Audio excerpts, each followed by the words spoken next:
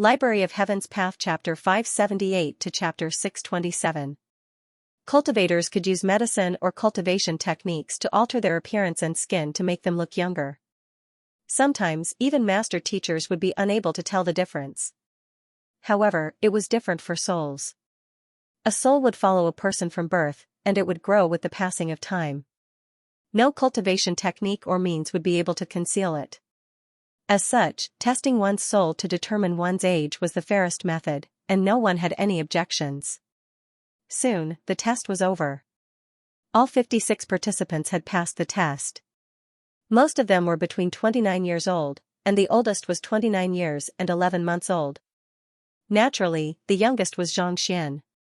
He was still 2 months away from reaching 20. Seeing someone at such a young age competing against those 10 years older than him, countless people couldn't help but exclaim in astonishment. The younger one's age, the greater the potential one possessed. Why is the League of Nations regressing? Indeed. To send such a young lad to compete with us, it seems like they don't harbor any hope of winning. After being ranked last so many times, no one would have the confidence to do so. They would probably just give up on themselves. There were also quite a few people who were looking down on Xianxia. Even though Xianxia had caused quite a huge commotion when he forced the 14 powers to leave, the news had been suppressed. As such, most of the spectating master teachers and even the participating master teachers were unaware of it. The League of Nations had never achieved good results in the first place. Now that they had sent out a fellow 10 years younger than them, they naturally thought that the other party had given up on themselves. Since everyone has passed the test, let's talk about the content of the selection round. Seeing that everyone had passed the test, Xianxia smiled. The first test, temperament. There's a ghost domain illusory city here. It was left behind by 5-star master teacher Fei Yuzi, and it contains the art of invisibility. It's an invaluable treasure. At this point, Xianxia waved his hand grandly. Everyone's vision blurred, and they saw a corner of the previously fog-covered round platform appear. It was a tall castle, with red bricks and blue tiles, white walls and green corridors. From afar, it gave off an eerie feeling, and they shuddered in fear. Ghost Domain Illusory City? What's that? I seem to have read about it in some books before. It's a unique treasure, and it contains the art of invisibility. As for what it is and how it will be tested, I have no idea either. Art of invisibility? What's that? It's a special profession that's extremely rare. I heard that there aren't any branches in the entire Miryu Empire. Everyone was in an uproar when they saw a castle appear in the fog. Even Pavilion Master Kong and the others couldn't help but frown. They were experienced and knowledgeable, but they had never heard of such a thing. There's only one entrance and one exit in the Ghost Domain Maze City. As for the temperament test, as long as everyone here enters the entrance and walks out from the exit within the time it takes for an incense to burn, you'll be the winner. Xianxia chuckled as he spoke of the rules. So simple? We can only see the entrance. Where's the exit? I don't know either, but if we walk in, we should be able to find it. Hearing that the rules were so simple, everyone was stunned. Even Xianxia found it a little strange. All of them were 4-star master teachers, and their eyes of discernment were extraordinary. Even if there was some kind of bewitching formation in the Ghost Domain Illusory City, it wouldn't be too difficult for them to clear it. Since it was called a selection, how could it be so simple? Do you think it's too simple? Let me tell you in advance, don't think that you can pass this trial that easily. Seeing through everyone's doubts, Xianxia chuckled. Only one person can enter the Ghost Domain Illusory City at a time, and there are a total of 56 people here. Thus, we have to arrange them according to the sequence. Since we've already tested their ages, why don't we arrange them according to their ages? From the youngest to the oldest. In the first round, Xianxia will be the first to clear it. Since Xianxia was the youngest, he would be the first to enter. The reason why Xianxia made such an arrangement was because he wanted to see how capable Xianxia's direct disciple was. Me? Xianxia blinked his eyes in confusion. Xianxia nodded his head. Let Xianxia go first? Isn't that a little too reckless? Beneath the stage, Pavilion Master Kong, Elder Su, and the others glanced at one another, and their mouths twitched. I think so too. Elder Wu nodded his head. Back then, during the selection round of the Myriad Kingdom Alliance, he had suffered a setback. This Xianxia's means were simply too bizarre. To let him go first, and for Hongxue to do so. Wasn't this a little inappropriate? This. Hongxue, why don't I go first? You can leave Xianxia at the back. Ruohuan Gongzi also came to his senses and stepped forward. Why? Do you think that we'll go by age just because you say so? If you don't have the strength, don't come here. If you're afraid of going forward, scram back. Your alliance of nations might be able to afford to lose face, but don't bring shame to our master-teacher occupation. It's too late to be afraid now. Hearing Ruohuan Gongzi's words, the other master-teachers sneered coldly. To be the first to enter was no different from eating crabs. In their view, it was clear that Zhang Xian was afraid of Ruohuan Gongzi. Considering the other party's age and cultivation, it was clear that they were looking down on him. Don't worry, the effects will be the same regardless of whether you are the first or the last. The Qimenduanjia in the illusory city is constantly changing, so even if you know the situation before you won't be able to use it as a reference. Thinking that this was what the other party was worried about, Hongxue chuckled. Also, if you don't come out within an incense's time, the attack will vanish automatically. Even if your cultivation isn't high enough, your life won't be in danger. Don't worry, I'll be able to deal with it.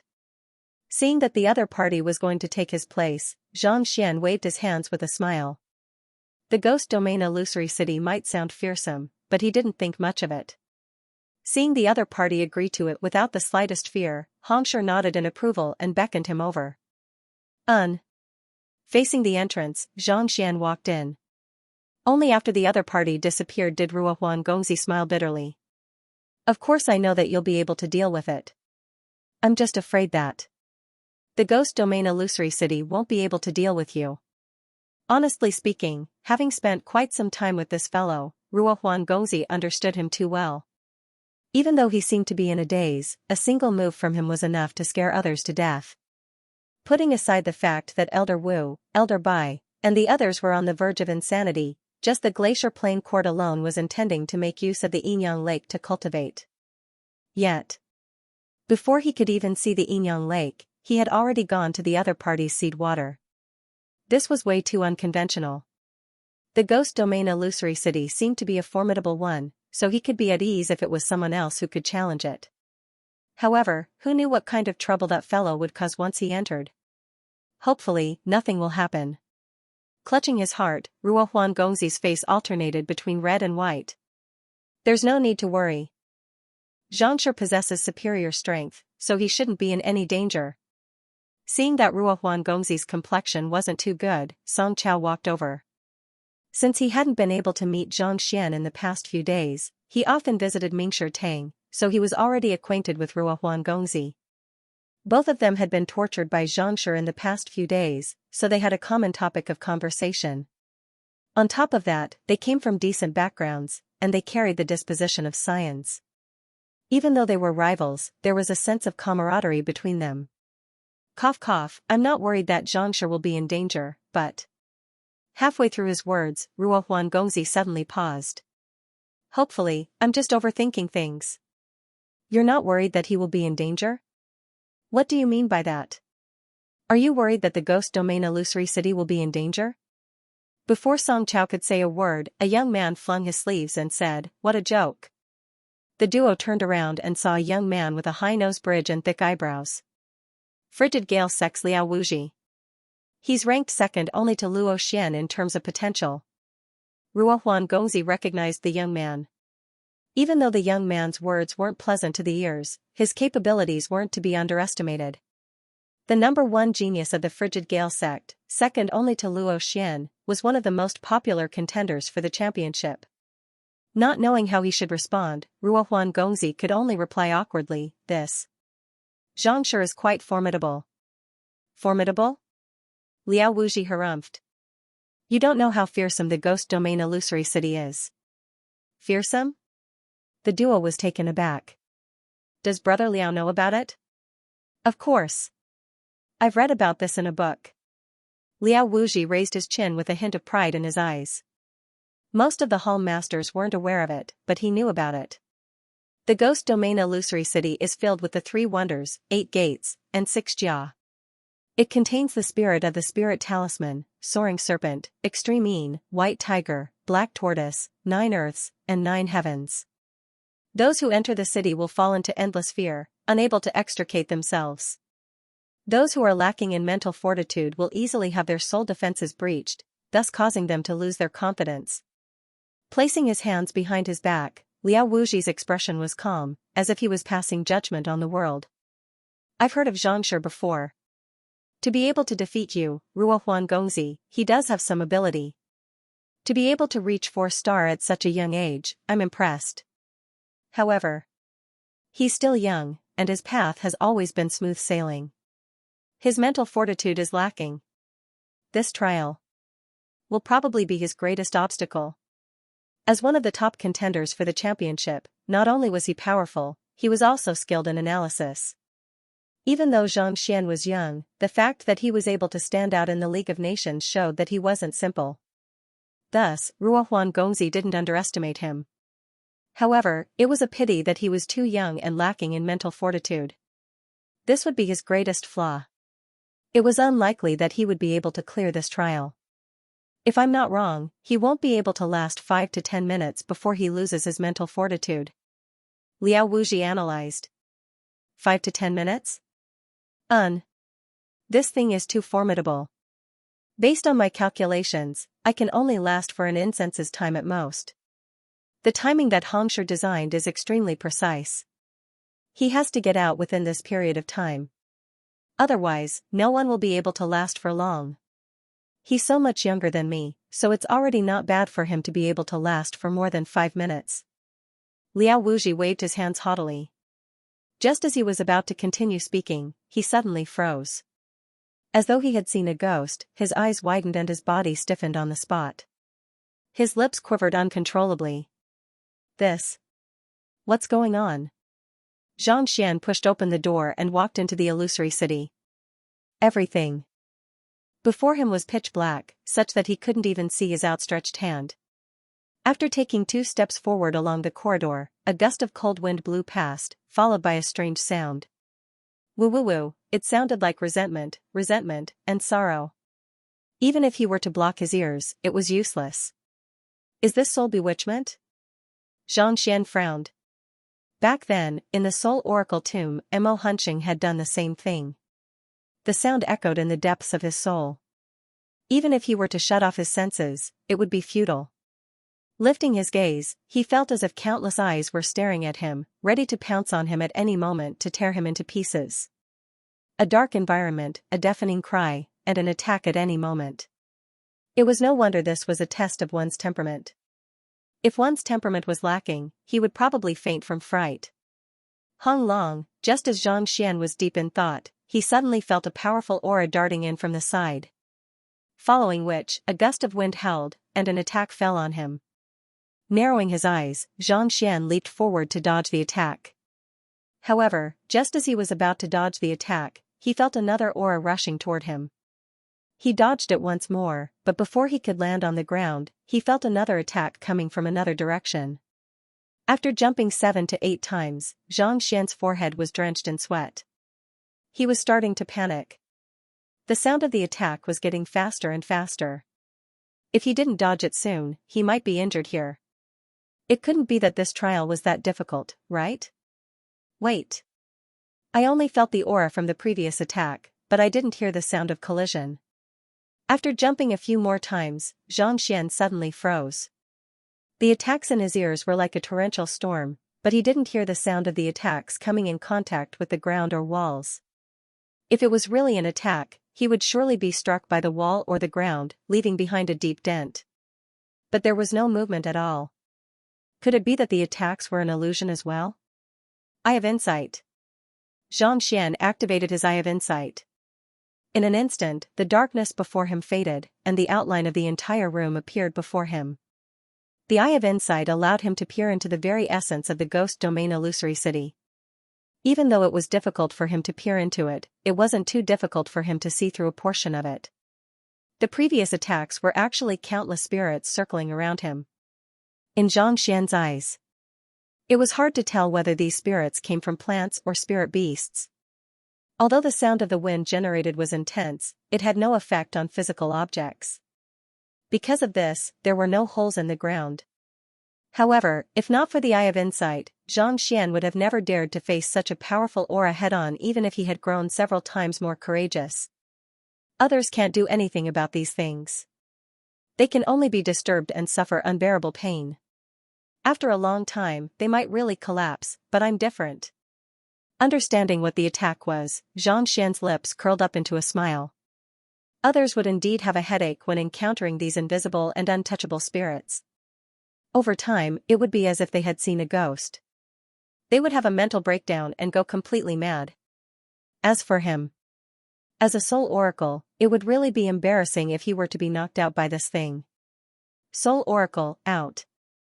With a thought, a brilliant burst of light burst forth from Xianxia's glabella, and a primordial spirit identical to him leaped out. Buzz, with a flash of light, all of the spirits immediately fled in fright, as if they had met their nemesis. Souls were powerful spirits in the first place, and Xianxia cultivated the Heaven's Path soul art. As such, his soul carried a powerful aura that even ghosts and deities would shun. It was already a show of mercy that he didn't assimilate these spirits and turn them into nourishment for Hongshi. After driving away the troublesome spirits, Xianxia stood up, and just as he was about to look for an exit, a smile suddenly appeared on his face. Why bother looking for an exit? As long as I find the flaws, won't I be able to walk out? It hadn't been long since he entered the door, and he had already encountered so many bizarre attacks. Who knew if there would be more at the back? Rather than going through so much trouble, he might as well find the flaws and stop the ghost domain illusory city just like how he did with the formation. In any case, stopping the formation wasn't destroying its foundation. After he left, he could still restore it, and it wouldn't affect the next trial. With this thought in mind, Xianxia touched the ground, and a book appeared in the Library of Heaven's Path. Ghost Domain Illusory City, forged by 5-star master teacher Fei Yuzi. It contains the art of divination and innumerable spirits. It can be used to test and temper one's mind. Flaws. 1. The stone pedestal at the center is the crux of the mechanism, making it easy to notice. The content was written in detail in the book. The stone pedestal at the center is the crux of the mechanism? Activating his Eye of Insight, Xianxia took a few steps forward and saw a stone pedestal taller than a human. Isn't this a little too revealing? Seeing that the most important thing was placed out in the open, Xianxia shook his head. But thinking about it, it made sense. The most dangerous place was the safest. Sometimes, there was no need to hide the true crux. If it was placed in the most conspicuous place, it would be hard for others to believe it. Besides, the cultivators who entered the illusory city would be affected by the spirit, making it hard for them to discern the true crux of the mechanism. Even if they saw the stone pedestal, they wouldn't be able to guess that it was the most important location. Since this is the crux of the mechanism, will the ghost domain stop once I push it away? Unable to be bothered to continue reading, Xianxia closed the book and activated his Eye of Insight to examine the stone pedestal. Xianxia had no idea what kind of material the stone pedestal was made of, but it was smooth and tidy. Even though he found the button, he couldn't find any mechanism. Xianxia tried pushing it, but it didn't budge at all, as though it was a part of the castle. I don't believe that I can't push it away. Heaven's Path fist art. Frowning, Xianxia tightened the muscles on his arms and exerted all of his strength into it. Pong, his fist struck the stone pedestal, but it only shook for a moment before falling completely still. On the other hand, Xianxia felt a searing pain on his fist, and it felt as though it was about to swell up. What a tough stone. Xianxia was astonished. His strength had reached 2,600,000 ding, and coupled with the Heaven's Path fist art, he was able to shatter even a spirit low-tier weapon with a single punch.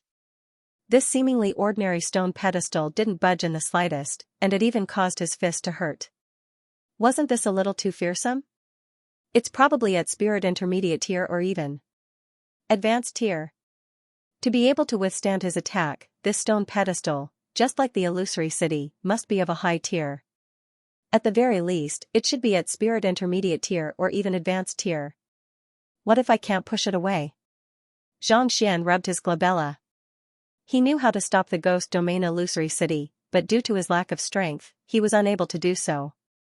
Right, just because I can't push it away doesn't mean that others can't. Xianxia was taken aback for a moment before his eyes lit up. It was true that he was unable to push it away with his current strength, but that didn't mean that others wouldn't be able to do the same. For example, his clone, back then, when he crossed blows with this fellow, his main body was completely crushed. Putting aside the other party's strength, just the other party's physical body alone was already ridiculously powerful. Come out. Xianxia's clone appeared before him. This fellow was placed in his storage ring, so it would only take a single thought for him to summon it out. Xianxia shared his consciousness with his clone and instructed, push this stone pedestal away and stop the formation. Alright. His clone and his main body were the same person, so they clenched their fists tightly and threw a punch at the stone pedestal. Heaven's Path Fist Art, Kacha. Kacha, this time, the clone didn't feel any pain from his fist. Instead, with a crisp sound, cracks began appearing on the stone pedestal. Following which, the cracks grew larger and larger, and voila, the stone pedestal collapsed into a pile of rubble. Why you? Can't you hold back a little? Xianxia widened his eyes in disbelief. It couldn't be that the stone pedestal was so resilient that his fist was hurting, right? Why would it shatter all of a sudden? It seemed like his clone didn't use too much strength either. Is it because my clone's physical body is too resilient? Is it because of the difference in cultivation?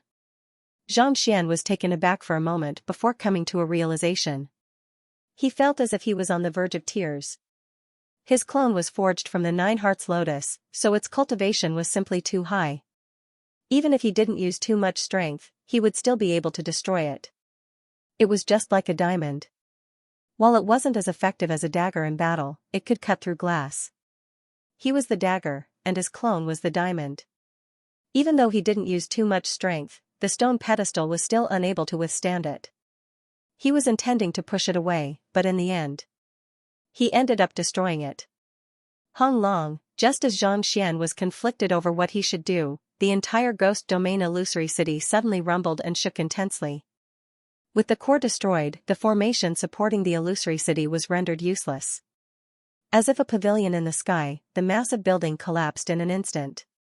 Keeping his clone into his storage ring, Xianxia looked at the falling rocks above him and knew that it was too late for him to escape.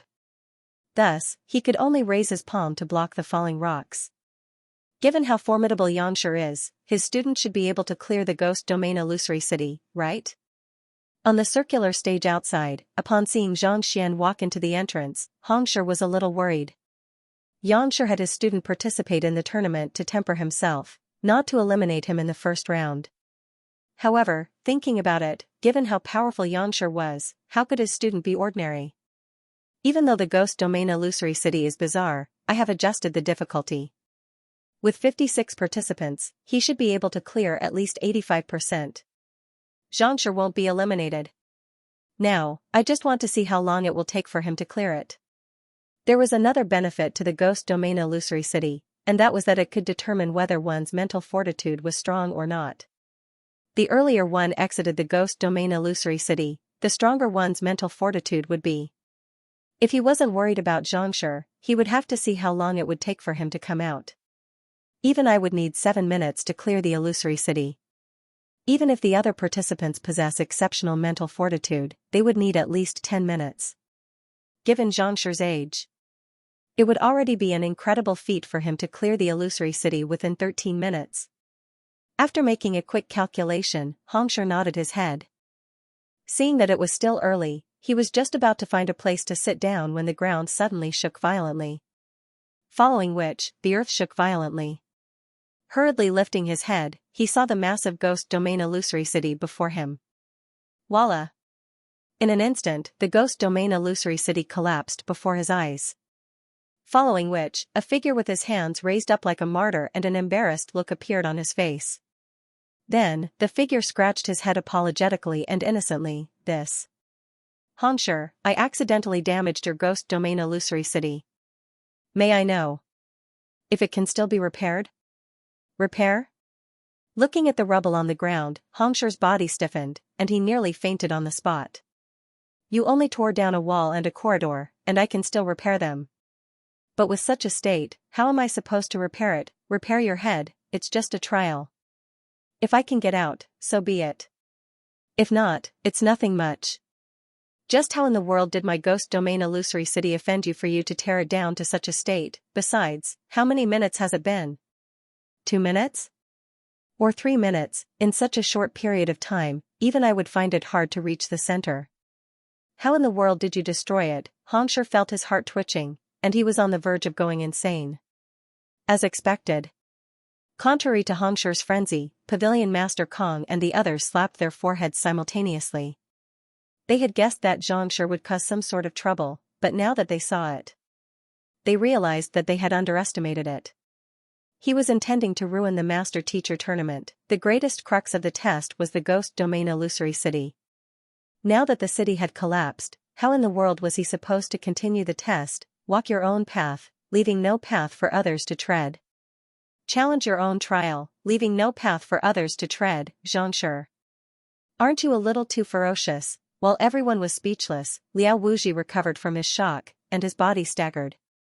When Ruohuan Gongzi said that he was worried that the Ghost Domain Illusory City would be in danger, he thought that it was a joke. But from the looks of it now, it was true. In less than 3 minutes, he had already demolished the other party's castle. I get it, you aren't a master teacher but a demolisher, right? Under the gazes of the crowd, Zhang Xian patted the dust off his body helplessly. All he wanted to do was to stop the formation and walk out. But why was such a simple wish so difficult to fulfill? Repair. It's impossible to repair it. Even though Hongsher's heart was bleeding and he was on the verge of fainting from anger, he still managed to recover swiftly. No matter what, the other party was Xianxia's student, and it wasn't like he did it on purpose. Thus, he couldn't go too far. Even though his heart ached for the Ghost Domain Illusory City, since it had already collapsed, there was nothing he could do about it. Thus, he could only swallow his grievances and accept his bad luck. But, if the first person was already in such a state, how were the others supposed to take the test? The other master teachers also turned their gazes over. Since the Ghost Domain Illusory City has been destroyed, the temperament test. Let's put it aside for now. Next, we will test your courage. Hongsher said with clenched teeth. There were 4 stages in the preliminaries. Even though the loss of one stage had some impact, it was still within their control. A test of courage? How do I test this? Everyone recovered from the shock when they heard that the next round of assessment was about to begin. I believe there's no need for me to explain the meaning behind Hongsher establishing the master-teacher occupation. I believe everyone here should understand. Hongsher said. In order to make mankind stronger, we will be able to better fend off the otherworldly demonic tribe and the calamity, a master-teacher said. Hongsher's original intention of establishing the Master-Teacher Academy was to make everyone a dragon. Only by becoming stronger would they be able to prosper, allowing the entire race to flourish. Indeed, tens of thousands of years ago, the otherworldly demonic tribe invaded mankind, plunging the world into misery. In order to save mankind from the calamity, Hongsher created the Master-Teacher occupation. After tens of thousands of years of development, the Master-Teacher occupation has reached unprecedented heights. Hongsher nodded. Then, he turned to the crowd and said, the test of courage is simple. You will have to carry out your responsibilities as a master-teacher and face the otherworldly demonic tribe alone. Otherworldly demonic tribe? Isn't that race extinct? Are there still some of them alive? Everyone was stunned. The otherworldly demonic tribe had been driven out by Hongsher several tens of thousands of years ago, and they had vanished from the face of the Master-Teacher continent. The otherworldly demonic tribe was indeed driven out 10,000 years ago, but there are still some of them alive on the Master-Teacher continent. They disguise themselves as humans and hide among the crowd. Hongsher said with a grim frown. Hula, behind him, another part of the round platform that was shrouded in mist was revealed. It was a huge stone house. Even though the door was tightly shut, one could still feel an intense killing intent and powerful aura emanating from within. It felt as though anyone who approached would be torn to shreds. What a ferocious aura. Could it be that the one in the stone hut is an otherworldly demon? I've heard that the otherworldly demonic tribe is known for their ferocious nature. They treat humans as ants and slaughter them. The killing intent they emanate is so intense that ordinary humans wouldn't even be able to withstand it. Putting aside killing them, they would probably faint on the spot. Even through the stone hut, they are already able to frighten us. How powerful must they be? Sensing the aura emanating from the stone hut, everyone's face warped in shock. Too fearsome, those who were standing near the round platform were all 4-star master teachers. Yet, even before opening the door, they could already feel the killing intent emanating from the stone hut. Just how powerful must the otherworldly demon trapped within be? The otherworldly demonic tribe is cruel and cunning. Not only do they kill, they even devour their own kin in order to grow stronger. In their eyes, humans are nothing more than lowly lifeforms, prey. Xianxia harumphed. This fellow has been hiding within Hongfeng Empire and has killed at least several thousand innocent humans. It took me 3 whole years before I managed to capture him. Even though I have sealed his root bone with the golden soul lock, rendering him unable to utilize his strength or fight, he is still able to exert immense pressure on one's soul, inducing the deepest fear in one's heart. Putting aside 4-star pinnacle master teachers, even half 5-star experts wouldn't dare to face him head-on. It was just like how a human would encounter a tiger. Even if the other party didn't move, the human would still feel his legs weakening. This was a test of one's courage. If one doesn't even have the strength to approach the tiger, how can one possibly succeed? If a master teacher doesn't dare to approach the otherworldly demonic tribe, it doesn't matter how high the test is. The test of courage is very simple. You just have to sit before him, and whoever is the closest to him will be the most courageous. The limit is 5 meters, and those who are unable to approach him will fail the test. Waving his hand grandly, Xianxia flicked his finger. Voila, the walls of the stone hut immediately burst open, and a 3-meter-tall savage beast that resembled a giant appeared before everyone. Hong Long. The appearance of the beast caused a violent aura to spread into the surroundings. Before the audience could even process what was going on, they suddenly felt their heads spinning, and their vision darkened as they fainted from fright. They weren't the only ones. Even the faces of Song Chao and the others on the stage paled, and their lips turned purple. The otherworldly demonic tribe had enslaved mankind. If not for Xianxia appearing out of nowhere and creating the master-teacher occupation to drive them away, the entire master-teacher continent would have succumbed to their tyranny. This was the first time they were seeing such a sight, and the impact it had on their hearts wasn't something that any ordinary person could withstand. This is the otherworldly demonic tribe? Zhang Xian's eyebrows shot up. The fellow before him was reminiscent of a savage beast. His entire body reeked of blood, and it felt as if one would be torn apart if one were to approach him. Putting aside others, even he would find it difficult to approach 5 meters from him. Fearsome. It was no wonder Mingshi Tang dared not let his guard down even after the disappearance of the otherworldly demonic tribe for several dozen millenniums. He's currently trapped and unable to move. You all can approach him now. The time limit is half an incense's time. If you can't get within 5 meters of him, it will be considered a failure. Without any hesitation, Xianxia lit up an incense and waved his hand. Begin. Hearing the start of the countdown, the faces of the crowd on the stage immediately turned grim as they walked toward the massive beast. Zhang Xian followed closely behind. However, barely after taking a step forward, his face warped in shock.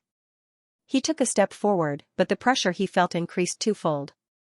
The ferocious killing intent left his legs weak, making it difficult for him to advance any further. He turned around to look at the others, and they didn't seem to be faring much better than him. Their foreheads were drenched in sweat, and their faces were pale. He took another step forward, and the pressure he felt intensified. It felt as if he was a small boat that had fallen into a raging storm, battered by a massive wave, threatening to sink at any moment. At the same time, he felt as if he was standing at the edge of a cliff, and if he were to take a single step forward, he would fall into the depths of hell. At this, putting aside 5 meters, even 10 meters would be difficult. He had thought that it would be an easy test, but who could have thought that it would be so fearsome? Under such circumstances, it would be difficult for even him to get within 10 meters of the massive beast, needless to say, 5 meters. By this point, there were only 10 people left standing beside him. Let me try driving my Xianxia. Advancing forward once more, Xianxia felt as if he was on the verge of collapsing.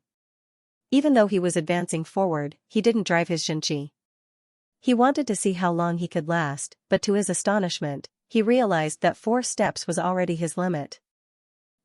Driving his Heaven's Path Xianxia, Xianxia felt his entire body relaxing, and the pressure on him vanished without a trace. The energy that had left him on the verge of collapse a moment ago was no different from a gentle breeze at this moment. Just as I guessed, the Heaven's Path Xianxia can neutralize the pressure.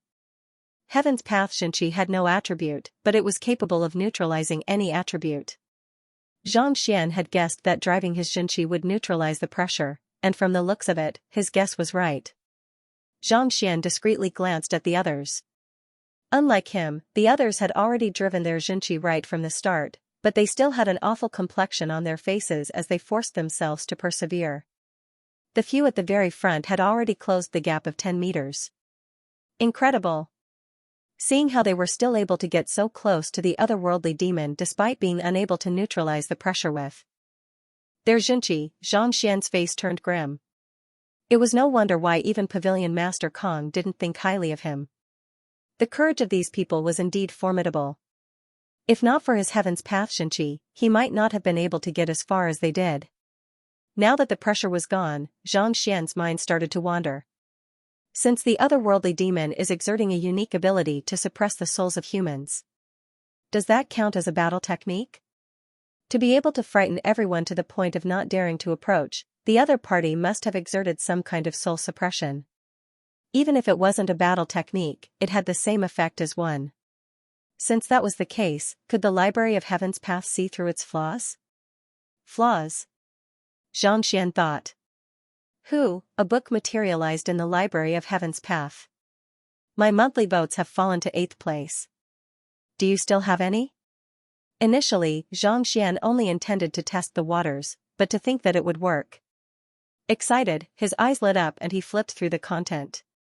Offspring of otherworldly beings and spirit beasts, born in Hongfeng Empire's Wangyuan Mountain, transcendent mortal 5-Dan consonant spirit realm. Flaws. To think that it isn't a pure-blood otherworldly demon but the offspring of spirit beasts?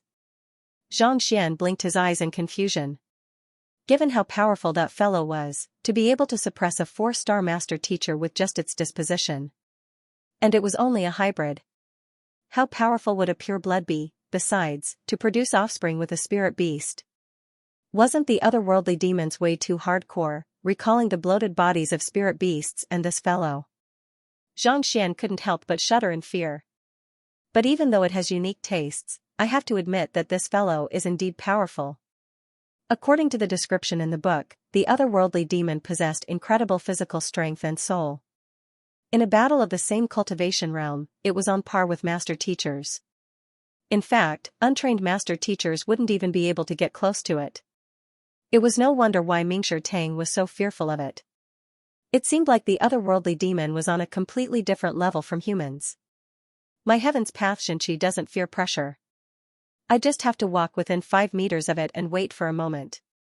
He had just caused the collapse of the Ghost Domain Illusory City, and he was currently in the eye of the storm.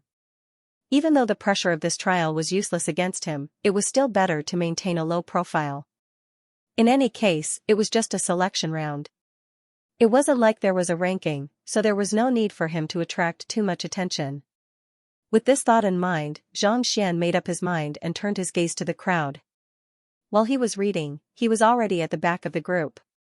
Quite a few of them had already closed in on the otherworldly demon, and they were only 5 meters away from it. Even though they seemed to be persevering from their expressions, the fact that they were able to get so close to it showed their courage and determination. It was no wonder why they were chosen by the various powers. These master teachers did possess extraordinary mental fortitude and talent. Luo Xian is indeed at the very front. The one walking at the very front was Luo Xian of Fleeting Cloud Sect. This fellow was said to be the most likely champion of this tournament, and from the looks of it, it was indeed possible. From afar, he had already crossed 5 meters, and he could be considered to have passed. As for his acquaintance, Song Chao, he was only a few steps behind him. Ruohuan Gongzi, on the other hand, had surprised Xianxia. He was actually at the very front and could be considered as one of the top few. Should I go there now or wait for a while? Forget it, there's no rush. Let's take a look at this guy's flaws first. Seeing that no one had come within 5 meters of him yet, Xianxia wasn't in a hurry. He continued to flip open the book and read on. There were a lot of flaws in this thing, so he didn't finish looking at it. In any case, he didn't want to attract too much attention, so he might as well wait quietly for a while. It wouldn't be too late to go over when everyone was about 5 meters away. Off stage. Not bad, Ruohuan. I didn't expect you to amaze everyone right from the start. Elder Su stroked his beard. Indeed, the otherworldly demonic tribe is fearsome to begin with. Even if I were to go up there, I might not be able to match his current results. Xianxia remarked. This was their first time seeing an otherworldly demon as well. Even though they were seated beneath the stage, they could still feel the violent killing intent emanating from the otherworldly demons. Hearing the compliments of his 2 old friends, Pavilion Master Kong chuckled. It seems like my words have worked. Oh? Pavilion Master, what did you say to motivate him so much that he charged straight to the top? Sushir and Lingshir asked curiously. What kind of words could induce such a huge change in a person? Even though Ruohuan Gongzi had improved tremendously recently, he was still lacking when compared to the top geniuses of the other sections. I said that you should go up and exert your strength without worry.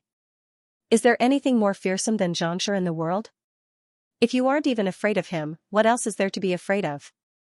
Pavilion Master Kong stroked his beard. Cough cough. Sushir and Lingshir staggered speechlessly. But thinking about it, even though these words weren't pleasant to hear, they were indeed words of wisdom. A fellow who could even destroy the ghost domain illusory city in 2 to 3 minutes could no longer be considered a monster. If even he wasn't afraid of the other geniuses, there was nothing to be afraid of. Just that.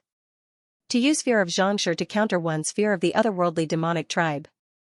Why did it feel a little weird? Right, why isn't Xianxia moving at all? It can't be that he succumbed to the pressure? After a moment of silence, Sushir frowned. It had been a few minutes since Xianxia stopped, but he hadn't moved at all. It couldn't be that he succumbed to the pressure, right? Indeed. No matter how talented he is, he's still too young. I'm afraid that he might be too fearful of the otherworldly demonic tribe. Lingshir nodded. I don't know what's going on either. I've thought about the same thing as well, but more importantly. Pavilion Master Kong shook his head. Don't. 'Cause any trouble? 'Cause trouble? I don't think so. The otherworldly demon is so powerful that even you and I aren't a match for it. On top of that, he's only a transcendent mortal 3 Dan. Furthermore, the test only asks him to advance a few steps forward.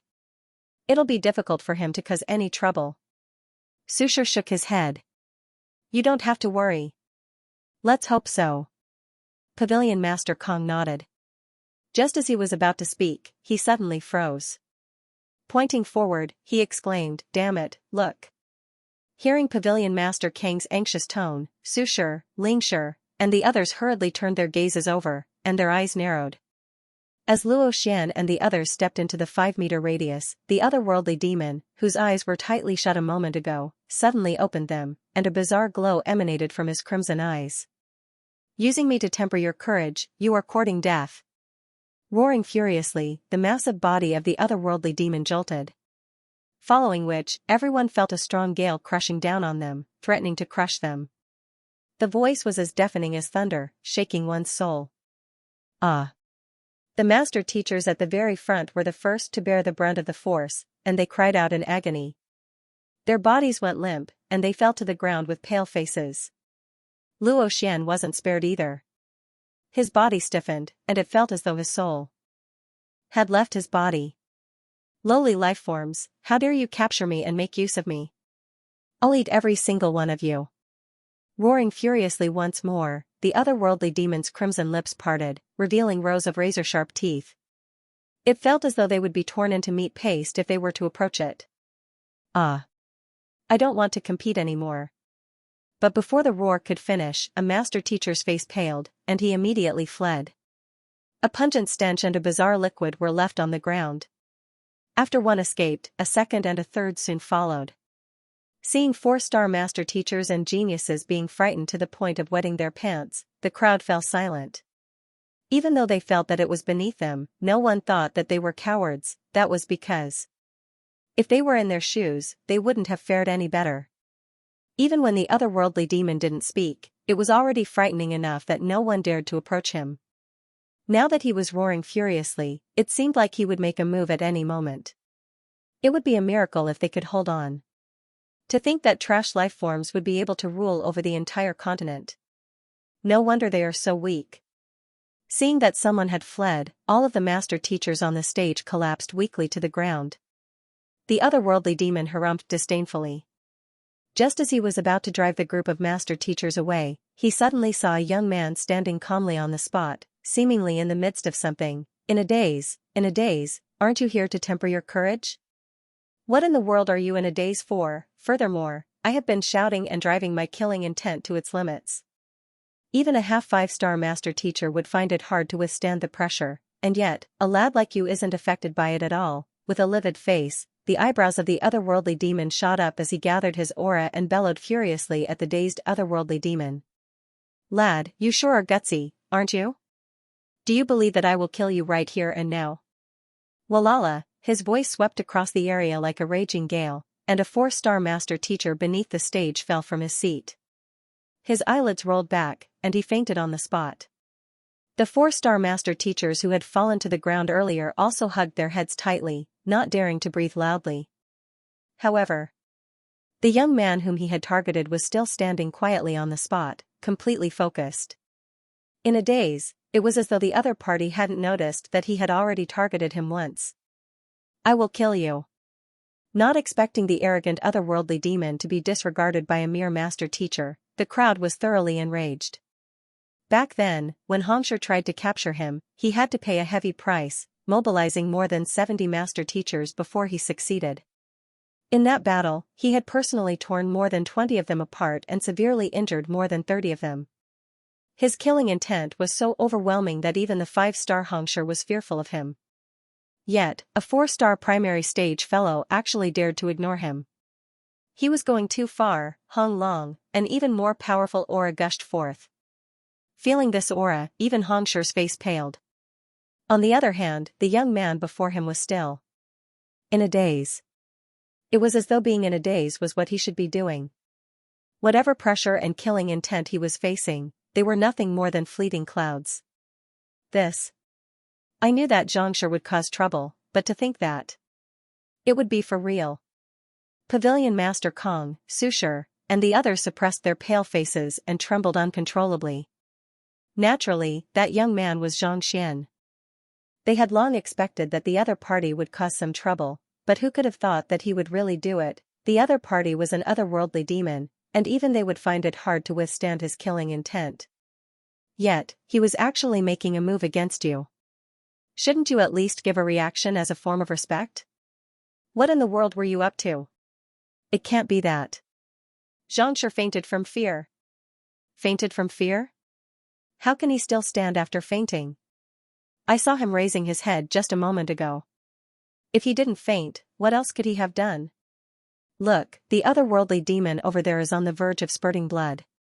Why isn't there any reaction at all? I have no idea either. They weren't the only ones who noticed the problem.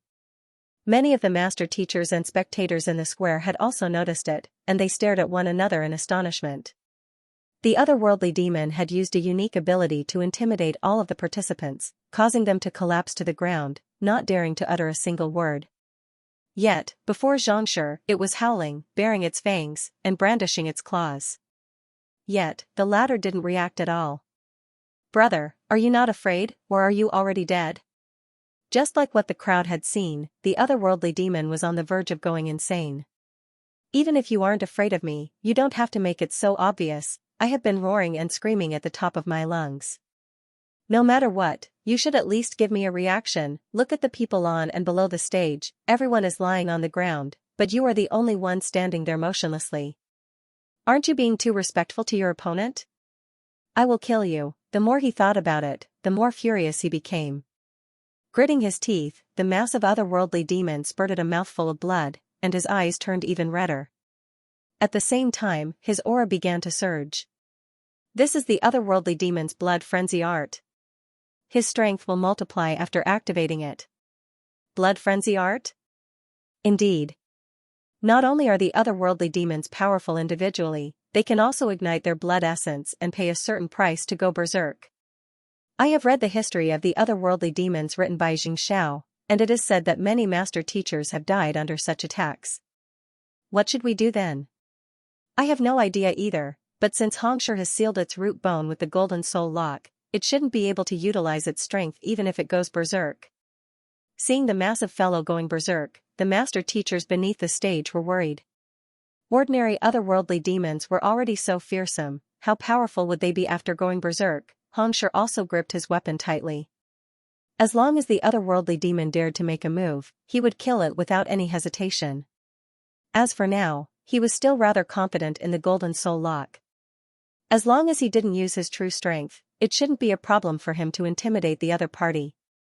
After all, this was a test of courage, so there was no need for him to make a move before the results were out. Besides, this was a living otherworldly demon.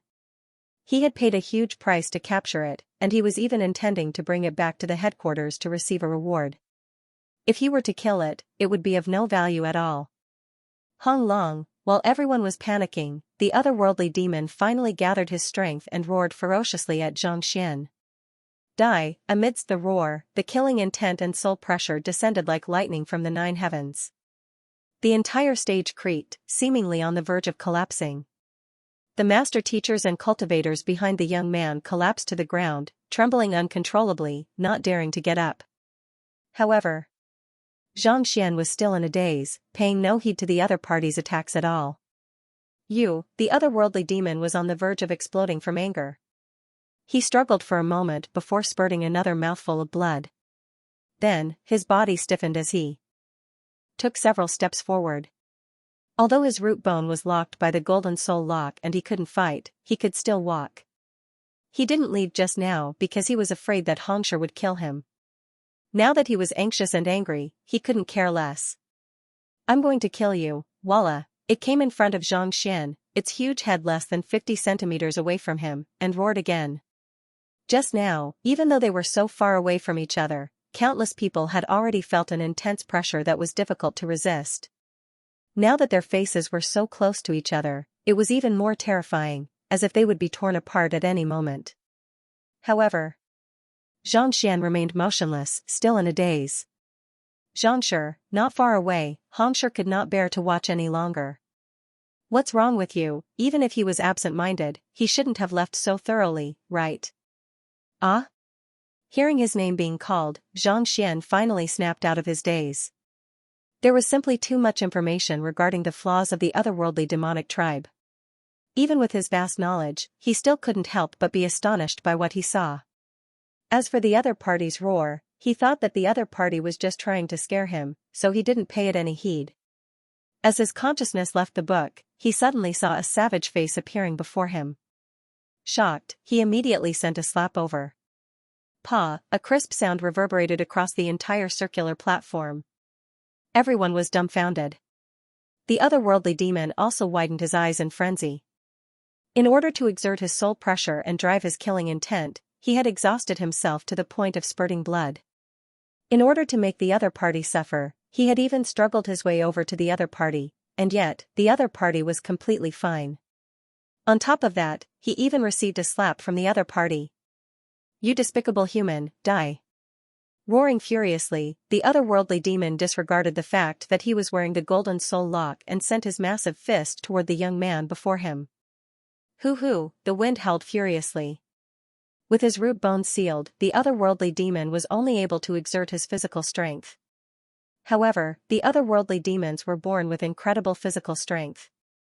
Even a transcendent mortal 3-dan cultivator would find it hard to deal with them. Beast, you're courting death. Seeing that the otherworldly demon dared to make a move, Xianxia's eyebrows shot up. With a flick of his sword, he prepared to make a move. However, before he could make a move, Xianxia dodged his attack and glared at him in displeasure. "Who are you calling despicable? Audacious?" Flinging his sleeves, Xianxia stood proudly. His master-teacher robe flapped noisily in the wind, giving him the impression of an otherworldly expert. The offspring of the otherworldly demon and the dust armor beast possess impure bloodline, and the strength you wield is unrefined. Your soul pressure and attacks are filled with flaws, such that you can't even deal with an ordinary human like me. What rights do you have to say that humans are despicable? You, not expecting the young man before him to point out the origins of his bloodline so easily, the otherworldly demon was taken aback. What do you mean by that? Placing his hands behind his back, Xianxia walked forward slowly. It's one thing for you to possess a hybrid bloodline, but the otherworldly demons possess an innate bloodline heritage. In order to grow stronger, you chose to learn the human language and cultivate human cultivation techniques. Yet, you dare to say that humans are despicable? Let me ask you, what gave you such confidence? The otherworldly demon took a step back. This. What's going on? Seeing how Xianxia, who was still in a daze a moment ago, berated the otherworldly demon as soon as he woke up, everyone stared at each other in bewilderment. Even Xianxia was bewildered. This fellow wasn't a pure-blood otherworldly demon, even he, the one who captured him, didn't know about it, so how did Xianxia know about it? And how did he know that the other party possessed the bloodline of the dust armor beast? More importantly, even a 5-star master teacher like him was unaware of the heritage of the otherworldly demonic tribe. Yet, this fellow was able to point it out in detail. Could it be that Xianxia had taught him about it? That made sense. Probably only 8-star master teachers like Xianxia would know about the secrets of the otherworldly demonic tribe. Even though he had reached 5-star, he hadn't undergone the baptism of Mingshi Tang. As such, he didn't know much about such matters. You were born in a village in Hongfeng Empire's Wangyuan Mountain, and you were adopted by humans. Before you reached 20, other than your large size, you were no different from a human. You didn't know that you were unique in any way. Eventually, due to a trivial matter, you killed a villager, and your adoptive parents blamed you for it. In a fit of rage, you activated the otherworldly demon bloodline in your body and killed them. Xianxia looked at the otherworldly demon and asked, "Am I right?" The otherworldly demon's body trembled. He had indeed been raised by humans in a remote village. The villagers were simple and honest, and they lived a hard life. Even though he had a large physique, his family treated him well. No matter how poor they were, they never let him go hungry. He remembered that it had snowed for 5 consecutive days, and there was no food at all. His father had braved the snow to hunt, but he ended up returning with severe injuries. In the end, he only managed to catch an ordinary octopus rabbit and some ordinary wild vegetables. The rabbit wasn't big, and it wasn't enough to feed the entire family. His adoptive parents had a younger sister who was several years younger than him. In order to prevent him from starving, they fed him almost the entire rabbit, and the others only ate some wild vegetables. Thinking about it now, he couldn't help but feel pity for him. Even though they were your adoptive parents, they doted on you dearly, treating you as their own child. But what about you? How did you repay them? You activated your otherworldly demon bloodline, and in a fit of rage, you massacred the entire village. You ate all of your friends, brothers, parents, and kin. Xianxia's face turned livid, and a sharp glint flashed across his eyes. Not only so, you even burned the entire village to ashes. Let me ask you, have you ever regretted your actions? Have you ever felt uneasy? The otherworldly demon trembled once more. Even though he had inherited the savagery of the otherworldly demonic tribe, he had grown up among humans, and he had a sense of propriety and honor. This matter was like a thorn in his heart, constantly provoking him. Regret? I do feel some regret, but so what? It was them, they were the ones who insulted me, calling me a beast. That's why I retaliated and killed them. What's wrong with that? The otherworldly demon roared furiously. That's right? Fine. After killing your adoptive parents and destroying the village, in order to fill your stomach, you went to the nearest city, Sunward City. Due to your tall and muscular physique, you joined a local aristocrat clan. They imparted you cultivation techniques, provided you with luxurious clothes, and even helped you find a wife. Yet, how did you treat them? Xianxia's voice was cold. You fell in love with the young mistress and raped her. In order to prevent the matter from being exposed, you killed the entire family of 70 people. The poor old official couldn't believe that you would do such a thing even in his death. This. Am I right? There were many flaws in the soul. Attack and oppression that the otherworldly demon had executed, and these were the flaws in his heart.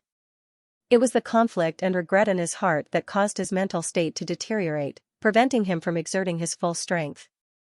Otherwise, given how fearsome the otherworldly demonic tribe was, even a 5-star master teacher like Xianxia wouldn't have been able to capture them so easily.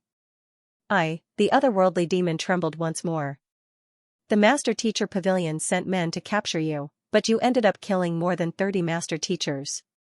On top of that, you were even captured by Xianxia. Yet, you still refused to repent, attempting to escape, killing others to absorb their energy. How dare a bastard like you call humans lowly? Let me ask you, what rights do you have to call humans lowly? Before the otherworldly demon could speak, Xianxia continued. His voice was swift and forceful, exerting immense pressure on the otherworldly demon's soul.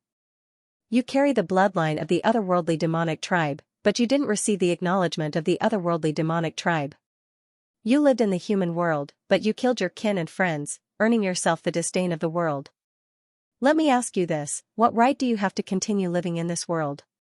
Flinging his sleeves, Xianxia said righteously, kill yourself. The otherworldly demon's body swayed weakly, and his eyes turned hollow. Indeed, what right do I have to continue living in this world? Xianxia raised his palm and struck the otherworldly demon's forehead. Following which, the massive body of the otherworldly demon swayed weakly before collapsing to the ground, dead.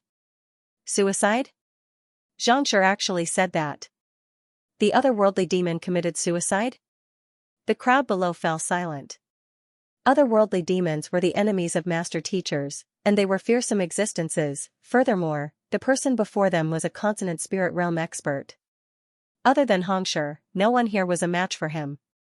Yet, with just a few words from him, the otherworldly demon struck his own forehead and committed suicide. Did it have to be so fantastical? Surely it couldn't be real? It's impartation of heaven's will. Isn't that an ability that can only be used during a lecture? As long as the content of the lecture is accurate, coupled with his soul depth, he can beguile the other party into doing something beyond his control. It seems like what Xianxia said is true. That's why the otherworldly demon killed himself in a fit of rage. Impartation of heaven's will can make one commit suicide? Doesn't that mean that, as long as a master teacher finds the right reason, he can kill as he pleases? It's not that simple. Not only must the content of the lecture be accurate, it must also be in line with the inner state of the other party. Otherwise, it will be useless. It's just like how when you are in a hurry to cultivate, the impartation of heaven's will automatically drive your inner breath. Even though the otherworldly demon is a savage by nature, he was raised by humans, after all. He understands human etiquette, and after killing so many people, his heart is filled with remorse. That's also the reason why Xianxia was able to make him commit suicide. I see. However, to be able to beguile a consonant spirit realm otherworldly demon, even a 4-star pinnacle soul depth is incapable of that. Then, what level has Xianxia's soul depth reached? 15-0. 16-0. A moment later, the crowd below came to a realization, and a huge commotion broke out. Clearly, the otherworldly demon had fallen under the influence of impartation of heaven's will. But the limit of a 4-star master teacher was to beguile a transcendent mortal 4-dan expert. It was impossible for a 4-star master teacher to beguile a transcendent mortal 5-dan expert. The otherworldly demon before them possessed a powerful soul, and yet, he was still beguiled by the other party. Then, what level had Xianxia's soul depth reached? Wasn't this a little too fearsome? He actually died just like that? Upon seeing this sight, tears streamed down the faces of Pavilion Master Kong and the others. Initially, they thought that Xianxia was just standing there in a daze to stir up trouble. But from the looks of it, they were still too naive. Pass 2 stages, destroy 2 stages, and leave the others with nowhere to go. That was his goal, to stir up trouble. Even Ruo Huan Gongzi, Luo Xian, and the others were rendered speechless. They had witnessed the fearsomeness of that massive fellow with their own eyes. In the face of such a terrifying killing intent, they were unable to withstand it at all. Yet, not only was that fellow fine, he even managed to talk his way out of it. Are you sure this guy is 10 years younger than us and is at the same level as us, rather than a 6-star or 7-star master teacher coming over to impersonate him? Liao Wuji, who previously looked down on Zhang Xian, was so scared that his lips were trembling, and he didn't dare to say a word. Paying no heed to the thoughts of the crowd, Zhang Xian looked at the massive corpse lying on the ground and heaved a sigh of relief. The reason why he had fallen into a daze was because the atrocities he had committed were simply too shocking. Initially, he was furious, but seeing how that fellow was so unrepentant and insulting mankind, he couldn't hold himself back any longer and executed impartation of heaven's will to kill the other party. His current soul depth had reached 16.1, which was even higher than most 5-star master teachers. Even so, beguiling an otherworldly demon and making it commit suicide still took a huge toll on him. If not for his powerful will, he might have already succumbed to it. My soul depth is only 0.1. Through using the golden page twice, it increased by 10.0. Soul tempering of a mentor's calligraphy increased by 1.0. 2 acknowledgement of celestial master teacher 3.0. And 1 soul epiphany 2.0. It adds up to 16.1. However, it was fortunate that he had succeeded. Taking in a few deep breaths, Zhang Xian calmed himself down before turning to look at Hongshi. The lips of the most powerful master teacher in the crowd twitched, and he was on the verge of tears.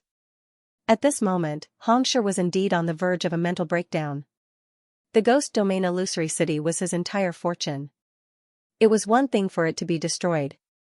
He had thought that as long as he could bring the otherworldly demon back to the headquarters, he would surely be able to make up for it with the generous rewards from the other party.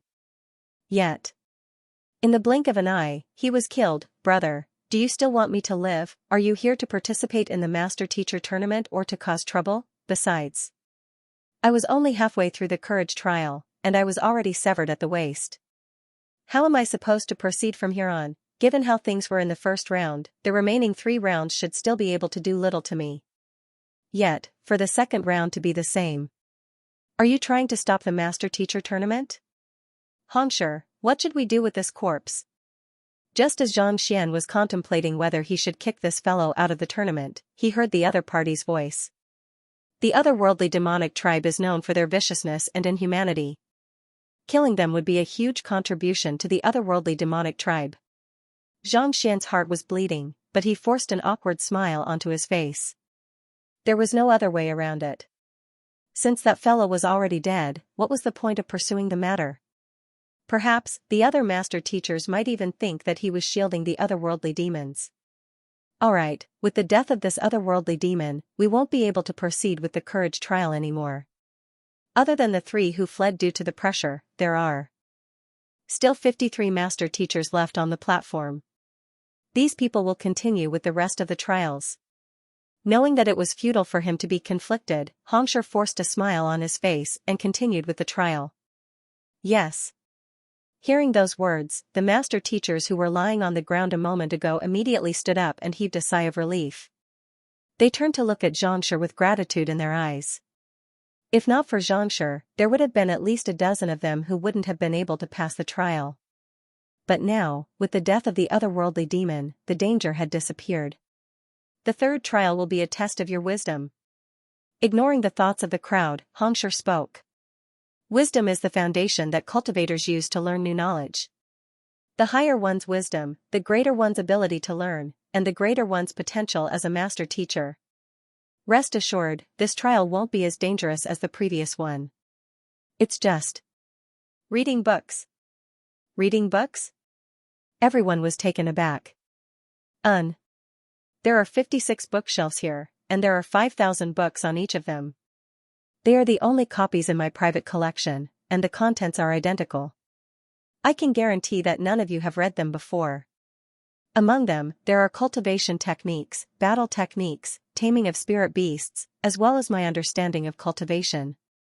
I'll give you 2 hours to browse through them, memorize them, and comprehend them. With a wave of his hand, the mist at the center of the platform disappeared, and rows of bookshelves appeared. The bookshelves were filled to the brim with books, and each of them had at least 5,000 books. This trial is very simple. You just have to browse through these books, and 2 hours later, I will use a unique method to test you. The more you memorize and comprehend, the higher your wisdom. Xianxia said. Test this? Upon hearing the rules, Xianxia scratched his head in embarrassment. He might not be confident in anything else, but when it came to reading books, he was far ahead of everyone here. Even a true 8-star master teacher would have to kneel before him if he were to test this. Wouldn't it be too unfair? Forget it. If it comes down to it, I'll just intentionally make a few mistakes when I answer the questions later on. In any case, my goal is to clear this trial. This time, I mustn't damage the other party's possessions. Xianxia made up his mind. After 2 rounds in a row, he was unable to take the next round. He was also full of helplessness. In the first trial, Ghost Domain Illusory City, he had only intended to stop the formation, but who knew that? That fool's clone would go too far. He really didn't do it on purpose. As for the second trial, after seeing the atrocities that the otherworldly demons had committed, no one would have been able to hold themselves back. Death was already a light punishment for them. If not for the master-teacher tournament, he might even have wanted to make a move personally. But of course, even if he were to make a move personally, he might still be no match for the other party. Given how awkward the first 2 trials were, he had to be careful in the third trial. At the very most, he would just have to read fewer books or intentionally make a few mistakes to ensure that he would clear the trial. Low profile, his goal was to keep a low profile. He mustn't be too ostentatious. If others were to know of his thoughts, they would surely burst into tears on the spot. How could this be called low profile? Look at Xianxia, he is on the verge of going insane. If this is called low profile, those who are too ostentatious are all dead meat. Alright, everyone, choose a bookshelf. The countdown begins. Xianxia waved his hands grandly and bellowed. Quick! Memorize 5,000 books? 2 hours? How can that be done? Are you a fool? There's no need for us to finish reading all of them.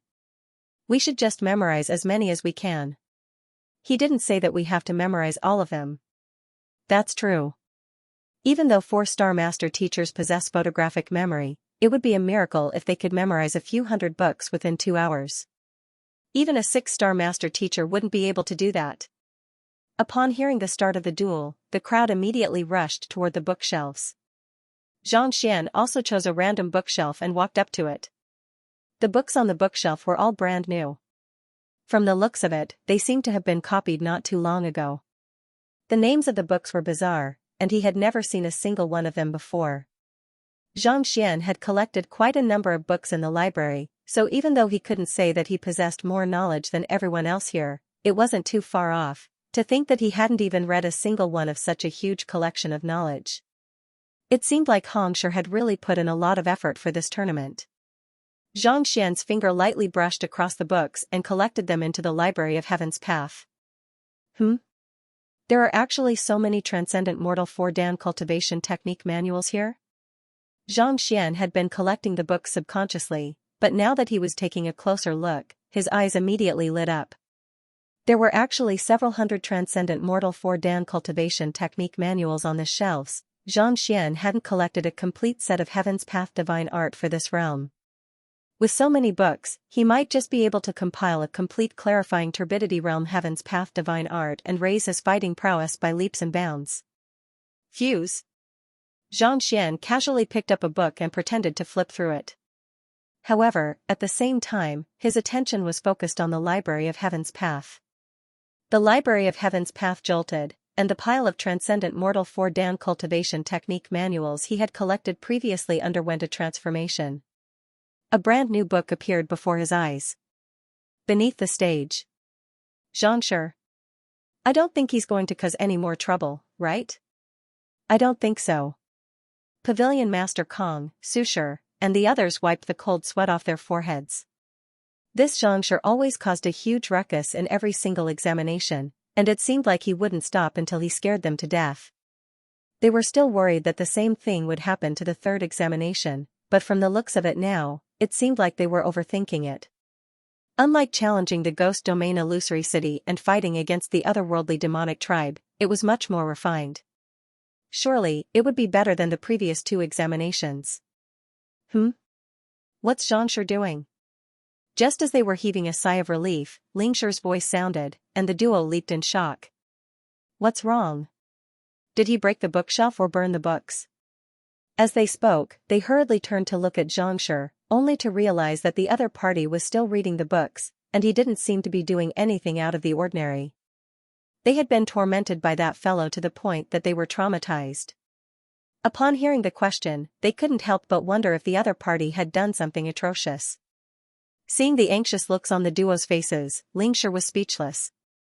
Pointing forward, he said, "No, look. Everyone else is busy reading the books, so why is he standing motionlessly on the spot after picking up a book?" Pavilion Master Kong and Susher also came to a realization.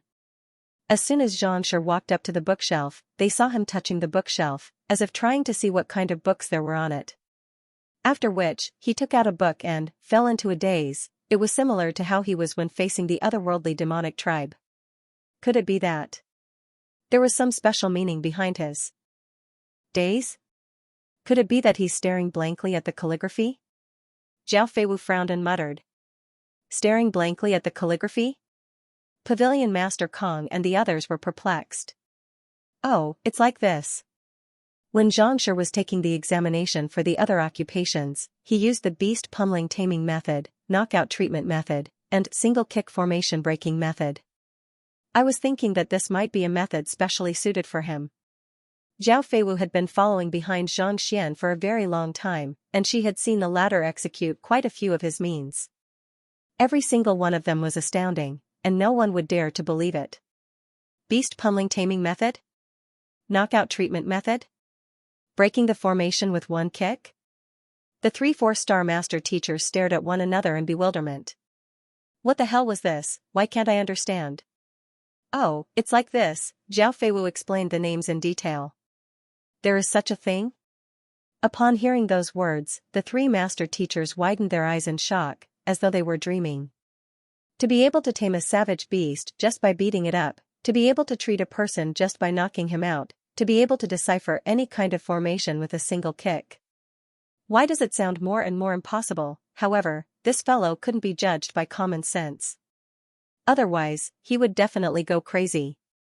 Since there were so many precedents, perhaps this daze might really be a strange way of reading books. However, even if it's a special method, it's useless to only read one page. After the shock, he was even more puzzled.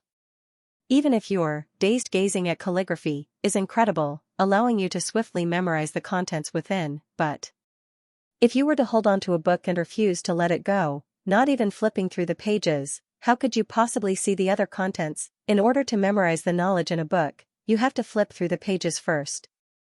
It's just like how you need to have rice before you eat. Xianxia, are you giving up on this stage? Not only were the few of them confused, the others were as well. The 2 consecutive stages had left Xianxia on the verge of insanity. If the crowd below still couldn't discover the uniqueness of this Xianxia, they would have to give up their lives. Since they knew how incredible the other party was, they naturally paid more attention to him. They thought that he would be like the others, swiftly flipping through the books as soon as he arrived, trying his best to memorize the contents. Yet, after taking out a book, he stopped moving. Wasn't the efficiency way too low? It was impossible for him to match up to the others. Could it be that the first 2 stages were so incredible that he had exhausted all of his means? Paying no heed to the guesses of the crowd, Zhang Xian flipped open the clarifying Turbidity Realm Heaven's Path Manual, and his eyes lit up. He was still thinking that he would have to head to the Miryu Empire to collect the complete Heaven's Path Manual, but who could have known that he would succeed just by participating in the selection round? Now that he had the manual and sufficient spirit stones, it would be easy for him to reach Transcendent Mortal 4 Dan Pinnacle. However, he was in the midst of the selection round, so he couldn't cultivate right away. Otherwise, it would be too shocking. Thus, he could only read through the content twice and memorize it before moving on to the other books. To think that there would be manuals on souls, sweeping through the library of Heaven's Path, Xianxia found quite a few books on souls. Most of them were Hongshi's personal notes and understanding.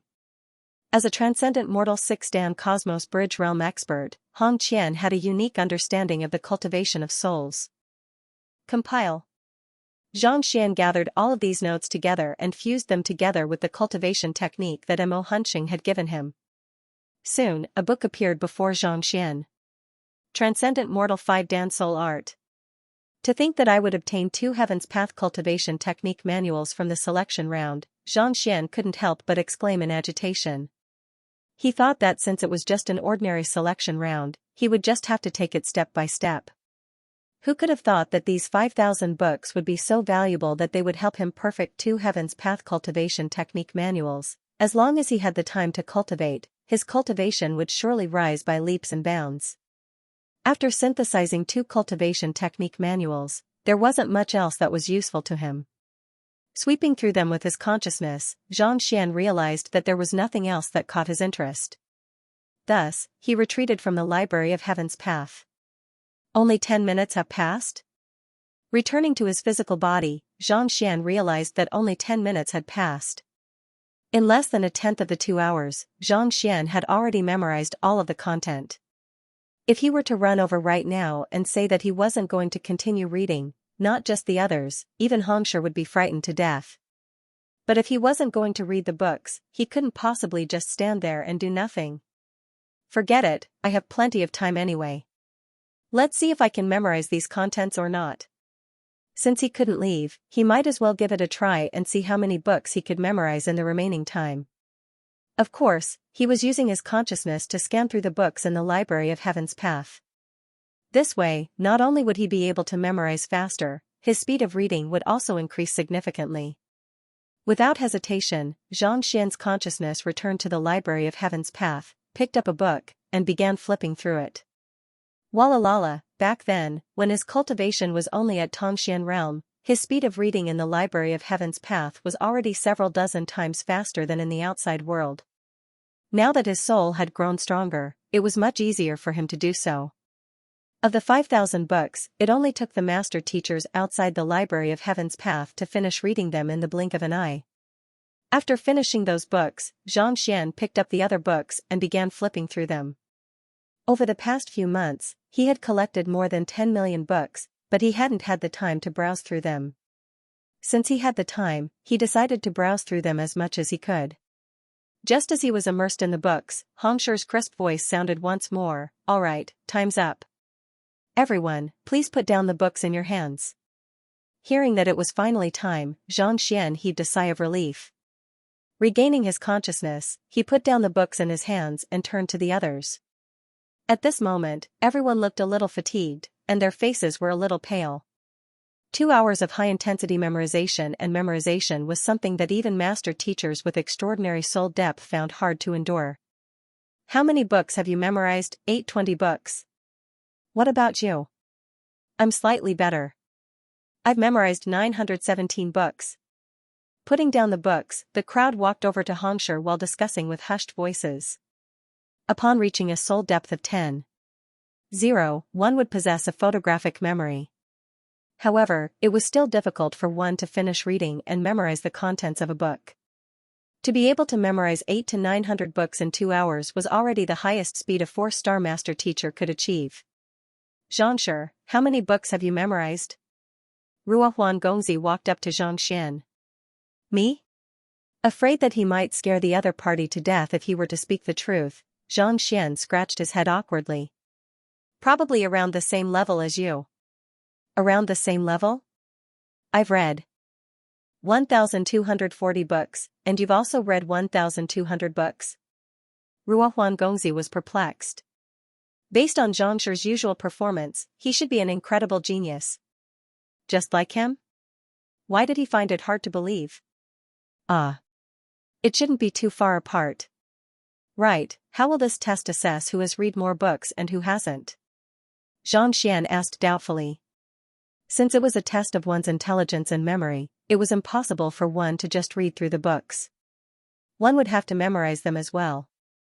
However, how would one judge who had memorized more books and who had memorized less? After all, one couldn't possibly memorize so many books one by one. I don't know either. Xianxia should be able to explain it to me. Ruohuan Gongzi was perplexed. If one wanted to be fair, one would have to memorize or write down the content of the books. However, this was only the preliminary round of the master-teacher tournament. It was impossible for one to waste several days on such a thing. Besides, how many books did one have to memorize before one was qualified? Furthermore, the word count of each book was different. If one were to judge based on the number of books, it would be unfair. In truth, not only were the duo perplexed, the other participants were perplexed as well. Is everyone worried about the fairness of the test? Seemingly seeing through everyone's doubts, Xianxia chuckled. Don't worry. Since I'm the one who suggested this test, I have my own way of judging it. Stroking his beard, Xianxia's eyebrows shot up. I've conducted a test before. For an ordinary 4-star primary stage master teacher, memorizing 500 books in 2 hours is already an incredible feat. 600 books is the minimum requirement. On the other hand, you all are the cream of the crop of the major powers. Even among the 4-star master teachers, you aren't qualified. After many tests, I've come up with a standard for you all. If you can memorize 800 books, you will be considered to have passed the test. If you can't memorize that many books, I'm sorry, but you will have to leave regretfully. 800 books? Amidst the crowd, the faces of the dozen or so young men paled. Clearly, the number of books they had memorized earlier wasn't that high. Of course, 800 is just a rough number. Some people might think that the difficulty of memorizing a book is different depending on the thickness of the book. If you choose to memorize the thinner books, you might not even be able to match up to the 600 books of others. Xianxia continued. Thus, for the sake of fairness, I've applied for a treasure from the headquarters. Book of Emptied River. Old Demon Zhang, if you don't give me the monthly ticket, do you believe that I won't talk to you? Book of Emptied River? What's that? I don't know either. To be able to get Xianxia to request for it from the headquarters, it must be something extraordinary. Indeed. Upon hearing the Book of Emptied River, the master teachers below were bewildered. None of them had heard of such a thing before. Even Pavilion Master Kong, Sushi, and the others were bewildered by it. As master teachers, I believe all of you should have heard that knowledge isn't just words and information. It has weight as well. Seeing the confusion in the crowd, Xianxia said. I've heard those words before. The more knowledge one learns, the more composed one will become, and one's disposition will change as well. The more knowledge one accumulates, the heavier one's soul will become. Legend has it that back then, Xianxia was able to cause the earth to sink and the ocean to tilt with a single stomp of his foot. This is because the knowledge he possesses encompasses an entire world, and no one can match up to him. Indeed. Even though the 72 direct disciples of Xianxia weren't beneath him in terms of strength, none of them possessed the strength to dominate the world. The crowd discussed. Xianxia nodded in agreement as well. Even though Xianxia did not know much about Xianxia, the books that he had read did contain some important information about the latter. Even though knowledge was just a form of information, the more one learned about it, the more one's mental fortitude would grow. Since it has weight, naturally, it can be tested. As such, there's an object corresponding to it, and it's this. Book of Emptied River. Xianxia continued, clear the river sand to reveal the true gold, peel away the fog to reveal the bright moon. The Book of Emptied River can test one's knowledge, and it can easily remove a person's disguise. This object was created by an 8-star master teacher 10,000 years ago, and it harnesses the perception of a master teacher. As long as one touches it, it will be able to determine the amount of knowledge one has within a certain period of time. There's no way one can falsify it. But of course, it's only the amount of knowledge. It can't determine your thoughts, so there's no need to worry. Even though it's only a low-tier one, it's more than sufficient to test everyone here. Test one's knowledge? This. Incredible. Yeah, it's too heaven-defying. No wonder it's a treasure from the headquarters. Upon hearing that this artifact could determine how much knowledge one had learned based on the weight of the knowledge, everyone was in an uproar. When a teacher assigns tasks and homework to a student, if the student is lazy and doesn't complete them, there's no way to check on the former. With this thing, things are much simpler. As long as we check on the student and find that the knowledge is insufficient, it means that the student isn't learning.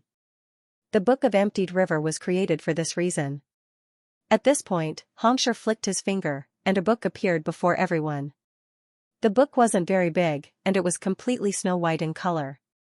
However, it contained powerful spiritual energy fluctuations, and with a single glance, one could tell that it was a high-grade treasure. Placing the book on the table in front of him, Xianxia looked at the crowd once more. The Book of Emptied River can react to the amount of knowledge being tested and release a 7-colored light. They are red, orange, yellow, green, indigo, and violet. Each level corresponded to 800 books. In other words, a red glow meant that he had passed the test, an orange glow meant that he had memorized 1,600 books, and so on. Our test is the easiest. As long as you touch the book and make it glow red, you'll pass. Oh, so it's that simple. This thing is fair and just. No one has any objections to it. After hearing Xianxia's explanation, everyone nodded in agreement. Since it was an artifact from the headquarters, there shouldn't be any problems. It's over. In contrast to the joy of the crowd, Xianxia's vision darkened, and he nearly fainted on the spot. If only he had known that this thing would automatically check on him, he wouldn't have read so many books. In just 2 hours, while others would have read a few hundred or 1,000 books, Xianxia had already browsed through more than 200,000 books using his soul in the Library of Heaven's Path. He thought that it was just an examination, and he could choose whether to answer the question or not. Since it wasn't under anyone's control, how could he conceal his identity? It was impossible for him to conceal his identity. What should he do? Alright, let's start the test now. Who wants to go first? While Xianxia was in a dilemma, Xianxia stroked his beard and looked at the crowd. Glancing at one another, the crowd hesitated for a moment before turning to look at Xianxia. Why don't Xianxia go first? Indeed, Xianxia, you go first. We aren't in a hurry. The few of them chuckled. Before Xianxia could say anything, Xianxia staggered and nearly spurted blood. You all aren't in a hurry because you want to wait for that fellow to stir up some trouble so that you can pass the test easily. Since that's the case, of course you aren't in a hurry, but I am. With a reddened face, he hurriedly waved his hands and said, forget it, let's go by age. From the oldest to the youngest, Xianxia will be the last. It wasn't that he didn't want that fellow to go first, but that fellow was simply too frightening. If he were to go first, he really didn't know whether the Book of Emptied River would be able to survive. The ghost domain illusory city was his possession, and he was the one who captured the otherworldly demons. Even if it was damaged, he could still find a way to resolve it. However, the Book of Emptied River was borrowed from the headquarters. I'll be the last? Not expecting a 5-star master teacher to be frightened to such an extent, Xianxia shook his head, not knowing whether he should laugh or cry. It didn't matter to him that he would be the last. As long as he could pass the test, there was no need for him to be conflicted. What he should do now was to think about how he could conceal the knowledge he had just learned. Hearing this decision, Pavilion Master Kong and the others were speechless. To be able to force the examiner to back down, Xianxia, you sure are a talent. After setting the rules, the rest was simple. The first examinee was the oldest master teacher, a participant from Mingxia Empire. This master teacher was ranked in the top 10 of the potential board of alchemists, and his cultivation had reached clarifying turbidity realm pinnacle. His eyes were sharp as lightning, and upon hearing Xianxia's words, he immediately walked up to the Book of Emptied River. Everyone's gazes immediately gathered on him. Taking in a deep breath, the master teacher placed his palm on the book before retracting it. The snow-white book trembled for a moment before a crisp buzz sounded, and a red light shone from it. Red light, he passed. Indeed, this is great. To be able to assess one's knowledge, this artifact is indeed formidable. Seeing that the Book of Emptied River was just as Xianxia had said, everyone was filled with agitation. In most people's knowledge, artifacts were meant to be used in battle or to raise one's cultivation. This was the first time they were seeing an artifact being used to assess one's knowledge. How many books did you read earlier? Xianxia nodded his head in satisfaction. Reporting to Xianxia, I've read 1238 books. The master teacher nodded his head. Not bad. Nodding his head in praise, Xianxia announced the results. Mingxia Empire's Lu Quan has passed. Next, Hingxia Empire's Zhang Mingji. Hearing the shout, the second examinee walked over. Even though Zhang Mingji was the second oldest among the examinees, his true cultivation was only at Transcendent Mortal 4 Dan primary stage. Walking up to the book, he placed his hand on it. However, different from before, the Book of Emptied River didn't react at all. It was as if his hand hadn't touched it at all. It seems like he didn't read the 800 books. After waiting for a moment, seeing that there was no response from the book, everyone shook their heads. I only read 771 books. Zhang Mingji explained with a bitter smile. Initially, he thought that since he was only a step away from 800, he might be able to take advantage of the situation. However, from the looks of it now, the Book of Emptied River was simply too powerful for him to cheat. Xianxia nodded his head. Zhang Mingji has failed the test, so he has lost the right to participate in the tournament. Next. With the previous example, the examinees understood how incredible the Book of Emptied River was. Thus, they proceeded to test their books according to their age. 2 hours later, of the 53 examinees, other than Zhang Xian, the examination was completed. This test of wisdom wasn't as simple as they had thought. A total of 17 examinees were eliminated, and none of them managed to memorize 800 books. In fact, there was even one who memorized 799 books, but he still failed the test and could only leave dejectedly. How accurate! Seeing that the Book of Emptied River was able to accurately judge the difference between 1 and 2 books, everyone couldn't help but be impressed. As expected of a treasure of the headquarters, how fearsome, excluding Zhang Xian, there were 35 examinees who passed the test. The one with the highest result wasn't Luo Xian, who was the most popular among the examinees, nor was it Liao Wuji, who looked down on Zhang Xian. Instead, it was Zhang Xian's old acquaintance, Song Chao. To be able to emit an orange glow, this meant that he had memorized a total of 1,600 books. To be able to memorize so many books within 2 hours, his memory could be said to be monstrous. Even Zhang Xian was surprised that he could achieve such a result. This fellow looked like a simple-minded person, but he didn't expect his memory to be so powerful. As for Ruohuan Gongzi, he had recorded more than 1,200 books, placing him in the forefront. Last one, Zhang Xian, Xianxia. Following Xianxia's announcement, everyone's gazes turned to the restless young man. Xianxia is going to take the test soon. I really want to see his results. His results probably aren't too good. When he was reading the books, I took a closer look at him. He took out a book and stared blankly at it. There are 5,000 books on the bookshelf, but he only managed to flip through a few books. It'll be difficult for him to achieve a good result. I think so too, but that's Xianxia we're talking about. Given how incredible he was in the previous 2 tests, I don't believe that he'll be eliminated in this one. Let's just wait and see. After the previous 2 tests, Zhang Xian had become everyone's focus. Everyone was curious to see if this fellow, who had failed in the previous 2 tests, would be able to pull any tricks in this one. Seeing that it was his turn after hiding for so long, Zhang Xian couldn't help but feel depressed. He had thought of all sorts of methods, but he was still unable to come up with anything. Forget it, I'll just leave it at that. Knowing that it was impossible for him to hide, he could only grit his teeth and step forward. He placed his palm on the book before retracting it. Then, he hurriedly walked over to see what kind of glow it emitted. Under Zhang Xian's gaze, the Book of Emptied River didn't move at all, as though it hadn't been touched at all. Why isn't there any movement? Could it be that he didn't pass the examination? It can't be. If that's the case, things will be really bad. Indeed, but given how incredible Xianxia is, how could he possibly fail to memorize even 800 books? A moment later, the Book of Emptied River didn't react at all. Everyone was stunned. The lack of light meant that the book didn't surpass 800 books. If one couldn't reach this mark, there was only one path left for him. Elimination. In other words, no matter how incredible his performance was in the first 2 rounds, he wouldn't be qualified to proceed to the next round. That was impossible. What a pity. I thought that given how incredible Xianxia is, he would surely be able to advance to the top 10. To think that he would fail here.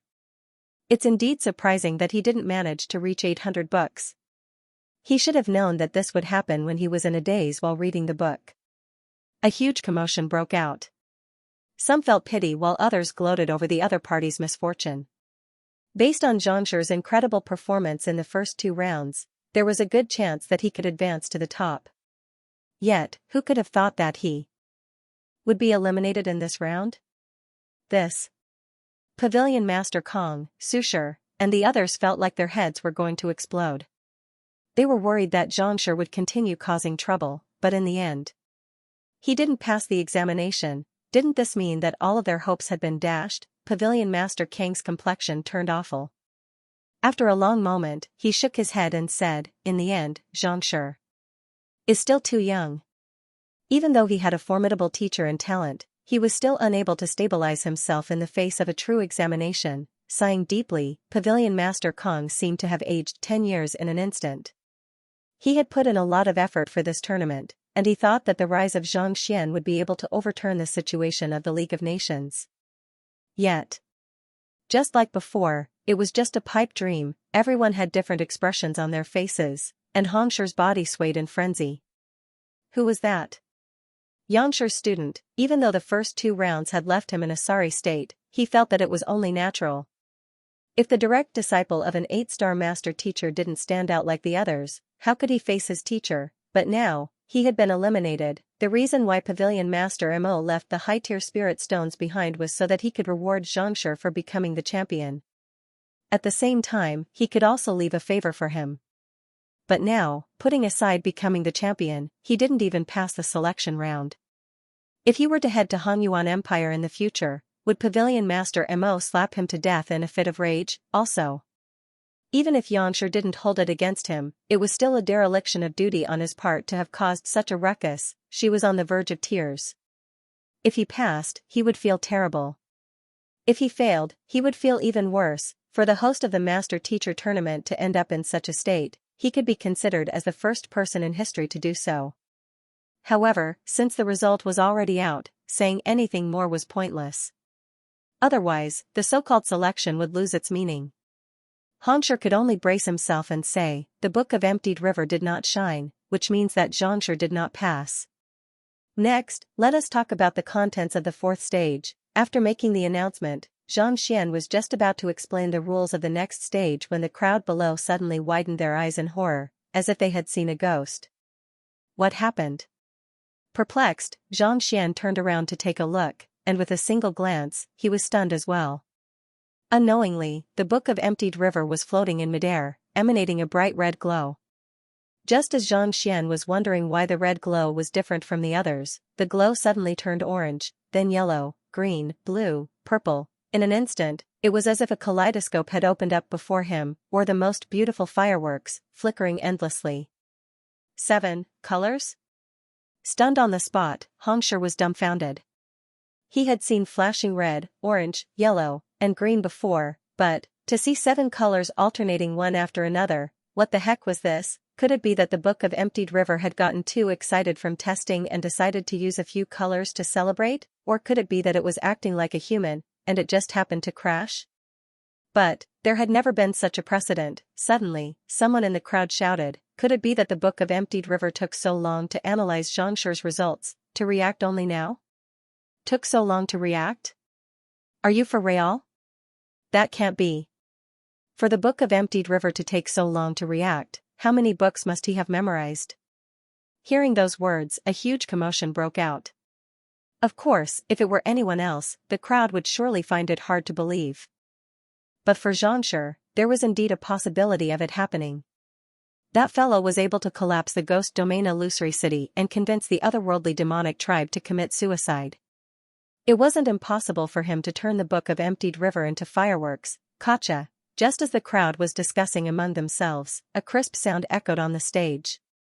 The book of Emptied River, which had been flashing for so many times, suddenly trembled. Cracks appeared on its surface, and it fell to the ground, breaking into two halves. Seeing the precious book of Emptied River shatter, the crowd was first astonished.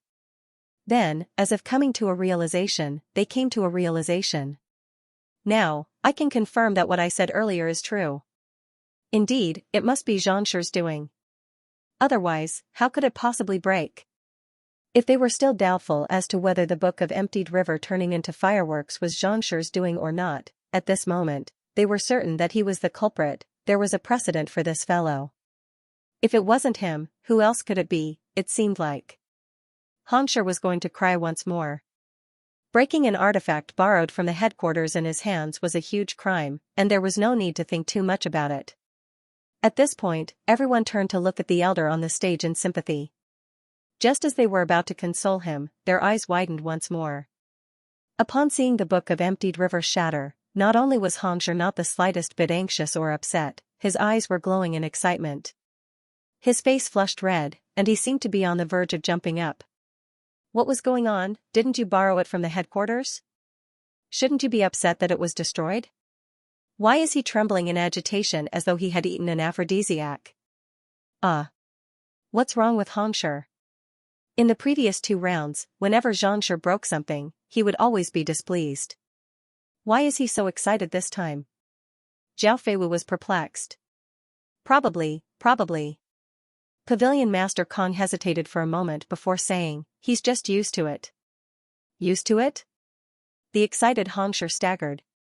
To be used to breaking something, how big of a heart must one's heart be? The reason why he was happy wasn't because he was used to it, but because Xianxia wasn't eliminated. The book of Emptied River might be valuable, but compared to eliminating Xianxia and infuriating Pavilion Master Mo, the latter was definitely more severe. Of the 2 evils, Xianxia was fine, and he didn't offend either Pavilion Master Mo or Xianxia. Naturally, he would be overjoyed. But, as the host of the Master-Teacher Tournament, he was truly the only one who would be happy even after destroying his own possession.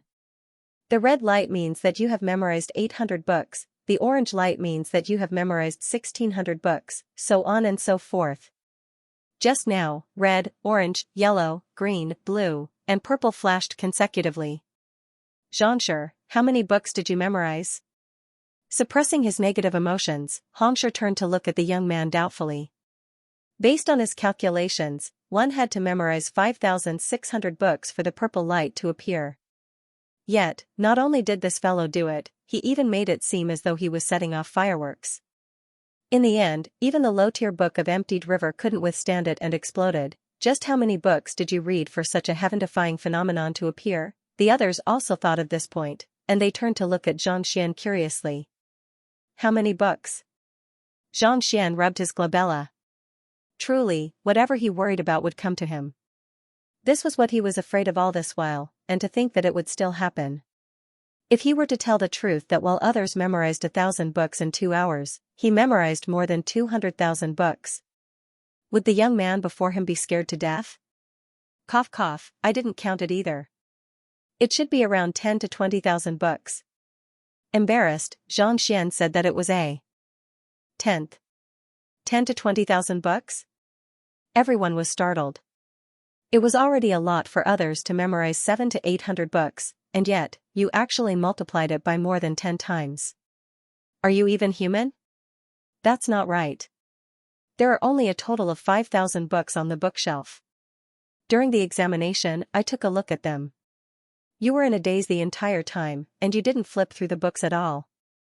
How could you possibly memorize so much content? A master teacher among the crowd shouted. This fellow had been in a daze the moment he started reading, as though a fool. He only flipped through a few books, so how could he possibly memorize all of the contents on the bookshelf? Besides, there were only 5,000 books on the bookshelf. Where did you find 10 to 20,000 books from? This, scratching his head, Zhang Xian didn't know how he should reply. However, he was someone who had seen the world. Coughing, he said, this is a unique method of reading books that teacher imparted to me. Even without flipping through the books, I can still read them. As for the additional books, I saw that it wasn't time yet after I finished reading all of them, so I read through some of the books in my storage ring. Since he couldn't explain it, he just pushed it to his teacher. In any case, he had a powerful backing, so he wasn't afraid of the other party pursuing the matter. Even without flipping through the books, you can still read them? Everyone was bewildered. The words were printed in the books, and one could read them without flipping through them. Could it be that he possessed see-through eyes? Was there such a method in the world? Was this for real? Why hadn't they heard of it before? Could it be? Could it be? How is this possible? Everyone was perplexed. On the stage, Xianxia's body trembled. His face paled, and his voice became hoarse. Xianxia, have you heard of this method of reading books without flipping through the books before? A master teacher couldn't help but ask. The others also turned their gazes over. If one were to ask who was the most knowledgeable among the crowd, it would definitely be the man on the stage. As a true 5-star master teacher, a transcendent mortal 6-dan expert. Regardless of whether it was his cultivation or knowledge, he was far above the rest. I have heard of it before. Recovering from his shock, Xianxia turned to look at Xianxia once more, and as though recalling someone, his respect for the other party deepened. I was once fortunate enough to listen to a lecture from Pavilion Master Mo of Han Yuan Empire, and he told me about this once. If I'm not mistaken, it's something that only a Saint 2-dan expert is capable of. Spiritual perception reading. Spiritual perception calligraphy? Saint 2-dan? The master teachers on and below the stage stared at one another in bewilderment. Needless to say, they had never heard of such a name before. Above fighter is transcendent mortal, and above that are half-saint, nascent saint, and saint. I believe all of you should know of these realms, right? Instead of answering the question directly, Xianxia asked. The crowd nodded. Most of the people present were master teachers. Even though there was a huge gap between their realms, they had still heard of these realms. Half-saint and nascent saint are just a single realm. Just like transcendent mortal, saint is divided into 9 dan. Xianxia continued. Just like transcendent mortal realms origin energy and yin-yang realm, half-saint and nascent saint were just small realms. On the other hand, saint was a general term. Just like fighter, saint was divided into 9 realms. Of which, the first realm is known as void pursuit realm. Upon reaching this realm, one is able to truly fly. The second realm is known as spiritual perception realm.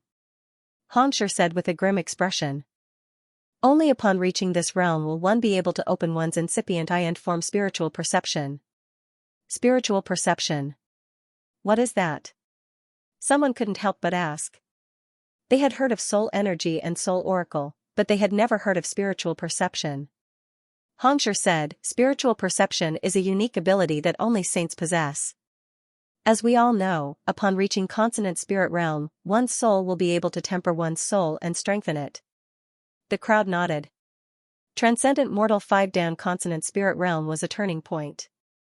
Upon reaching this realm, one would be able to temper not only one's physical body, Xianxia, but also one's soul. As one's soul grows stronger, one will be able to achieve unimaginable feats. At your current level, you should be able to understand this as well. What I want to say is that when one's soul reaches a certain level, one will be able to extend one's soul out of one's body. Regardless of what it is, as long as one's soul is enveloped by it, one will be able to see it more clearly than one's eyes. That is spiritual perception. Xianxia said. Then, isn't that the extension of one's soul? To be able to extend one's soul out of one's body. How powerful must one be? Does Xianxia mean that Xianxia already possesses such an ability, reaching Saint 2-dan? Everyone was taken aback. Saint 2-dan? How was this possible? Xianxia was also confused. He was just spouting nonsense just now. Why did this Xianxia go further and further away from the topic? Xianxia naturally doesn't have the cultivation of a saint. Everyone, don't worry. Listen to me and you'll understand. Xianxia shook his head. Reading with one's consciousness allows one to read without flipping the pages. It is because of this that saints are able to learn quickly and become stronger. Xianxia isn't a saint, so why would he possess such an ability? If I'm not mistaken, it should be that. A powerful expert dug out the incipient eye of a Saint Tudan cultivator and used a unique method to implant it into his body, thus granting him the ability to read and memorize books swiftly. As he spoke, Xianxia was shocked. Saints could only produce divine sense when they opened their eyes. Thus, if someone were to dig out a fetal eye and place it on a person of the younger generation, if done properly, they would also be able to obtain this ability. Of course, his incipient eye was incomparable to that of a Saint Tudan cultivator. At the very most, it could only be used to read books. Even so, it was still an incredible feat for a lower-ranked master teacher. In the time that others took to read a single book, you could read 10 or even 100 books. How could you possibly compete with them? It was no wonder Xianxia was able to master so many occupations at such a young age, and his comprehension of master teachers had reached such a frightening level. It turned out that he possessed such an ability, most likely. Xianxia had specially created this ability so that he could improve swiftly. To dig out the incipient eye of a Saint Tudan cultivator and place it on another person, and still be able to assimilate it perfectly. What kind of frightening level had Xianxia reached? Just the thought of it was frightening. It was no wonder Pavilion Master Mo was so wary of the other party, even taking out a high-tier spirit stone to curry favor with him. He did have the right to do so. Digging out the incipient eye of a Saint Tudan cultivator and placing it on another person? Reading without flipping the pages? Reading the books in a storage ring? It's no wonder he could finish reading so many books within 2 hours. But to be able to memorize them after reading them, his memory is truly incredible. Indeed, reading books doesn't mean memorizing them. What is truly frightening is to be able to memorize them quickly. Only after hearing Xianxia's explanation did the crowd come to a realization. They stared at the young man before them in horror. To be able to dig out the incipient eye of a Saint Tudan cultivator, how powerful must his background be? While the crowd was shocked, Ruo Huangongzi's eyelids twitched uncontrollably. Just a moment ago, when he asked the other party how many books he had read, the other party's reply was roughly the same as his.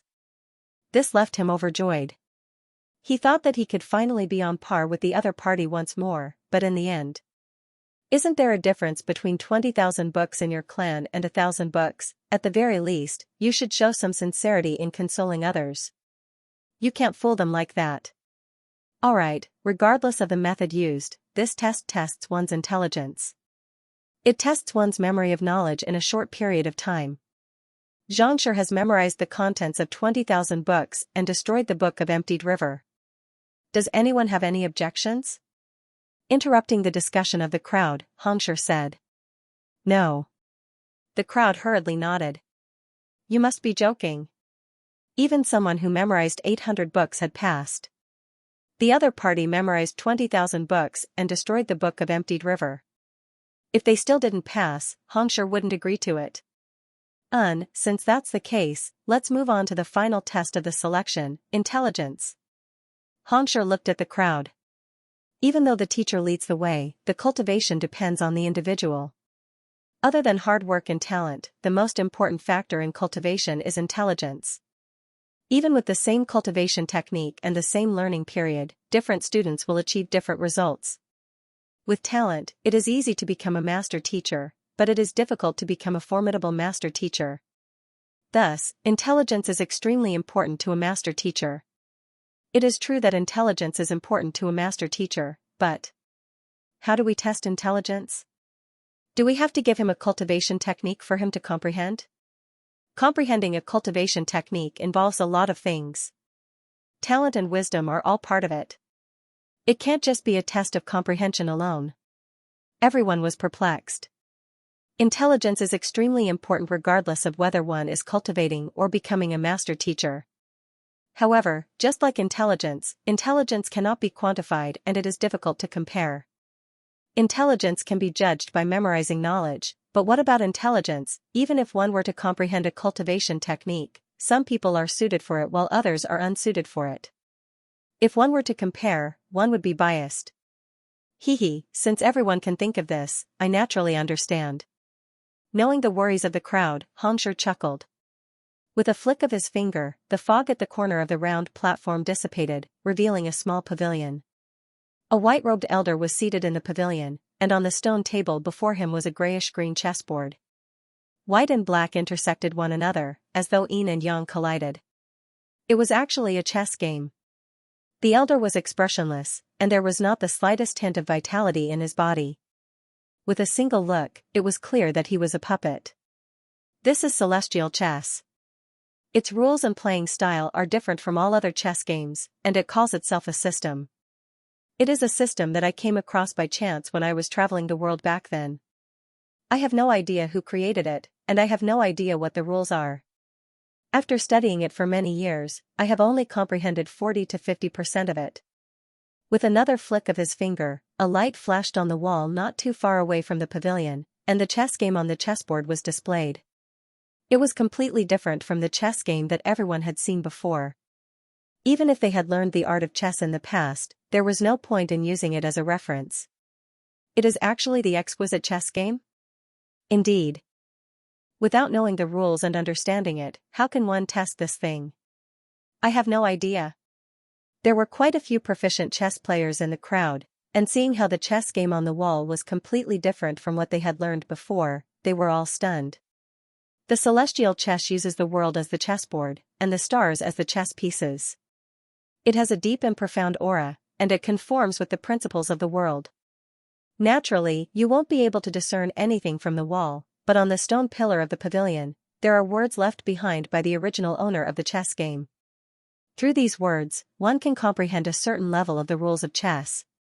After understanding the rules, one can challenge the puppet in the pavilion, and if one were to make a wrong move or fail, one wouldn't be able to place a chess piece on the chessboard. This test has nothing to do with one's talent or cultivation, but one's intelligence. Those with higher intelligence will be able to comprehend more rules and make more moves. On the other hand, those with lower intelligence will be able to comprehend fewer rules and make fewer moves. As long as one can last 6 moves, one will be considered to have passed the test. Xianxia explained the rules in detail. Using a chess game to test one's intelligence, not bad. Using the world as the chessboard, and the stars as the chess pieces. This chess game is indeed formidable. That's right. Using this to test comprehension ability would indeed not affect anything else. It is fair and just. Understanding the rules, the crowd nodded in agreement. Some people might spend their entire life studying chess, but they might not be able to match up to a child who had just started learning chess a few days ago. This wasn't about intelligence but comprehension. For this reason, there was a famous saying in the world of chess: if one fails to become a grand master by the age of 20, one will never be able to become a grand master. Without sufficient intelligence and talent, one wouldn't be able to make much of a breakthrough no matter how long one studied the game. This celestial chess was different from all other chess games. It used just a few words to comprehend the rules of the game, and the number of moves one made would be used to determine one's intelligence. This was the best way to test one's intelligence. As expected of a 5-star master teacher, even his means of examination were unique. The master teachers who entered the pavilion will only have an instant's time to comprehend the words inscribed on the stone pillar. After which, they will have to play the game. Those who don't move after the time limit or are unable to place a chess piece on the stone pillar will be judged to have failed. Xianxia gestured grandly. Alright, now that I've explained the rules, let's begin the examination. Yes. The crowd nodded. Since we can only play the game one by one, we'll have to decide on the order. Xianxia turned to look at the crowd. In the first round, Xianxia was the first to take the test. However, due to the destruction of the Ghost Domain Illusory City, he wasn't able to be selected. In the second round, due to the threat of the otherworldly demonic tribe, 3 were eliminated. In the third round, 17 were eliminated. Of the 28 powers, there were 56 participants. Excluding the 20 who were eliminated, there were 36 remaining. Why don't I go first? Xianxia stepped forward. Since there were 36 of them, it would only take an instant's time for them to finish the examination. By the time they were done, the sky would have already darkened. Rather than wait here, he might as well finish the examination and rest first. Cough cough. Seeing the other party walking over, Xianxia nearly choked on his saliva. You should just forget about it. To allow you to go first after destroying 3 tests. I don't have the guts to do that. Knowing what the other party was worried about, Xianxia said, it's just a game of chess, so it shouldn't spoil the chessboard. Everything that happened before was due to carelessness. This time, since he had learned of the rules beforehand, he would definitely be more careful. He would only play 6 moves. Keeping a low profile and humble, there shouldn't be any problems. Since that's the case, the older one will go first as well. Ignoring the other party's words, Xianxia waved his hands grandly and laid down the rules. I thought that it would be fine for the previous test, but who could have thought that the book of emptied river that I'd borrowed from the headquarters would be destroyed? Ever since the start of the examination, I was nearly killed by you. Yet, you want to take the test first. Dream on. All right then. Seeing how a 5-star master teacher was so frightened that he didn't even have a chance to explain himself, Xianxia sighed helplessly. It seemed like there was no way for him to rest first. He could only wait here. It's fortunate that Xianxia is composed. Otherwise, we wouldn't be able to take the test anymore. Pavilion Master Kong and the others wiped the cold sweat off their foreheads. When Xianxia said that he would go first, they were shocked as well. Even though it seemed like there wouldn't be any problems with the chessboard, facing Xianxia, who didn't play by the rules, no one could be certain of his actions. No matter what, having him take the test last was the safest method. While the rules were being laid down, Xianxia Empire's Lu Quan rolled his eyes. He was the oldest in the group, but who did he offend? Previously, he was the first one, and this time, he was the second one. Isn't it just a matter of age? Do you have to make me do it every single time? But then again, there wasn't much of a difference between being the first one and being the last one. It was just that the feeling was a little different. Taking a deep breath, Lu Quan drove his state of mind and entered the state of heart of tranquil water. Clasping his fist toward Xianxia, he walked over to the gazebo. Upon seeing Lu Quan enter, everyone immediately turned their gazes toward the gazebo. Standing inside, Lu Quan scanned the 4 stone pillars one by one before falling into deep thought. Soon, an incense stick's time was up.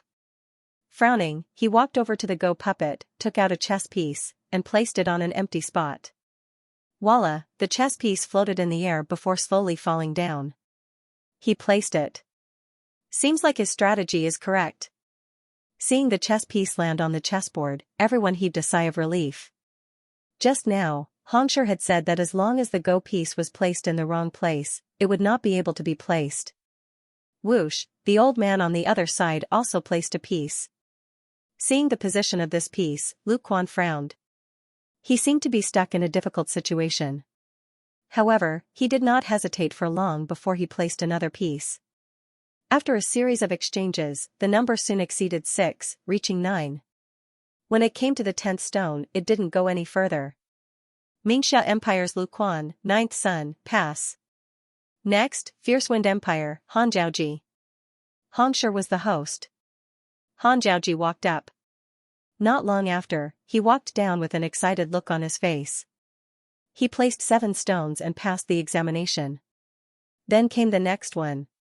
Passing all 5 of them in a row gave many people a boost in confidence. However, when it came to the 6th person, their luck began to take a turn for the worse. They couldn't continue with the 4th person. Starting from him, 4 people in a row actually failed. In the end, Luo Xian broke the deadlock. At this moment, the crowd also realized that the second person to go up would change the situation. Everyone would be facing a different situation, and it would be fair. Even if one were to memorize the previous person's strategy, it would be useless. Time slowly passed, and just as Xianxia had guessed, the sky gradually darkened. Finally, when the full moon rose from the east and hung in the sky, the first 35 master teachers were finally done with the examination. Even though those who came to participate in the tournament were all geniuses, many of them were eliminated in this round. Even though it wasn't as exaggerated as the previous round, there were still 9 of them. Ruohuan Gongzi and Song Chao didn't disappoint either. They both passed the examination.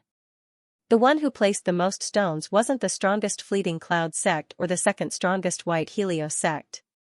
Instead, it was an empire that was on par with the League of Nations in terms of strength.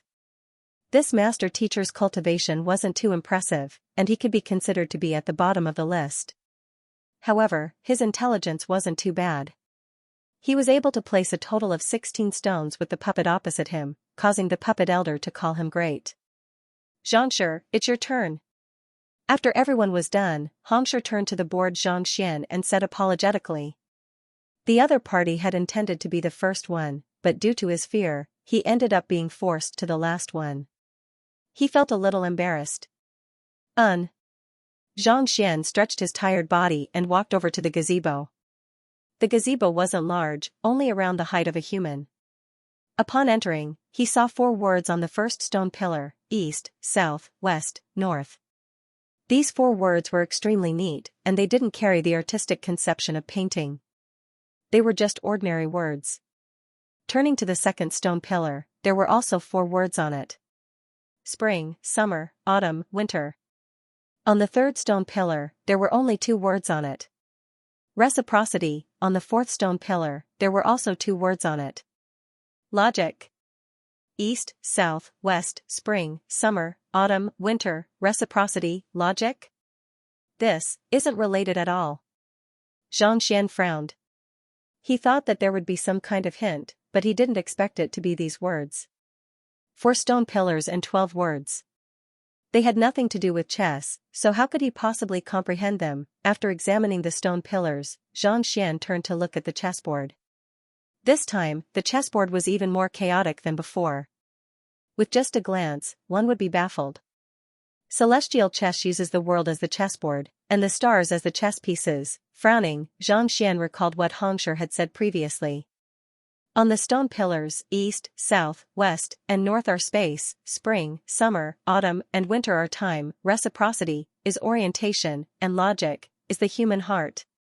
Space, time, orientation, the human heart. As the knowledge that he had learned in the past flowed through his mind, Zhang Xian's eyes lit up. It was no wonder even Xianxia was impressed. This celestial chess didn't just use the world as the chessboard in its name, it was the real deal. To use the human heart as the foundation to construct a grand world and use it as the chessboard, it was indeed fearsome.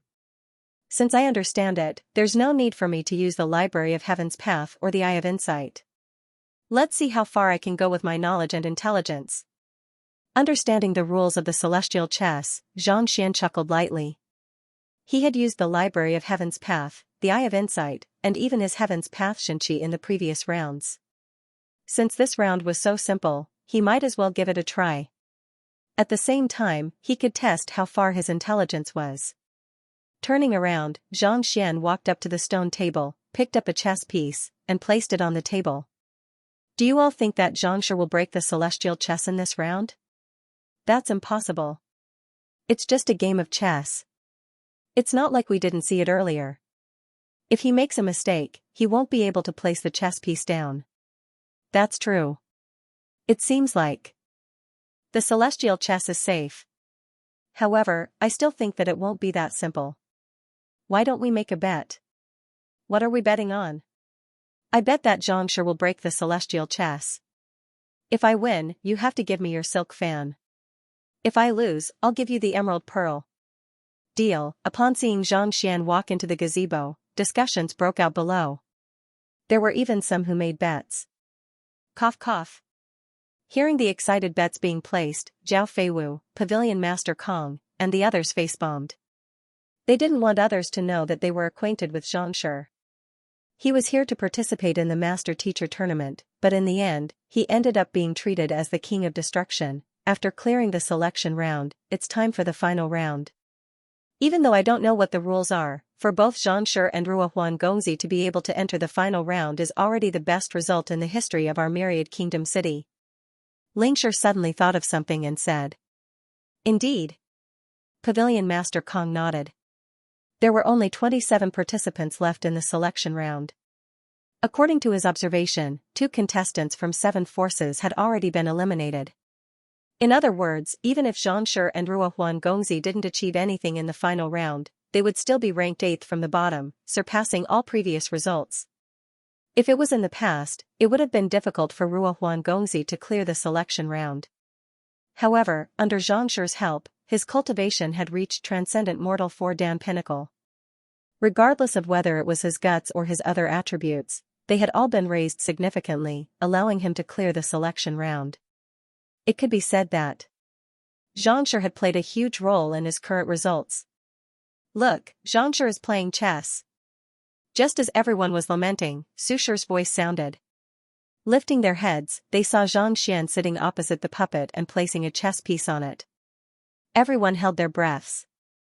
Upon seeing Zhang Xian placing his chess piece, the elder also grabbed a chess piece and held it in his hand. However, even after a long time, he didn't seem to have any intention of placing it down. What's going on? It can't be that, the celestial chess isn't broken but the puppet is, right? Seeing the elder's stiff body, the crowd stared at each other in bewilderment. It was just a moment ago that they were still wondering if the celestial chess would be broken by Xianxia. Who knew that it would stop after a single move? Could it be that it was really broken? It couldn't be that tragic, right? Turning to look at Xianxia, they saw the other party frowning in bewilderment. After staring for a moment longer, Xianxia couldn't help but walk up to the gazebo and examine the puppet. A moment later, he heaved a sigh of relief. Just like the others, he thought that the puppet had been broken. However, upon walking up to it, he realized that it was perfectly fine. Please place your chess piece. Standing before the puppet, Zhang Xian bowed. Even though it was a puppet, it possessed sentience and was able to understand human language. The two of them often played chess together, so Zhang Xian had always respected it. The puppet hesitated for a moment before nodding its head. Then, it placed its chess piece on a certain spot. Zhang Xian was taken aback for a moment before picking up his second chess piece and placing it down. However, after the chess piece left his hand, it floated motionlessly in the air, refusing to move no matter what. Unable to place it down? Could it be that he only placed a single chess piece? He failed? Everyone was taken aback. Even Xianxia found it hard to believe. The rules stated that one had to have 6 chess pieces in order to pass the examination. Xianxia had only placed a single chess piece. Didn't that mean that he had failed the examination? This is bad. Could it be that I misunderstood the rules? Zhang Xian was taken aback. Getting. Zhang Xian's heart skipped a beat. He hadn't used the Library of Heaven's Path or the Eye of Insight in this examination. Could it be that he had failed just like that? All along, he had been using the Library of Heaven's Path, the Eye of Insight, and the like. This time, he was using the knowledge in his head and the hints on the stone pillar to comprehend the rules of the game. He thought that since the others were able to place 6 stones, he wouldn't be too bad either. Who could have thought that? He wouldn't even be able to play the second stone? Could it be that he had gone too far this time and was about to be eliminated? His intelligence couldn't be that bad, right? Zhang Xian felt like crying. He had passed the 3 tests smoothly, but he didn't expect to fail here. Xianxia's face twitched as well. If he couldn't even play the second stone, how was he supposed to salvage the situation this time? He couldn't possibly say that Xianxia was talented and that his next stone would be considered a pass as well, right? If he had known that this would happen, he wouldn't have stopped him. He could have just let him play first, but now, the other party wanted to be the first to play, and he didn't allow it. If he were to vent his anger on the other party, he would be in deep trouble. What the heck was this? As a 5-star master teacher, the host of the examination, he had to be so anxious over a mere selection round. Since he couldn't play the second stone, it means that he failed. Alright, the selection round is over. Let's move on to the duel. Gritting his teeth, Xianxia was just about to continue speaking when the puppet opposite Zhang Xian suddenly pushed away the chessboard in its hands and stood up. Its voice reverberated in the surroundings. I've lost. Lost? What do you mean? Xianxia actually won against this puppet in a game of celestial chess and made it admit defeat willingly? Isn't the rules of celestial chess extremely difficult to comprehend? Not only did he manage to comprehend them, he even won against the puppet. Everyone was stunned. They felt as if they were going insane. They thought that Xianxia couldn't play the second stone because he didn't understand the rules. Never in their dreams did they expect that he would be able to make the puppet admit defeat with just a single stone. This was no longer as simple as comprehending the rules. Xianxia had become an expert among experts. Is this for real? Luo Xian, Song Chao, and the others widened their eyes in shock. Having gone through the trial personally, they knew the difficulty of the celestial chess. Those who were able to surpass 6 stones were already considered formidable and possessed exceptional intelligence. Yet, the young man before them was able to defeat the puppet with just a single stone. This was really not giving others a way out. Unlike the shocked expressions of the crowd, Xianxia's body swayed again. Every time, he would make a fuss, and when he made the announcement, the situation would be reversed. Did he have to be so ruthless? If this went on a few more times, not only would he feel sorry for his baby, but more importantly, he would have a heart attack and die here. Everyone was in a daze, surprised, gritting their teeth, grimacing, twitching, kicking, rolling. There were all kinds of expressions. As for the person involved, Xianxia was also dumbfounded. He didn't use the Library of Heaven's Path or the Eye of Insight this time around, so he wasn't confident that he would be able to clear the trial. It was precisely because of this that when he saw that the second stone did not go down, he also felt a little anxious. But, he didn't expect that not only would he be able to clear the trial, he would even make the puppet admit defeat. Just as Xianxia was about to say something to the puppet, the elder bowed, and a voice sounded in his head. Even though it was just a single stone, it blocked all paths of life, death, and retreat. I was unable to decipher it. Finally, there is a successor to the celestial chess. Following which, he felt a surge of will entering his mind. Hong Long, along with the will, the knowledge of the chess game became his own. Soul transmission? Xianxia widened his eyes in shock. For a puppet to transmit its soul to another, how powerful must the creator of the puppet be? Just as Xianxia was perplexed, before he could take a closer look at the contents of the message, the puppet before him suddenly seemed to have lost all of its strength. After the transmission, countless cracks appeared on its body. Crap! Narrowing his eyes, Xianxia hurriedly raised his hand to stop it. Through the transmission, he knew that the purpose of the existence of the puppet was to pass down the legacy of the celestial chess. Now that the inheritance had been completed, the remnant will within the puppet had disappeared. Unable to maintain its operation, it was about to dissipate. Just that, if you want to dissipate, so be it. Wait until I'm done with my examination, and no one is paying attention. For it to break at this moment. How am I supposed to explain this? Xianxia's palm flew toward the elder, and he infused his Xinqi into the other party's body, intending to keep the puppet in place. Who could have thought that the moment his Xinqi came into contact with the other party's body, it would explode? Boom! The puppet exploded and turned into dust. The chessboard and gazebo not too far away also seemed to have lost their support, and they crumbled into a pile of rubble. The heck, Xianxia was frenzied. I was just trying to maintain the puppet for a period of time out of goodwill. Who could have thought that such a situation would occur? Actually, thinking about it, the puppet was maintained by a sliver of will, and this sliver of will was a soul oracle. Otherwise, it wouldn't have been able to transmit its knowledge so easily. Xianxia's Heaven's Path Xinqi was the greatest nemesis of soul oracles. What should have been an ordinary shattering of the puppet turned into an explosion upon contact with his Xinqi. Xianxia quickly scanned the surroundings, only to see everyone staring at him with widened eyes, as if they had seen a monster. Did you see that? It exploded again. Didn't I tell you that it would break? You didn't believe me. Even though the puppet has admitted defeat, Xianxia still didn't let it go and forced it to explode. Isn't he going too far? Indeed. But if he doesn't do that, how can he live up to his reputation as a destructive demon? Everyone spoke with hushed voices.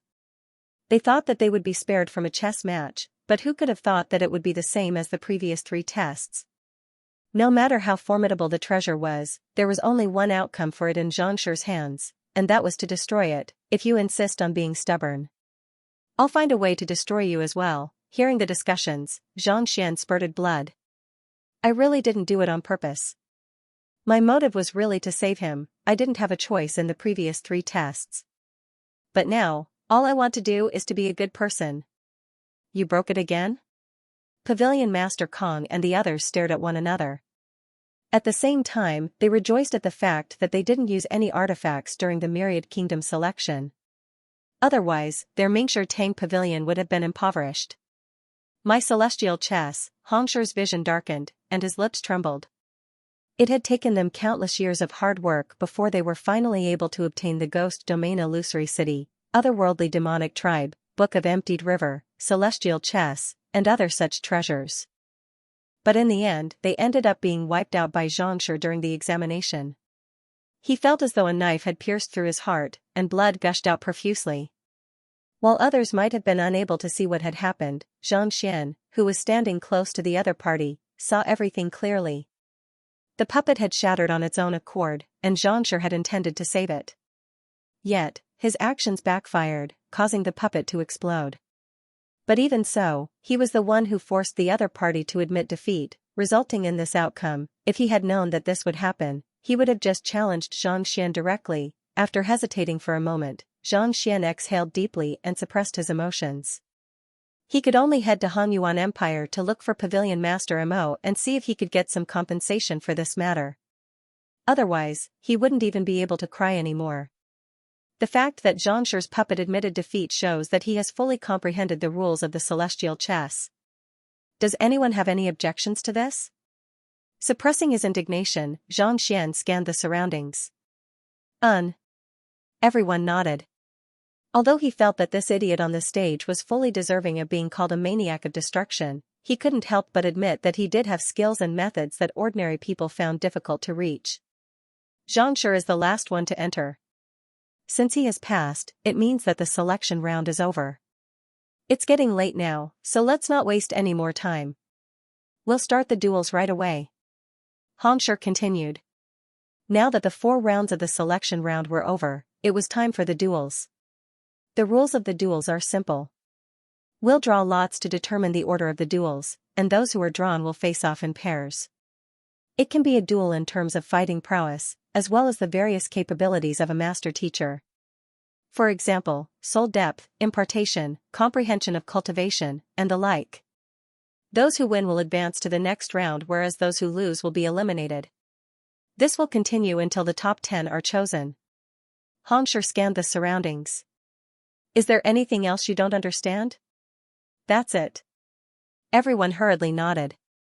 This was no different from a normal master-teacher duel, and the rules were simple. Alright then. After the selection round, there are only 27 people left. Thus, the first round of duels will be the fairest for the remaining 16 people to advance to the next round.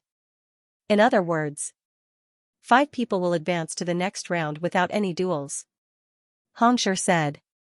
In order for the elimination round to be fair, there was a special competition method. Regardless of how many people there were, the number of people in the first round had to be 2, 4, 8, 16, 32. And so on. Only such a duel could guarantee that there would only be 2 people vying for the first place at the end. Alright, let's start drawing lots. After introducing the rules, Xianxia gestured, and one of the people below passed the lot that he had just prepared. The remaining 27 people stepped forward to draw lots. Xianxia also followed suit, and soon, he drew a lot. Taking a look at the contents, he shook his head. It seemed like his luck wasn't too good. He didn't manage to draw one of the 5 slots. I gotta buy. Just as he was lamenting, he saw Ruohuan Gongzi looking at him excitedly. Taking the lot, he saw the words A1, by written on it. On the other hand, he wrote D2. The competition is divided into 4 zones, namely A, B, C, and D, and each zone is divided into 1, 2, 3, and 4. Those who draw the same lot will undergo a written test, and those who have a bye will advance to the top 16. Seeing that everyone had drawn lots, Xianxia said. The content of the duel will be decided based on the ranking of the 2 participants in the previous Master-Teacher tournament. In other words, in the previous Master-Teacher tournament, the higher-ranked powers have the right to choose the content of the duel. Of course, the other party can also reject the duel, but only once. The second time, the other party can only follow the other party's request. This was similar to the rules of the previous master-teacher tournament, so there was no need for further explanation. Alright, the duel will begin now. The two participants who have drawn Lot A2, please head up to the dueling ring. After which, with a wave of his hand, the final layer of mist on the round platform disappeared, revealing 4 small dueling rings. Below them were the words A, B, C, and D. Holding the lot in their hands, the two young men walked up. After they got onto the stage, Xianxia announced the names of the remaining 3 dueling rings. The master teachers who drew B1, C1, and D1 also went to their respective dueling rings. Now that both sides had arrived, they decided on the content of the duel. This wasn't up to Xianxia to decide. Soon, the selection was completed. Of the 4 dueling rings, 2 chose to impart knowledge, 1 chose to raise one's soul depth, and the last one chose to duel. Master teachers were adept at supporting occupations, soul depth, impartation of heaven's will, and imparting knowledge to others. Naturally, they weren't like cultivators, where the victor would be decided through brute force.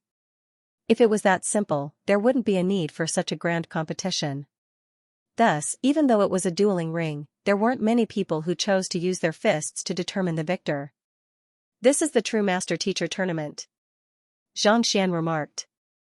Whereas the previous matches were just selections, this was the true competition between master-teachers. This was the true master-teacher tournament. Taking a closer look, Xianxia saw a familiar face among the 4 dueling rings. Song Chao. Although the previous selections were dangerous, his results seemed to be pretty good. He overcame all the difficulties and made it to the top. His opponent was also a sect disciple, and their strength wasn't too far apart. Knowing that his chances of winning in the selections were much lower, he proposed a duel. Let's begin. As the gong sounded, the disciple gritted his teeth and charged straight at Song Chao. The two of them were evenly matched. As soon as they crossed blows, the entire dueling ring shook violently. Even though the dueling ring wasn't too big, there were formations set up on it. Given the duo's strength, it was impossible for them to destroy the formations. It seems like Song Chao will be able to advance a rank. After watching for a moment, Xianxia knew that it wouldn't be a problem for Song Chao to defeat the other party. Even though the two of them were evenly matched, Xianxia's movement technique was clearly more agile. He was biding his time and waiting for an opportunity to strike. As long as the other party showed signs of anxiety, it would be easy for Xianxia to counterattack, thus deciding the outcome of the duel. Knowing the outcome of the duel, Xianxia turned his attention to the other dueling ring where the imparting knowledge competition was taking place. Compared to the scene of Xianxia whistling and punching, this seemed much more elegant. The two contestants randomly found 20 guards with different cultivation bases from the square. Each of them picked 10 guards and divided them into 2 groups. After that, they would conduct their lessons by a voice transmission so that they wouldn't interfere with one another. After the time it took for a stick of incense to burn, the result of the lecture would be determined. Those who had a good effect would win, and those whose improvement was not obvious would fail. A duel like this was much more elegant than a duel, and it was also more in line with Xianxia's disposition. Seeing that it would take some time for the victor to be decided, Xianxia turned his attention to the other duel. Both of them had used middle-grade stone vein. Soon, the numbers were displayed. One was 14.7, and the other was 14.9, the latter won. This was the simplest and the fastest, so there was no need to consider it. However, soul depth was the foundation of a master teacher, and there were many people who were unwilling to publicize it. It would be a miracle if one could see it even once. Soon, the first round of the duel came to an end. Just as Xianxia had guessed, Song Chao was the victor. The results of the 2 dueling rings also came to an end. The one with the best performance managed to achieve a breakthrough in a single cultivator within an incense's time, thus winning. The other dueling ring also advanced to the next round based on the overall evaluation.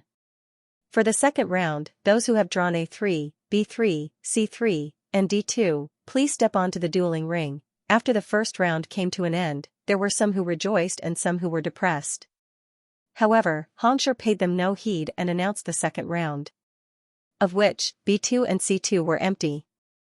Hearing that it was his turn, Xianxia didn't waste any time. He walked straight to the dueling ring labeled D2. Xianxia, drew D2? Why am I so unlucky? Seeing Xianxia walking out from the crowd, a young man's face warped in shock, and he nearly burst into tears. Clearly, he had also drawn this number, and he would be competing with the demon of destruction in the first round. It's indeed unlucky to be competing with him in the first round. The lips of one of his companions twitched.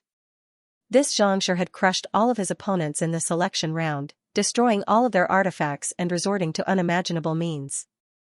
If there was a person who they were least willing to compete with, that fellow would definitely be at the top. At this moment, his reputation was even greater than Luo Xian's. To meet him in the first round, it was truly unlucky. What should we do? Should we forfeit? Otherwise, I fear that he might tear me apart if we were to compete. The young man said with a tearful face. Given that fellow's habit of tearing apart everything in sight, would he be torn to shreds if he were to go up? It was just a tournament, he didn't want to die without an intact corpse, cough cough, he probably won't tear you apart, right? His companion consoled. I also thought that he wouldn't tear the celestial chess apart.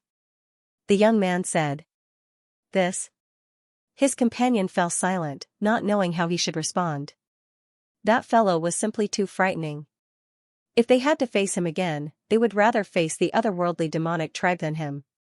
In other words, the pressure of competing with him was far greater than facing the otherworldly demonic tribe. We have already come this far, so it's impossible for us to forfeit. Don't worry, no matter how formidable that Xianxia is, it doesn't mean that he's invincible. His companion consoled. In any case, the League of Nations didn't fare as well as our sect in the previous tournament. As long as you suggest a match that he is most proficient in and have him participate in it, he might just be able to emerge victorious. If he succeeds, putting aside the top 16, he might even be able to get into the top 8 easily. That's true. The young man was taken aback for a moment before nodding. Everyone would be watching the match between him and Xianxia. If he could emerge victorious, his confidence would surely soar. Perhaps, he might even be able to charge into the top 10. In a battle between master teachers, confidence was very important. Alright, I'll go all out. Understanding this, the young man gritted his teeth. As a 4-star master teacher, even though he was fearful, he was still able to adjust his emotions swiftly. Then, let's analyze Xianxia's weakness first. Seeing that the young man wasn't intending to give up, his companion nodded in satisfaction. In the first test, Xianxia destroyed the ghost domain illusory city. This means that the art of divination isn't able to affect him. His good mental fortitude is just one of the factors, but his eye of discernment is bound to be exceptional as well. The young man nodded. The ghost domain illusory city was incomparably dark, and it was filled with spirit. Without exceptional eye of discernment, one wouldn't even be able to discern the direction of the surroundings. You won't be able to do that, so, don't compete with him in terms of discernment or anything related to it. That's right. Anything related to discernment is able to spot mistakes in one's cultivation and offer guidance. The young man hurriedly said. In the second test, he said that the otherworldly demon committed suicide. This means that his soul depth is extremely high, and his grasp of impartation of heavens will is fearsome. Don't compete in terms of soul depth and impartation. His companion continued analyzing. To be able to induce the otherworldly demon to commit suicide with just his words, not only did the other party possess a high soul depth, his grasp of impartation of heavens will had also reached an extremely high level. The third test is to memorize books, and the fourth test is to assess one's intelligence. Even though I can't see anything from it, it's clear that a person with high intelligence is bound to have a deep understanding of cultivation. Thus, I think that you should challenge him in terms of cultivation. After a round of analysis, his companion came to a conclusion. Indeed, I should challenge him in terms of strength. He's only at Yin Yang realm pinnacle, whereas I'm at clarifying turbidity realm 4 Dan intermediate stage. It shouldn't be a problem for me to defeat him. The young man's eyes lit up. Since the means of other master teachers were unable to match up to him, he might as well try the simplest and most brutal method, a duel. His cultivation was higher than the other parties, so he held a huge advantage. After a brief moment of joy, the young man shook his head. But, while this is a good idea, he has a single chance to reject me.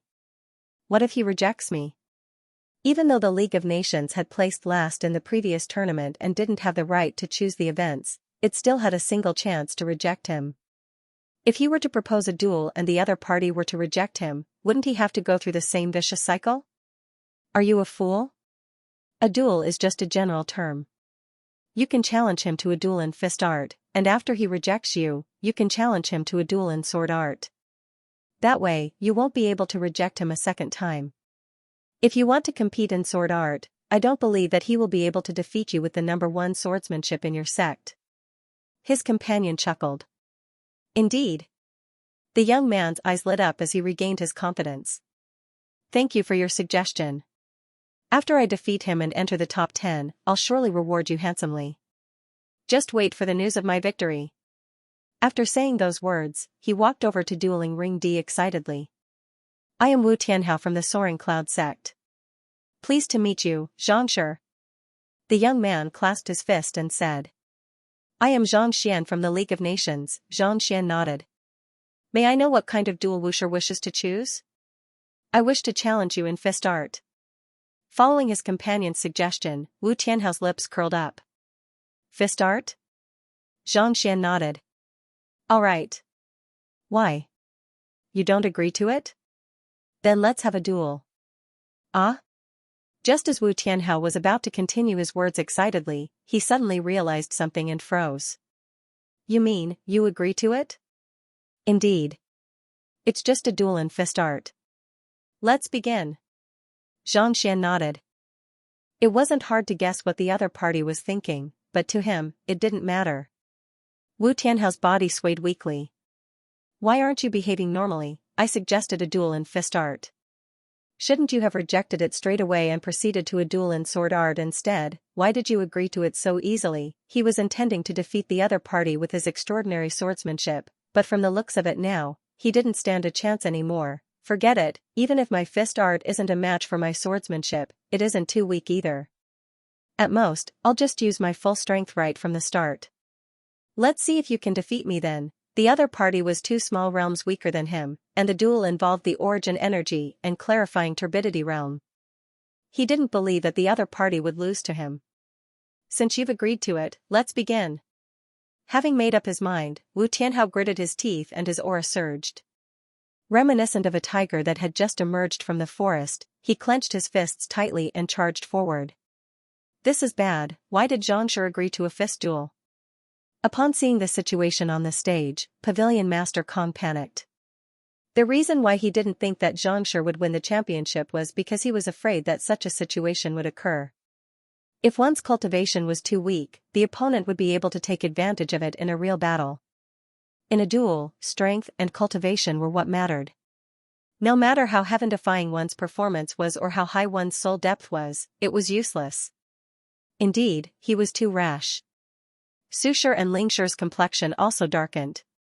Even though the League of Nations wasn't able to decide what the duel would be based on the results of the previous duel, there was still a chance to reject the other party's challenge.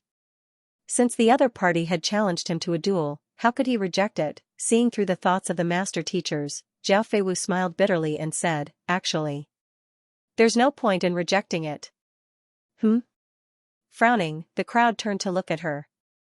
As long as it wasn't a duel, Xianxia's mastery in other aspects was definitely in no way inferior to anyone.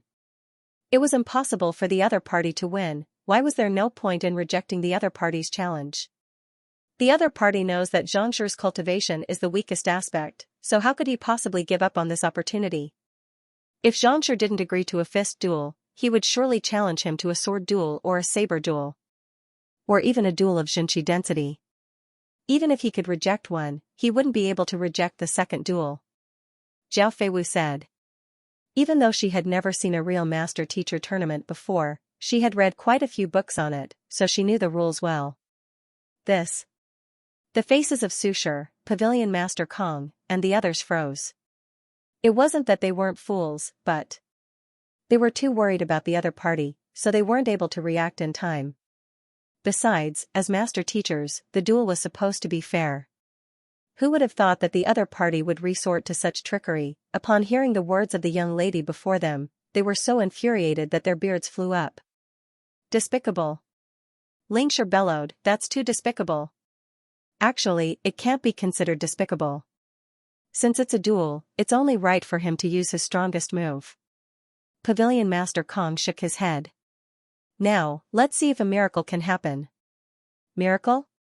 Xianxia has just achieved a breakthrough in his cultivation, and putting aside the fact that he has yet to reinforce his cultivation, just the fact that the other party is a clarifying turbidity realm intermediate stage cultivator is enough to make it difficult for him to defeat the other party. Xianxia shook his head. Upon reaching Transcendent Mortal, there was a huge gap between each realm.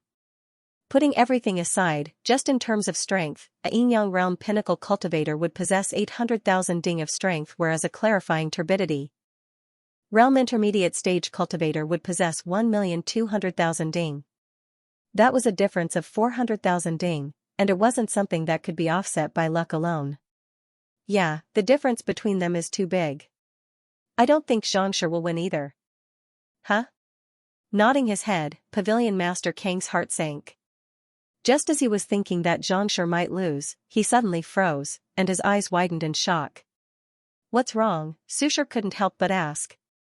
Quick, look at the platform, Pavilion Master Kong hurriedly replied. On the stage? Xianxia hurriedly lifted his head, only to see only Zhang Xian standing on dueling ring D. Wu Tianhao was nowhere to be seen. Where's the guy who sparred with him? Xianxia asked anxiously. How did that fellow disappear in the blink of an eye? After the start of the duel, as long as one left the dueling ring, one would be declared as the loser. He, Pavilion Master Kang's lips trembled. Pointing to the sky, he said, he's flying. Guangdang, Xianxia and the others nearly fell to the ground.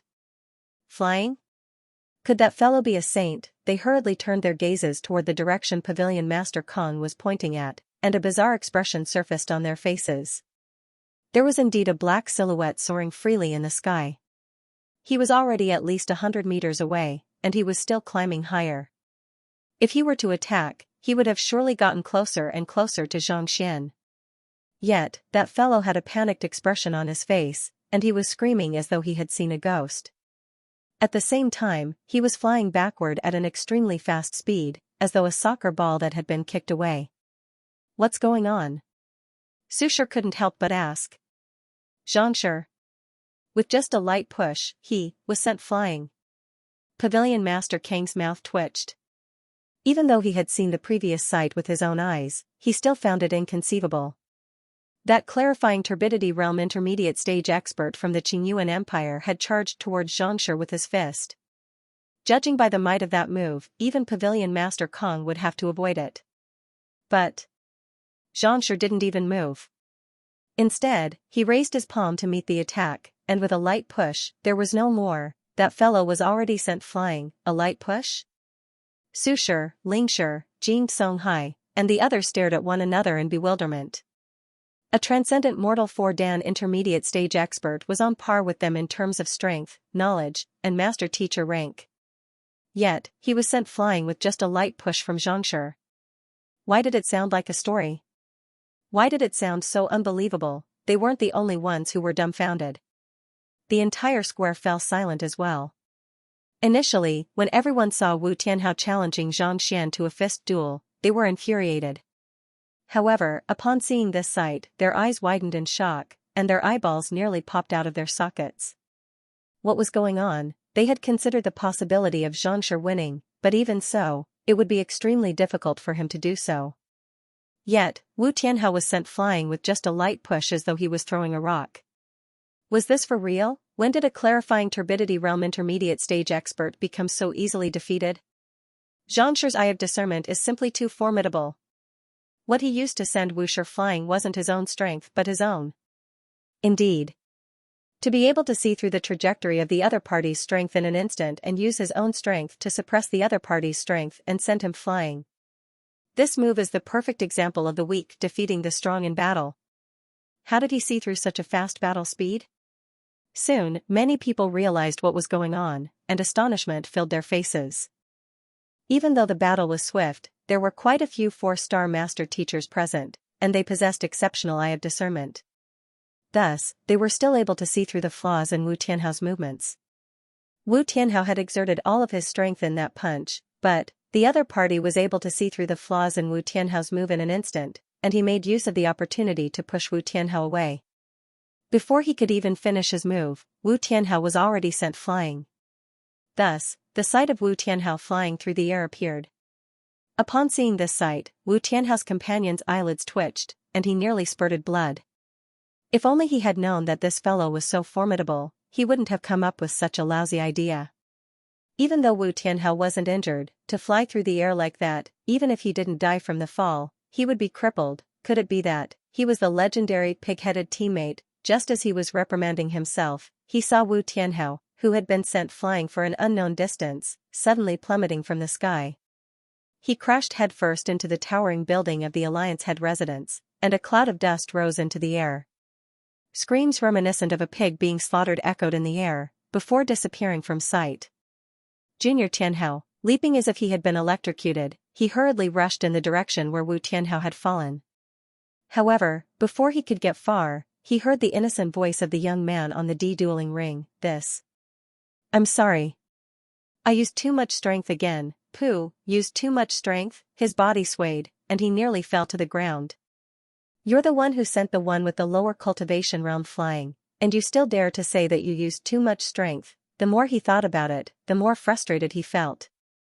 The other party had ruined all the stages in the selection round, and as soon as the duel started, he threw an expert who was 2 cultivation realms above him into the air. What kind of monster was this fellow? Was there any justice in this world? While he was so frustrated that he was on the verge of going insane, to be honest, Xianxia was even more frustrated.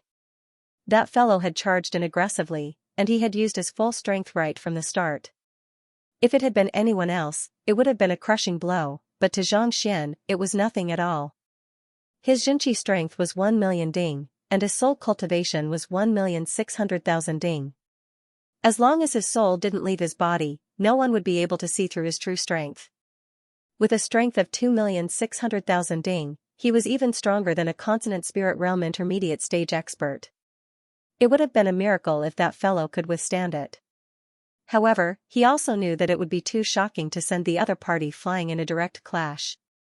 Thus, he intentionally used his eye of insight to find an opening to throw the other party off the dueling ring. Who could have thought that the other party would use too much strength? On top of that, after his breakthrough, he wasn't able to grasp the strength of a transcendent mortal 4-dan expert, so he added a little more strength into the dueling ring. Falling from such a height, even a clarifying turbidity realm intermediate stage expert would be severely injured. Even if he didn't die, it would be difficult for him to get back up within a month or 2. Speaking of which, Xianxia really didn't do it intentionally. He had only fought with his clone before, and he was utterly crushed back then. He thought that a transcendent mortal 4-dan expert would be extremely powerful, but who could have thought that he would be sent flying so far? Forget it, Hongshi. Does this count as my victory? Knowing that the other party had already been sent flying, Xianxia could only turn to Hongshi helplessly. We won. Hongshi's lips twitched.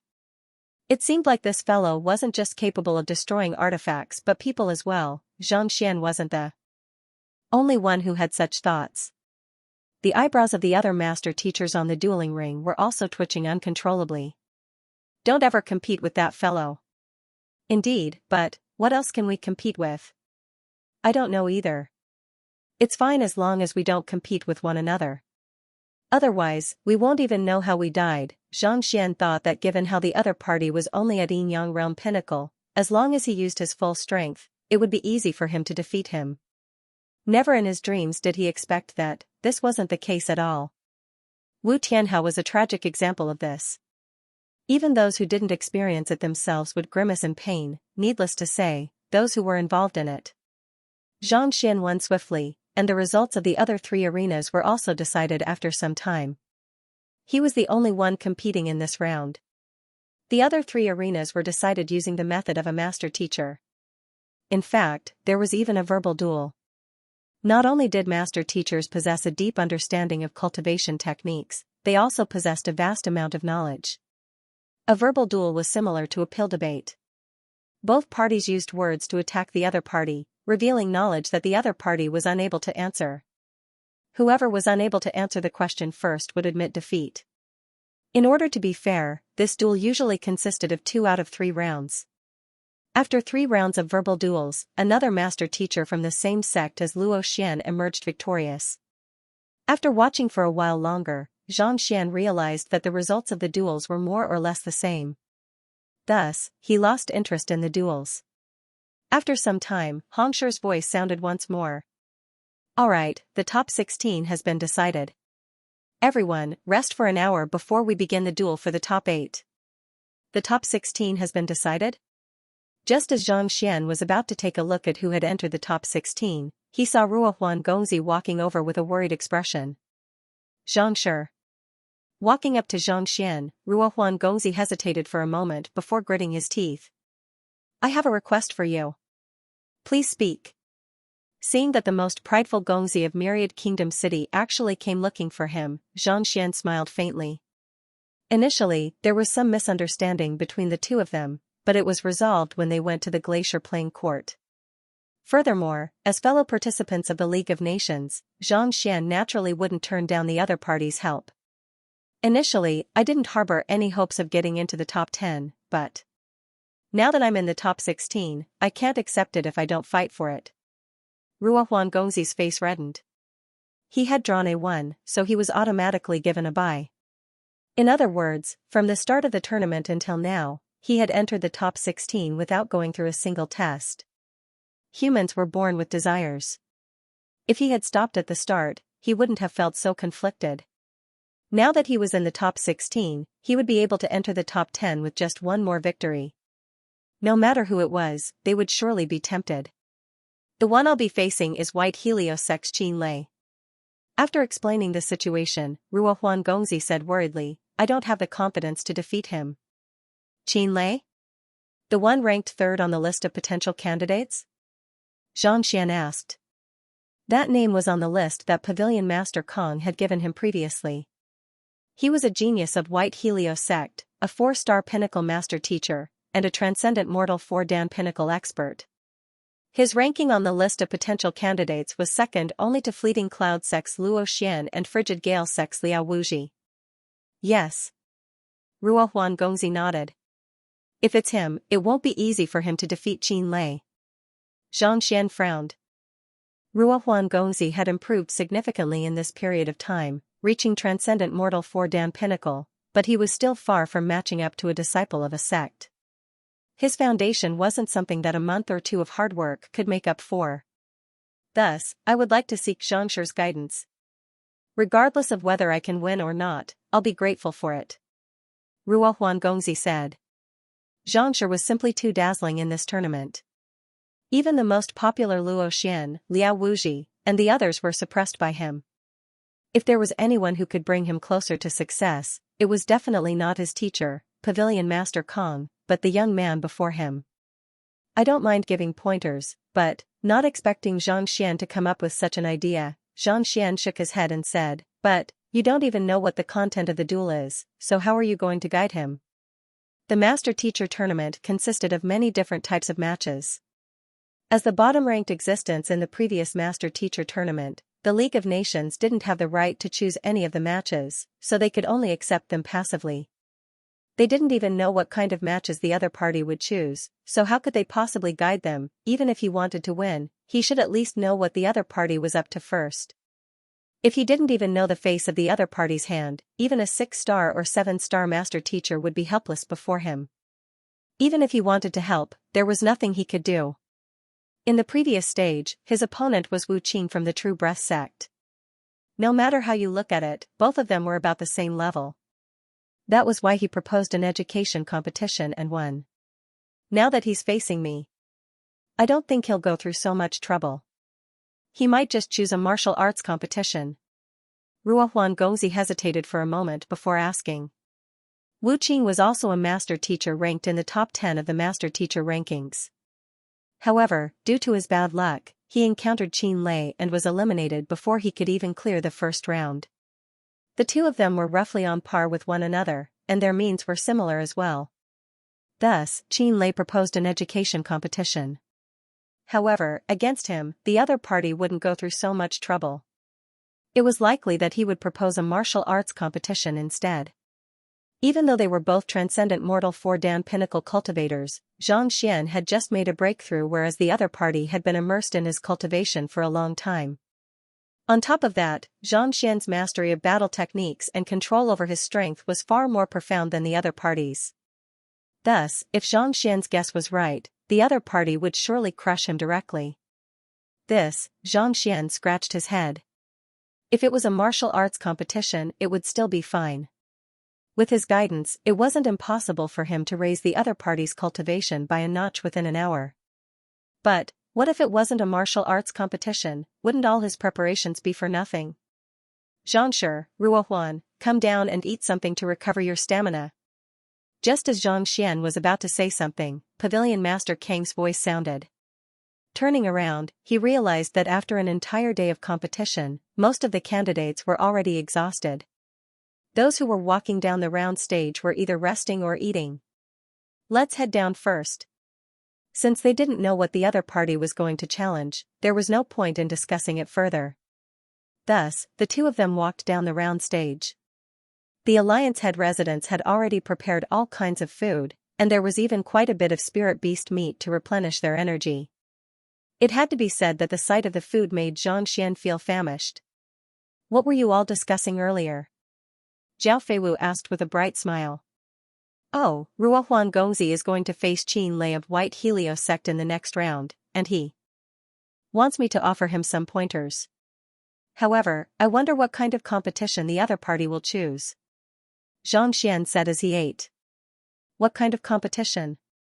Zhao Feiwu rubbed her chin and hesitated for a moment before replying, I think it should be a comprehension of cultivation. Comprehension of cultivation? Xianxian, Ruohuan Gongzi, and the others turned to look at her. They were guessing that it would be a martial arts competition, so why did she think differently? Comprehension of cultivation? That's more complicated and troublesome to judge. Very few people would choose such a duel. Sushir said. Comprehension of cultivation could be interpreted in many ways, such as explaining a battle technique or a cultivation technique. However, no matter which one it was, it would require a lot of time and effort. More importantly, as long as one's explanation didn't exceed the others, it would be difficult for the other party to judge the winner. Since they were all 4-star pinnacle master teachers, their comprehension of cultivation techniques was roughly the same. No one would be willing to choose such a troublesome duel. Let's hear it. Knowing that even though the princess before him didn't possess a high cultivation, she had been reading books from a young age and possessed a vast amount of knowledge. Thus, Xianxian asked. Oh, it's simple. Let's see what he wants the most in this tournament. Zhao Feiwu chuckled. What do you want? Ruohuan Gongzi was taken aback. Naturally, he wants to become the champion of the tournament, since this was the master-teacher tournament, who wouldn't want to become the champion? On top of that, Qin Lei was one of the hot favorites to become the champion. That's right. So, what's the greatest obstacle to becoming the champion? Zhao Feiwu's eyes curved into crescents as she turned to the young man before her. Of course it's Xianxia. Even without Ruohuan Gongzi saying it, everyone knew that. Xianxian's performance in the selection round could be described as overwhelming. His performance was simply too heaven-defying. After the start of the duel, his cultivation, which everyone thought to be weak, shone brightly, becoming the hot favorite to become the champion of the tournament. In fact, he was even more famous than Luo Xian and the others. Without a doubt, Qin Lei's greatest obstacle to becoming the champion was him. Indeed. Since it's Xianxia, it goes without saying that you aren't his target. In other words, he doesn't view you as an equal. Zhao Feiwu said. Ruohuan Gongzi's face reddened. Even though her words were a little hurtful, he knew that she was right. Given the other party's strength, it was true that he didn't have the qualifications to win. You're also from the League of Nations, and his goal is to defeat Xianxia to become the champion. Thus, he'll definitely use the method that Xianxia is skilled in to defeat you as a form of provocation. Zhao Feiwu continued. What I'm skilled in? Xianxian was taken aback. Even though your performance in this selection round was astounding in terms of temperament, intelligence, and so on, the most astounding aspect would be your intelligence and impartation of heaven's will. That's right. Pavilion Master Kong nodded. Even though Xianxia's performance was complicated, the two that left the deepest impression on him were definitely those two. Convincing the otherworldly demon to commit suicide through impartation of heaven's will, convincing the puppet of the celestial chess to admit defeat with a single glance. As for memorizing 20,000 books, that was due to his good background, allowing him to learn calligraphy through his spiritual perception. As such, it wasn't as shocking as those two. Impartation of heavens will affect one's soul, so even if he were to win, it wouldn't be a glorious victory. On the other hand, intelligence is different. The higher one's intelligence is, the higher one's comprehension of cultivation is.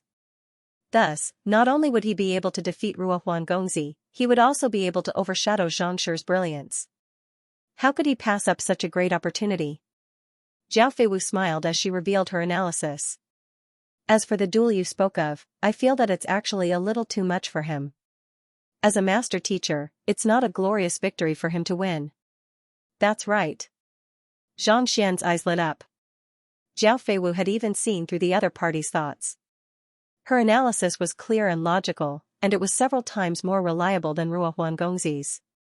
That's a good analysis, but do I have to find a cultivation technique or secret manual to analyze its contents? Ruohuan Gongzi was conflicted.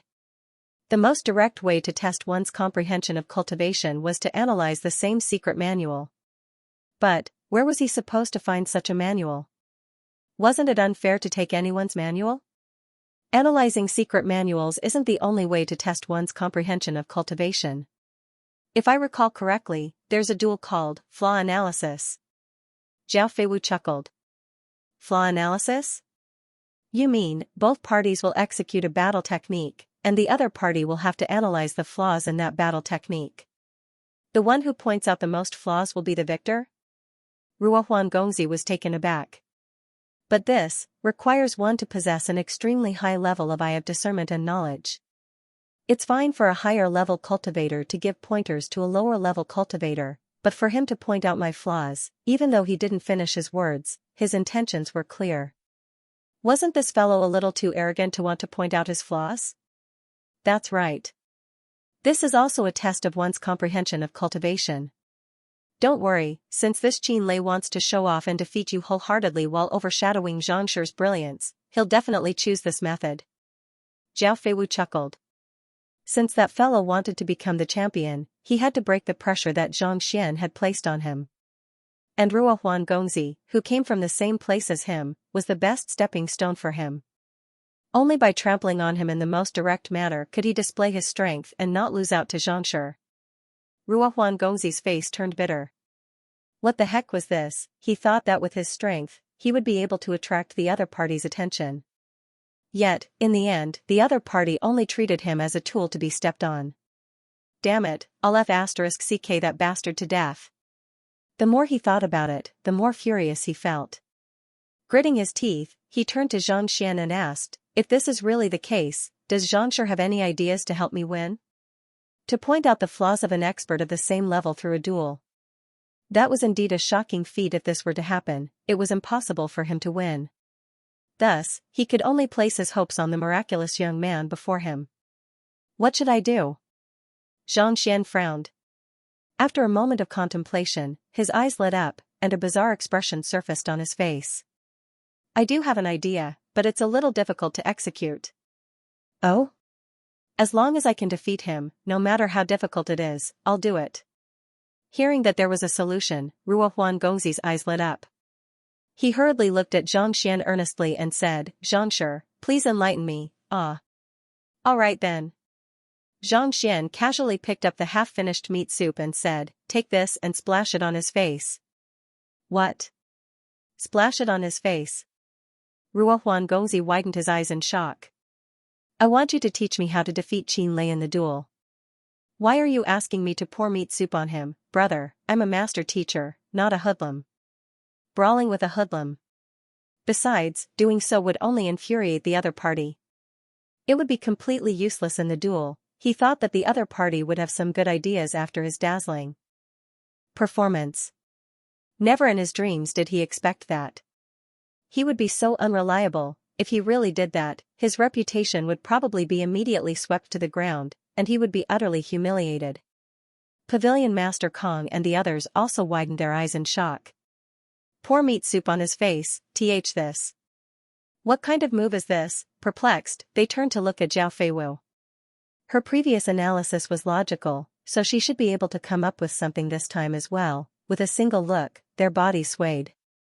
Even Zhao Feiwu's eyes were about to pop out of her head, and she was dumbfounded. Even though her cultivation was lacking, she was praised for her knowledge and wisdom. She thought that she would be able to guess what the other party was going to say, but what did pour meat soup on his face mean, this? Her imagination was simply too wild. She couldn't keep up with it at all. Ruohuan Gongzi wanted to win. But if he wanted the other party to pour a bowl of meat soup on the other party's face, he wouldn't even be able to touch it. How am I supposed to guess? Unwilling? Then there's nothing I can do. Xianxia shook his head. In any case, he had already come up with the idea. If the other party was unwilling, so be it. Even if the sect head of White Helios sect, Bai Kaiji, had made a move on Xingyang and the others, he had already been executed on the spot. Thus, he wouldn't be implicated in the matter. Ruohuan Gongzi was only helping him out of friendship. If I do this, can Xianxia really guarantee my victory? Seeing the other party shake his head, Ruohuan Gongzi knew that success depended on this gamble. Thus, he gritted his teeth and clenched his fists tightly. Guarantee? No one can guarantee anything. If you don't believe me, then go. Xianxia continued eating. If Zhao Feiwu was right, it wouldn't be a problem for Ruohuan Gongzi to slap him back. His method would definitely be able to achieve victory. On the other hand, if the other party didn't want to cause him trouble. Ruohuan Gongzi's eyes flickered. After a moment of hesitation, he gritted his teeth and said, "All right, I'll go." The top 10 would be given the opportunity to study at the Hongyuan Master Teacher Academy. If they were to grasp this opportunity, they would surely be able to achieve great things in the future. If they were to lose it, it would be hard to say whether they would be able to become a 5-star master teacher or not. As for whether it would be unfair to Qin Lei, that was none of his business. The road ahead was filled with competition. If he didn't make a move, the other party would definitely use him as a stepping stone. There was no true fairness in this world. If you only thought about taking care of others, you wouldn't be able to cultivate. Cough cough, Ruohuan, you have to think this through. Hearing that his student really believed Xianxia's words and intended to pour the meat soup over the other party, Pavilion Master Kang's eyebrows shot up. I fear that Xianxia will beat you to death if you do so. And White Helios sect will fall into a deadlock. The corner of Ruohuan Gongzi's mouth twitched. Well, if he really did that, the other party might really beat him into a meat patty. Don't worry. If he hits you, you won't run away. With so many master teachers watching, he won't dare to act recklessly. Besides, it won't be that easy to beat him to death. Xianxia waved his hands. Besides, don't worry, I guarantee that he won't hit you. As long as you run, he'll allow you to leave. Ruohuan Gongzi. It would be a miracle if he didn't hit me. All right then. Knowing that he could only rely on Xianxia's guidance to achieve victory, Ruohuan Gongzi gritted his teeth, picked up the bowl of meat soup, and walked over. It felt as though the wind was howling and the water was cold. Seeing Ruohuan Gongzi heading straight for Qin Lei, the mouths of Pavilion Master Kong and the others twitched. Even though they trusted Xianxia, this was a little too much. Xianxia, is it really fine for you to do this? Zhao Feiwu couldn't hold herself back any longer. Placing a piece of meat into his mouth, Xianxia stuttered, "There's definitely something wrong." Something wrong? Everyone's eyebrows twitched. If there's something wrong, why are you calling Ruohuan Gongzi over? Could it be that you want to see him beaten up into a pig's head? Your analysis is right. There's an 80% chance that the other party will choose to compete in their comprehension of cultivation, but there's still a 20% chance that he'll choose to compete in a physical duel. Seeing the expressions of the crowd, It was clear that they wouldn't give up until he explained the matter clearly. Thus, Xianxia could only speak up. Zhao Feiwu nodded. No matter how accurate her deduction was, she wasn't Qin Lei. The other party would have his own thoughts, and there was a high chance that he would choose a different method. Zhang Xian glanced at Luo Ruoxin and asked, splashing the other party's face so brazenly is no different from provoking him. If I were to do the same to you, what would you do? I'll beat you to death, Zhao Feiwu said. Indeed. Qin Lei must be thinking the same thing as well, but he's determined to get into the top 10. Ruohuan Gongzi's provocation is a direct signal to him. Under such circumstances, what do you think he'll do? This. Everyone was stunned. Splashing meat soup on Ruohuan Gongzi's face was a blatant provocation. Qin Lei must have known that Ruohuan Gongzi was doing it on purpose. Since the tournament was about to begin, it was obvious that he was trying to provoke him into a physical duel. No one would believe that Ruohuan Gongzi didn't have any trump cards up his sleeves, however, he was also determined to get into the top 10. If he wasn't confident, he would choose to forfeit the duel. Firstly, he wouldn't be forced into a passive position. Secondly, he could display his magnanimity and win the hearts of others. Anyone would fly into a rage after having meat soup splashed on their face. As long as he makes a move, he would be able to see through the flaws in the duel. At the very least, he wouldn't be flustered on the stage. Zhang Xian continued. If the other party didn't execute a battle technique, he wouldn't be able to see through the other party's flaws. If he were to compete in a normal duel, it would be nigh impossible for him to emerge victorious. However, as long as he could provoke the other party into executing a battle technique, he would be able to see through the other party's flaws and deal with it accordingly. As for whether Ruohuan Gongzi would be beaten up or not, that was no longer his concern. After all, it would be inexcusable if he didn't pay a price to win. I see. Hearing the explanation, the crowd widened their eyes in realization. It was just a moment ago that they thought that Zhao Feiwu's analytical ability was astounding.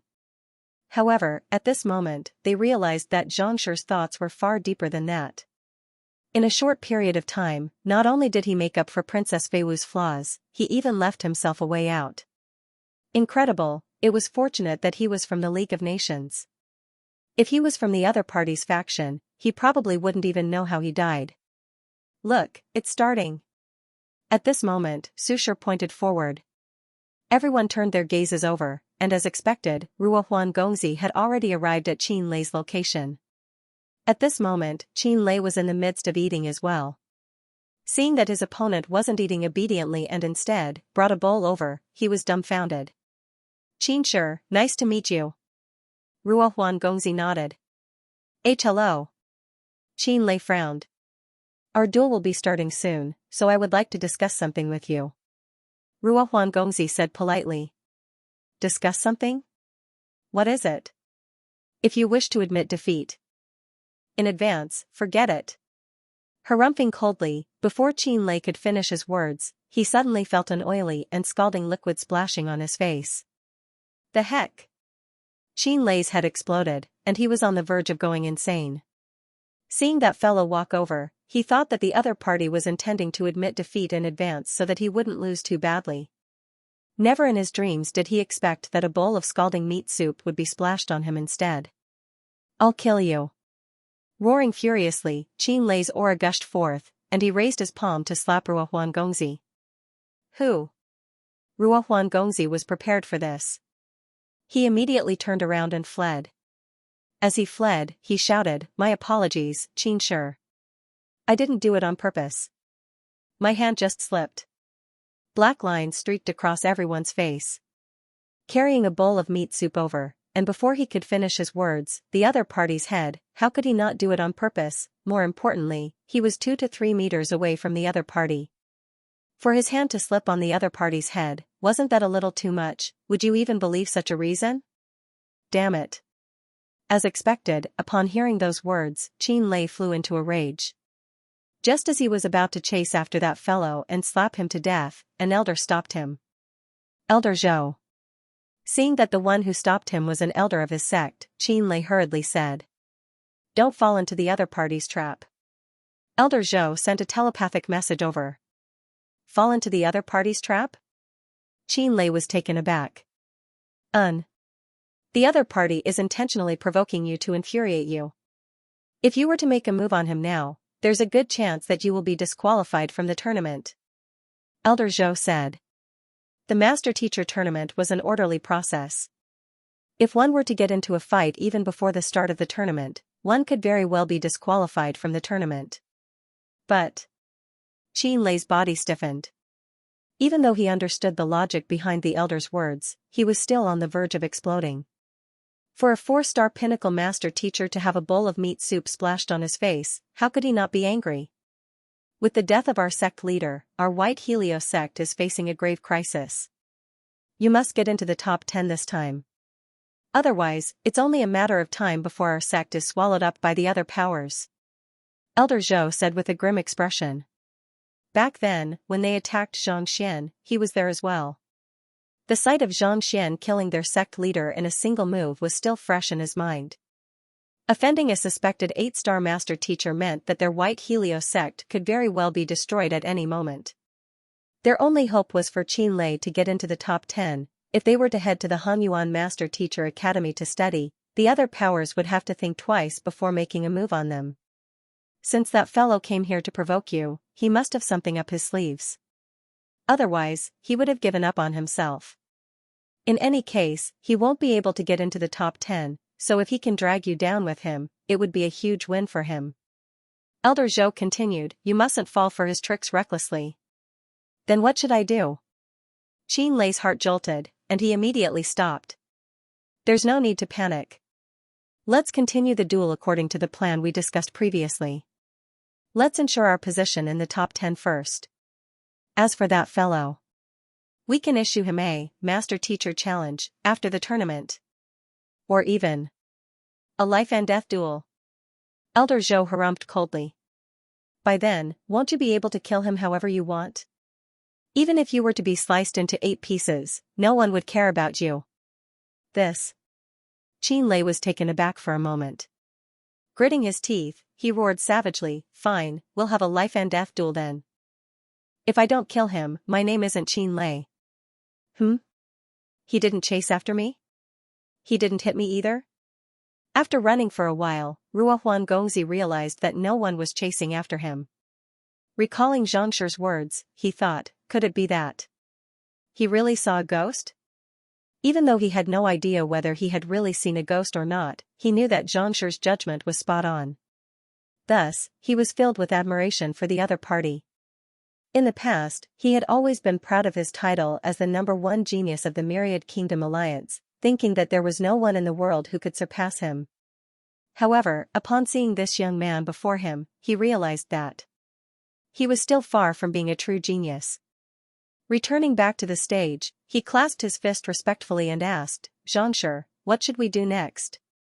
Eat. Xianxia waved his hands. Ruohuan Gongzi was taken aback. You had me splash the meat soup and provoke you, and here I thought that you would come up with some good plan. But it's just a simple meal? The competition is about to begin. Only by eating will you have the strength. Otherwise, how can you possibly win? Xianxian rolled his eyes. They had only rested for an hour, and it was almost over. If they didn't hurry up and eat, the competition was about to begin. All right then. Knowing that there was no other way, Ruohuan Gongzi could only do as the other party said. Gritting his teeth, he sat down and began eating heartily. It had to be said that the dinner prepared by the Alliance head residents was indeed sumptuous. Soon, he had his fill, and the competition was about to begin. Memorize the contents on it. Once the duel begins, you just have to read it out loud. Just as he was thinking about how he should deal with Qin Lei, Xianxia passed a piece of paper over. It was filled with words. Clearly, he had written it down while he was eating. Perplexed, Ruohuan Gongzi glanced at the paper, and with a single glance, his eyes widened. Xianxia, are you really going to say this? Xianxia nodded. Ruohuan Gongzi's vision darkened, and he was on the verge of tears. Brother, are you complaining that the other party didn't beat me to death just now? If that were to be the case, that fellow would rather give up on participating in the master-teacher tournament and strangle me to death. Cut the crap and memorize it. You mustn't change a single word on it, or else I can't guarantee your victory. Just as Ruo Huangongzi was feeling stifled, he saw Xianxia frowning. Tears welled up in Ruo Huangongzi's eyes. If he had known earlier, he wouldn't have sought the other party's guidance. Why did it feel like he had boarded a pirate ship? Now that things had gotten to this point, he had no choice but to do it. All right. Gritting his teeth, Xianxia committed the contents of the paper to memory. Just as he was about to commit it to memory, the gong sounded once more, and Hongshir's majestic voice sounded once more. The duel shall continue. Those who have entered the dueling ring, please step onto the stage. Everyone responded. Arriving at the circular stage, Ruo Huangongzi took in a deep breath before walking toward the dueling ring with widened strides. He had the demeanor of a heroic martyr. It was too late to think of anything else now. He could only bite the bullet and listen to Xianxia's instructions. If he had to die, so be it. Humph. Qin Lei also came to the arena. Thinking of this guy's provocation just now, he was still burning with anger. He was about to explode. The competition begins. Now, let's discuss the content of the test. Hongshir looked around when he saw that the contestants had stepped onto the stage. The White Helio sect was ranked highly in the previous grand competition. Therefore, I will be the one to choose.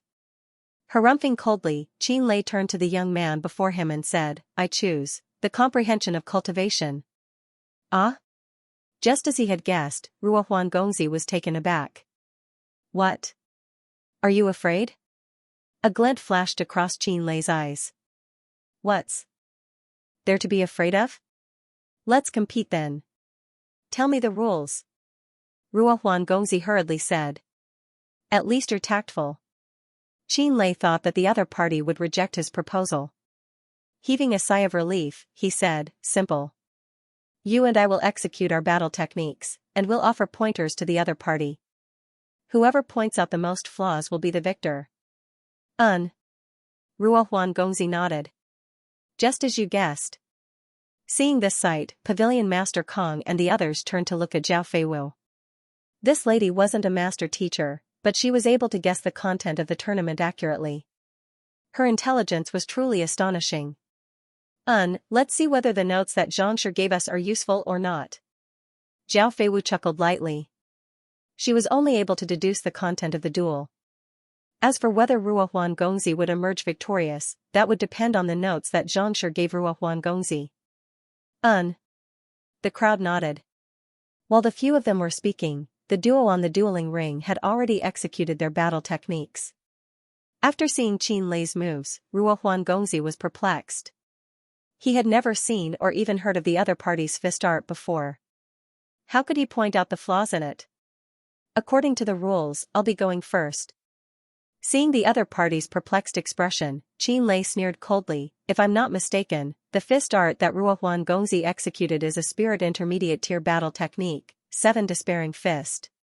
It's a formidable technique, but it's a pity that you haven't cultivated it properly. There are 4 flaws in it. Firstly, your Xianxia has just reached Transcendent Mortal 4 Dan Pinnacle, so your Xianxia isn't pure enough. Even though the move you executed looks to be on point, it's actually not. Secondly, the 7 Despairing Fist emphasizes on severing heart, severing emotion, severing will, severing grace, severing thought, and severing infatuation. However, you aren't able to do it at all. Your moves aren't aligned with your emotions, and your emotions aren't aligned with your will. Fourthly. Soon, Qin Lei went through Ruo Huangongzi's previous situation. Every single word he said pointed to the crux of the matter, and it was easy for one to lose confidence. Incredible. To be able to point out the 4 flaws in Ruo Huangongzi's technique with just a glance, as expected of a contender for the champion's position. Fearsome. Indeed. I've seen Ruo Huangongzi's moves too, and I can't see a single flaw in them. Hearing Qin Lei's words, a commotion broke out amidst the crowd. They were all master teachers, and they had a keen eye of discernment. Ruo Huangongzi's previous move was flawless, and it was clear that he had been practicing it for several years. Even so, he was still able to point out the 4 flaws in Ruo Huangongzi's technique. In fact, his eye of discernment might even be on par with half 5-star master teachers. It seems like it'll be difficult for Ruo Huangongzi to win this round. At the very least, I can't tell what battle technique Qin Lei executed just now. I can't understand it either. The crowd muttered among themselves as they turned their gazes to the dueling ring, curious to see how Ruo Huangongzi would deal with the situation. Even Qin Lei sneered and looked over. The battle technique he had executed previously came from an ancient ruin, and it had been lost for many years. Even Xianxia might not be able to recognize it, needless to say, this fellow before him. As such, he was confident that he would win this round. Speak, it's your turn now. If you can't speak, I'll take it that you admit defeat. Seeing the conflicted look on Ruo Huangongzi's face, Qin Lei harumphed coldly. This. Seemingly coming to a decision, Ruo Huangongzi gritted his teeth and said, if I'm not wrong, there's something wrong with your head. What? The crowd fell silent. Shouldn't he be explaining the battle technique? Why did he change it to scolding someone instead? What did you say? As expected, upon hearing those words, Qin Lei nearly exploded on the spot. You forcefully attempted a breakthrough to consonant spirit realm before your soul was fully nourished, thus damaging your soul and brain. Is that true? Ruo Huangongzi asked. This. Qin Lei frowned. After sect leader Bai Kaiji, his teacher, was killed, he had panicked and attempted a breakthrough to consonant spirit realm. In order to reach consonant spirit realm, one had to send one's Xianxia into one's consciousness to knock against the Hualing acupoint. Only by knocking this acupoint open would one be able to achieve a breakthrough. Due to his lacking cultivation, forcefully attempting a breakthrough had indeed damaged his soul to a certain extent. However, he hadn't mentioned this matter to anyone, not even the elders of the sect. How did the other party see through it? Not only so, there are also hidden injuries throughout your body that hinder your cultivation. In order to astonish everyone in the tournament, you intentionally cultivated an unknown battle technique. If I'm not wrong, in order to master it, you will need at least 32 acupoints in your body to resonate with it, right? 32 acupoints resonates with most battle techniques, but this battle technique connects the Baihui acupoint to the Yongquan acupoint. One absorbs the refreshing air from the sky while the other absorbs the turbid air from the earth. As the two fuse together, it forms a cage that forcefully locks your soul within your body. In other words, without any unique fortuitous encounter, it's impossible for you to reach consonant spirit realm. If you don't believe me, you can try using your Xianxia to test the Bihai acupoint. If your acupoint feels numb, it means that your soul is starting to weaken. You can also try the Qingjin acupoint.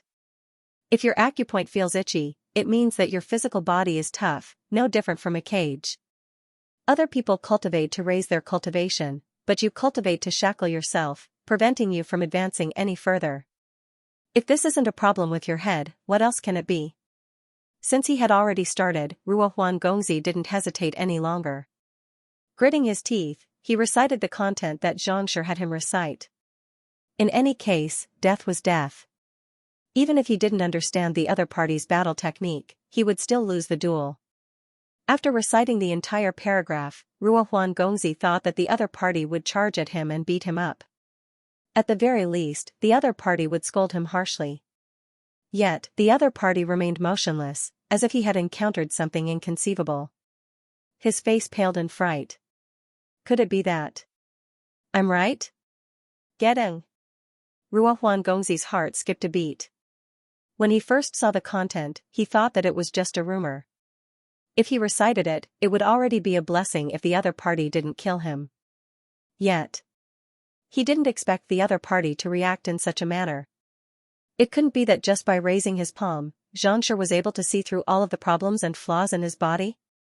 Of course, if you still don't believe me, you can continue trying to reach consonant spirit realm. You will feel even more powerless, and your Xianxia will be unable to enter your mind, suppressed by a unique force. Ruo Huangongzi's eyes lit up, and his confidence was boosted. Ignoring the other party's expression, he continued, as a 4-star pinnacle master teacher, you blindly chose not to cultivate without understanding the essence of battle techniques. Yet, you still have the cheek to compete with me in terms of cultivation. Who gave you the guts to do so? Xianxia's body staggered. He had tried all of the symptoms that the other party had spoken of, and they were all present.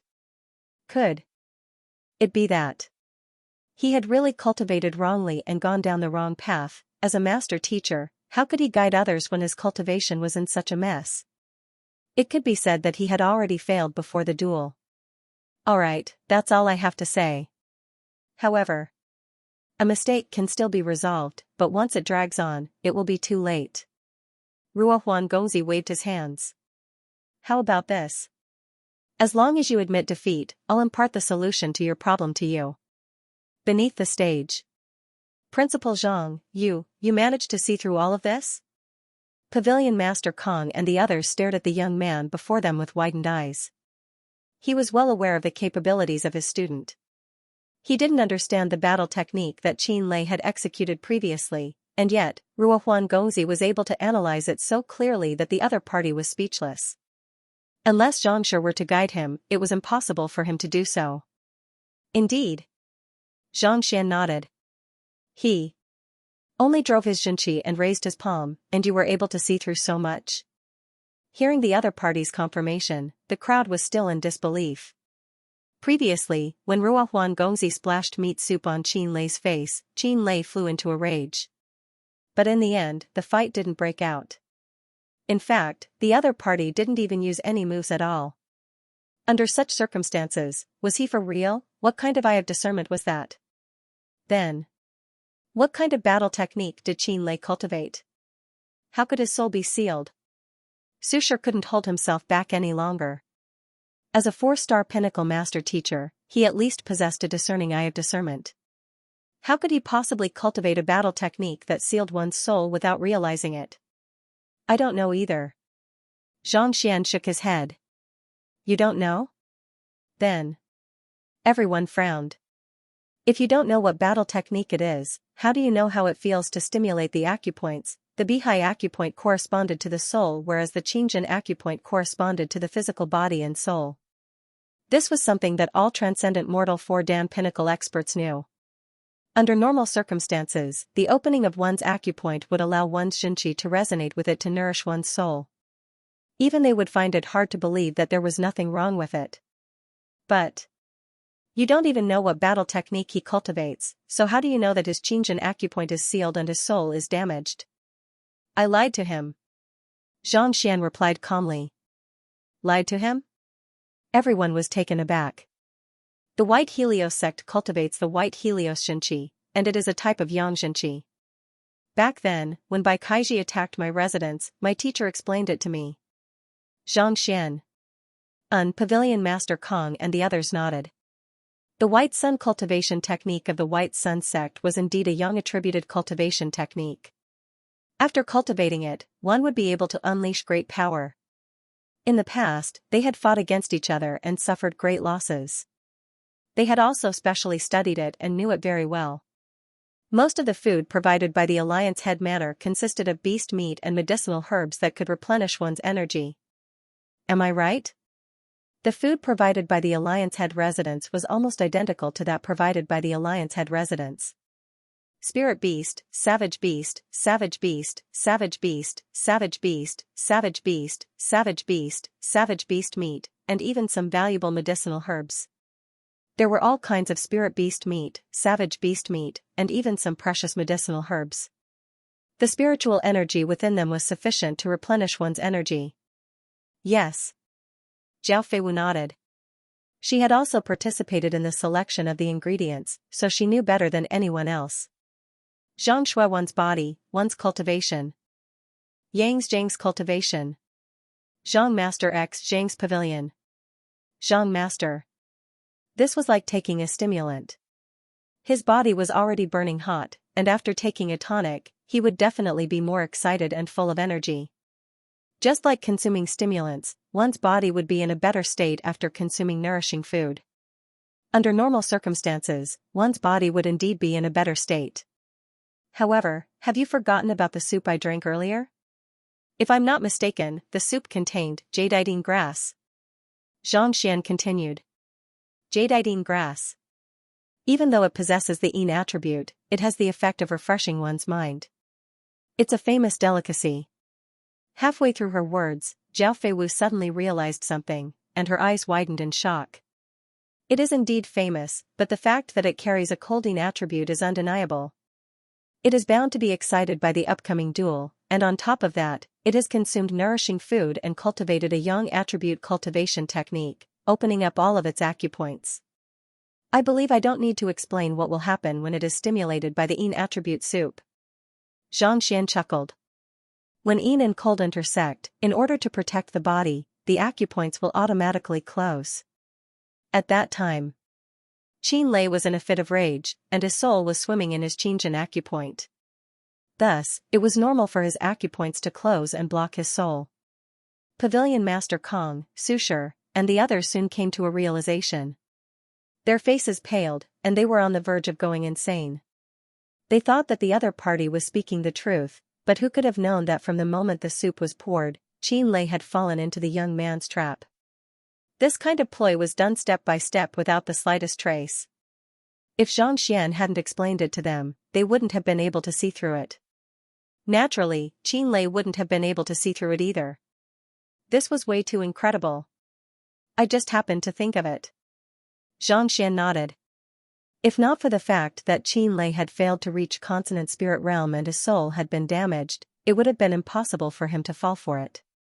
This was how humans were. Once one believed in something, it would be much easier to convince the other party later on. On top of that, Zhang Xian's words were logical, so it was hard not to believe him. Since it was a lie, then. Ruohuan Gongzi's solution. Hearing Zhang Xian admit to it, Pavilion Master Kong recalled Ruohuan Gongzi's words, and an ominous premonition surfaced in his heart. All of this was a lie, so how could there be a solution to it? How? Let's just continue watching. Zhang Xian waved his hands casually. Everyone hurriedly turned their gazes over. At this moment, after a long moment of hesitation, Qin Lei finally took in a deep breath and said, "I admit defeat. Please guide me on the solution." This was the elimination round. Even if he were to lose, he could still fight for the last 2 slots among the other 8. However, if he didn't resolve his physical problem, he would be unable to advance in his cultivation in the future. This was something that no one could accept. After weighing the pros and cons, he decided to admit defeat and accept the other party's guidance.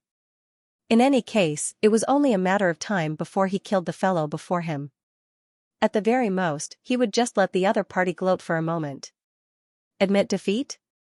Xianxia admitted defeat just like that? It seems like Ruohuan Gongzi really saw through the problem. Incredible. None of us were able to recognize the battle technique, but he actually managed to see through the flaws in his cultivation. When did Ruohuan Gongzi become so powerful? I saw him asking Xianxia for guidance just now. Do you think that it was Xianxia who taught him? Hearing that Qin Lei had admitted defeat, a huge commotion broke out. Ruohuan Gongzi's strength wasn't on the same level as Qin Lei at all. Yet, the tables were turned. Many people couldn't help but speculate. After all, there were quite a few people who had seen Ruohuan Gongzi asking for guidance from Xianxia. Very well.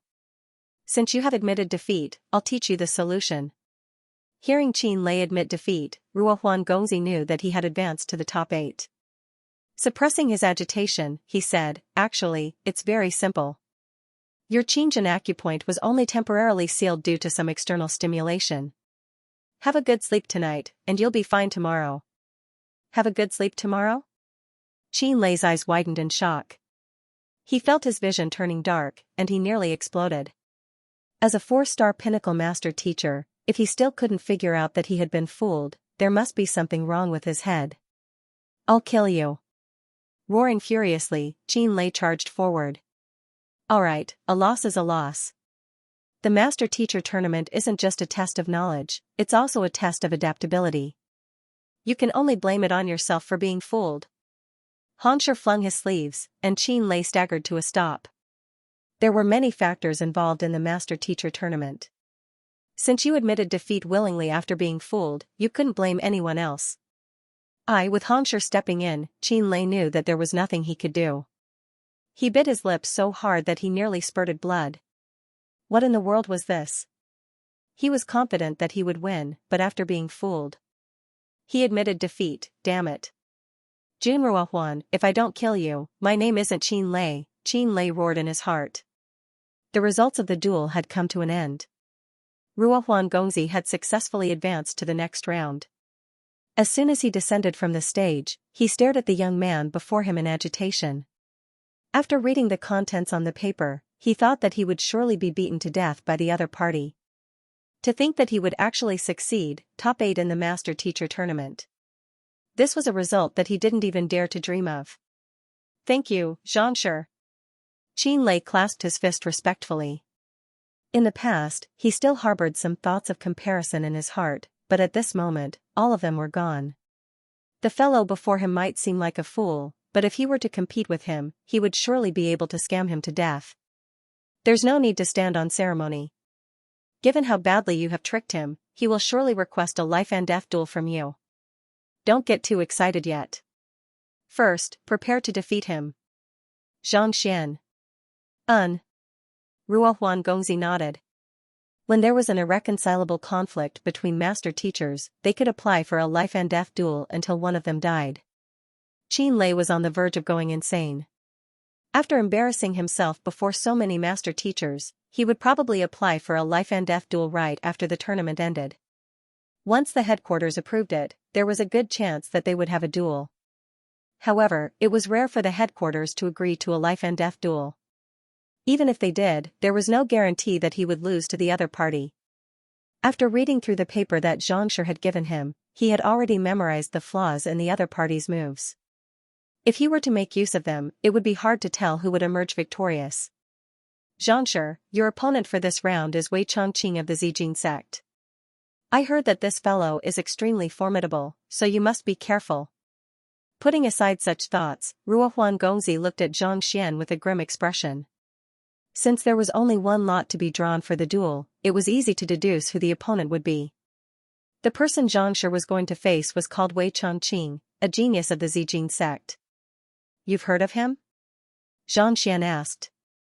Even though that person didn't get into the top 10 of the board of potentials, it doesn't mean that he is weak. Rather, his cultivation is a little low. Just like you, he's at Transcendent Mortal 3 Dan Pinnacle. Given how he was able to get into the top 16 despite his low cultivation, it goes without saying that he must be extremely skilled in other aspects. Ruohuan Gongzi's eyebrows shot up. I watched the previous duel, and it was a duel between his supporting occupation, smithing. He forced the other party to admit defeat on the spot. Xianxia nodded. He had also watched the previous duel, and that fellow was indeed formidable. For a Transcendent Mortal 3 Dan Pinnacle to defeat a Transcendent Mortal 4 Dan expert in smithing, without sufficient strength, it was impossible for him to do so. However, blacksmithing wasn't one of his supporting occupations, so it was impossible for him to challenge the other party. But if he were to challenge his pill forging, that would be troublesome. Even though he was a 4-star apothecary, he had only obtained his emblem through pill debate. As for pill forging, he was completely clueless about it. If the other party were to challenge him to pill forging on the spot, he would surely lose. However, pill forging required a long period of time, and he had to prepare many medicinal herbs as well. Thus, it was unlikely for him to appear in the master-teacher tournament. In any case, his supporting occupation is incredible. As long as you reject his challenge, it doesn't matter what you compete in. Ruohuan Gongzi said. Wei Changqing might be lacking in cultivation, but he specialized in his supporting occupations. Even though they didn't have the right to choose the content of the duel, they had the right to reject his challenge once. While they were discussing how they should deal with Xianxia, the Zijin sect's side was filled with despair. This Xianxia has overcome many obstacles in his path. I fear that it will be difficult for you to defeat him. An elder of the Zijin sect said with a deep frown on his forehead. Indeed, he doesn't seem to have any weaknesses. How can we compete? No one thought highly of this genius of their sect. If it was anyone else, even Luo Xian, they might stand a chance against him. But against this monster, no matter how they looked at it, they felt completely helpless. He is indeed invincible in the master-teacher field, but I don't believe that. His supporting occupations are as formidable as his. Wei Chongqing narrowed his eyes. He specialized in supporting occupations, so he didn't believe that he wouldn't be able to defeat the other party. I've asked around, and his 4 supporting occupations are 5-star appraiser, 4-star formation master, 4-star physician, and 4-star beast tamer. Wei Chongqing counted with his fingers. My supporting occupations are 4-star blacksmith, 4-star tea master, 4-star painter, and 4-star beast tamer. The only occupation that I have any interaction with is beast tamer. However, this is enough. Enough? You can't be thinking of challenging him in beast taming, right? The elders stared at one another. Beast taming is troublesome. In a master-teacher competition, one had to have some interaction with the other party before one could compete. Otherwise, if one knew smithing while the other party didn't, it wouldn't be fair. Even though Xianxia had many supporting occupations, such as apothecary and painter, none of them had reached 4-star. The only interaction between the two of them was beast taming. Xianxia was not clear about the rules of this competition. He had thought that he would be challenged to concoct pills, so he had been worried for a long time. However, spirit beasts needed to be in contact with spirit beasts day and night. Sometimes, in order to tame a spirit beast, it would take at least several years of effort. On the other hand, the results of the master-teacher tournament would usually be decided within an instance's time. Compared to this, it was a little hasty. Don't worry, I've already made preparations in advance. The path of beast taming will never fail. Wei Chongqing's eyes flashed. It's good that you are confident. However, if you really can't succeed, don't force yourself, that's right. When you lose later, you must be more polite. When we return to the sect, I will apply for a reward for you. If you really can't do it, just admit defeat now. That way, you can still maintain the dignity of our sect. Many elders did not have much confidence in him. Wei Chongqing rolled his eyes.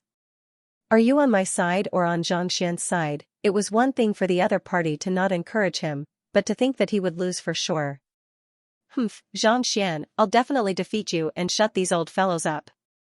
Gritting his teeth, Wei Chongqing roared frenziedly. Clenching his fists tightly, he walked toward the dueling ring.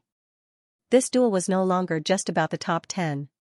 More importantly, it was about his dignity. He had to stand up for his dignity. He had to defeat Xianxia and prove himself. On dueling ring D, looking at the young man before him, Wei Chongqing gritted his teeth so hard that gidge sounds could be heard. Xianxian was bewildered. This seemed to be the first time he had met this fellow. Why did it seem as though the other party had killed his father and snatched his wife away? With a bizarre look in his eyes, Xianxian probed, do we know each other? I don't know you. However, I swear that I will defeat you.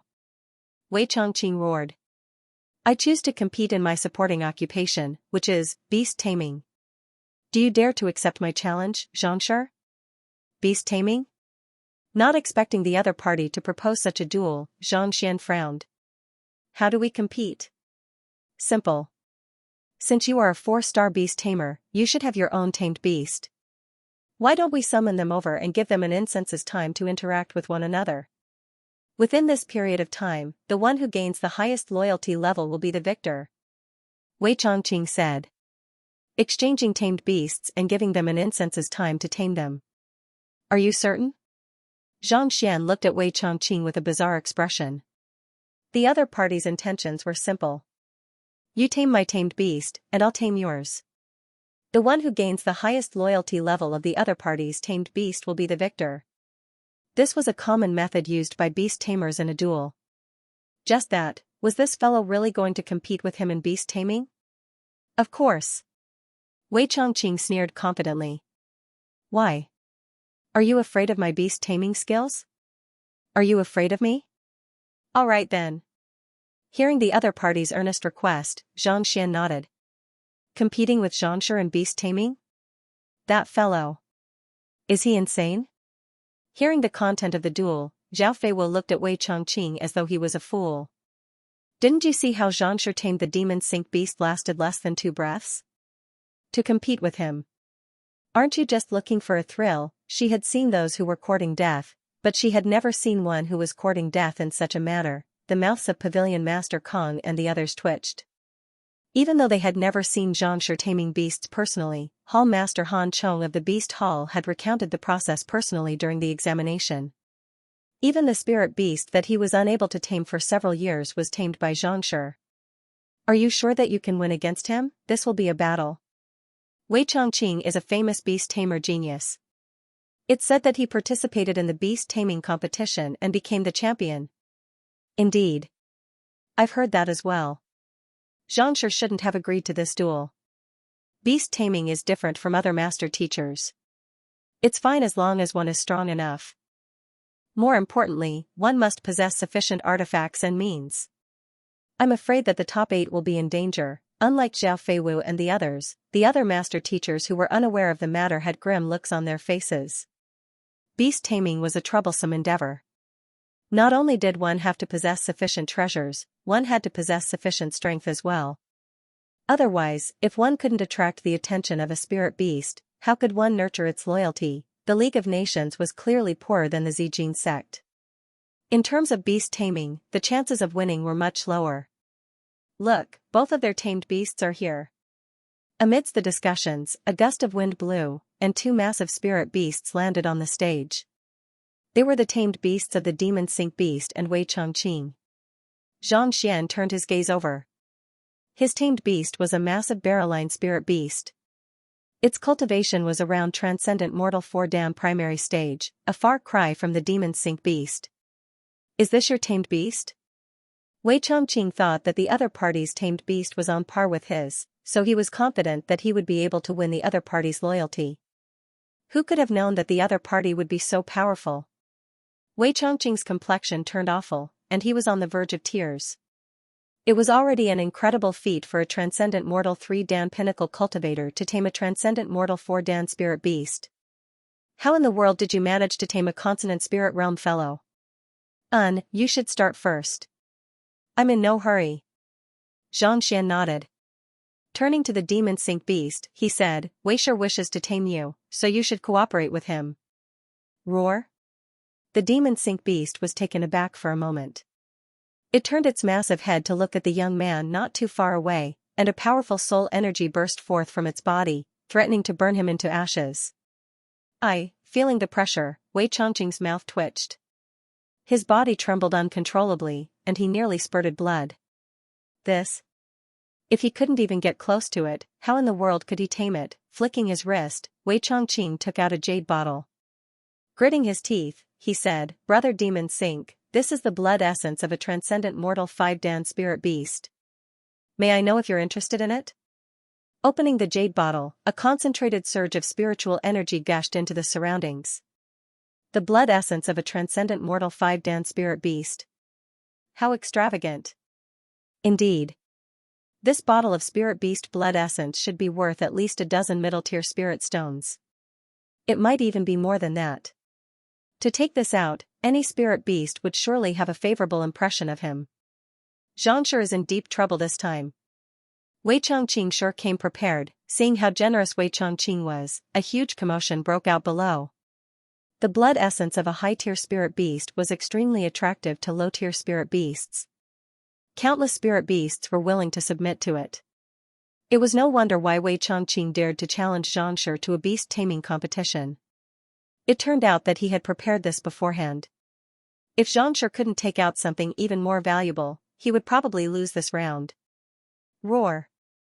Upon seeing the blood essence of a Transcendent Mortal 5-Dan Spirit Beast, the eyes of the Demon Sink Beast lit up. Its thick claws abruptly reached forward to grab the jade bottle. Not expecting the Demon Sink Beast to grab it so easily, Wei Chongqing's lips twitched. Don't be in such a hurry. As long as you agree to be my friend, I'll give this to you. What are you trying to do? The heck? Wei Chongqing thought that he would surely gain a favorable impression of him with the Spirit Beast blood essence, but before he could finish his words, the Demon Sink Beast's claws had already stepped on his head. With a light flick, the Spirit Beast blood essence in his hand was snatched away.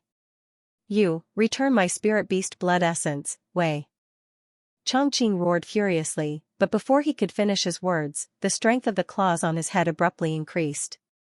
Putong, a huge hole immediately appeared on the dueling ring, and Wei Chongqing was forced into the ground. Wei Chongqing was on the verge of tears. No matter what, he was a 4-star master teacher and a reputable beast tamer. To be trampled into the ground by a spirit beast. The stifling feeling he felt left him on the verge of going insane. Listen to me. As long as you let go of me, I still have some good stuff. Pooh. Gritting his teeth, before he could finish his words, the strength of the claws on his body increased once more. His ribs creaked, and a mouthful of blood spewed from his mouth. In the next moment, he felt a sharp pain on his finger. His storage ring had already been taken away by the massive spirit beast. Wei Chongqing was on the verge of going insane. No matter what, you are a consonant spirit realm spirit beast, and you possess intelligence of your own. To snatch it from me forcefully, isn't that a little too much? While Wei Chongqing was spurting blood, he heard the roar of the demon sink beast from above. Following which, Xianxia's bizarre voice sounded, my demon sink beast says that, as long as you submit to it and become its human pet, it will return your storage ring to you. Submit? And, human pet? Pooh. Wei Chongqing's vision turned dark. Brother, I'm here to tame your beast, not to have it tame me. Back then, the demon sink beast was the king of the gentle speech ridge. As a mere bandit, the Beast Hall and Alliance Head residents were helpless against it. Those who dared to provoke it were either killed or thrown into an unknown corner. This fellow actually wanted to tame it right from the start. Not killing it was already giving it face. Roar, clutching the jade bottle and storage ring with the spirit beast's blood essence in its claws, it roared again. Cough cough. Xianxia coughed and translated in embarrassment, it made you drink the blood of this spirit beast. As his tamed beast, the demon sink beast was able to communicate telepathically with him. Even though it didn't know the beast language, it was still able to understand these simple words. Drinking beast blood. Wei Chongqing cried. Spirit beast blood essence was only effective on spirit beasts. If a human were to drink it, not only would it be useless, they might even grow scales and fur all over their bodies, making them look like a specter. In fact, they might even die on the spot. Not everyone possessed the Heaven's Path Xianxia to neutralize the rampaging energy contained within. Roar, seeing that Xianxia wasn't moving, the demon sink beast roared once more. Opening the jade bottle, it was about to stuff it into Xianxia's mouth. Xianxia, save me. I don't want to tame it anymore. Wei Chongqing's face paled, and he nearly lost his soul. Judging from the other party's stance, not only was he going to feed him the spirit essence, he was even going to stuff the jade bottle into his mouth.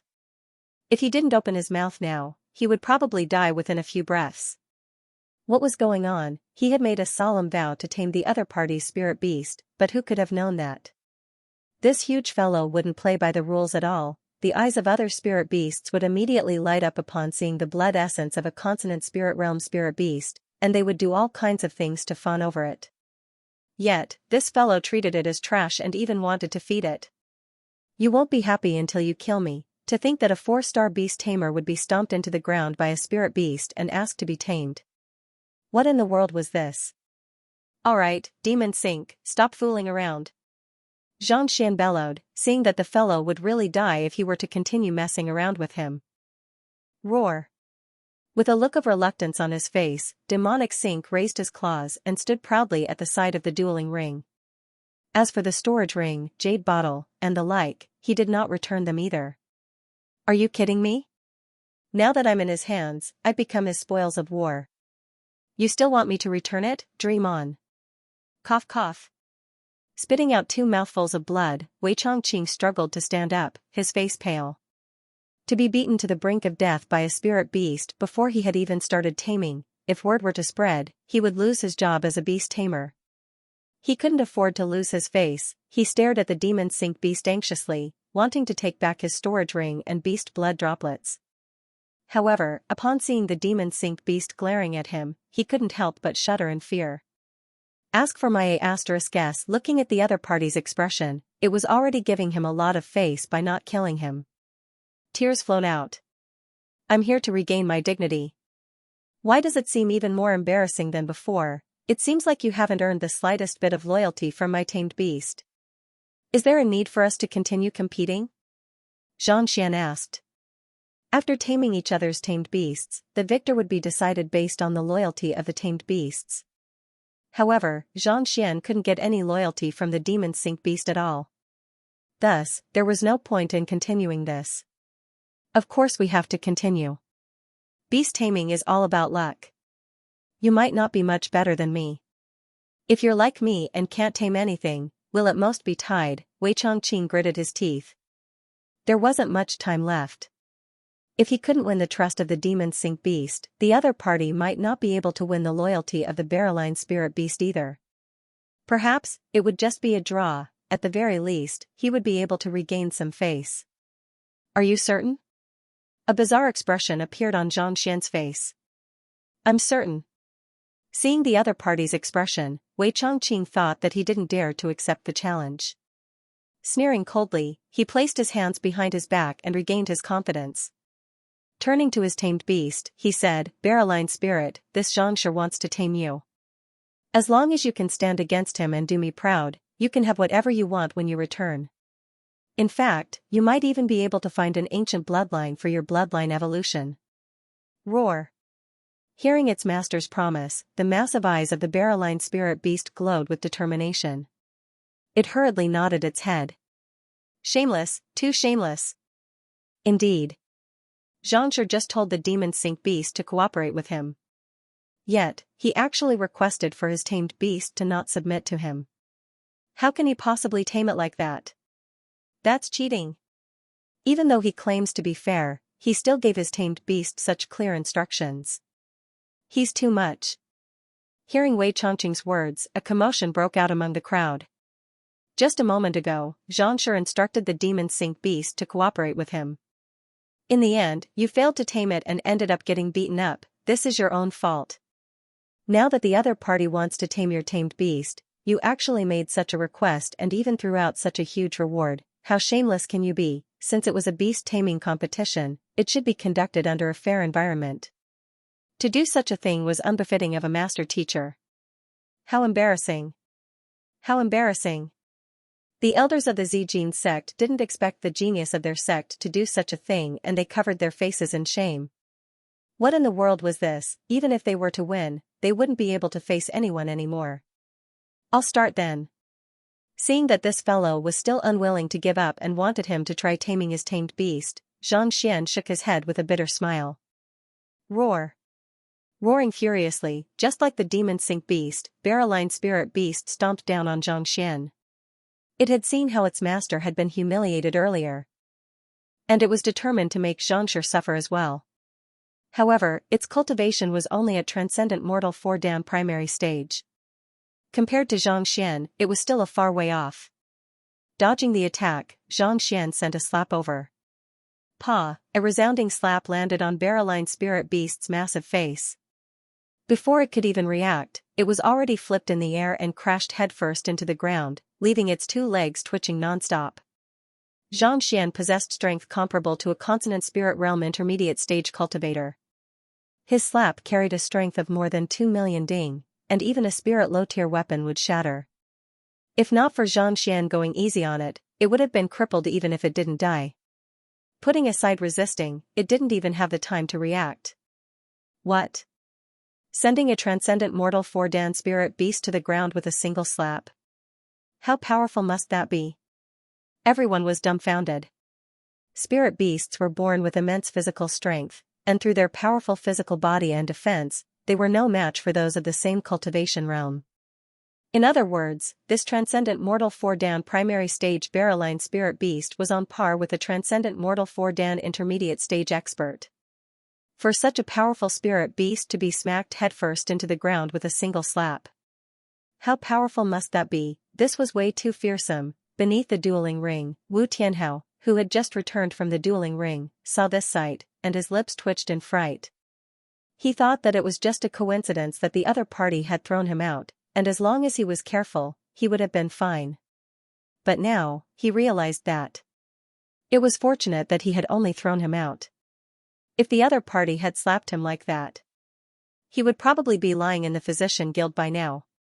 Even if he wasn't dead, he would be beyond recognition. You were the one who said that he was weak?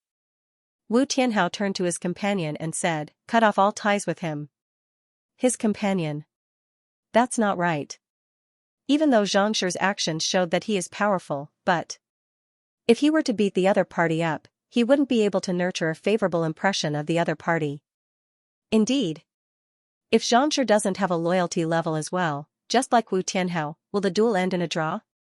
Damn it, Xianxia should have been the one to win. If it ends in a draw, things will be troublesome. After a moment of shock, the crowd came to a realization. Usually, a beast-taming master would take out something that the spirit beast would find irresistible in order to win its favorable impression. If one were to make a move on the other party, it would only make the other party more and more disgusted with it. As a 4-star beast tamer, Xianxia should be well aware of this fact. Why did he make a move on the other party? Furthermore, why did he strike it so heavily? If that were to happen, the Barreline spirit beast would surely feel disgusted with him. Not only would it fail to win its loyalty level, it might even grow even more disgusted with him. Haha, let's see how you plan to tame it. Not expecting Zhang Xian to be so reckless as to retaliate against the Barreline spirit beast, Wei Chongqing's body trembled, and he nearly burst into laughter. Back then, it had taken him 2 whole years to tame the Barreline spirit beast. He had allowed the other party to choose from all kinds of treasures, even accompanying it on hunts and sleeping together. Only then did it submit to him obediently. Yet, this fellow actually dealt such a heavy slap. Given the prideful personality of the Barreline spirit beast, it would already be a blessing if it didn't tear him apart. Loyalty level? Dream on, Wei Chongqing didn't win the loyalty level of the demon sink beast, and the other party didn't win the loyalty level of the Barreline spirit beast either. At the very most, it would be a draw, in fact. In terms of favorable impression level, he would even win. Dang, just as Wei Chongqing was rejoicing, the gong sounded. An incense's time was up. An incense's time was roughly the area of the master-teacher tournament. However, since the time was up, it was time for the victor to be decided. Since the time was up, it would be too late for him to use any other means. In other words, he was already in an invincible position. Humph, didn't you say that I could only admit defeat? Didn't you say that I would surely lose? Now that I have achieved a draw, let's see what else you can say. The more he thought about it, the more delighted he became. Turning to the young man not too far away, he said proudly, Xianxia, since you didn't tame the Barreline spirit beast and I didn't tame the demon sink beast, why don't we call this a draw? A draw? That's right. Speaking of which, you used force on the Barreline spirit beast, instigating its disgust. In terms of favorable impression level, you have already lost. Wei Chongqing said. Didn't you want to be magnanimous? This was it, he was clearly the one who had lost, yet he claimed that it was a draw. Disgust? Just as Wei Chongqing was gleeful, Xianxia suddenly shook his head and kicked the Barreline spirit beast's shaking thigh. What are you feigning death for? Hurry up and acknowledge me as your master. Walla! Roar, following which, the berserk spirit beast hurriedly plucked its head out from the ground, and with an excited look on its face, it crawled up to Xianxia and began rubbing its head against him, as though a pug that had just met its master. What? Wei Chongqing's body froze, and his eyes nearly fell to the ground. How could this be? Didn't he just pummel it? How did it acknowledge him as its master? Can anyone tell me what in the world is going on? Wei Chongqing was on the verge of going insane. Previously, he had instructed the viridescent eagle to be obedient, and as long as it resisted the other party's taming, he would reward it. Yet, in the blink of an eye, it betrayed him like a pug. Are you for real? More importantly, if the other party had given you something you couldn't reject, such as the spirit beast blood essence of a higher tier, I would have accepted it. Yet, I slapped you and treated you with such a vile attitude. Where is the pride you had when I tamed you? Where is your pride? Viridescent eagle, what are you doing? Have you forgotten that you're my spirit beast? The more he thought about it, the more furious he became. Roaring furiously, he charged forward. As my spirit beast, you actually kneeled down and kowtowed to another person, not to mention, you even flattered him. This is intolerable, but before he could reach Wei Chongqing, a massive claw suddenly appeared before him. Pung, struck squarely by the foot, Wei Chongqing was sent flying with a face full of blood, crashing into the ground. You! Wei Chongqing was frenzied. The one who had made a move was none other than his tamed beast, the viridescent spirit beast. This fellow had completely betrayed him. Even when he ran over to berate the other party, he was still sent flying with a kick. I tamed you for 2 years, and the price I spent on you is sufficient to buy an entire city. Yet. Unable to hold it in any longer, Wei Chongqing spurted a mouthful of blood. Brother, I'm really here to regain my dignity. This. Tamed it? Tamed it with a single slap? While Wei Chongqing spurted blood, the crowd watching the commotion also felt as if they were going insane. Are they seeing a ghost, or are they seeing a ghost, or are they seeing a ghost? With just a single slap from Xianxia, the viridescent spirit beast submitted to him obediently, even abandoning its original owner and sending him flying with a single kick. Why did it feel like a dream? This is Xianxia's beast. Punling taming method? Pavilion Master Kong, Sushir, and the others felt their mouths twitching. They had heard from Zhao Feiwu that Xianxia possessed such means in beast taming, but they didn't dare to believe it. Only after witnessing it with their own eyes did they realize that it was even more terrifying than what they had heard.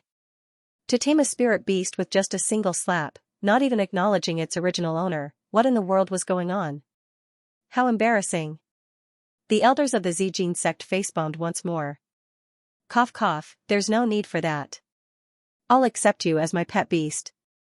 Seeing how the barreline spirit beast was still kowtowing incessantly after kicking Wei Chongqing away, as if fearing that he would reject it, Xianxia nodded.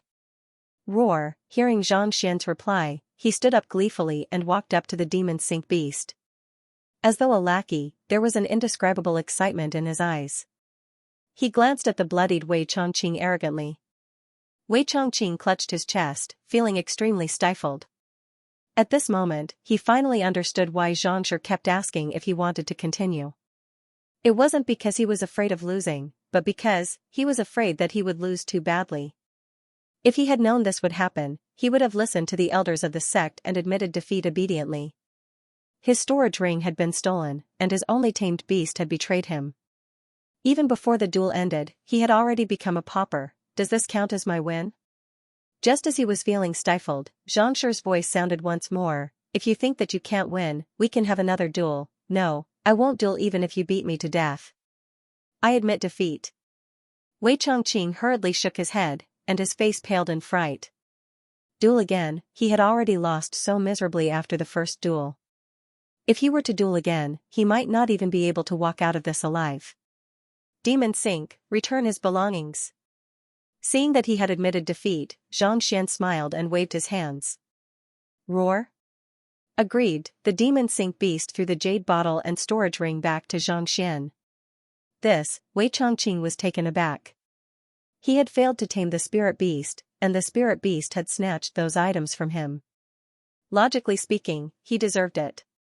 Even if he didn't return them, no one could say anything about it. Yet, Xianxia actually didn't accept it and had the spirit beast throw it back. Demon Sink, I apologize for my lack of etiquette. It wasn't easy for you to gather these treasures, so you should return them to their rightful owner. Xianxian said impassively. Xianxia, Wei Chongqing's eyes reddened, and his face paled. What was a master teacher? This was a true master teacher. In order to defeat the other party, he had resorted to many underhanded means. Yet, despite knowing that the other party was aware of it, he still accepted it calmly. After defeating him openly, not only was he not angry, he even returned the items that he had won. This kind of self-restraint and magnanimity made him feel like a clown, lowly and laughable. From now on, I'll be Xianxia's loyal follower. If anyone dares to speak ill of him, I'll make them apologize even if I have to exhaust my entire life. Clenching his fists tightly, Wei Chongqing swore in his heart. Formidable master teachers had their own students and followers. These followers followed behind their master through faith, spreading their name and grooming their juniors. If one wished to make a name for themselves, they couldn't lack followers. Xianxia didn't expect that he would be able to win the follower of a 4-star master teacher with just a casual remark.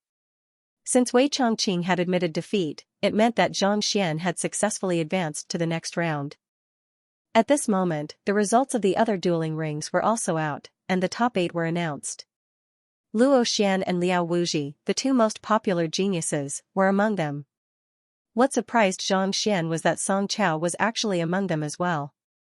It seemed that even though this fellow acted foolishly before him, he wasn't as weak as he seemed. He was truly capable. Under his help, Ruo Huan Gongzi also managed to obtain a spot. However, Xianxia knew that it would be difficult for him to win the next round. Thus, he didn't bother too much about it. Alright, let's move on to the next round. The top 8 master teachers, please enter your respective dueling rings. In the first dueling ring, Jun Ruohuan from the League of Nations will face Luo Xian from the Fleeting Cloud sect.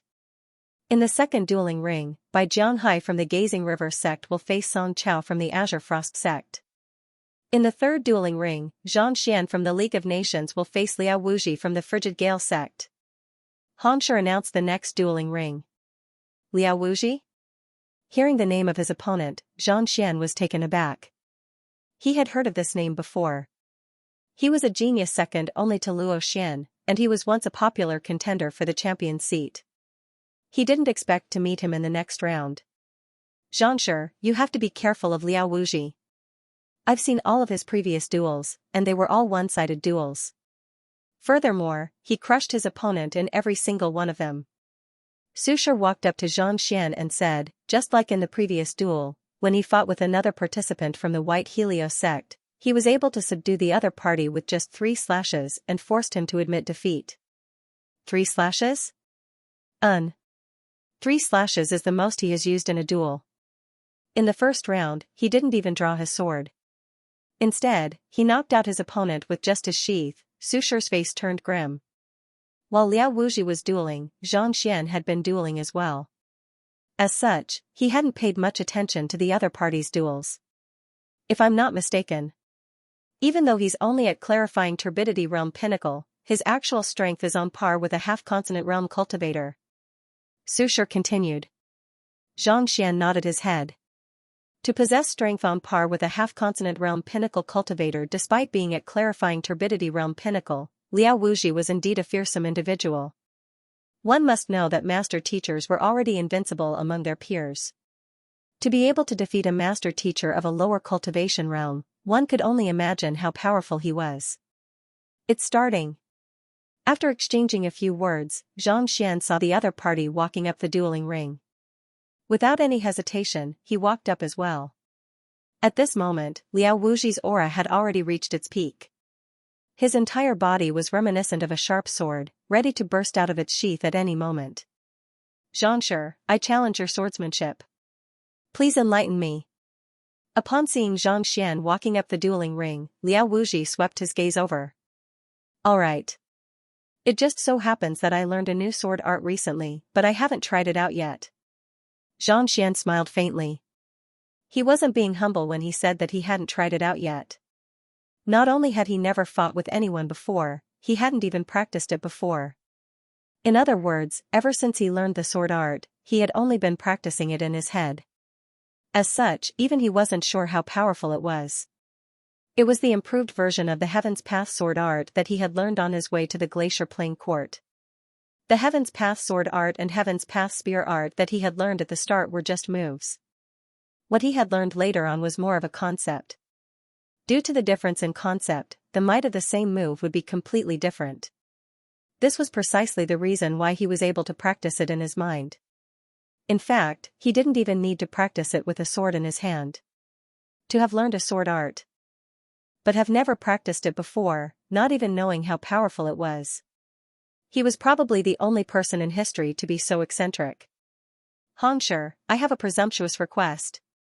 Seeing that the other party had agreed to it, Liao Wuji chuckled lightly before turning to Hongshi. Feel free to speak. Hongshi nodded. I hope that no one will be able to see my duel with Xianxia. Is it possible for you to grant my request?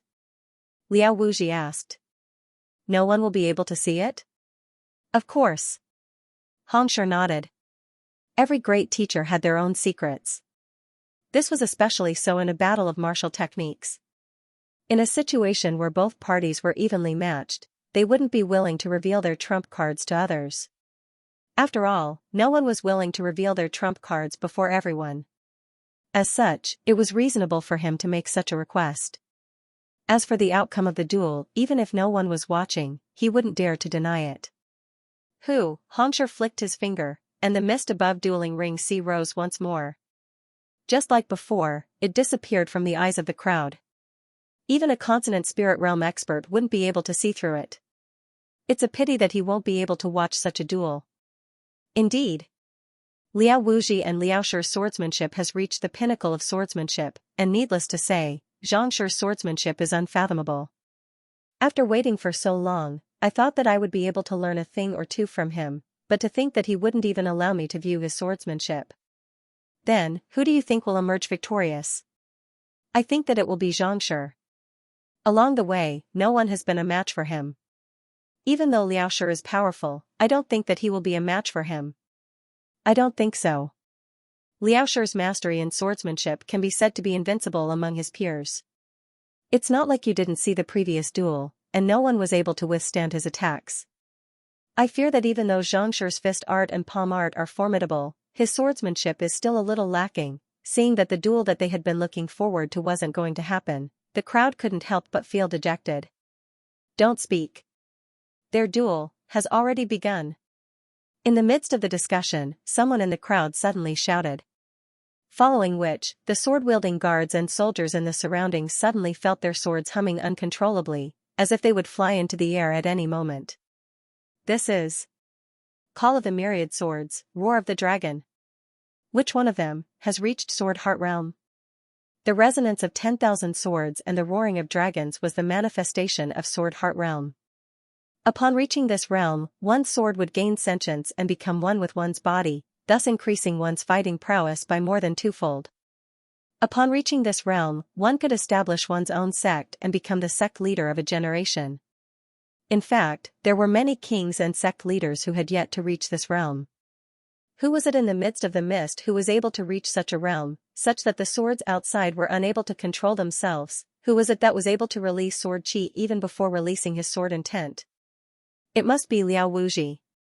Both of our sects reside at the foot of the mountain outside of Myriad Kingdom City, and every morning, I would see him practicing his swordsmanship while facing the waterfall. Back then, I thought that even if he hadn't reached Sword Heart Realm, he should have at least reached Sword Intent Pinnacle. Now that you mention it, I remember seeing the marks he left behind when he was practicing his swordsmanship. His sword intent spilled several zhang away, leaving behind marks on the ground. Most likely, only those who have reached Sword Heart Realm would be able to create such a pattern in the ground. Liao Wuji's reputation as the unparalleled sword genius of the Frigid Gale sect isn't just for show. Indeed. Once he reaches Sword Heart Realm, he'll be able to crush all opponents of the same Cultivation realm. Xianxia's fighting prowess is already beneath the other parties, so it'll be difficult for him to win this time. I don't agree with your views. On the contrary, I think that Xianxia has reached Sword Heart Realm. It's not like you didn't see the situation in the previous few stages. Sensing the overwhelming sword chi within the mist, the faces of the master teachers beneath the stage turned grim. Sword Heart Realm? Wu Tianhao, who had just returned, trembled in shock. Back then, he wanted to challenge Xianxia with a sword art instead of a fist art or palm art. He thought that with his comprehension of swordsmanship, he would be able to defeat the other party easily. Who could have known that Xianxia would accept his challenge directly? He thought that if he had another chance to challenge Zhang Xian, he would definitely use his sword. However, upon sensing the overwhelming sword chi before him, he immediately lost his confidence. Regardless of who the other party was, how could the other party's swordsmanship possibly be weak? At the very least, it wasn't something that someone of his cultivation realm could match. Can Xianxia win? Pavilion Master Kong and the others were worried. Don't worry, he'll definitely win. However, Zhao Feiwu's eyebrows furrowed. But what? Knowing that the second princess was on good terms with Xianxia, the others turned their gazes over. There's no doubt that Xianxia's swordsmanship has long reached the level of Sword Heart. Zhao Feiwu nodded. Back at the Heavens Worship Altar in Xianyuan Kingdom, Xianxia had executed the Sword Heart Realm Sword Qi. She, Jing Songhai, and the others had seen it clearly while standing on the back of the savage beast. Now that her strength had increased, her comprehension of the realms would definitely be stronger as well. If she were to ask who had displayed the Sword Heart state, she was certain that it would definitely be Xianxia. Even if that wasn't the case, his comprehension of swordsmanship shouldn't be any weaker than this. But, he doesn't have a suitable weapon. Zhao Feiwu continued. Xianxia had risen up too quickly. He had a lot of spirit stones on him, but he didn't have many decent weapons. Back when he was in the Honghai City Formation Master Guild, the sword he used to inscribe the formation plate was also borrowed. In a duel of swordsmanship, while one's understanding of swordsmanship was important, one's weapon played a huge role as well. If one didn't have a sword of sufficient quality to contend with one's opponent, even if one's comprehension of swordsmanship was stronger, one would still be at a disadvantage. Then, what should we do? Pavilion Master Kong and the others were taken aback. They thought that with a teacher as formidable as Xianxia, they wouldn't be lacking in resources. Yet, they didn't even have a single spirit intermediate tier sword. If that was the case, how were they supposed to compete? If only they had known that this would happen, they would have just casually borrowed one. However, the duel had already begun, and it was already too late for them to do so. Let's just wait for the result. There's nothing we can do about it. Zhao Feiwu shook her head. Just as everyone was worrying about the outcome, a clear voice suddenly sounded from the mist. Hongshi, please remove the formation. The battle has ended? Everyone was stunned. Since the other party didn't want anyone to see the result of the duel, wouldn't it mean that the duel between the two was over? How many minutes had it been? Less than 2 minutes. Could it be that one of them had won and the other had lost? Wasn't this speed a little too fast? Amidst bewildered gazes, the mist before them slowly dissipated, revealing two figures. Xianxia and Liao Wuji were still standing at their original positions, as if they hadn't moved at all. There weren't any injuries or sword wounds on their bodies either. What everyone thought would be a dangerous duel didn't seem to have started at all. Who in the world won? I have no idea either, but where is Xianxia's sword? Isn't it supposed to be a duel of swordsmanship? Why isn't Xianxia holding his sword? Could it be that Xianxia has thrown away his sword and admitted defeat? Even though both parties didn't move from their positions, Liao Wuji was wielding a sword in his hand. On the other hand, Xianxia was barehanded. It was hard to tell whether he had kept his sword in his storage ring or didn't take it out at all. However, from the looks of it, it was impossible to tell who had won or lost. I have lost. Just as everyone was guessing, Liao Wuji's voice sounded. Shaking his head, the genius kept his sword in his storage ring. Liaoxia lost? What the hell is going on? A huge commotion broke out. What did Xianxia do to make Liao Wuji, whose swordsmanship had reached profound mastery, admit defeat willingly in less than 2 minutes? Xianxia's swordsmanship has reached profound mastery. I admit defeat. Ignoring the shock of the crowd below, Liao Wuji shook his head and clasped his fist toward the young man before him. I have reached Sword Heart Primary Stage, and I feel that it will be extremely difficult for me to advance any further. May I know if Xianxia is willing to offer me some pointers? In the entire Frigid Gale sect, other than him, there was no one else who had reached Sword Heart Realm. Even if he wanted to advance his cultivation, there was no way for him to do so. Even though the young man before him was younger than him, his comprehension of swordsmanship had already far surpassed his. If he could make use of this opportunity to consult the other party, it would surely be of great help to his future cultivation. Pointers? Not expecting Liao Wuji to be so calm about his loss, Xianxia nodded calmly. Stretching out his hand, he said, sword. Yes. Liao Wuji's eyes lit up, and he hurriedly whipped out his sword and passed it to Xianxia. With a flick of his finger, the sword left its sheath, and a sinister sword qi burst forth from it. Xianxia is intending to offer Liao Wuji some pointers? That seems to be the case. But, why isn't he using his own sword? Other people's swords have already acknowledged their master. If the spirit of the swords were to rebel against him, he wouldn't be able to execute the effects of the sword intent. Indeed, this is really weird. Seeing that Xianxia was asking for a sword, a deep frown appeared on the faces of the crowd. Upon reaching spirit tier, a sword would gain its own spirit. Once it acknowledged its master, it would be difficult for others to wield it. Since Xianxia was going to impart a sword to Liao Wuji, why didn't he use his own weapon instead? Just as everyone was wondering what Xianxia was going to do, the sword in the other party's hand suddenly chimed sharply.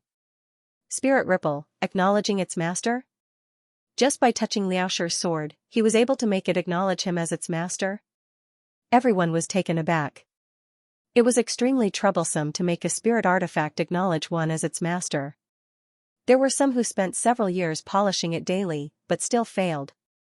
Yet, Xianxia was able to make Liao Shi acknowledge him as its master with just a touch of his hand. Just like the viridescent eagle, the other party's sword immediately vibrated intensely, intending to acknowledge him as its master. Wasn't this a little too inconceivable? Liao Wuji didn't expect this either, and his eyes widened in shock. Back then, in order to make the sword acknowledge him as its master, he had spent half a year and even nourished it with his blood essence for an entire month before it submitted completely to him. The other party had only touched it once, and the other party was already begging for it to acknowledge him as its master. Wasn't this gap a little too huge? Watch carefully, I'll only use it once. While everyone was still in shock, Xianxia's impassive voice sounded. They hurriedly calmed themselves down and focused their gazes on Xianxia. The crowd fell silent as well. No one dared to blink, fearing that they would miss something. To be able to defeat Liao Shi, who had comprehended sword heart, they were curious to see how deep Xianxia's comprehension of swordsmanship was. Under everyone's gazes, the sword in Xianxia's hand moved. In his hand, the chilling sword seemed to have lost its luster and might. It was as weightless as a straw, but at the same time, it also felt like an extension of his arm. Voila, the sword slashed toward Liao Wuji, but as soon as it arrived before him, it was retracted. Due to its speed, there were many who didn't manage to see it clearly. Dang Lang, sheathing the sword back into its sheath, Xianxia walked down the stage. What swift swordsmanship! Is this Xianxia's comprehension of swordsmanship? The crowd glanced at one another in bewilderment.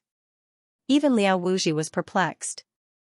Xianxia's slash was indeed fast, but, given his strength, he was still able to do the same easily. In fact, he could have done it even faster than that.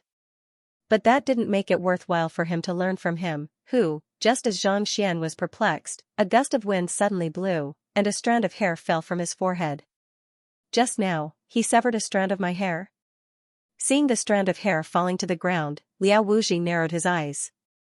To be able to sever a single strand of hair with a single slash, the other party's control over his strength was truly frightening. Could it be that, as expected of Xianxia, he was indeed fearsome? He severed Liao Shi's hair with a single slash, and he didn't notice it at all? What kind of swordsmanship is that? What level of mastery of swordsmanship does one have to reach in order to achieve such a feat? I have no idea. But it seems like he has already reached the pinnacle of lower sword heart, or perhaps intermediate sword heart. Intermediate sword heart? The crowd fell silent. To sever a strand of hair with a single slash, they wouldn't have dared to believe it if they hadn't witnessed it with their own eyes. Thank you, Xianxia, for your guidance. Liao Wuji clasped his fist respectfully. You understand? Xianxia paused in his footsteps. I understand. Xianxia severed a strand of hair with a single slash, indicating his frightening control over it. What he meant was for me to cultivate my control over it, Liao Wuji hurriedly explained his comprehension. But before he could finish his words, Xianxia shook his head. Under the moonlight, his silhouette looked exceptionally dejected. It seems like, you don't understand. After saying those words, he flung his sleeves lightly. A gust of wind blew by, and the strand of hair that had fallen to the ground earlier was swept up lightly. In an instant, the strand of hair was severed into dozens of small pieces, fluttering in the air. This isn't a single slash? Liao Wuji narrowed his eyes, and his face paled. The gust of wind from the flick of Xianxia's sleeves was calm and composed, so it was impossible for it to have severed Xianxia's hair. There could only be one possibility for that to be the case, and that was Xianxia didn't just sever his hair with a single slash but Dozens of slashes, however, these slashes didn't manage to sever his hair directly. On the surface, it looked like a single strand of hair was still intact, and it was severed into dozens of pieces. Lowering his head to look at the fluttering strands of hair, he realized that every single piece was of the same length, and the severed ends were smooth and smooth. Severing a strand of hair with a single slash was a feat that many swordsmen were capable of. But to execute dozens of slashes consecutively without breaking it. What kind of control did one possess? Liao Wuji's body trembled uncontrollably, and he found himself at a complete loss for words. He thought that the other party had already understood what was going on, but at this moment, he realized that he was mistaken. This was no longer just a matter of control. Rather, the sword was just like his finger, possessing a sense of touch. It knew how thick a strand of hair was, how strong it should be, and how it could be severed by the wind.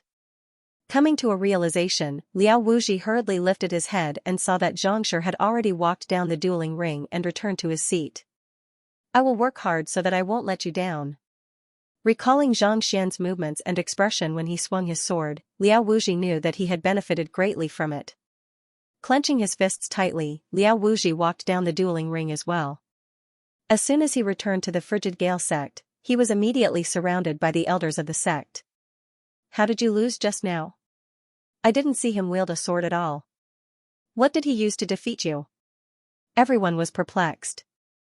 Xianxia didn't even draw his sword, so why did Liao Wuji admit defeat? What did he use to defeat me? Recalling the scene just now, Liao Wuji let out a bitter laugh. His pupils involuntarily contracted and his body trembled. A finger, a finger? Everyone was stunned. Song Chao and Ruohuan Gongzi had already reached this stage.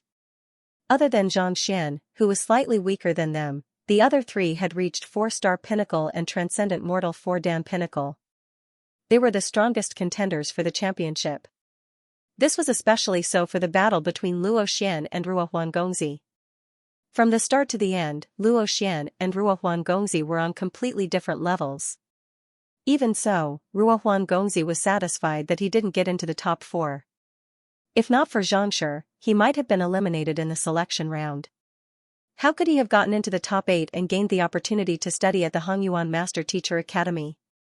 Next battle, Luo Xian from the Sky Cloud Martial School versus Bai Jianghai from the Gazing River Martial School, Huang Jing from the Falling Sand Martial School versus Zhang Xian from the League of Nations. Hanxia told him the rest of the matches. Huang Jing of the Cascading Sand sect? The guy ranked 4th on the potential list? Zhang Xian looked at a young man on the stage. This name was also ranked 4th on the potential ranking. In terms of cultivation and strength, he was on par with Liao Wuji. Xianxia, be careful. I've seen all of Huang Zhang's matches. Every match is different, but he can always crush his opponents. He's really strong. He's not simple. I'm starting to suspect that the reason why my ranking wasn't as high as Liao Wuji and the others was because I was hiding my strength. Pavilion Master Kong said with a grim expression. He had seen all of Huang Zhang's previous matches, and there wasn't a single match that was similar to his. Yet, the other party was able to emerge victorious in every single match. Most probably, the other party's true strength wasn't inferior to the rumors. In fact, he might even be on par with Luo Xian. Regardless of who he is, he should be the one suffering a headache when facing Xianxia. Zhao Feiwu chuckled. That's true. Pavilion Master Kong smiled awkwardly. Previously, he was still worried that Xianxia's cultivation was a flaw, and that it would be difficult for him to reach the very end. However, after the duel between Wu Tianhao and Liao Wuji, such thoughts had vanished from his mind. Zhang Xian was like an invincible god of war. Anyone who met him would be doomed, and their confidence would be crushed. Even though Huang Jing seemed to be formidable in the previous few rounds, that was only because he was facing others. If he were to meet Xianxia, he probably wouldn't fare any better than the others. Seeing how confident everyone was in him, Zhang Xian smiled bitterly and walked up the stage. At this moment, Huang Jing was already standing opposite him. Upon seeing him, he clasped his fist and greeted, "Xianxia." "Huangxia." Zhang Xian returned the greeting respectfully. "I wish to compete with Xianxia in an importation competition." Huang Jing said calmly. Impartation competition? The rules are simple. 100 people will be chosen from the square, and they will conduct a lecture simultaneously. Impartation of heaven's will is prohibited, and after the lecture, the one who has the most people willing to acknowledge as their teacher will be the victor. Huang Jing spoke of the rules. Of course, if one felt that it was unfair, one could reject it as well. Sure. Xianxia nodded his head. Impartation competition? Impartation of heaven's will is prohibited as well? Isn't that a little too much? Indeed. Impartation of heaven's will is the symbol of a master teacher, and it is the most convincing means of a master teacher. Based on Xianxia's previous experience, it is difficult for him to emerge victorious in any other competition. Impartation of heaven's will is different. Sometimes, no matter how good a teacher is, if a student doesn't like him, it will be difficult for them to acquire knowledge.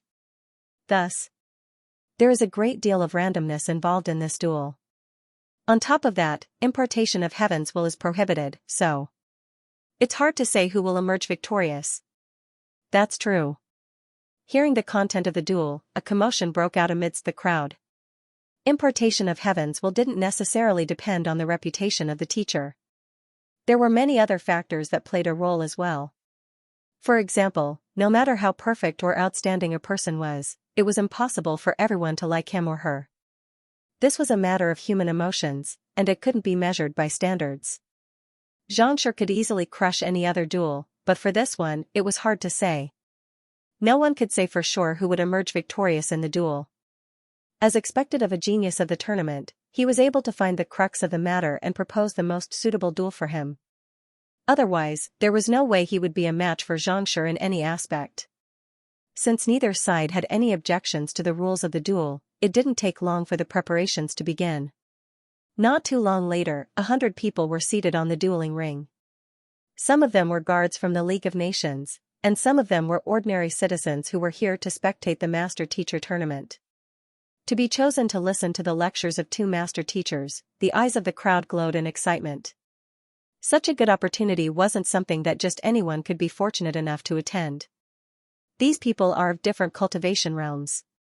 Why don't we impart some basic knowledge of cultivation to them? Otherwise, I fear that those with lower cultivation realms won't be able to understand and those with higher cultivation realms won't be able to. Huang Jing said. The 100 people who were chosen all had varying cultivation realms, ranging from Fighter 1 Dan to Transcendent Mortal 3 Dan.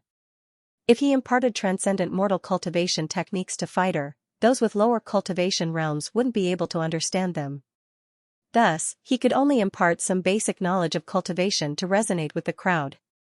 All right. Xianxia nodded his head.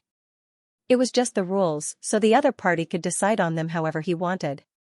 While he might not be able to impart anything else, on the fundamentals. Even if Xianxia were here, he probably wouldn't be able to do a better job than him. The basic knowledge compiled by the Library of Heaven's Path was flawless. This was something that no master teacher could achieve. Alright, you and I will conduct the lecture telepathically together. They will listen to whoever they are willing to listen to without interfering with one another, and the time limit is an incense's time. After an incense's time, the one who has the most number of people listening to him will be the victor. After explaining the content of the duel, Huang Jing waved his hand grandly.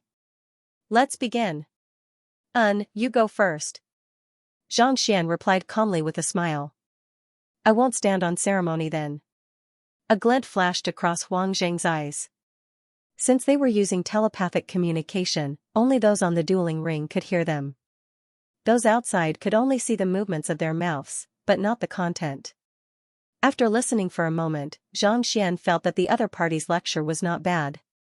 Nodding his head, he stepped forward and began his lecture as well.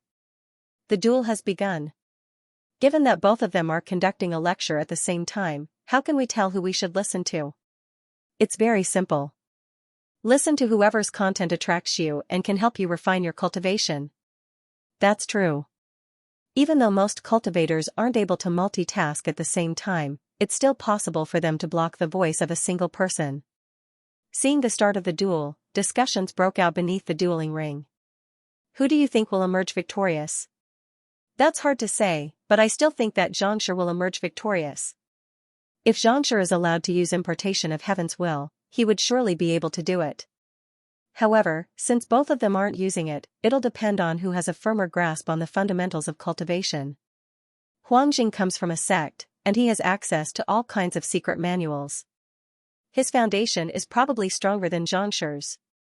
Since there was a duel, there were naturally people who were concerned about the outcome. Unable to hear the content of the lecture, the crowd scratched their heads in frustration, trying to discern something from the changes in the dueling ring. However, it was a pity that they were unable to discern anything at all. The crowd seemed to have been hypnotized. Every single one of them was listening intently to Huangxi's lecture. It was hard to tell whether it was due to Xianxi's lecture or Huangxi's lecture that they were in such a state. The duel between Luo Xian and Bai Jianghai has ended. Just as the crowd was perplexed, wondering what the duo was talking about, someone from the crowd suddenly shouted. Hurriedly turning their gazes over, they saw that the duel on the first dueling ring had ended. Bai Jianghai's eyebrows shot up, and a powerful aura emanated from him, making him seem inviolable. On the other hand, Luo Xian, who was the most popular contender for the championship, stood quietly on the other side, shaking his head in disappointment. What happened? Who won? Upon seeing this sight, everyone was taken aback. Bai Jianghai wasn't too famous, and he wasn't even in the top 10 of the board of potential. Everyone thought that he would surely lose to the number 1 genius, Luo Xian, but why did it seem like that wasn't the case? Luo sure has lost. A master teacher who had been observing the duel earlier couldn't help but exclaim. Even he found it hard to believe what he had just said. Luo sure is known as the number 1 genius, and he is the most likely candidate to become the champion. How could he lose? Many people couldn't believe what they were hearing. They were competing in terms of cultivation, and the two of them are roughly on par with one another. In fact, Luo sure is slightly stronger than Luo sure. Logically speaking, he should have been able to emerge victorious. Who could have known that? Bai Jianghai, perhaps due to luck, or perhaps it was due to his accumulation. He actually managed to achieve a breakthrough in the midst of the duel, reaching consonant spirit realm. The master teacher said with a bitter smile. Achieved a breakthrough in the midst of the duel? Consonant spirit realm? Everyone was taken aback. He isn't too far away from the 3rd place. Does anyone still have a monthly ticket? Consonant spirit realm was the first hurdle of transcendent mortal 9 Dan. Countless people were stuck at clarifying turbidity realm pinnacle, unable to advance any further. This trial emphasized on the compatibility of one's soul with one's physical body, and one's soul energy had to be strengthened as well. Even if one were to cultivate diligently, it would be difficult for one to achieve a breakthrough. To succeed in a battle. Wasn't this Bai Shi's luck a little too good? This was an experience that countless cultivators dreamed of having. Indeed. Even though Luo Shi lost the duel, there's nothing to be ashamed about. To achieve a breakthrough in the midst of a battle isn't just luck. It also has to do with his previous accumulation and courage. It seems like this Bai Shi is the greatest dark horse in this tournament. To be able to shock the world at the crucial moment, incredible. Upon understanding what was going on, the crowd couldn't help but be impressed. To achieve a breakthrough at such a crucial moment, just how strong of a heart did one have to be able to withstand the pressure, putting aside how powerful Bai Shi was in the past, just his mental fortitude alone was far beyond that of an ordinary cultivator. Even if Luo Xian lost, it wouldn't be a loss. Now that the results of the duel are out, let's see who will emerge victorious between Xianxia and Huangxia. With the first round coming to an end, the crowd turned their attention back to the second round. They were curious to see which 2 geniuses would emerge victorious in the master-teacher tournament. Look, the lecture has come to an end. It's about time for the lecture to end. Amidst the discussions, the duo on the stage stopped, and the 100 or so people sitting cross-legged on the stage slowly opened their eyes. It seemed like even though they had only listened to the lecture for an instant's time, they had benefited greatly from it, resolving many of the problems they faced in their cultivation. Who will emerge victorious? It's hard to tell for now. Let's see how these 100 people will acknowledge him as their teacher. Knowing that the results of the duel would be out soon, everyone turned their gazes over nervously. They were curious to see who would emerge victorious between Xianxia and Huangshi. After the lecture ended, Xianxia heaved a sigh of relief. Even though he was confident in his lecture, he wasn't 100% sure how these people would choose to acknowledge him. After all, without the impartation of heaven's will, the credibility of his lecture would be lowered significantly. In fact, it might even be too profound for others to understand. Let's see the results. Shaking his head, Xianxia turned his gaze to the crowd and said, "Everyone." Just as Xianxia was about to ask how many people had acknowledged him as their teacher, a figure suddenly blurred before him. Kneeling before him, he said, "Xianxia, I beseech you to accept me as your student. I'll surely study hard and live up to your teachings." "Teacher Huang, what are you doing?" Seeing the figure kneeling in front of him, Xianxia was shocked. It was none other than his opponent, Huang Jing. Even though the two of them were teaching through voice transmissions, they were still able to hear the content of the other party's lecture. Xianxia's lecture was simple but profound, straight to the essence of cultivation, making it hard for him to control himself. He couldn't help but want to acknowledge the other party as his teacher. What? After the lecture, before the others could even tell the difference, Huangshi had already acknowledged him as his teacher?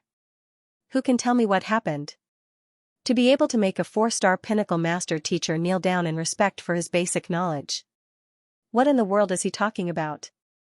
Indeed. More importantly, you didn't use your impartation of heaven's will? The crowd below went into a frenzy.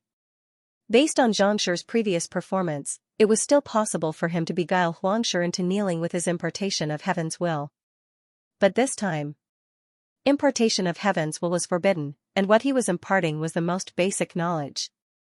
Under such circumstances, Huangshi actually kneeled down. What in the world was going on? Before the intense duel was over, the other party actually insisted on kneeling down to acknowledge him as his teacher. What in the world was this?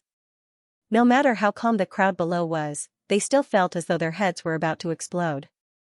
Did it have to be so exaggerated? "Xianxia, we also wish to acknowledge you as our teacher." Before the crowd could recover from their shock, the 100 cultivators on the stage also kneeled down to the floor. Their gazes were filled with sincerity and respect as they gazed at Xianxia. All 100 of them acknowledged him as their teacher? The crowd fell silent. When two master teachers of the same rank conducted a lecture simultaneously, the results would usually be half and half. After all, everyone had their own emotions, and there were all kinds of stereotypes.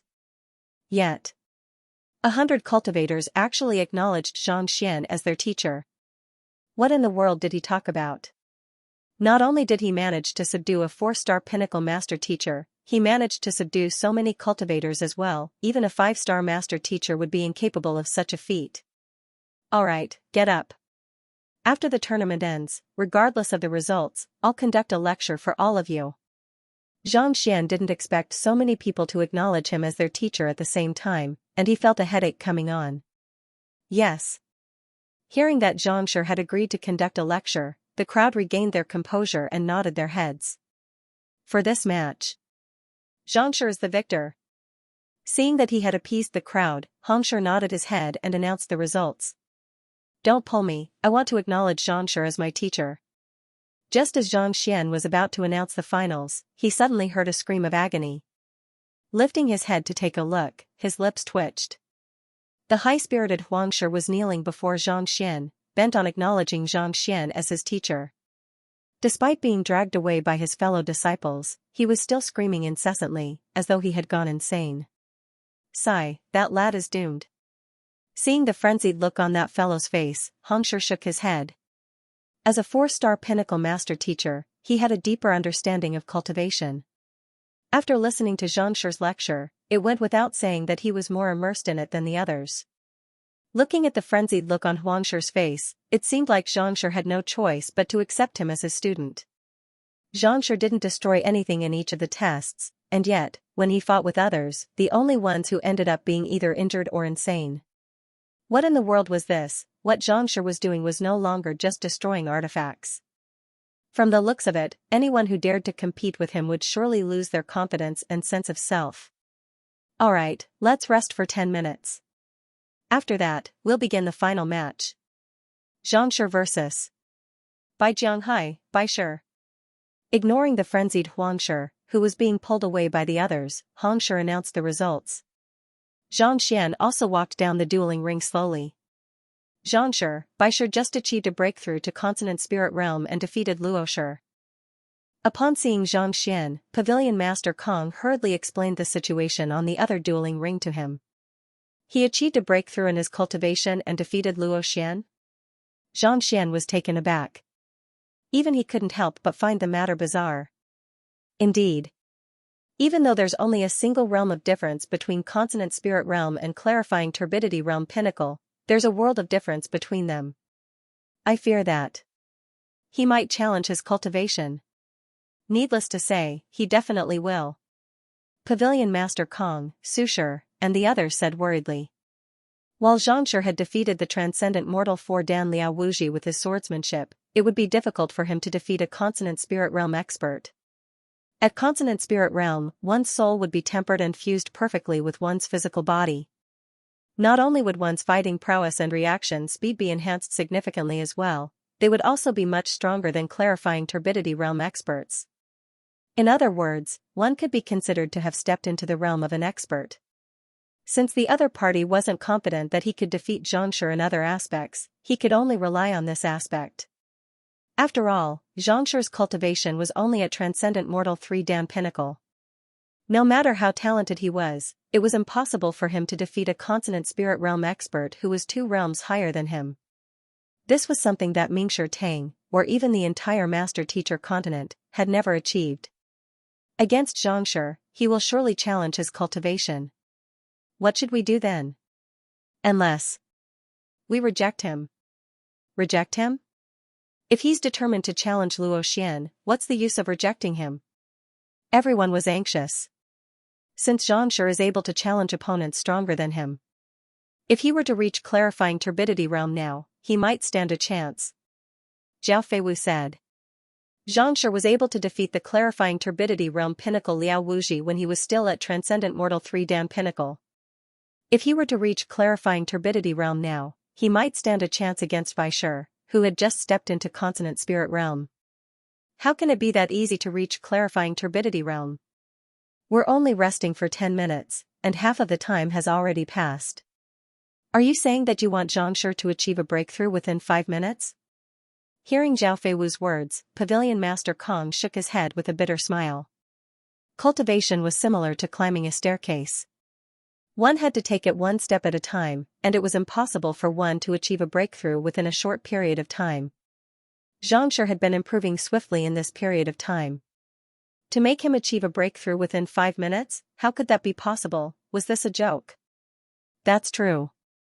Zhao Feiwu nodded. Just as she was about to think of another solution, the young man beside her suddenly turned to her and asked, "You mean to say that as long as I reach Clarifying Turbidity Realm, it won't be easy for him to defeat me?" Yes. Zhao Feiwu nodded. All right then. Give me a moment, I'll make a breakthrough first. Zhangshi nodded. Flicking his wrist, a middle-tier spirit stone appeared in his palm. Placing his palms together, his aura surged as though gasoline. Give him a moment? It can't be that Zhangshi intends to achieve a breakthrough right now? What's so impossible about that? It's not like he hasn't achieved a breakthrough at a crucial moment before. Hearing Zhangshi's words and seeing his actions, everyone was stunned. Do you have to be so exaggerated? Do you think that achieving a breakthrough is as easy as eating sweet potatoes? So simple? However, before everyone could recover from their shock, a resounding buzz sounded. Zhangshi's strength seemed to have broken through some kind of bottleneck, and it was rising steadily. Transcendent Mortal 4 Dan. Clarifying Turbidity Realm? The mouths of Pavilion Master Kong and the others twitched. They thought that Zhangxian was just joking around, but was he serious about it? Sensing the disturbance in the aura, Bai Jianghai turned his gaze over. He thought that with his breakthrough to Consonant Spirit Realm, he would be able to deal with the other party easily. Who could have thought that the other party would achieve a breakthrough as well? Zhangshi, is there anything you can't do? No, I can't allow him to achieve a breakthrough. Otherwise, I'll surely lose this duel. Gritting his teeth, he stood up and walked up to the dueling ring. Flinging his sleeves, he said, Zhangshi, I have already rested well. Since everyone is waiting for me, let's not delay any longer. Let's begin. Begin right away? He must be afraid after seeing Xianxia achieve a breakthrough. That must be the case. Xianxia has just achieved a breakthrough, so he hasn't reinforced his cultivation yet. If he were to fight now, he would be able to gain the upper hand. Who knows what would happen if he were to reinforce his cultivation? Seeing that Bai Jianghai was proposing a duel before the rest was over, everyone frowned. In Transcendent Mortal 4 Dan Clarifying Turbidity Realm, the clear is the soul and the turbid is the body. Given that I have just made a breakthrough, my current state is like a puddle of muddy water. If I were given an hour to settle down, my strength would have surely been raised significantly. But now, I fear that I won't be much stronger than a yin-yang realm pinnacle cultivator. Unable to distinguish between turbid and clear, the body and soul are stuck in a stalemate. It's good that the strength doesn't increase, but it might even weaken. You can't say that Baishur is in the wrong. If it were me, I would definitely propose a duel right now. Indeed. The champion of the Master Teacher Tournament has always been highly valued. Given that he has already come this far, no matter how proud he is, he wouldn't be able to give up so easily. There were also many people who shook their heads. Master teachers were humans, and humans had all kinds of emotions and desires. This matter concerned the champion of the Master Teacher Tournament and a high-tier spirit stone. No one would be willing to hand it over to someone else. Thus, Bai Jianghai's way of doing things could not be said to be wrong. In fact, if they were in Bai Jianghai's shoes, they would definitely do the same. Yin-yang realm was a realm where yin and yang coexisted with one another. Upon achieving a breakthrough, one's entire body would turn into a murky puddle of water, and one would have an hour to adjust. Those who were clear would rise up while those who were murky would sink down. Naturally, one's fighting prowess would increase by leaps and bounds. However, with the Master Teacher Tournament around the corner, as his opponent, how could he possibly give him such an opportunity? Instead of giving him a chance and directly competing with him, his breakthrough was not as good as before.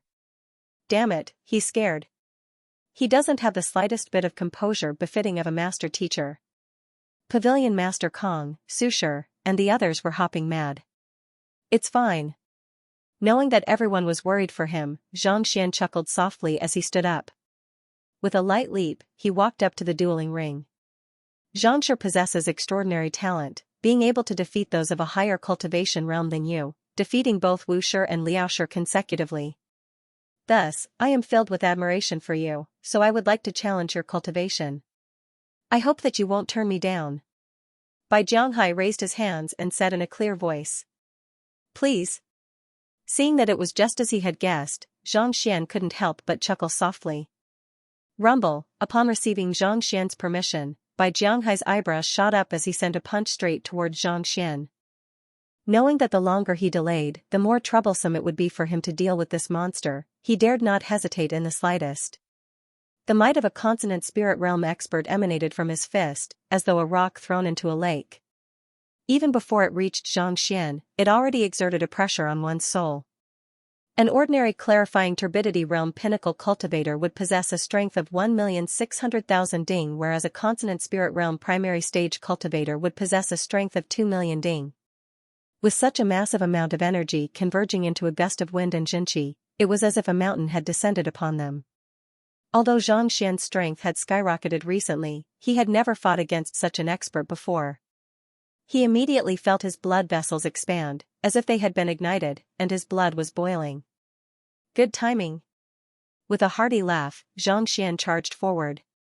Fist of the heavens, bang, when their fists collided, Xianxia was forced back 7 or 8 steps. In order to test the strength in his body, he chose not to use his soul power. After being defeated in a single move, he smiled and charged forward once more. Humph. Seeing how the other party dared to go against him despite having just achieved a breakthrough, Bai Jianghai's eyebrows shot up. Even though the previous move didn't injure the other party, it allowed Xianxia to gauge the other party's strength.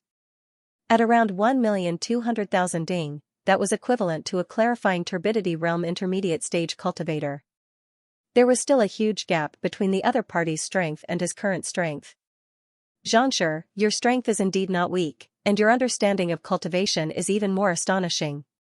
However, if this is all you have, then I'm afraid the first place will be mine. With a long roar, he changed his fist into a palm. With his 5 fingers spread open, he swung it down. Hong Long, a massive palm print immediately appeared on the dueling ring. As if a ferocious tiger reaching out its sharp claws, the palm struck down on Xianxia. It's Baisher's Great Vajra Reversal Palm. That's a spirit intermediate tier pinnacle battle technique. Once executed, one would be invincible among cultivators of the same cultivation realm. This is bad. To use his strongest move right from the start, isn't he a little too vicious? Upon seeing the attack on the dueling ring, there were some who recognized it, and they exclaimed in shock. Great Vajra Reversal Palm was an extremely ferocious palm art. It was one of the battle techniques that Bai Jianghai specialized in. To use it in just 2 moves, it seemed like he had no intention of holding back at all. Instead, he intended to use his strongest move to defeat Xianxia. Oh, let me see how powerful this move of yours is. Xianxia didn't bother dodging. Instead, with a loud roar, he charged forward and met the other party's fist with a punch. Pong! As the fist and palm collided, Xianxia's face reddened. Like a rubber ball that had been sent flying, he was sent flying several dozen steps back before finally coming to a stop. It was indeed a little too much for him to withstand the attack of a consonant spirit realm primary stage expert without using his soul energy. That's not right. This doesn't seem to be Xianxia's strength. Watching the duel on the dueling ring, Wu Tianhao frowned. He had been sent flying right from the start of the duel with Xianxia. Even though the other party had made use of his strength to launch a counterattack, the strength that he had exerted back then was definitely not just 1.2 million ding. Why, would it be so much weaker now that he had achieved a breakthrough? Indeed. Even if Xianxia's strength is inferior to Bai Jianghai's, given the sword art he used in the previous duel, it wouldn't have been easy for Bai Jianghai to defeat him. Why, would he choose to go against him head-on? Not too far away, Liao Wuji was perplexed as well. The two of them had exchanged blows with Xianxia before, and they knew that despite his young age, the young man possessed many tricks up his sleeves. So, why was it that when he was fighting with them, he was able to display such ferocity? Yet, when he was fighting with Bai Jianghai, he didn't use any tricks at all, choosing to clash head-on instead. Pung pung pung pung. Amidst their bewilderment, the duo on the dueling ring exchanged several blows. Every single time, Xianxia would use his full strength to meet Bai Jianghai's attack head-on. Needless to say, he was forced to retreat continuously. At this moment, Xianxia looked like a boorish fellow who didn't know any battle techniques, only using brute force to clash head-on. Wait a moment, look at Xianxia. He seems to be using only a single arm. Throughout the entire duel, he hasn't used his other arm at all. Someone in the crowd shouted. Only upon hearing that shout did the crowd realize that Xianxia had only used his right hand throughout the entire duel. His left hand hadn't moved at all, as if it was injured. Why is a clarifying turbidity realm cultivator using only a single arm against a consonant spirit realm cultivator? Could it be that he's injured? That's not right, he was still using his left hand when he was guiding Liaoshi's swordsmanship. Could it be that he's going easy on Baisher? That can't be. Xianxia is already at a disadvantage, why would he go easy on Baisher? The crowd also noticed this problem, and they were perplexed. Only in a battle between the strong and the weak would one have to go easy on the weak. Xianxia was clearly the weak one, so why wasn't he using a single arm? Xianxia seems to be holding onto a spirit stone in his left hand. Some of the more perceptive master teachers immediately realized what was going on. Holding onto a spirit stone? Could it be that he's absorbing spiritual energy while fighting, intending to achieve a breakthrough? That's true. Cultivating while fighting? Is that for real? That seems to be the case. Why does it seem like Xianxia's aura and strength have risen significantly? Noticing the anomaly, the master teachers stared at one another in disbelief. Xianxia was actually holding onto a spirit stone in his unmoving hand. In other words, while fighting, he was absorbing spiritual energy to reinforce and raise his cultivation. How was that possible? Incredible! Incredible! Pavilion Master Kong suddenly recalled something, and his blood began to boil in agitation. In the clarifying turbidity realm, one's cultivation can only grow stronger through the separation of purity and turbidity. Under normal circumstances, it would take a long time to achieve this. Yet, despite knowing that he doesn't have enough time, Xianxia still chose to forcefully withstand it. It's not that he's overestimating himself, but he's making use of the other party's strength to separate the purity and turbidity to raise his cultivation. Forcefully separating the purity and turbidity? How did he do it? Sushir and Lingshir had been stuck in the clarifying turbidity realm for many years, unable to reach the pinnacle. Upon hearing such a matter, their eyes widened in shock, as though they had seen a ghost. Bai Jianghai has just reached consonant spirit realm, so his control over his soul and physical body isn't perfect yet. As such, his attacks are infused with both his soul and Jinqi. Xianxia is making use of this flaw to clash Jinqi with Jinqi and soul, forcefully separating the turbidity in his body. Pavilion Master Kang's face was filled with astonishment and admiration. If Xianxia was a puddle of turbidity previously, by making use of the other party's strength, he was able to separate the turbidity and raise his cultivation. Making use of the other party's strength to separate the purity and raise his cultivation? Isn't this way too exaggerated? Sushir and the others widened their eyes in shock. The other master teachers who had seen through the matter were also in disbelief. To make use of the other party's weakness to raise one's strength during a battle. If Bai Jianghai were to know that he was only a whetstone for the other party, would he vomit blood on the spot? Previously, when I saw Bai Shi achieving a breakthrough on the spot, I was deeply impressed by his courage and magnanimity. However, after seeing Xianxia's performance, I realized that means nothing at all. Indeed, humans are meant to be compared. Breaking through on the spot can't be compared to cultivating while sparring at the same time. To make use of the other party's strength to forcefully raise one's strength, I'm afraid that only Xianxia would have the guts to do so. If it were anyone else, the slightest mistake could have doomed them. As master teachers, since they could see through Xianxia's intentions, naturally, they understood the dangers involved as well. If it were anyone else, it would be difficult for them to withstand more than a few blows from a person who was an entire cultivation realm higher than them. Yet, Zhang Xian chose to cultivate while fighting at the same time. How daring and confident did he have to be? Even though they were witnessing it with their own eyes, they couldn't help but feel frenzied. It's fortunate that I was defeated in a single blow. Otherwise, it would have been even more embarrassing. Wu Tianhao smiled bitterly. Liao Wuji nodded in agreement. Previously, the two of them felt indignant that they had lost to Xianxia. However, after witnessing this sight, they realized that it was fortunate that they had been defeated so quickly. Otherwise, if they were to cooperate with the other party like a fool, they would have died from embarrassment. Damn it, you want to use me as a whetstone? Dream on. On the dueling ring, Bai Jianghai also realized that something was amiss. With a savage expression, he roared furiously. He thought that if he were to attack the other party before he could reinforce his cultivation, the other party would be in a fluster. Never in his dreams did he expect that the other party would use him as a whetstone instead. The frustration he felt was driving him insane. Damn it! With a furious roar, his aura surged once more, as though he had broken through the shackles of Consonant Spirit Realm primary stage. Supreme Berserk Demon Fist? This is bad. The face of an elder from Gazing River sect warped in horror. Monday, pleading for 2 recommendation tickets. The Supreme Demonic Fist was a secret move of the Gazing River sect, and it was never passed down to outsiders. Once executed, one's strength would surge by a small cultivation realm for a short period of time. However, after executing the move, one's original cultivation would plummet. It wasn't easy for Bai Jianhai to reach Consonant Spirit Realm. If he were to die because of this, not only would he suffer a huge loss, even the entire Gazing River sect would suffer a huge loss. One must know that in the 28 powers, there were only a handful of Consonant Spirit Realm experts, less than 100 of them. On top of that, the Gazing River sect didn't even have 5 of them.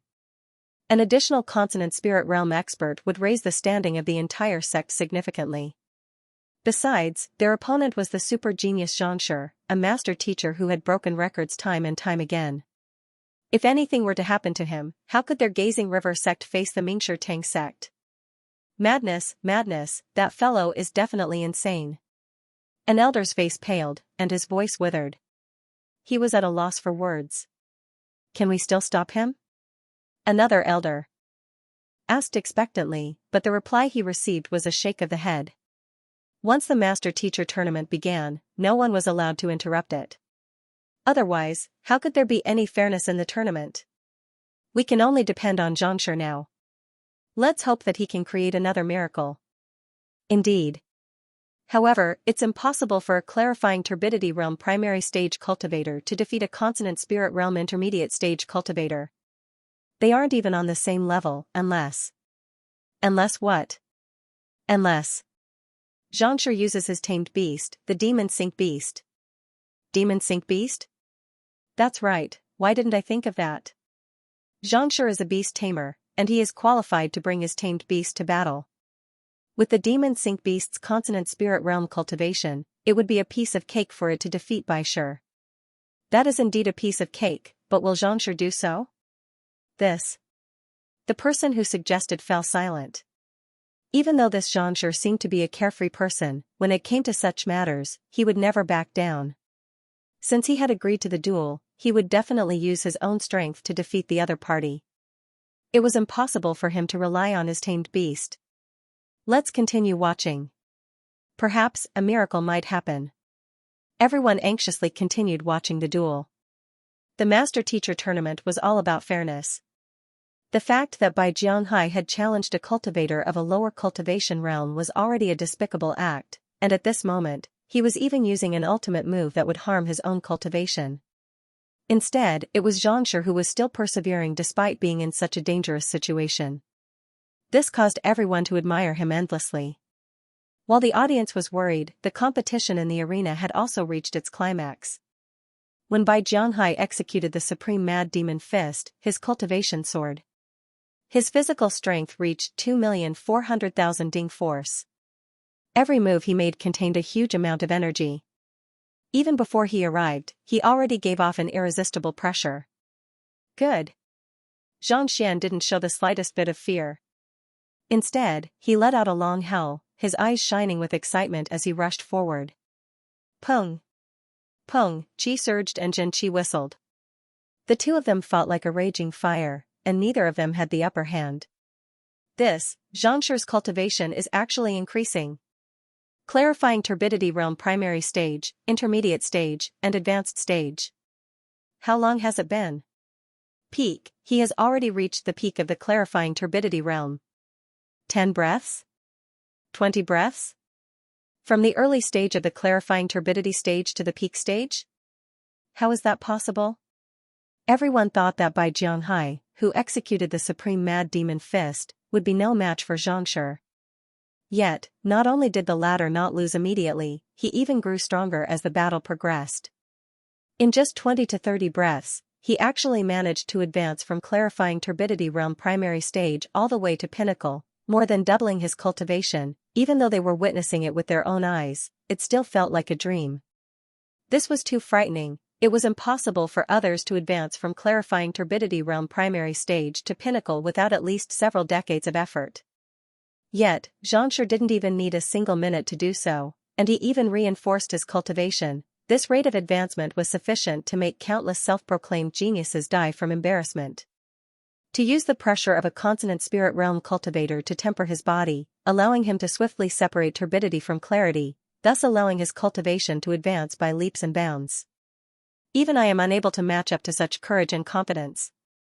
Hongshir's face paled as he muttered to himself. With his eye of discernment, he could tell what was going on. To be able to face a consonant spirit realm expert with his clarifying turbidity realm cultivation without fear, even borrowing the other party's strength to break through the bottleneck of his body. Putting aside him, even Pavilion Master Mo Gaoyuan might not be able to do the same. Initially, they thought that Xianxia was only superior in the field of master teachers. After all, he had a teacher whom they suspected to be an 8-star master teacher to guide him day and night. It would be hard for them to believe that he wasn't a formidable figure. But at this moment, they realized that not only was the other party strong in other aspects, even his cultivation, which seemed to be his weakest point, far surpassed them. There was no comparison at all. Looks like he'll be the champion of the tournament this time. Only at this moment did they finally heave a sigh of relief. The reason why Pavilion Master Mo Gaoyuan had taken out a high-tier spirit stone was so that he could better befriend Xianxia and lay the foundation for his relationship with Xianxia. From the looks of it, the other party didn't disappoint him. As expected of the student of an 8-star master teacher, both his strength and wits were outstanding. Boom, while the crowd below was nervous and anxious, on the stage, Xianxia had already entered a profound state. Making use of the other party's strength to raise his cultivation was something that he had thought of on the spur of the moment. He thought that it would be difficult to accomplish, but who could have thought that not only would it succeed, the effects would even be so perfect. At this moment, dense Xianxia was flowing through his meridians like the rumbling of thunder. Both his aura and strength had undergone a qualitative leap. Under normal circumstances, it would take at least 2 hours to cultivate using a middle-tier spirit stone. However, not only did his cultivation reach clarifying turbidity realm pinnacle in a short period of time, more importantly, his Xianxia reserves had also increased, allowing him to circulate his Xianxia more freely. It was as if he had been immersed in it for several months, saving him a lot of time. Previously, when he was at Yin Yang realm pinnacle, he possessed a strength of 1 million ding. And now, his strength had doubled, reaching 2 million ding. With his Xianxia of 2 million and soul cultivation of 1,600,000, his strength would add up to 3,600,000 ding. Even a consonant spirit realm pinnacle expert would be killed with a single punch. For ordinary consonant spirit realm cultivators, their strength would reach 2 million ding in primary stage, 2,400,000 in intermediate stage, 2,800,000 in advanced stage, and 3,200,000 ding in pinnacle stage. Powerful, while Xianxia was feeling the changes in his body, Bai Jianghai was on the verge of going insane. Under normal circumstances, it should have been easy for him to crush the other party after executing his ultimate move and raising his cultivation significantly. Who could have thought that? The more he fought, the more his heart chilled. Even though he was exerting all of his might, the other party was still able to deal with his attacks casually, as though he was asleep. He couldn't hold it in any longer. Lie down.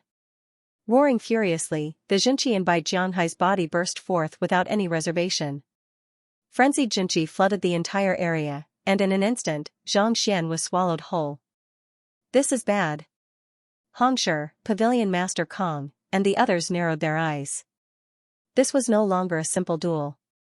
Such frenzied moves could be considered a life-and-death battle. The slightest carelessness could lead to the demise of one party. Insane, he's really insane. The faces of the elders of the Gazing River sect paled. Even though they hadn't experienced the matter regarding Xianxia personally, they had heard some rumors, and they knew that Xianxia's background wasn't simple.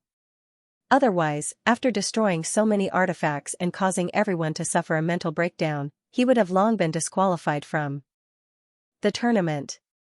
How could he possibly remain here and continue participating in the tournament? Even Hongshi was on the verge of going berserk, but there was nothing he could do about it. For you to use your full strength to kill such a figure, what else could you be but a lunatic? Just as everyone was at a loss for what to do, Xianxia, who had just finished comprehending the Xianxia in his body, finally recovered. Looking at the frenzied Xianxia before him, he lightly struck his palm forward.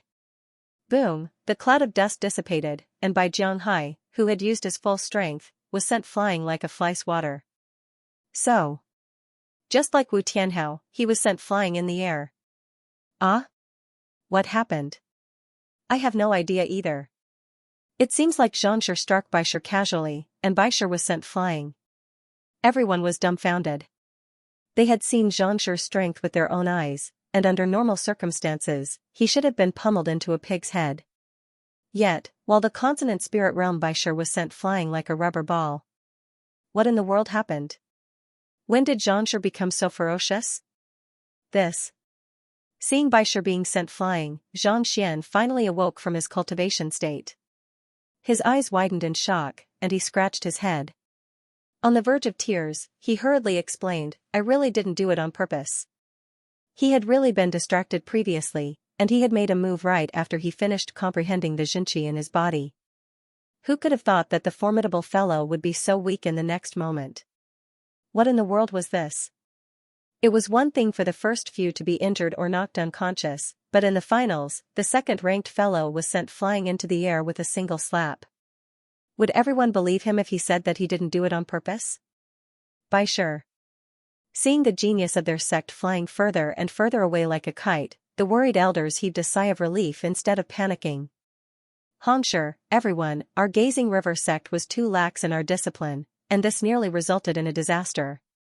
We'll bring Bai Jianghai back right now and educate him properly. We are ashamed to accept the second place. One of the elders in charge of the Gazing River sect stood up with a look of shame on his face. In the master-teacher tournament, everyone would stop before going overboard. Yet, this genius of their sect actually went for the kill. If not for Xianxia achieving a breakthrough at the last moment, the one who would have died would have been him. Such a deranged action was already a violation of the rules of the tournament. Even if they were allowed to continue participating in the tournament, it would be a disgrace to them. This. Xianxia was taken aback. What in the world was going on? If they were to make a fuss over this matter, wouldn't he have been disqualified several times over? This elder is too serious. Baisher was only provoked by me, so he went a little too hard on me. In truth, he didn't cause me any harm at all. Why don't we just let this matter rest? Let this matter rest? Thank you, Xianxia. Hearing him pleading for leniency, the faces of the elders of the Gazing River sect reddened in agitation and they kneeled onto the floor. Did you see that? This is the magnanimity of a master teacher. In the air, Bai Jianghai teared up. Magnanimity, I wish to do so as well, but the prerequisite is that I have to defeat this monster. Alright, now that the champion and runner-up have been decided, let's move on to the next round. After calming down the agitated crowd, Xianxia continued organizing the matches. Only the first and second placings had been decided. The remaining 3 to 10 would have to continue with the duels. With the results of the earlier rounds, the crowd was no longer interested in the later rounds. After another 2 hours, the top 10 of the master-teacher tournament were finally decided. Wei Chongqing, who had lost to Xianxia badly, performed outstandingly in the remaining matches and successfully advanced to the top 10. Qin Lei, who had been eliminated by Ruohuan Gongzi, also performed outstandingly in the remaining matches and took 9th place. In truth, if not for Xianxia's help, he would have at least been in the top 5. However, the fact that he was in 9th place also earned him an opportunity to study at the Hongyuan Master Teacher Academy. Xianxia, this is your reward. The first place received a high-tier spirit stone, an opportunity to study at the Hongyuan Master Teacher Academy, and an opportunity to cultivate in the cleansing lake for 3 days. After presenting the reward to Xianxia, Xianxia sent a telepathic message to him. Xianxia, the high-tier spirit stone was personally given to the champion by Pavilion Master Mo. Since Pavilion Master Mo was expressing goodwill, he had to let the other party know of it. Otherwise, wouldn't his efforts be in vain? Only then did Xianxia realize what was going on. It was no wonder why the rewards for the tournament this year were so much better than the previous years. In truth, this wasn't too hard to imagine. After all, given how formidable Xianxia was, it wasn't surprising that Pavilion Master Mo was expressing goodwill to him. However, this was the best outcome for him. That was a high-tier spirit stone, worth 10,000 middle-tier spirit stones. If not for his pride, he would have surely opened the jade box to take a closer look. Putting away the reward, Xianxia was filled with agitation. With this, his cultivation would be much easier in the future. He wouldn't have to worry about spiritual energy and money anymore. Alright, the Master Teacher Tournament has come to an end. Those who are in the top 10, please follow me to the Miryu Empire tomorrow to receive the reward and an opportunity to cultivate in the cleansing lake. After presenting the award, Xianxia glanced at the crowd and said, "We're leaving tomorrow? Why the rush?" Actually, there's no rush. The Miryu Empire is more than 1,000,000 kilometers away from here. If we don't hurry over and miss the opening of the cleansing lake, we'll be in deep trouble. That's true. The cleansing lake always opens at the start of the year, and there's less than a month left now. If we don't hurry up, we won't make it in time. Hearing Xianxia say that he would leave tomorrow, although everyone was surprised, they still understood what he meant.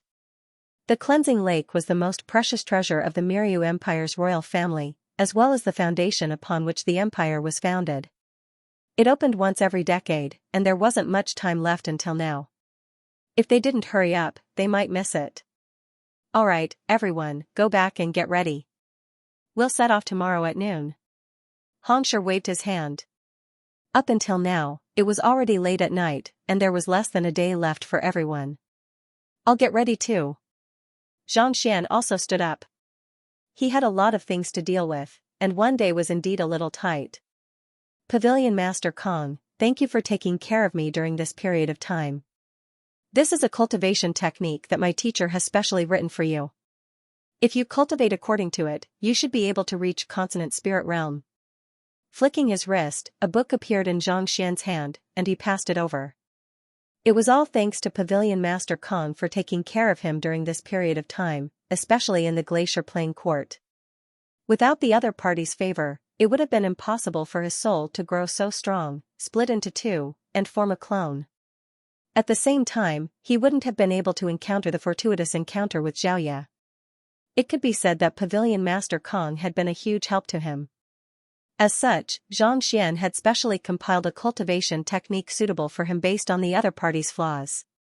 As long as he cultivated according to it, it would only be a matter of time before he reached consonant spirit realm. Reach consonant spirit realm? Written by Xianxia? Pavilion Master Kang's breathing immediately hastened, and his eyes reddened. Xianxia was a possible 8-star master teacher, and it was a huge blessing for him to receive his guidance. Not only so, the other party even wrote a cultivation technique for him. Wasn't this a huge favor? Pudong, kneeling on the floor, Pavilion Master Kong faced Xianxia's residence and kowed out 8 times before standing up. Sushir and Lingshir, these are your cultivation technique. Since he had given it to Pavilion Master Kong, naturally, he couldn't forget about Sushir and Lingshir. Without the two of them, how could he have obtained the slot for the tournament? Receiving the cultivation technique, Sushir and Lingshir thanked Xianxia profusely. Xianxia had always been a person who could clearly distinguish between gratitude and grudges. Xianxia, can I follow you to Hanyuan Master Teacher Academy? Knowing that Xianxia was leaving, Zhao Feiwu's eyes reddened. This young man had treated her illness, saving her from being bedridden. In the first place, she was filled with gratitude toward him, and after their interactions in Xianyuan Kingdom and the Soul Oracle Tomb, she had developed an indescribable feeling for him. It was just that she was too embarrassed to say it out loud. Now that they were about to part, she couldn't hold herself back anymore. Forget it, your cultivation is still too low. It'll be troublesome if you head over recklessly. It'll be safer for you to stay here under Pavilion Master Kang's guidance. After a moment of contemplation, Xianxia turned to the elder not too far away and said, Pavilion Master Kong, I'll leave Princess Feiwu in your care. Hehe, Xianxia, don't worry. I'll take her in as my direct disciple and guide her well. I won't let down Xianxia's trust in me. Pavilion Master Kong nodded his head solemnly. Thank you. Xianxia clasped his fist. Actually, the other reason why he gave Pavilion Master Kong the cultivation technique was also due to this. Zhao Feiwu had helped him greatly along the way. She was the daughter of the Alliance head, so even if he gave her wealth and resources, she wouldn't be interested in it. Thus, it would be better for her to find a good teacher. This way, it would be easier for her to cultivate and continue her life in Myriad Kingdom City. Pavilion Master Kong was the most suitable candidate. Yes, thank you, Xianxia. Hearing Xianxia's arrangement, Zhao Feiwu's eyes reddened. Even though she felt indignant, she still nodded her head. Xianxia was destined to be a dragon among men. A princess of a small alliance like her couldn't possibly compare to him. No matter how reluctant she was, she had to give up on him. After bidding farewell to Pavilion Master Kong and the others, Xianxia returned to his residence. As soon as he entered, he saw Mo Hunqing walking over with widened strides. Xianxia. Mo Hunqing clasped his fist. How is it? Xianxia looked at him. Before participating in the Master-Teacher tournament, Xianxia had Mo Hunqing look into Lu Chong's condition. Now that a day had passed, there should be some results. Reporting to young master, the young master has just finished his cultivation. I took a look at him, and if I'm not wrong, he should possess a unique constitution among soul oracles. Combat soul constitution. Mo Hunching said. Unique constitution? Xianxia was perplexed. If the other party really possessed a unique constitution, the Library of Heaven's Path should have noticed it long ago. Combat soul constitution is an acquired constitution. Usually, only those who have gone through life and death situations can succeed in attaining it. The young master should have just awakened it. Mo Hunching hurriedly said. Let's go and take a look. Xianxia nodded his head and began walking toward the inner courtyard. Not too far into the corridor, he saw Lucheng cultivating in the courtyard. His soul was dancing in the air, and a sharp aura could be felt from him. A transcendent mortal two-dan soul oracle? Xianxia widened his eyes in astonishment. When he left this morning, the other party was still a Xianxia realm cultivator. How did he become so powerful in just a day? Just like Xianxia cultivation, the cultivation of a soul oracle required time as well. To break through Jizuan, half-transcension, and prolonged longevity in a single day, wasn't his cultivation a little too fast? Flaws? Perplexed, Xianxia thought. Weng, with a light buzz, a book appeared in the Library of Heaven's Path. Xianxia hurriedly flipped it open, and after reading for a while, he was stunned. Just as Mo Hunching had said, the current Lucheng was indeed different from before. He possessed the combat soul constitution. However, from the looks of it, it was not completely awakened yet. It's probably the one I saw. Thinking back to what he saw in the other party's sea of consciousness, Xianxia speculated. When he had used the soul rouse incense to summon the other party's soul, he had seen a massive figure lying in the other party's knowledge sea. From the looks of it now, it should be the so-called battle soul constitution. This kind of physique, how do I awaken it? Xianxia couldn't help but glance at the soulless metal humanoid not too far away.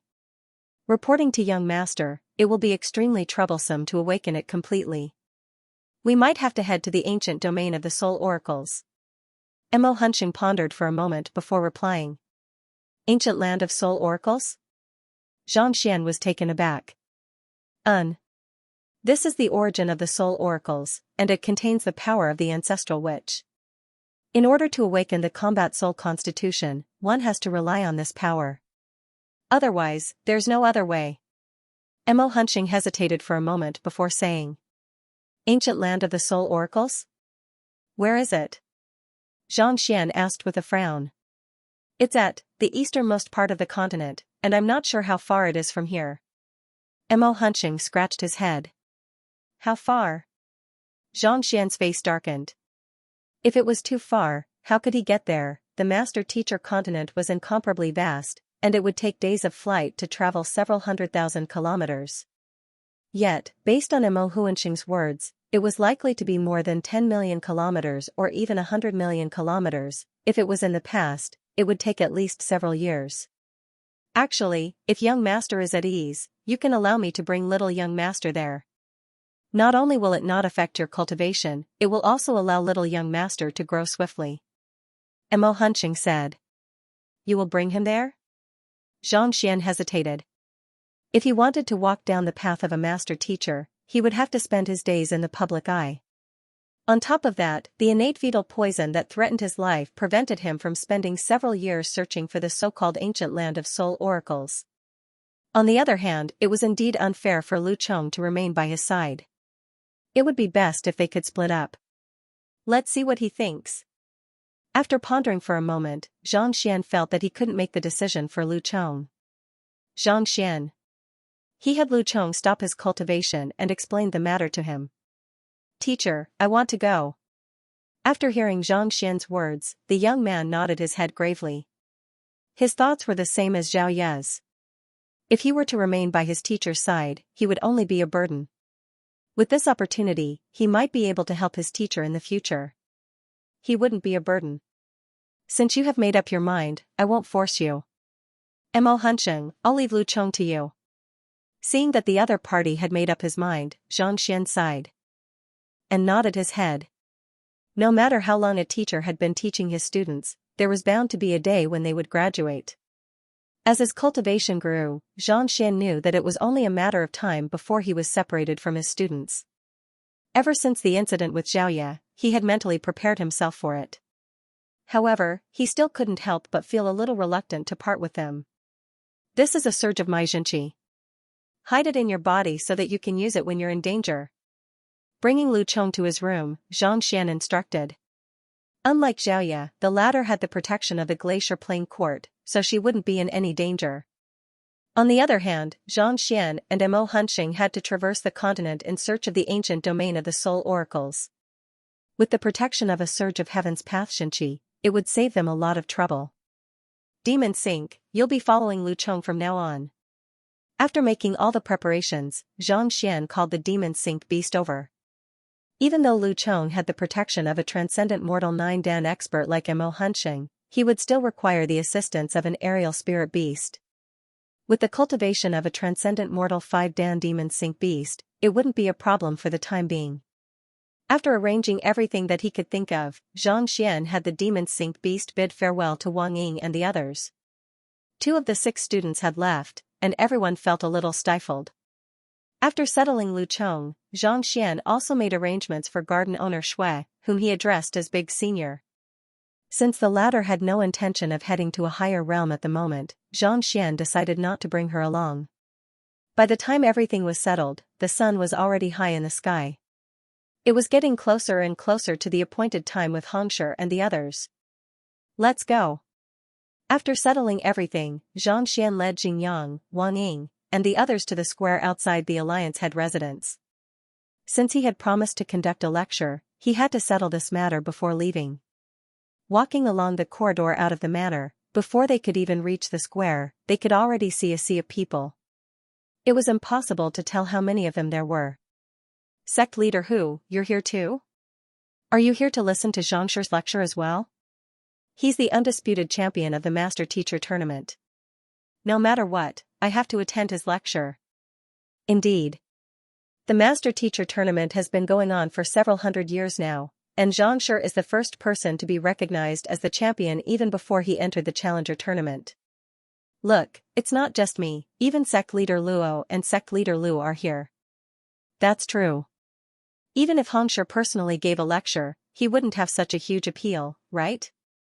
I don't know if Hongshi has such great charisma, but I do know that quasi-5-star master teachers like us definitely don't, indeed. Even I am envious of the number of people in the Master Teacher Tournament.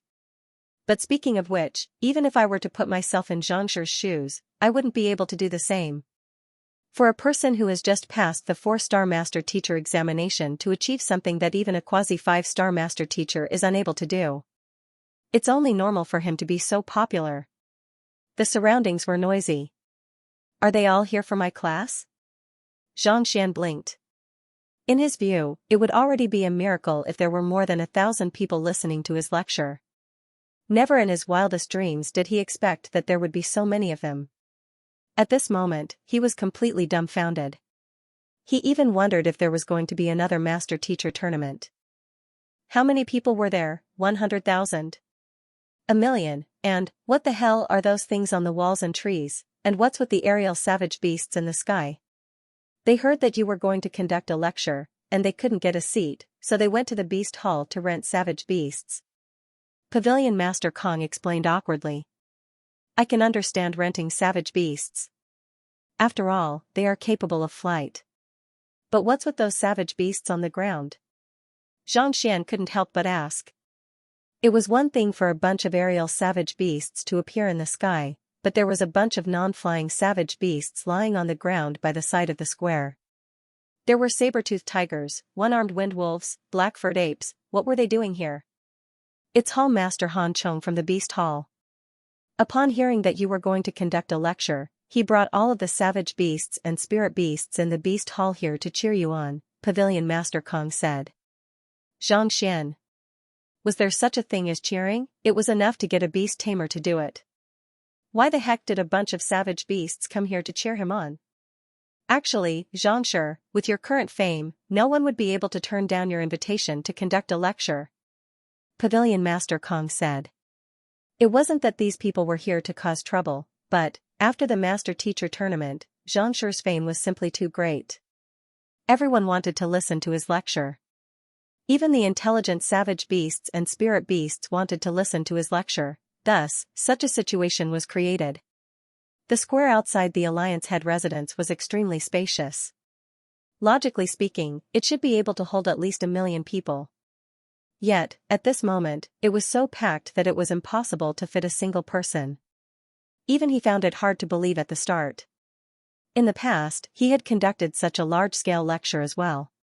Back then, he had gathered a total of 50,000 people, and that was enough to change the history of the myriad kingdom cities Mingshi Tang.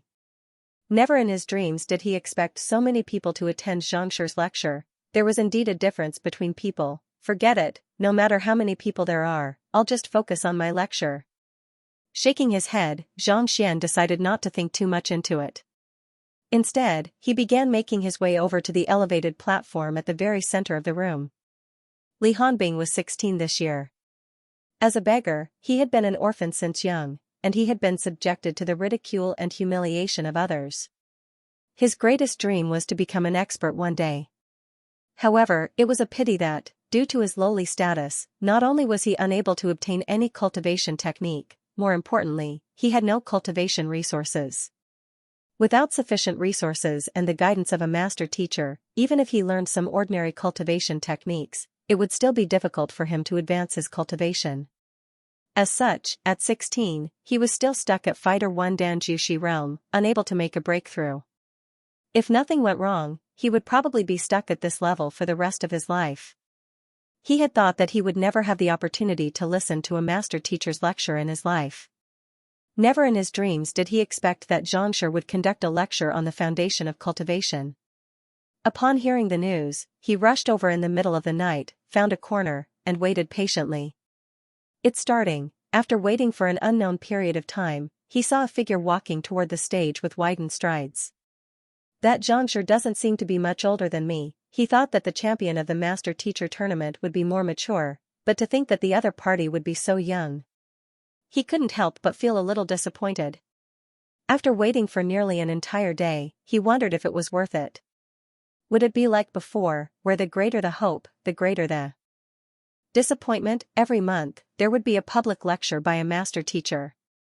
However, the content of the lecture was more profound. Given his lack of formal education, it was impossible for him to understand the content, and thus, he was unable to learn from it. After listening to it a few times, not only did he not gain any inspiration, he even lost confidence in his cultivation. Naturally, he lost interest in it. There were some master teachers who were just like old pedants. They loved to fish for fame, and public lectures were a good opportunity for them to display their knowledge. If their lectures were too simple, how could they convince others? As time went by, the atmosphere changed completely. This resulted in a situation where those who truly wanted to cultivate couldn't do anything even if they listened to the lecture. The person before him was so young, and he was the champion as well. Most probably, he was even more prideful. Looks like he was going to be disappointed again. The way of the heavens is like the drawing of a bow. Those who are superior suppress it, those who are inferior raise it, those who have surplus destroy it, and those who are lacking add to it. The way of the heavens is to diminish the surplus to make up for the deficiency. Who? His voice sounded in his ears. Even though they were more than 1,000 meters apart, Xianxia's voice seemed to resound in his heart. Every single word was clear and loud. As expected, I can't understand it. Listening carefully, he realized that it was no different from the lectures of other master teachers. He still couldn't understand it. It seemed like all master teachers were the same when it came to lecturing. In order to show off their vast knowledge, they didn't care whether others could understand what they were saying. It was the same for those below as well. If they couldn't understand it, instead of saying that they were ignorant, they had to feign understanding and praise the other party. Otherwise, how embarrassing would it be for them to be ignorant when others could understand the lecture? This was human nature. Shaking his head in disappointment, Li Hanbing stood up and prepared to leave. However, just as he was about to take a step forward, he suddenly felt a jolt in his into acupoint. Following which, his Baihai acupoint softened.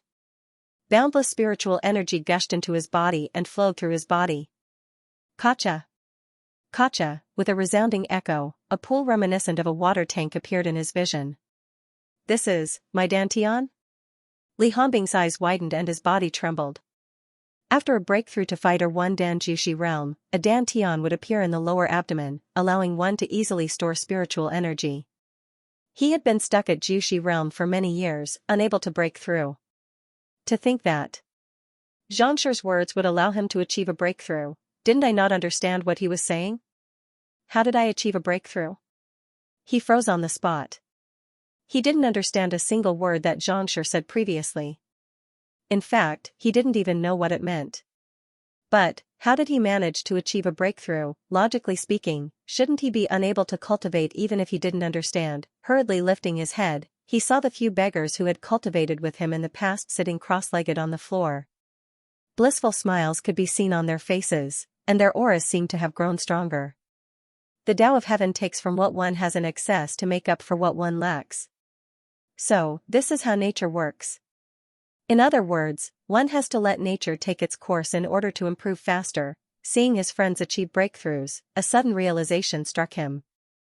Even though the words of the other party were incomparably profound and difficult to understand, for some reason, he understood the intentions and thoughts of the other party clearly. The Tao of Heaven, nature. He hurriedly sat down cross-legged and circulated his spiritual energy along his dantian. Kacha! Kacha! A crisp sound echoed in his body once more. His cultivation continued to rise.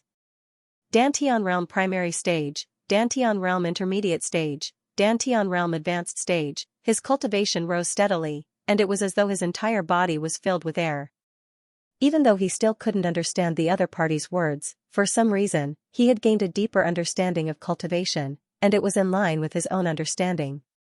This is the lecture of a true master teacher. As though he had drunk the finest wine, a smile appeared on Li Hongbing's face. It wasn't due to his continuous breakthroughs in his cultivation. Rather, it was due to the fact that he was able to understand the knowledge imparted by the other party. It was as though the Xianxia on the stage was giving him a private lecture. Hearing the other party's words, he controlled the flow of spiritual energy in his body, and with a slight jolt, he reached Fighter 3 Dan Zhenqi realm. Zhenqi is a sign of entering the realm of fighter. To think that a beggar like him, who had never attended a lecture before, would be able to enter the realm. Xianxia, from today onward, you will be my teacher, and no one will be able to compare to you. Li Hongbing's knees went weak and he kneeled on the floor. He swore in his heart. Myriad Kingdom City, Fleeting Cloud Sect's encampment. In a spacious guest hall, sect leader Luo Huang looked at the young man before him. Others might not have noticed it in the previous duel, but I'm afraid that you won't be able to hide it from me, your teacher who has taught you for more than a decade. I knew that I wouldn't be able to hide it from teacher. Chuckling bitterly, Luo Xian admitted frankly, I did hold back during the duel with Bai Jianghai. Why? Sect leader Luo Huang asked. With Xianxia's strength, he would surely be able to enter the finals. If I were to enter the finals as well, it would be hard for us to avoid a confrontation. As you know, we don't have a good relationship with Xianxia. If we were to escalate the conflict, we might as well give up and let Gazing Ocean sect deal with him instead. Luo Xian clasped his fist and said apologetically, Teacher, please forgive me for acting on my own accord. Not bad. The fact that you can think of this shows that you have grown up. Sect leader Luo Huang nodded his head in satisfaction. Don't worry, not only will I not blame you, I will even reward you. To be able to weigh the pros and cons of the duel and make such a decision, it's not bad. Regardless of whether it's Xianxia or Xianxia, they aren't people that we can afford to offend. Try not to cross them and slowly mend our relationship with them. Yes, that's what I was thinking as well. Luo Xian nodded his head. Seeing how his student was so sensible and considerate, sect leader Luo Huang grew more and more satisfied. Stroking his beard benevolently, he said, you've seen Xianxia's strength for yourself. What do you think? Xianxia? A glint flashed across Luo Xian's eyes. I can't deny that he isn't a weak opponent. In fact, in some aspects, even I am slightly inferior to him. However, if we were to fight head-on, it wouldn't be that easy for him to defeat me. Oh? Sect leader Luo Huang looked at Luo Xian with interest. Let's not talk about anything else. Let's just talk about the segment of teaching. Although it looks quite impressive, if I'm not wrong, he must have used some kind of hypnosis method. Otherwise, how could he have made everyone worship him? Luo Xian said confidently. Smiling, sect leader Luo Huang said, hypnosis can indeed convince others, but what about Huangshi? It seems like he also wants to become a disciple. The duel between Xianxia and Xianxia had caused Huangjing to go insane and insist on acknowledging the other party as his teacher. Even if others were hypnotized, it wouldn't be that easy to hypnotize a 4-star pinnacle master teacher. Hearing his teacher's question, a glint flashed across Luo Xian's eyes, and he sneered coldly, "Actually, if not for him wanting to acknowledge me as his teacher, I wouldn't have been able to see through all of this." How could a 4-star pinnacle master teacher with a soul depth exceeding 14.0 willingly acknowledge Zhang Xian as his teacher without even using the impartation of heaven's will? What a joke! As a fellow 4-star pinnacle master teacher, Zhang Xian understood the limits and perseverance of experts.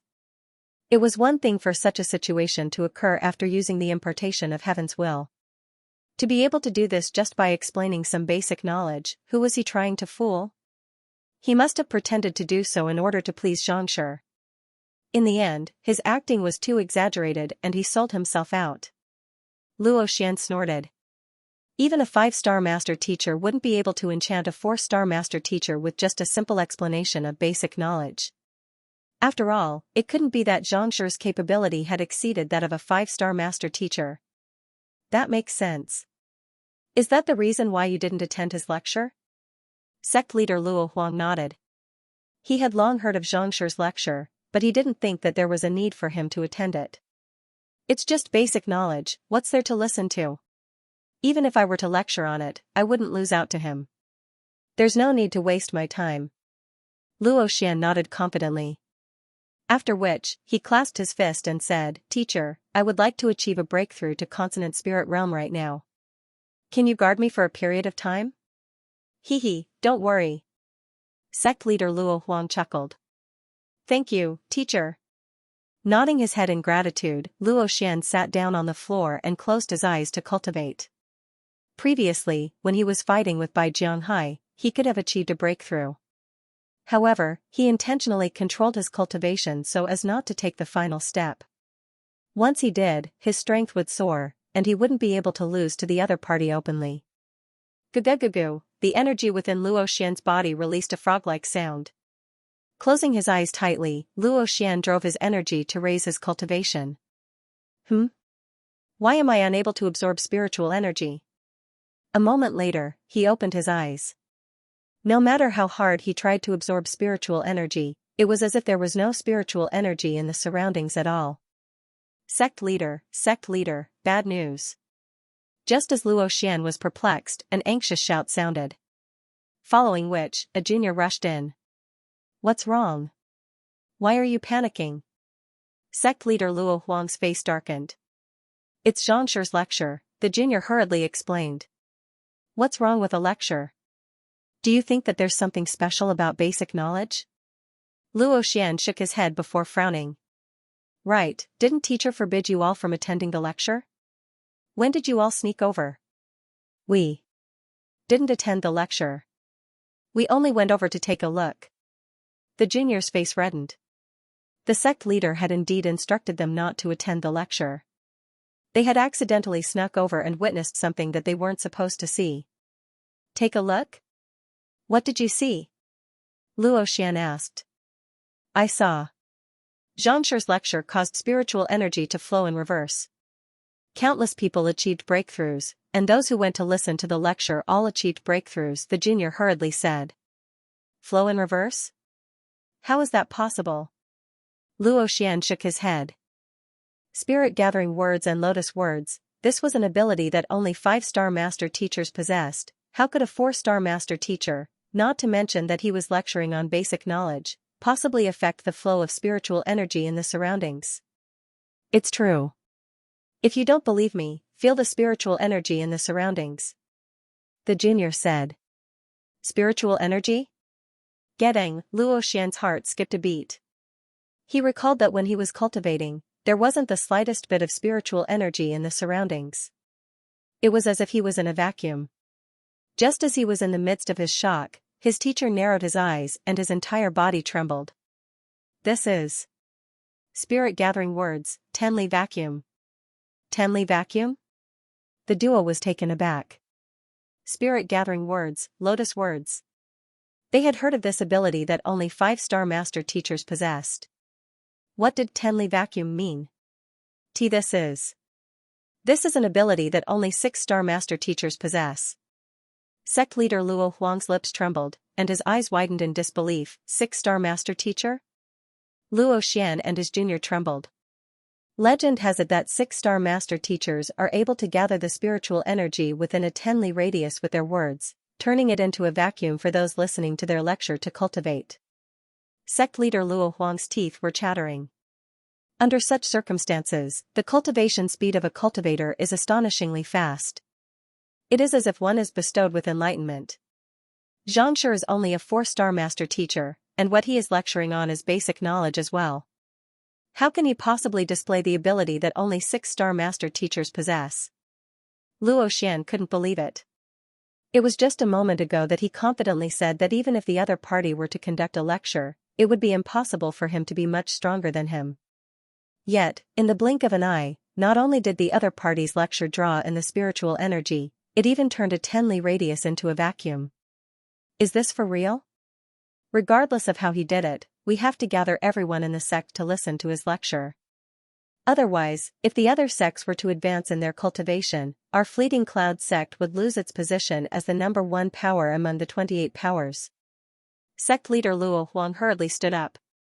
To be able to execute spirit-gathering words, Tenli vacuum, would be a huge boost in cultivation.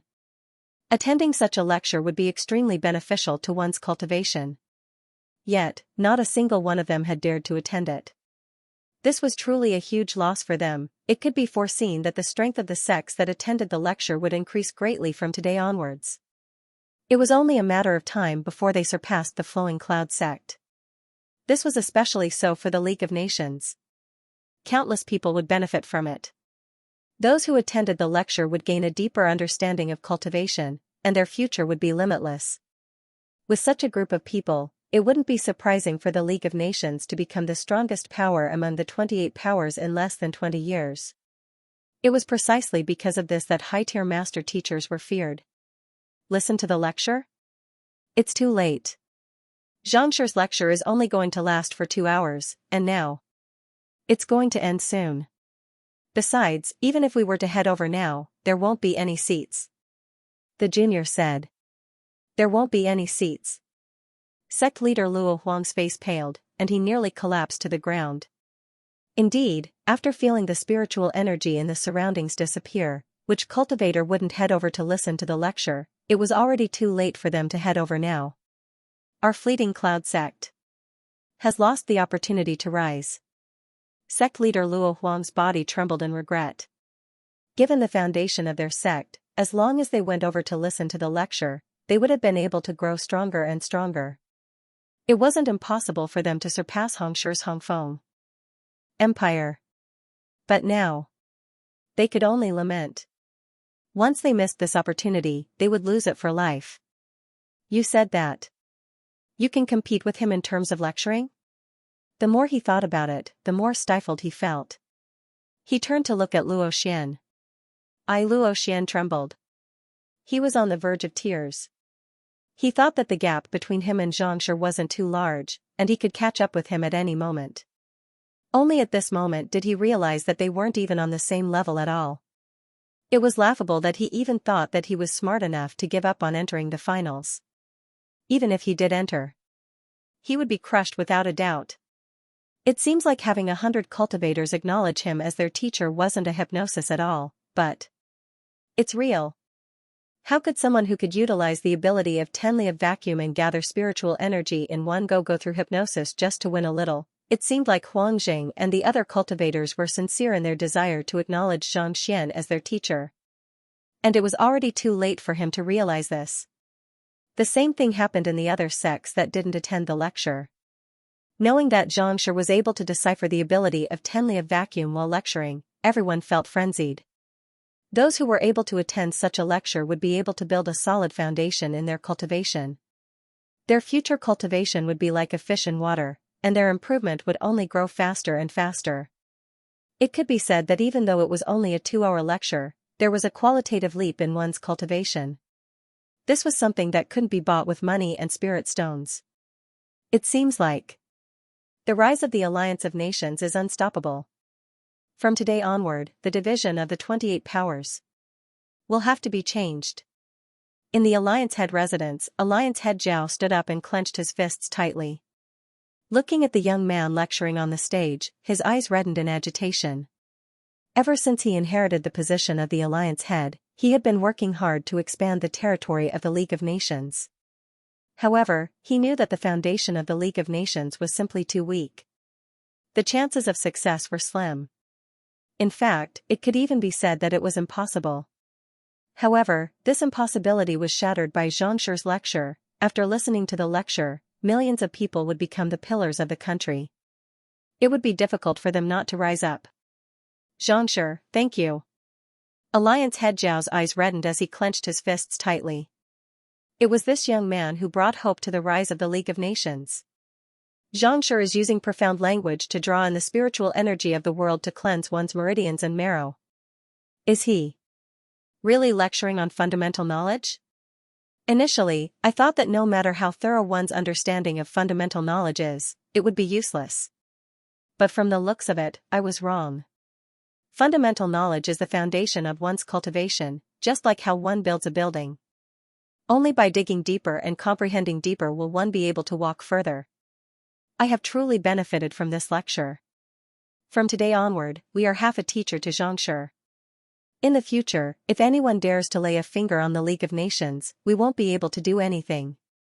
The countless experts listening to the lecture couldn't help but sigh.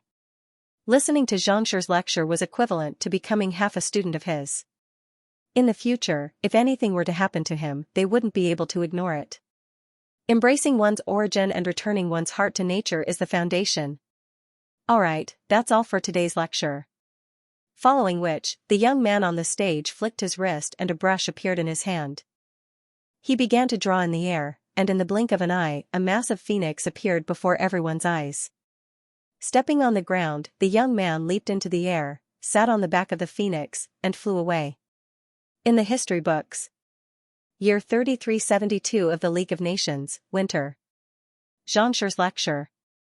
In Myriad Kingdom City, millions of cultivators gathered together to gather spiritual energy. 10 Li of vacuum. At the end of the lecture, he left. Millions of cultivators bowed and called him teacher. White clouds floated in the blue sky. Several massive aerial spirit beasts flew across the sky, scaring countless savage beasts and birds.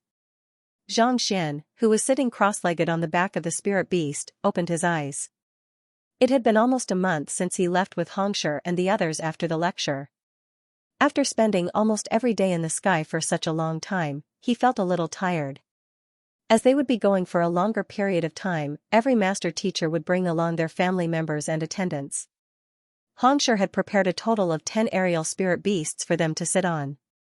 With so many spirit beasts here, not a single one of them was below Transcendent Mortal 4 Dan. Wherever they went, they would cause a huge commotion. While they were on the way, Zhang Xian had been reading books and cultivating at the same time. Not only did he manage to reinforce his cultivation as a Transcendent Mortal 4 Dan Pinnacle, he even managed to raise his soul cultivation to Transcendent Mortal 5 Dan Pinnacle. With Transcendent Mortal 5 Dan soul cultivation and Xinqi cultivation of 3,200,000 ding, Zhang Xian would be able to wield a might of 5,200,000 ding in an instant. That was to say, he would be able to wield a might of 5,200,000 ding in an instant. That was a strength comparable to Transcendent Mortal 6 Dan Cosmos Bridge Realm Intermediate Stage Cultivators.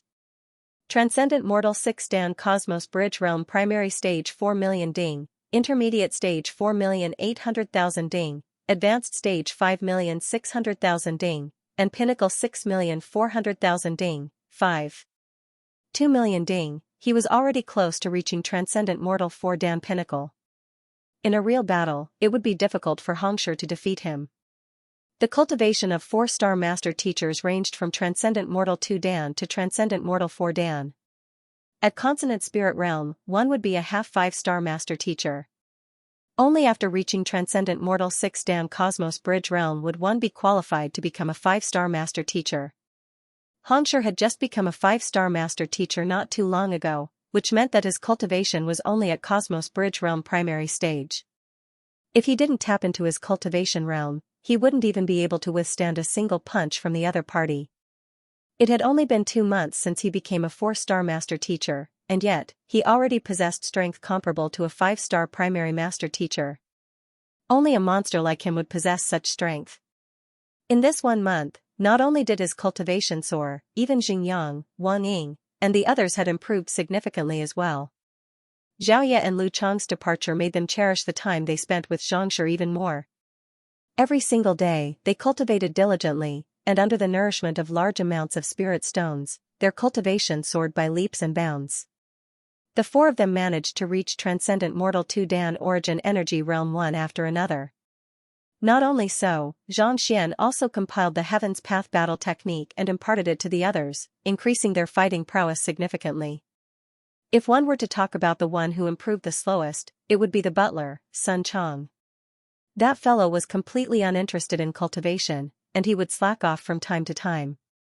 If not for Wang Ying's supervision, it would have been impossible for him to improve at all. However, after being trapped on the back of the beast for a month, he could only cultivate non-stop. In just a month, he managed to advance from Transcendent Mortal 1 Dan Prolonged Longevity Realm Primary Stage to 2 Dan Origin Energy Realm Pinnacle. In fact, he was even slightly more formidable than Wang Ying, who had the highest cultivation. The reason why he was able to improve so quickly wasn't because his cultivation speed was faster than the others. Rather, it was because he had devoured a portion of Mo Huanxing's soul, and the latter's comprehension of cultivation was naturally transferred to him.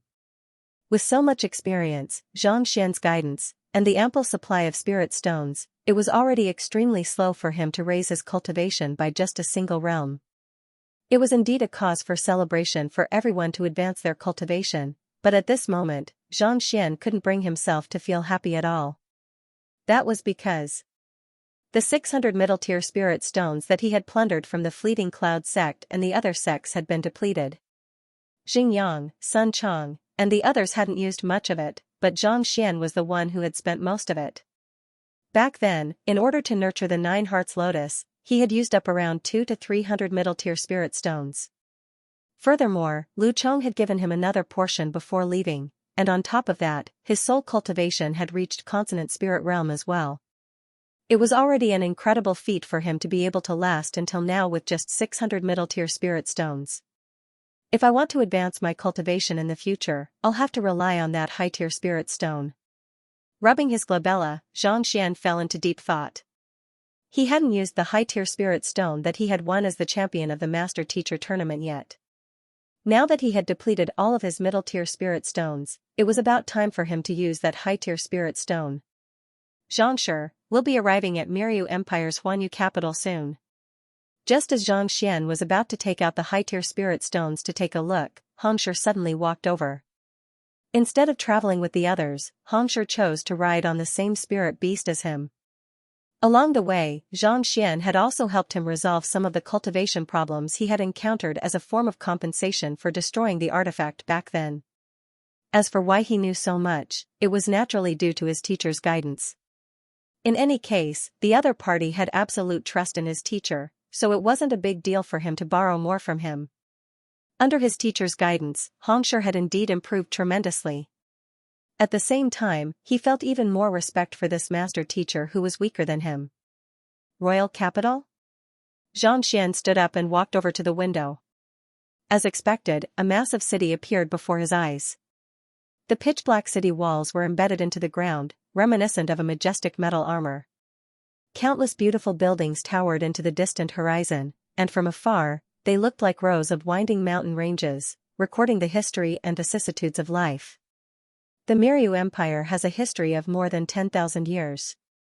The first emperor went by the name of Yi Huanyu, and he led his 4 brothers to conquer the north and south. That was how he managed to carve out such a massive empire. Xianxia looked down as well, and a hint of awe could be seen in his eyes. To the east of the capital lies the verdant mountain and to the west lies the dragon-scaled river.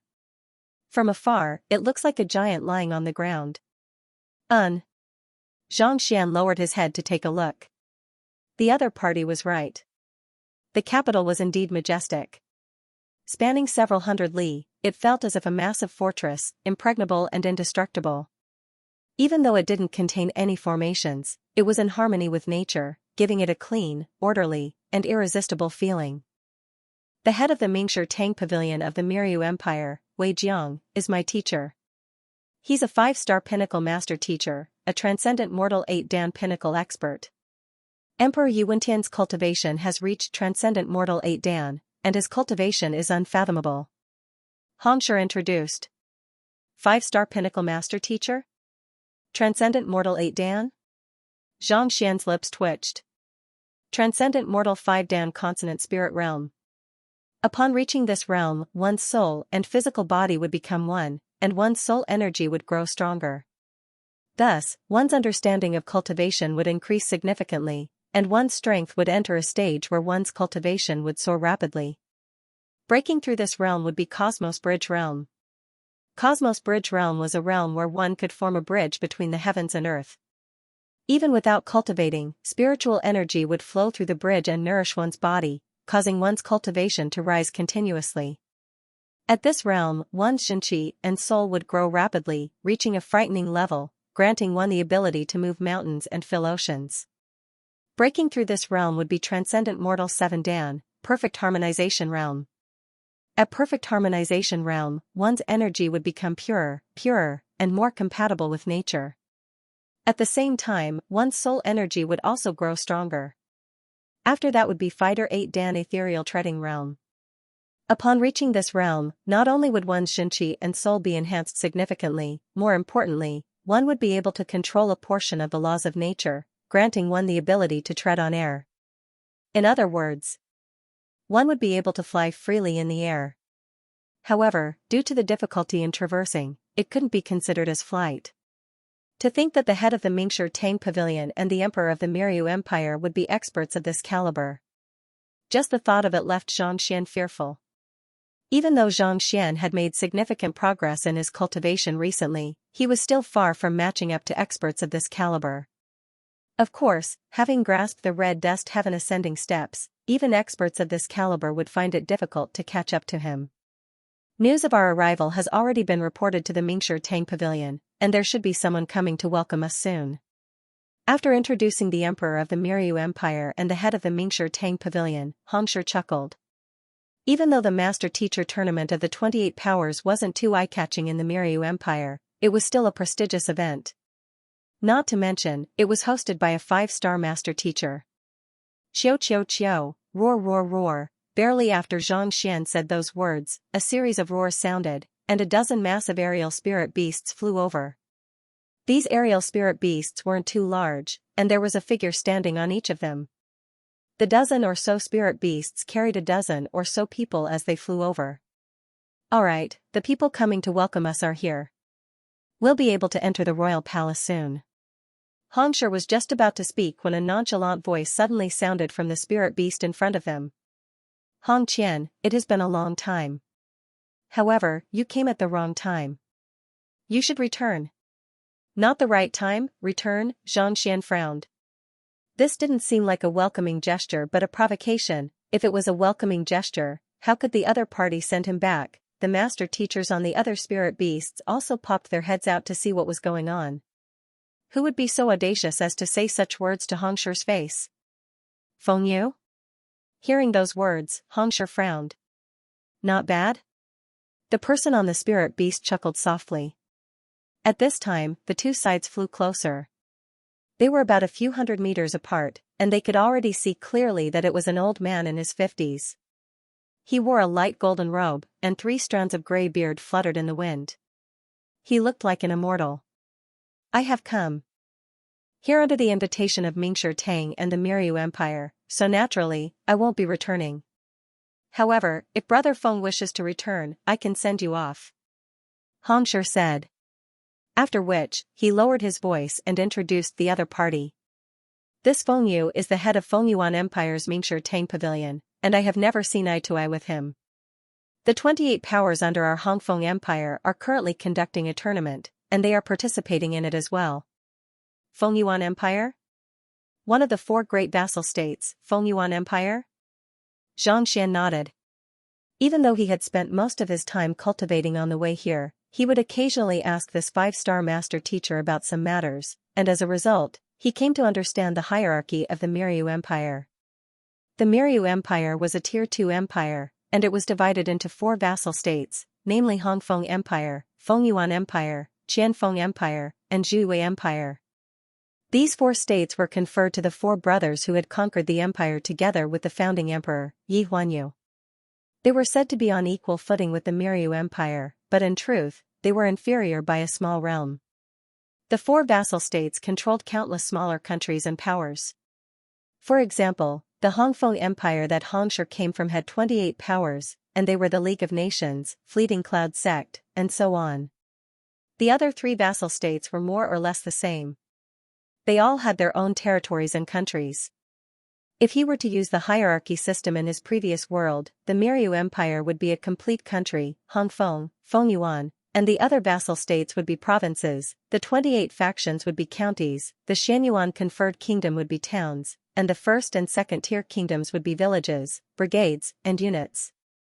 Just like Hongfeng Empire, the various vassal kingdoms were also participating in the master-teacher tournament. Naturally, they were given the opportunity to enter the cleansing lake as well. Yes. I thought it was the Miryu Empire's imperial family who had come to pick us up. I didn't expect them to have received the news first.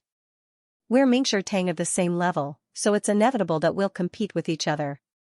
I'm afraid they're coming with ill intentions. Hongxue frowned. Xianxia nodded. The other party's tone was not polite at all. It was definitely not a casual chat. As expected, in the midst of their conversation, Master Teacher Fengyu's eyebrows shot up, and his voice sounded, "I tried to speak to you out of goodwill, but you just wouldn't listen. Hongfeng Empire is the furthest away from here. Since you arrived late, there might be some things you aren't aware of. Since that's the case, allow me to explain it to you.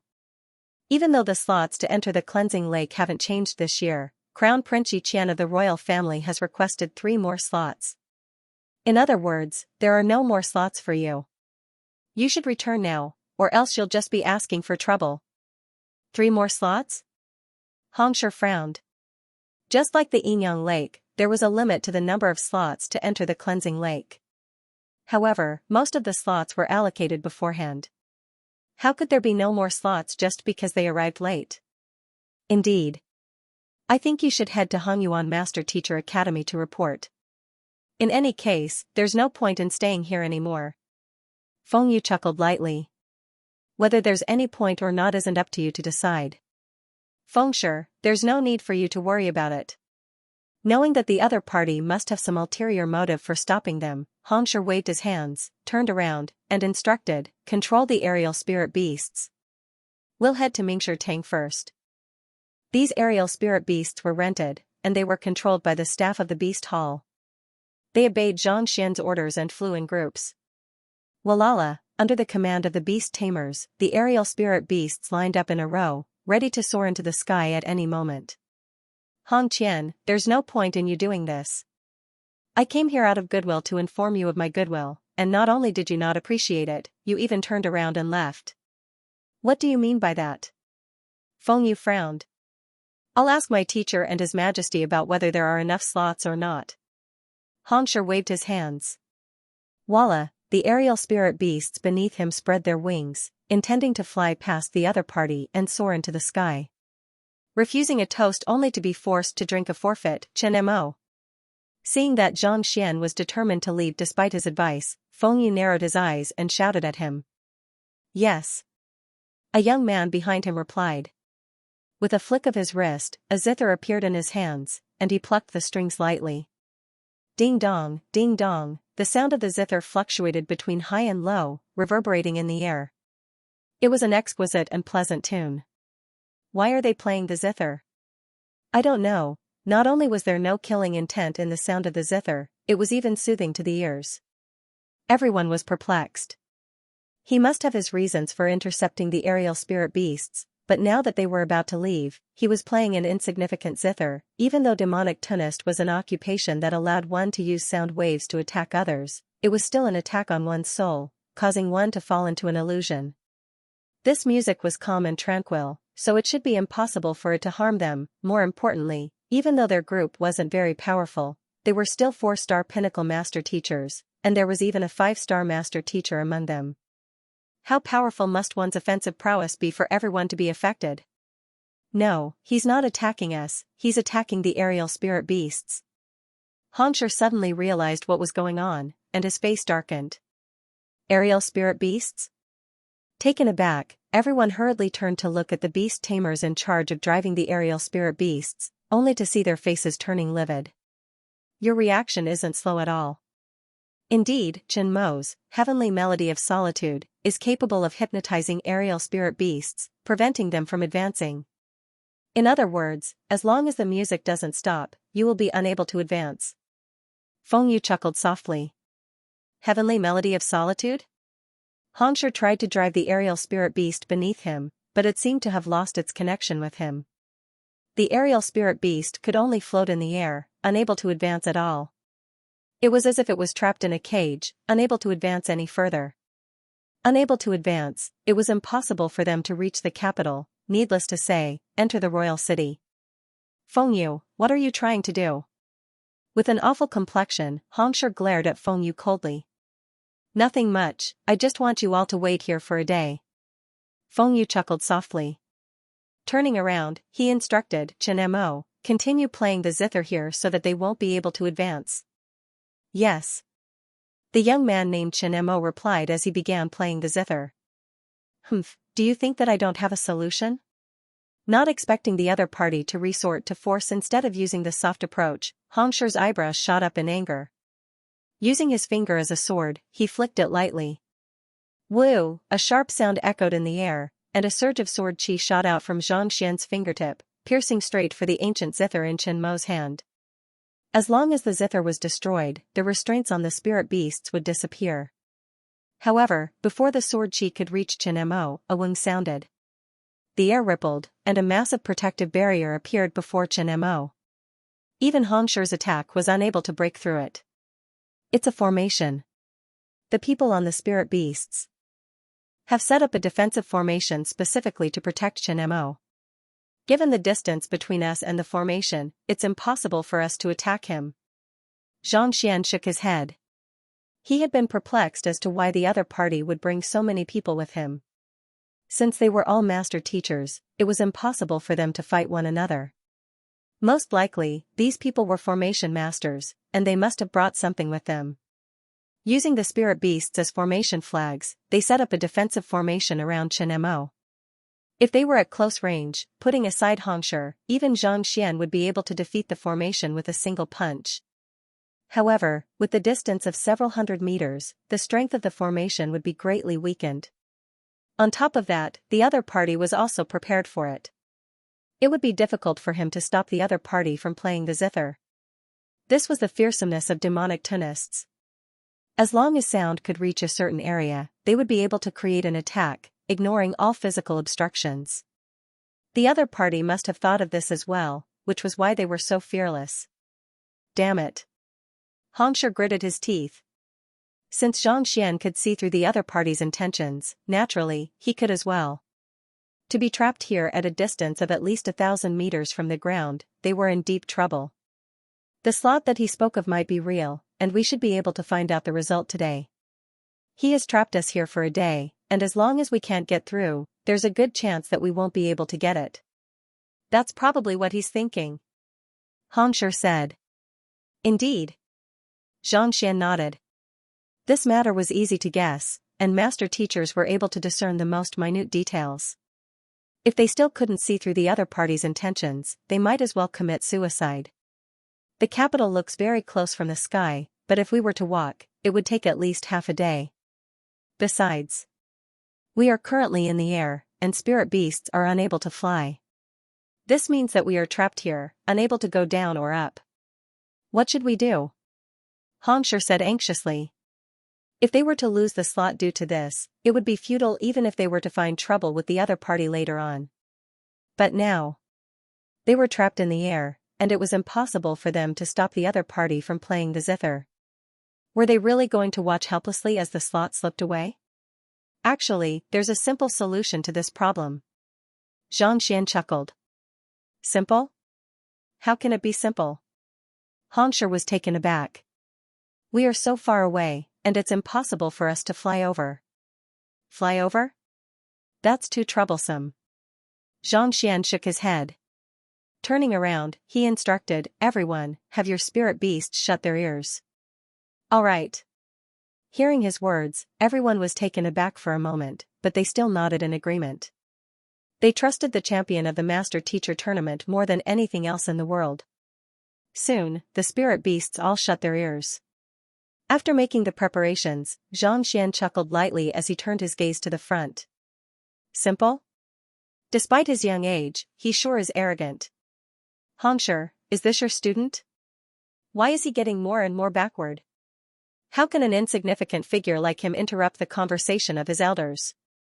Hearing the conversation between the duo, Fengyu sneered coldly. Just as he was about to berate the other party, the young man before him suddenly opened his mouth, and a calm voice sounded. Peng. Who? Who? Who? Who? Before Fengyu and the others could react, the spirit beasts that they were riding on started free-falling, plummeting straight down. The heck, what's going on? Ah. My wife has never read web novels, but I let her read this book a few days ago. Today, I asked her what she thought of it, and she replied, I feel that the Xianxia in the book is just like you. I was overjoyed. Am I going to be like the main character, a dignified teacher, wise, valiant, and invincible? My wife shook her head and looked at me sympathetically. No, you are just as despicable as him. Me. Right now, I am crying in agony. Only a monthly ticket can comfort my broken heart. Woo! Amidst the screams of agony, Fengyu felt frenzied.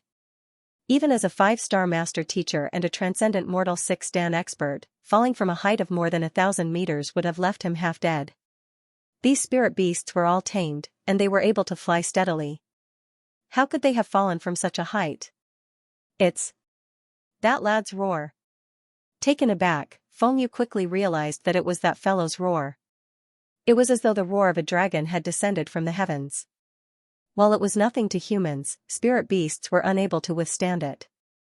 It was already a blessing that they didn't puke blood and faint in midair. Hurry up and stop. Fly.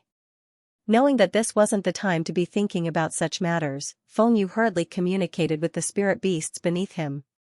However, to his dismay, he realized that the spirit beasts were trembling uncontrollably, as though they were dead.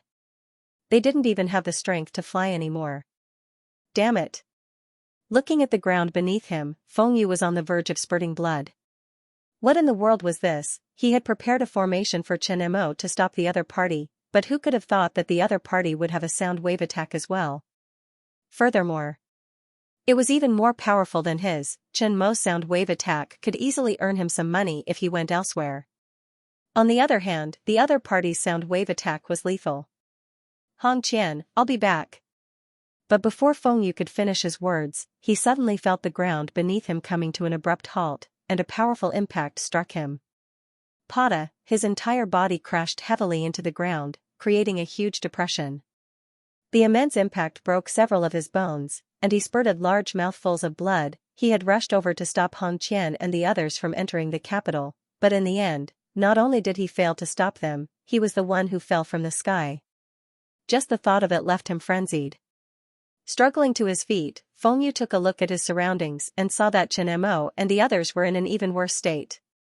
They were all lying on the ground, gasping for air. If he didn't save them in time, they would have died on the spot. These cultivators were only at Transcendent Mortal 4-dan. Even though they weren't weak in terms of fighting prowess, falling from such a high altitude was a huge blow to them. If not for the spirit beasts beneath them acting as meat shields to cushion the fall, they would have surely died on the spot. Damn it. The more he thought about it, the angrier he became. Roaring furiously, he quickly took out some recovery pills and fed them to the crowd. He had confidently rushed over to stop the other party, thinking that it would be a walk in the park. Yet, who could have known that not only did he fail to stop the other party, he even ended up killing several spirit beasts and severely injuring himself. Hong Qian and that fellow, I won't let you off. Fengyu roared again. He was furious. He fell down? On the other hand, Xianxia and the others stared at one another with their mouths agape. Fengyu was on the verge of exploding from anger. If he had known that Xianxia was formidable, he might have resorted to some extraordinary means. But who could have thought that it would be so extraordinary? With a single roar, more than a dozen spirit beasts plummeted from the sky. Even their master was unable to control them at all. Wasn't that a little too ferocious? Doesn't this mean that anyone who dares to ride on a spiritual beast to chase after him will face the danger of falling off the cliff? Will they fall to their deaths? Swallowing his saliva, Xianxia couldn't help but ask. No matter what, Xianxia was a master teacher of the same rank as him. If such an expert were to fall to his death from the sky instead of being defeated, he would become a laughingstock for the next few centuries. It would become a stain on his reputation. Given how high the distance is, it's unlikely that he will die from the fall. But it's enough to make him suffer. Let's hurry to Royal City. Something must have happened for the other party to stop us. Xianxia waved his hands. There was no other way. Even though they were able to fly, there was a transcendent mortal 6-dan expert on the other side. They were no match for him. After much contemplation, this was the only option they had left. As for whether they would fall to their deaths or not, that was none of his business. If the other party wanted to cause trouble for them, they would have to think about the consequences. Honestly speaking, this was already considered letting them off lightly. You're right. Let's go. As a 5-star master teacher, naturally, he wasn't a soft-hearted person. Xianxia nodded.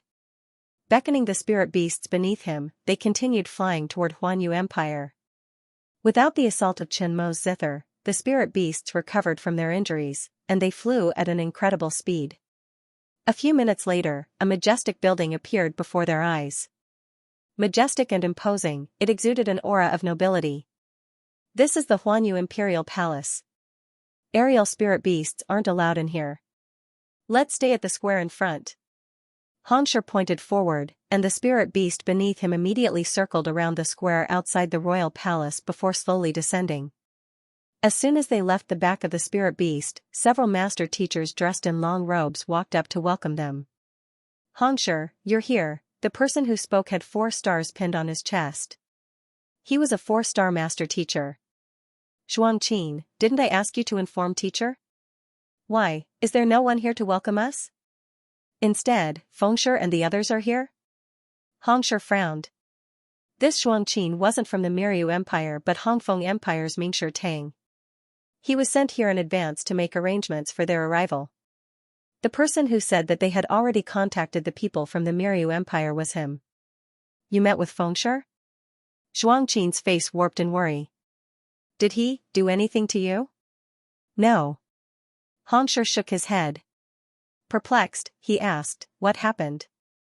I reported your arrival to Weishi, and he dispatched an aerial spirit beast for us to welcome you. Who knew that, before we could even take off, Fengxia and the others would stop us?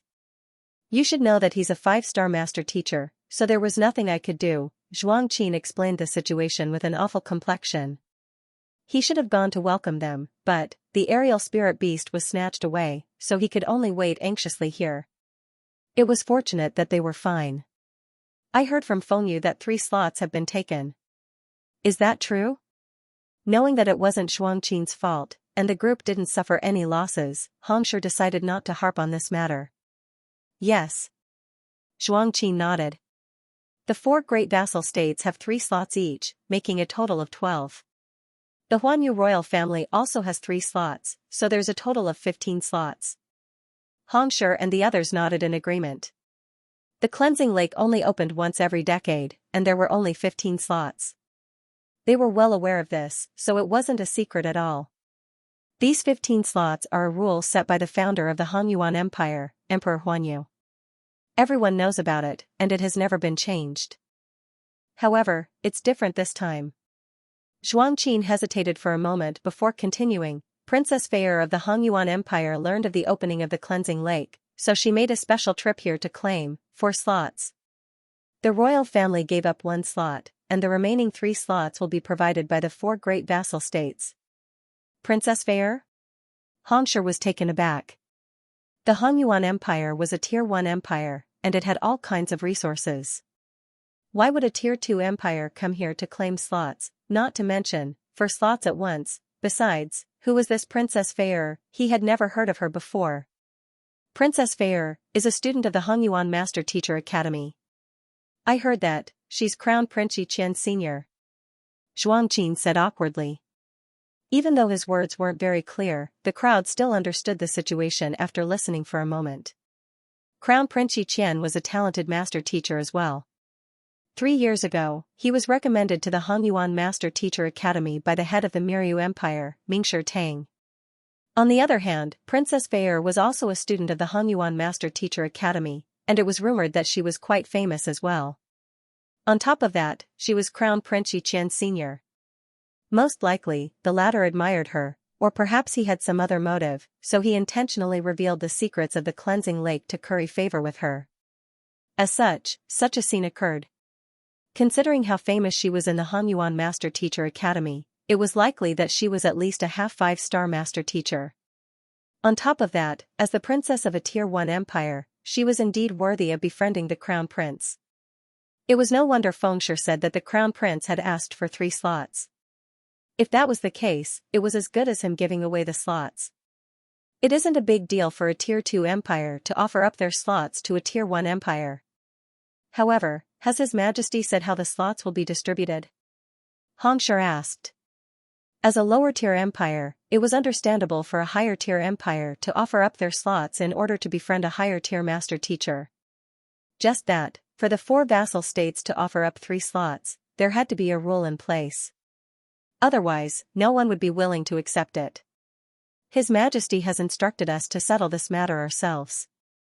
The reason why the Crown Prince is holding a banquet in the East Palace tonight is to settle this matter, Xianxia said.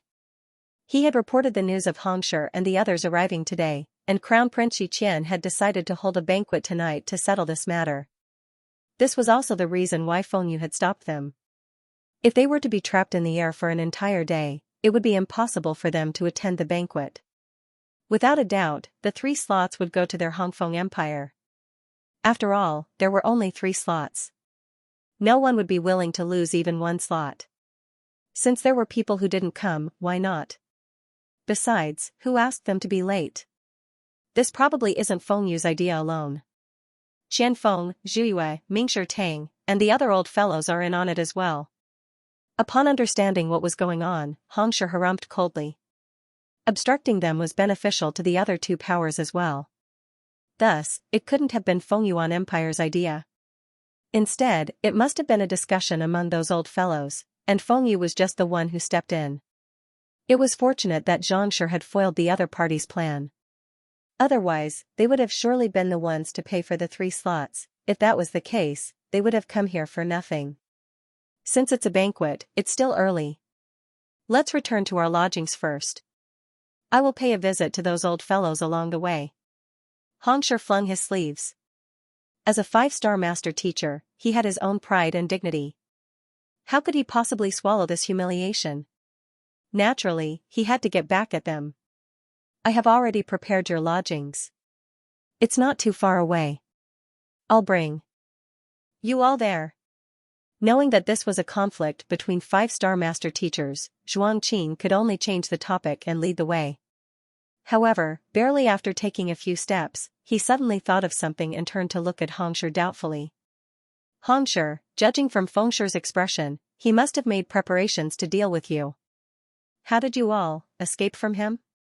Fengshe hesitated for a moment before replying. We met in the air, and then, they fell from the sky.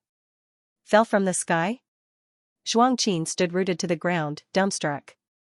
What did that mean, falling from the back of the spirit beasts? Or did the spirit beasts fall as well? These spirit beasts were tamed by the royal family of the Miryu Empire, and even those who weren't beast tamers were capable of taming them. The goal was to form an aerial army. Fengshe and the others were at least 4-star master teachers, so how could they fall from the sky just like that? Xianxia was perplexed. Let's not bother about this anymore. Let's return to our living quarters first. Knowing that no one would believe him even if he were to explain this matter, Fengshe decided not to say anything else. Yes. Seeing that the other party was unwilling to speak, Zhuangqin felt that it wasn't appropriate for him to probe any further.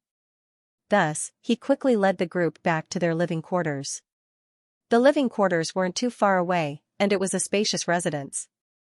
Even though there were many people here, they were still able to find a place to stay. Zhang Xian brought Sun Chang, Xingyang, and the others to an independent residence. Firstly, it would be quiet, and secondly, he wouldn't be disturbed when he was guiding his students. After settling everyone down, Hongshi and Zhangshi had a long discussion before they finally stormed out of the residence furiously. Those fellows had plotted against him, and he was determined to get back at them no matter what. In a spacious room not too far away from the residence of Zhang Xian and the others, two elders were looking at the young man reporting to them with furrowed brows. "What did you say? Hong Qian and the others are here, and they have already settled down?" "Yes." The young man nodded. "That's impossible. Didn't Feng Yu go to stop them?" one of the elders couldn't help but exclaim. "Could it be that they didn't meet each other? But that's not right. This is the only road from Hongfeng Empire. As long as they enter the city, they should have met each other. What's going on?" The other elder was skeptical as well. "I'm not too sure either.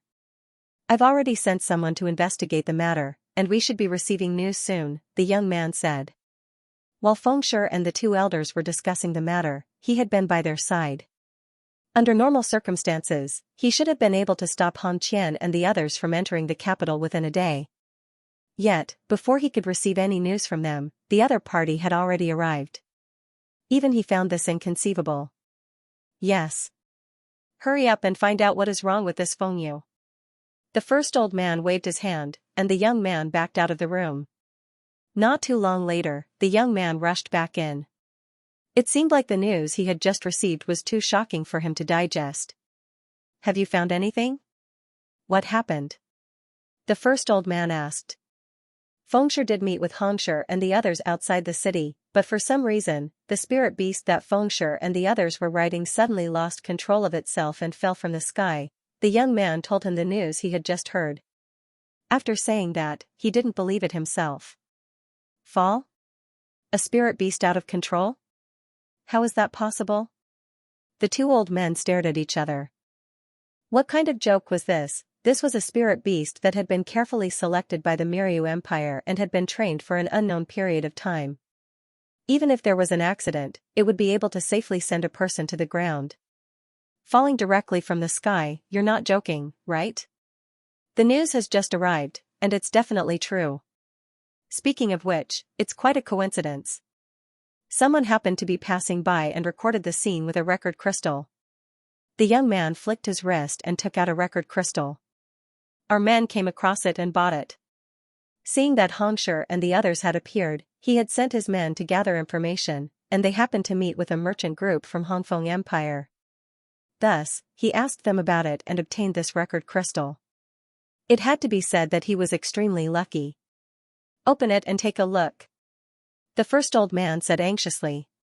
The young man nodded and infused his Xianxia into the record crystal.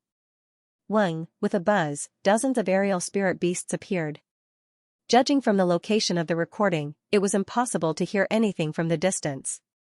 However, one could vaguely see that the two parties were in a standoff.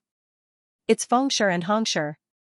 Taking a closer look, the first old man immediately recognized it. They had known one another for several years, so they were quite familiar with one another. Chen Mo has made a move, the image flickered, and a young man riding on the back of a spirit beast took out a zither and began playing it. Following which, Hongshi made a move as well, but to no avail. Everything is going as planned. Why didn't we stop them? The first old man was perplexed. Just as he was wondering what went wrong, Feng Shi and the others suddenly plummeted from the sky before they could even react. Then, a cloud of dust rose from the ground like a mushroom. The crowd glanced at one another in bewilderment. What in the world happened? Where's Feng Shi? How is he? After recovering from their shock, the duo hurriedly asked. That was a height of 1,000 meters. Falling from such a height would create a huge crater in the ground. Could he have fallen to his death? I've already sent someone to fetch him. He should be here soon. The young man hurriedly nodded. but before he could finish his words, Fengshi was already being carried in. At this moment, Fengshi's entire body was wrapped in bandages, reminiscent of a mummy. His face was covered in mud and blood, and his 3 strands of beard had already fallen off. Putting aside his sagely appearance, it would already be a miracle if he wasn't mistaken for a beggar. "Fengshi, what are you?" the first old man couldn't help but ask. I'm going to kill Hong Qian. I'm going to kill that brat," but before he could finish his words, a cold voice suddenly sounded. "Kill me? Very well, I'm here. I'm standing right here, waiting for you to kill me." The few of them hurriedly turned their gazes to the source of the voice, and they saw an old man rushing over furiously. Who else could it be other than Hongshi? Hongshi, upon seeing the person in question, the lips of the 2 old men twitched. "Hong Qian, you," Fengyu gritted his teeth. "Humph." Ignoring the shock and rage of the other party, Hongshi flicked his wrist and took out his 5-star master teacher emblem. With a tap of his finger, a droplet of blood appeared on it. Hongshi, request for a master teacher challenge in the name of a 5-star master teacher. Who? A brilliant light shone from the emblem, and 2 words slowly floated into the air. Accepted. If there was an unresolvable conflict between master teachers, they could request for a master teacher challenge. Through the emblem, they could report their request to the headquarters, and the headquarters would judge the matter based on the strength of the person they wanted to challenge. Under normal circumstances, as long as the 2 parties were of the same rank, a challenge would be allowed. Master teachers also needed to battle in order to improve. In fact, the headquarters even encouraged such a duel between master teachers of the same rank. This was precisely the reason why the moment the request was made, the headquarters immediately replied with the word accepted. Master teacher challenge? Accepted? Seeing the 2 words, Fengyu's vision darkened, and he burst into tears. I'm like a dumpling right now, and I have broken countless bones in my body. Compared to me, doesn't your conscience hurt? The headquarters have already agreed. Fengshi, stop acting. Let's start the duel with our fists. Hongshi flung his sleeves and frowned. Fengyu supported himself with his walking stick and stood up from the stretcher. I'm severely injured, how can I compete with you, severely injured? Fengshi, this joke isn't funny at all. I've looked into it, and 2 hours ago, when you left the royal palace, you were still alive and kicking. You even gave a guard some pointers. If you didn't fight with anyone, how could you possibly be injured? As a 5-star master teacher, you feigned your injuries out of fear. How can you live up to your title as a master teacher? Hongshi spoke righteously. You. Fengyu's lips twitched, and he nearly burst into tears. He had gone to intercept Hong Qian and the others secretly behind the royal family's back. After all, this was a despicable act, and if others were to learn of it, his reputation would be severely affected. Yet, the other party used this as an excuse to claim that he wasn't injured. How can you be so shameless? Don't you know whether I'm injured or not? It's true that I didn't fight with anyone, but it's already a miracle that I'm still alive after falling from such a height. How can I compete with you? Fengshi, I hope that you won't reject it.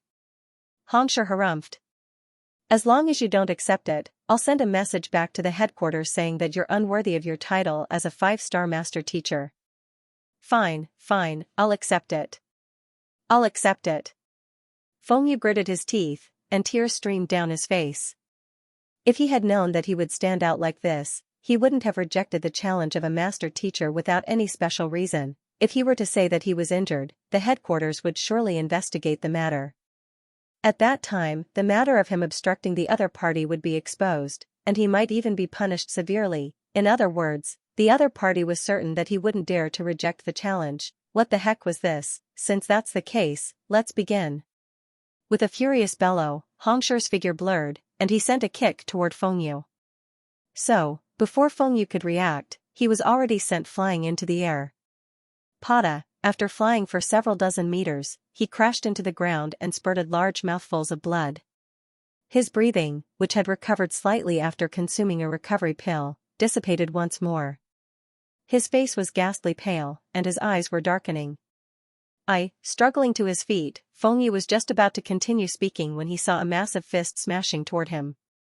Peng, Fengyu was sent flying once more. Pipa. Walla, the sound of fists and feet sinking into flesh rang out, and Fengyu no longer looked like a human. Hongshi's every move was calculated. While he was able to inflict pain on the other party, it wasn't too severe. For a 5-star master teacher to be schemed against, if he didn't vent his anger, wouldn't he be bullied by others in the future? Master teachers were humans, not Buddhas. They couldn't possibly allow themselves to be pummeled without retaliating. If they didn't even have this bit of guts, how could they protect the master teacher continent from the otherworldly demonic tribe? It was useless to have a good temper. In order to expand one's territory, one had to rely on one's fighting prowess. Pung pung pung pung. After an unknown period of time, Hongshi finally calmed down. Clapping his hands, he clasped his fist and said, "Fengshi, thank you for going easy on me." At this moment, Fengyu was in a similar state as Chen Mo and the others. He was already on the verge of death. You. Very well, very well. Hong Qian, I, Luo Zhao, in the name of a 5-star master teacher, would like to apply for a master teacher duel. I hope that you will allow it. Hongshi had used the master teacher duel to beat up Fengshi, using the master teacher duel as an excuse. As such, no one could say anything about it. However, upon seeing the duel coming to an end and the first elder taking out his emblem, he couldn't help but exclaim in agitation. He was going to stand up for Fengyu. My apologies, but I have just fought with Fengshi, and I'm severely depleted of my strength. I won't be able to fight for the next 10 years, so I reject the challenge. Hongshi placed his hands behind his back and declared arrogantly. The trio staggered, and they were on the verge of tears. Big brother, can you be any more shameless? His vitality was greatly damaged and he was injured. Injured your head, you call that a battle with Fengshi a battle? I think it's more like a pummeling. You weren't even panting, so how can you say that you are injured so severely that you won't be able to fight for the next 10 years? The one who suffered the greatest loss was Fengshi, who was lying on the ground. Alright, look at him. His eyes are already rolling back. On the other hand, you look so refreshed after pummeling the other party that your mouth is so wide open that it even reaches your ears. You and I know very well whether you are injured or not. Just tell me if you dare to accept my challenge or not. The more Master Teacher Luo Zhao thought about it, the angrier he got. If you really disregard your honor as a Master Teacher and want to take advantage of me, I don't mind accepting your challenge. How about this? I'll set the rules of the duel. Hongshi looked at him impassively. Each of us will have an aerial spirit beast, and we'll fight at an altitude of at least 1,000 meters. Do you dare? Or do you not? You. Luo Zhao staggered. Fight in the air. The sight from the record crystal was still fresh in his mind. If he were to fight with that fellow in midair, he would probably end up in the same state as Fengshi, falling from the sky. And then, he would be pummeled by the other party. Putting aside teaching the other party a lesson, it was hard to say whether he would be able to survive. You don't dare? Hongshi glanced at him disdainfully. If you don't dare, then don't challenge me. You are a master teacher, and yet you dare not accept an injured person's challenge? How embarrassing. Luo Zhao's face flushed, and he nearly spurted a mouthful of blood.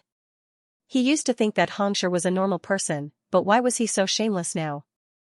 Alright, since you all don't wish to challenge me, I won't pursue the matter any further. The reason why I'm here is for a single matter. You obstructed me in the air, destroying the fairness of the duel. I demand an explanation for this matter. Harumphing coldly, Hongshi continued. The reason why he was here was to demand an explanation.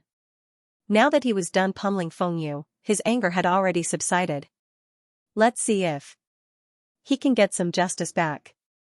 Initially, he was intending to head over after settling everyone down, but Xianxia stopped him and chatted with him for a moment. From the looks of it, Xianxia's method was indeed effective.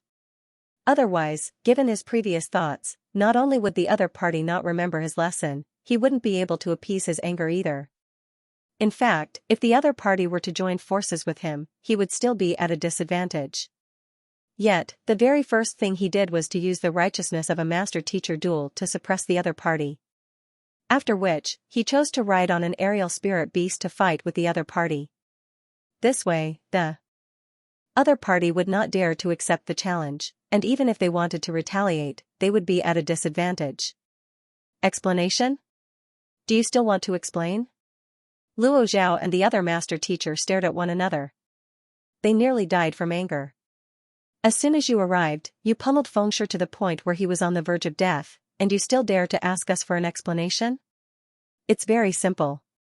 Since you used despicable means to stop us, you must compensate us. How about this? I won't ask for much. Just 500 middle-tier spirit stones, and I'll let this matter rest. I won't report this matter to my teacher or His Majesty, or else I'll definitely bring this matter up to the higher-ups and have them judge my actions. Hongshi waved his hand. Xianxia was a figure whom even Hall Master Mo of the Mingshi Tang faction of Hongyuan was willing to fork out high-tier spirit stones to befriend him. It would be fine if this matter did not blow up, but once it did, the three fellows would surely be punished. 500 mid-tier spirit stones? The bodies of the duo staggered. Even though they were 5-star master teachers, they didn't have too many middle-tier spirit stones on hand. It would already be a huge sum if they could fork out 200 middle-tier spirit stones. To demand 500 in a single go. This was daylight robbery, but they were indeed in the wrong in this matter. Based on what they had thought, that fellow would surely be too ashamed to face anyone after losing all 3 slots. Besides, even if he were to speak up, it would only be because he was incapable, yet, the other party was completely fine, and he even came over to claim the righteousness, making it impossible for them to turn him down. They felt so stifled that they could spurt blood. We might have been a little too rash in this matter, but Hong Qian, you shouldn't be so unreasonable. Besides, we didn't do anything to you, did we? There's no need for you to be so ruthless. Luo Zhao flung his sleeves. Indeed. We're all 5-star master teachers, and we have our own reputations. You've already beaten us up, so what else do you want? Are you going to pin the blame on us? The face of the second elder also flushed red in anger. Why don't you want to pay up? Or are you unable to afford it? Hongshi placed his hands behind his back. Middle-tier spirit stones are precious even to 5-star master teachers like us. Do you think you can take out 500 of them in one go? Luo Zhao harumphed. It's fine if you can't. I heard that the Crown Prince is holding a banquet tonight to discuss how he will resolve the issue of the 3 slots. Given how you arrived at the capital early, I believe you should have heard about it by now, right? As long as you tell me the solution and give me the countermeasures you've discussed, this matter will be dropped. Hongshi waved his hands casually. It was impossible for a 5-star master teacher to fork out 500 middle-tier spirit stones. He was just asking for an exorbitant price and returning the favor on the spot. The urgent matter at hand was to find out how the Crown Prince was going to resolve the issue of the 3 slots so that they could make preparations in advance. This, Luo Zhao and the other elder glanced at one another and shook their heads. The Crown Prince doesn't reveal the details of the selection beforehand, so we are indeed unaware of it. If we had known what the test would be, we wouldn't have had to resort to such a despicable plan. Even though the Crown Prince was a junior, he was a talented student of the Hongyuan Master Teacher Academy. Even if they couldn't figure it out, they didn't dare to question him. You aren't aware of it? Hongshi frowned. Yes. Luo Zhao nodded. Hearing their words, Hongshi shook his head helplessly. Indeed, if the other party knew the rules, he would have made preparations beforehand. There was no need for him to resort to such a despicable method. Alright, I don't know what the test will be, but I can tell you about Princess Feier and the matter regarding the 4 slots. We only found out about it after asking around for a long time. Luo Zhao hesitated for a moment before saying. Alright, as long as you tell us about it, we'll forget about the previous matter. Hongshi nodded. It was only a matter of time before Xianxia and the others headed to the Hongyuan Master Teacher Academy.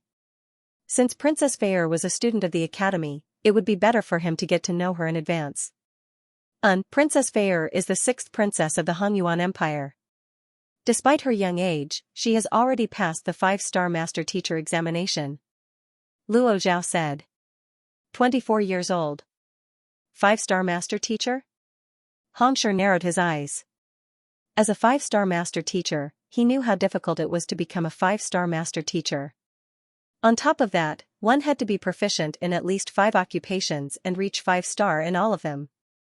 It took him 160 years to achieve this, and the other party was only 24 years old. If he hadn't heard it with his own ears, he would have found it hard to believe. Xianxia is probably the only one who can match up to him in terms of talent, Luo Zhao remarked with a bitter smile. It was undeniable that a person like him couldn't comprehend true geniuses. That's right. That's precisely the reason why Crown Prince Yiqian took the initiative to befriend her and asked His Majesty to take out 4 slots. Luo Zhao nodded. When he first heard of this news, he was shocked as well. If not for his strong mental fortitude, he would have collapsed from fear. A 24-year-old 5-star master teacher. This was something he didn't even dare to imagine before. Princess Feier is only one person, so why does she need 4 slots? Hongshi glanced at Zhang Xian. He had wanted to ask Shuang Qin about this, but due to his low standing, he didn't have the authority to do so. Since the other party was willing to talk about it, he decided not to. The princess is alone, but she has a friend and 2 other students from the Master Teacher Academy. They seem to be here on a mission, and that's why they were invited by the Crown Prince. Otherwise, why would the princess of the Han Empire lower herself to come here? Luo Zhao said. Hongshi nodded in response. Han Empire was a Tier 1 empire on the Master Teacher continent, and there were at least several hundred Tier 2 empires of varying sizes under its jurisdiction, such as the Miryu Empire. If not for some special circumstances, why would the princess lower herself to come here? No matter how incredible the cleansing lake was, it was only useful to the souls of Consonant Spirit Realm and Cosmos Bridge Realm cultivators. In a Tier 1 empire that was rich in resources, it could easily be replaced with treasures. There was no need for the princess to travel such a long distance just to come here. Have you found out the names and identities of those people? Hongshi asked. Princess Feier's friend goes by the name of Luo Qiqi, and it's said that she's the princess of a Tier 1 empire as well. As for her identity, she refused to reveal it, and we don't have the authority to look into it either. However, her master teacher rank seems to be on par with Princess Feier, and her cultivation is even higher. Luo Zhao said grimly. Even though he had only met Luo Qiqi once, he could tell that the other party's strength was unfathomable. At the very least, he wasn't a match for her. As for the other 2, they are Princess Feier's classmates, and they're both males. Their cultivation and strength aren't inferior to Princess Feier either. More importantly, they carry the aura of nobles on them. If I'm not mistaken, their identities aren't simple either. As for their names, Luo Zhao pondered for a moment before saying, one of them goes by the name of Xing Yuan, and the other one goes by the name of Wu Zhen. I'm not too sure about the details. Luo Qiqi, Xing Yuan, and Wu Zhen? Hongshi nodded. Those who were able to graduate from the Han Master Teacher Academy were likely to be master teachers. Given that they were in the same class as Princess Feier, they were likely to be 5-star master teachers. Considering that they were students of the Han Master Teacher Academy and had been sent out on a mission, they were bound to achieve great things in the future. Naturally, the Miryu Empire wouldn't give up on such an opportunity to befriend them.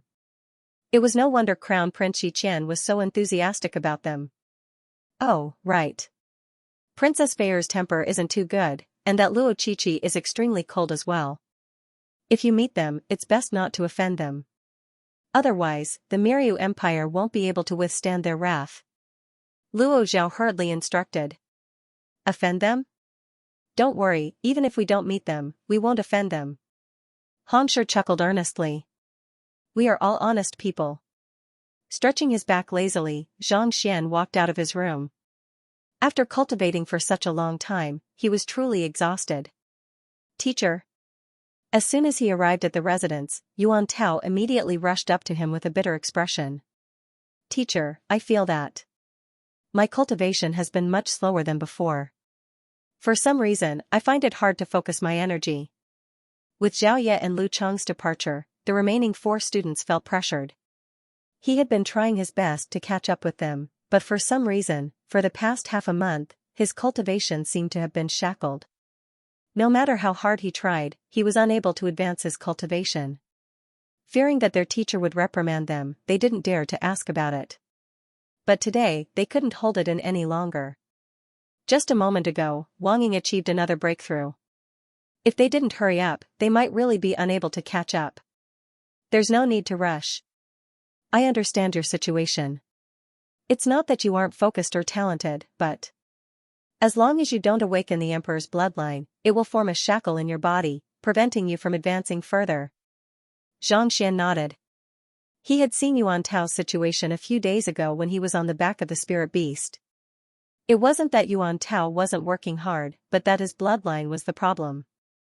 For those with unique constitutions, when their constitution was fully awakened, their cultivation would be as easy as eating and drinking. However, if they were unable to fully awaken their constitution, they would be shackled no matter how hard they tried. There were countless ways to awaken one's unique constitution, but unique constitutions were rare as well. As such, it was extremely difficult for them to complete their heritage. Many talented individuals were unable to find a systematic way to awaken their unique constitution and lacked sufficient resources. This was precisely the reason why he had hesitated for a moment before agreeing to the Glacier Plain Court's request for Xiaoya. The Glacier Plain Court had the complete heritage of the Purine body and unlimited resources. It was much better than him fumbling around on his own. Currently, Yuan Tao was facing this problem. With his constitution awakened by 20%, his cultivation had reached the limit of Transcendent Mortal 2 down primary stage. If he wanted to advance further, he would have to continue awakening his constitution. Otherwise, the thick Emperor's bloodline would seal his acupoints and meridians like shackles, making it difficult for him to advance further. If he had cultivated the Heaven's Path divine art, it wouldn't have been a problem. However, it was a simplified version, so it was troublesome. Over the past few days, Yuan Tao had been pondering over it, and he had come up with a few feasible plans. How about this? You call Sun Cheng over and have him ask around to see if there are any places that sell treasures. Go and see if there are any treasures that are suitable for you. Xianxia said. Yes. Seeing that his teacher was already aware of it, Yuan Tao hurriedly backed down in embarrassment. Not too long later, he returned with Yuan Tao. Young master, I've asked around. There's a mystical treasure tower nearby. It might have what you want. Sun Cheng said hurriedly. He was a steward and knew his duty. As soon as he arrived, he asked around and found out a lot of information. Mystical treasure house? Xianxia looked over. Yes, there are many rare treasures in this mystical treasure house, and many of them are extremely precious. Their value is not below that of a high-grade spirit-grade magic treasure, and many of them are even unique. However, the weird thing is that the items here are never for sale. They are only given to those who are fated with them. Sun Cheng said. Gift? Xianxia was stunned. No matter how many rare treasures, and assets they had, if they didn't sell them all and gave them away, wouldn't they be making a loss? Indeed. However, they won't give them away for free. There must be a price for it. Seeing the look of disbelief on the young master's face, Sun Cheng chuckled. It's said that there are 2 rows of stone pillars in the mystical treasure house, and through some unknown means, the treasures are sealed within them. Those who wish to purchase the treasures in the mystical treasure house can try to identify it. If you identify the first item, you'll be rewarded with 1 point. If you identify the second item, you'll be rewarded with 2 points. If you identify the item within the 50th stone pillar, you'll be rewarded with 50 points. The points you accumulate can be used to exchange for all of the treasures in the mystical treasure house. As long as you have sufficient points, you can take anything you want. However, before you can identify the item, you have to pay 10 middle-tier spirit stones as a deposit. Once you identify it, you'll have to return the spirit stones. If you can't identify it, you'll have to hand over the spirit stones. In other words, if you can't get a single point, the spirit stones will belong to you. Oh. Xianxia came to a realization. To put it bluntly, the mystical treasure house was making use of a person's curiosity to earn money. It was somewhat similar to gambling. The treasures sealed within the stone pillars couldn't be seen or touched, making it even more difficult than appraising treasures. Thus, it wouldn't be easy for one to earn points. 10 middle-tier spirit stones might not seem like much, but if a large number of people were to enter, it would be a win-win situation. It was somewhat similar to the harmonious stream of flowing goblets in Honghai City's appraiser hall. It was determined by one's eye of discernment.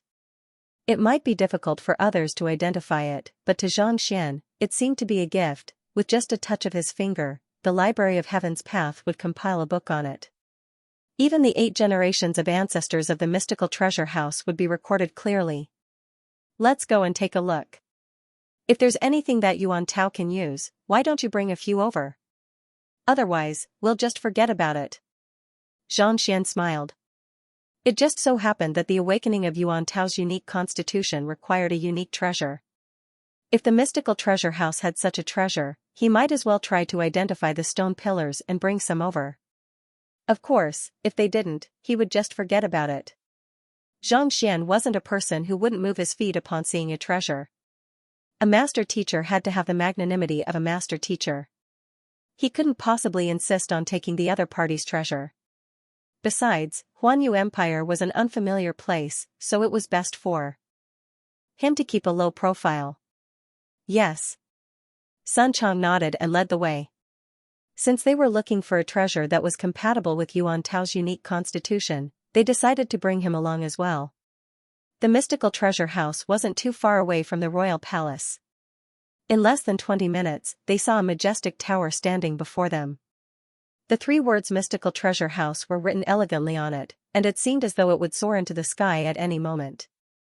6th level calligraphy? Upon taking a look, Xianxia was taken aback. 6th level calligraphy meant that one had already reached the level of spirit wisdom. Only a 4-star or 5-star painter would be able to create such a masterpiece. Seeing such a formidable painting placed casually outside even before entering the building, Xianxia's interest in the mystical treasure house was piqued. Walking through the main entrance, they were greeted with a spacious hall. Along the walls, there was a ring of counters, and all kinds of treasures were placed on them. The trio walked over. Swords, paintings, chess pieces, oars, spirit beast fur, there were all kinds of treasures here. The golden claw of a transcendent mortal 4-dan foxhawk beast? Taking a look at the counter, Xianxia's footsteps suddenly halted. On the counter before him was a 3-chi long claw. It was golden in color, and it felt as sharp as ice. The foxhawk beast was a transcendent mortal 4-dan spirit beast. Not only were they few in number, they were also as cunning as a fox. Even the beast hall wouldn't be able to tame one, needless to say, capture and kill one. Even though the foxhawk beast was rare, its claws were invaluable treasures. This was especially so for a golden claw. It was the ideal material for forging a spirit intermediate tier weapon. There were many people who couldn't even obtain a single finger. Yet, there was a complete one here. Its value was immeasurable. Lowering his head, Xianxia saw a line of words written on the sheepskin beneath the claw. Foxhawk Beast Golden Claw, 1. What does this one mean? Xianxia turned to Sun Chang. Sun Chang pondered for a moment before replying, "Oh, it means that it can be exchanged for with a single point." Exchanged for with a single point? Xianxia was taken aback. The golden claw of the foxhawk beast was incomparably valuable, and it was extremely difficult to find. If one were to sell it, even if it couldn't fetch dozens of middle-tier spirit stones, it would fetch at least a dozen. To be able to exchange for it with a single point, wasn't this point a little too valuable? Most of the items on the first floor can only be exchanged for with a single point. The higher the floor, the more valuable the items are. Sun Chang chuckled. These items can be exchanged for with a single point? Gasping in astonishment, Xianxia was astonished. It was no wonder so many people would still come here to try their luck despite knowing that it was impossible to take away the items in the mystical treasure hall. The items here were indeed too valuable. Walking around the foxhawk beast golden claw, Xianxia saw quite a few good items on the first floor. Their value wasn't beneath that of the foxhawk beast golden claw, and they were all marked with the word 1. Incredible, this place is indeed worthy of being called a mystical treasure. Xianxia praised as he walked around the area. Even though there were many treasures on the first floor, they weren't of much use in awakening Yuan Tao's unique constitution. The emperor's bloodline was extremely unique. Even though Xianxia wasn't too sure what could awaken it, he had a rough idea. Let's head to the second floor to take a look. Knowing that there was nothing on the first floor, Xianxia lost his interest. No matter how valuable the treasures were, they couldn't compare to spirit stones to him. No matter how valuable the other items were, they couldn't compare to cultivation techniques. As such, he wasn't interested in the treasures on the first floor. If he was, he wouldn't have returned the items in the harmonious stream of flowing goblets to the appraiser hall back then. Thus, the trio headed up the stairs. There were significantly fewer people on the second floor compared to the first floor. Furthermore, there were fewer treasures on the second floor as well. However, at a glance, everything was much more valuable. There were quite a few unique items that even the appraiser hall couldn't produce, and there were quite a few that even Xianxia couldn't name. This is a painting of the 7th level? Soon, Xianxia saw a painting of the 7th level. From the looks of it, one had to be at least a 6-star painter to be able to draw it. The animals and plants in the painting were so lively that it felt as if they would leap out of the painting at any moment to gather spiritual energy. Artifacts with transcendence of mortal wisdom already possessed their own sentience, and they would leap out of the painting at any moment. Lowering his head, Xianxia saw a line of words on the goatskin, proud painting of spring and autumn, 2. Only worth 2? Xianxia was astonished. This painting was much better than the drunken sleep in dreams that was auctioned at Honghai City back then. After all, that painting was incorrectly drawn. Even though it was barely able to reach the 7th level with his help, it was still the lowest level painting.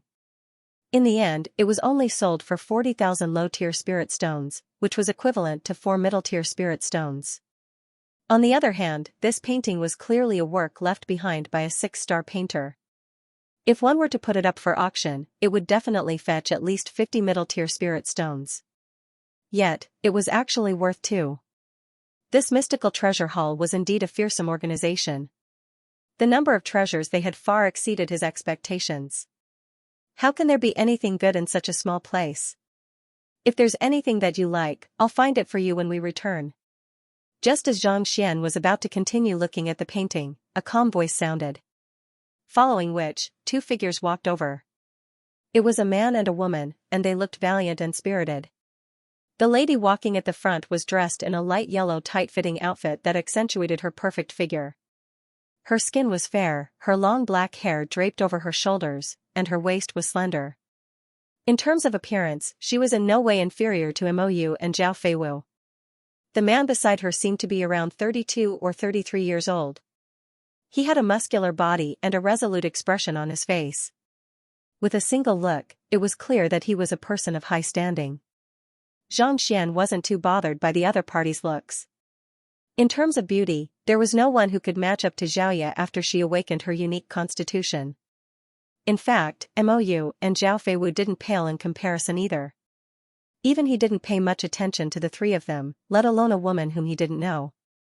Taking a look at their cultivation, he couldn't help but be astonished.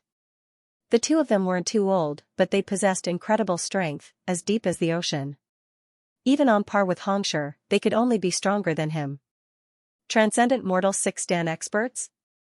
Xianxia's eyebrows shot up. Transcendent mortal 6-dan.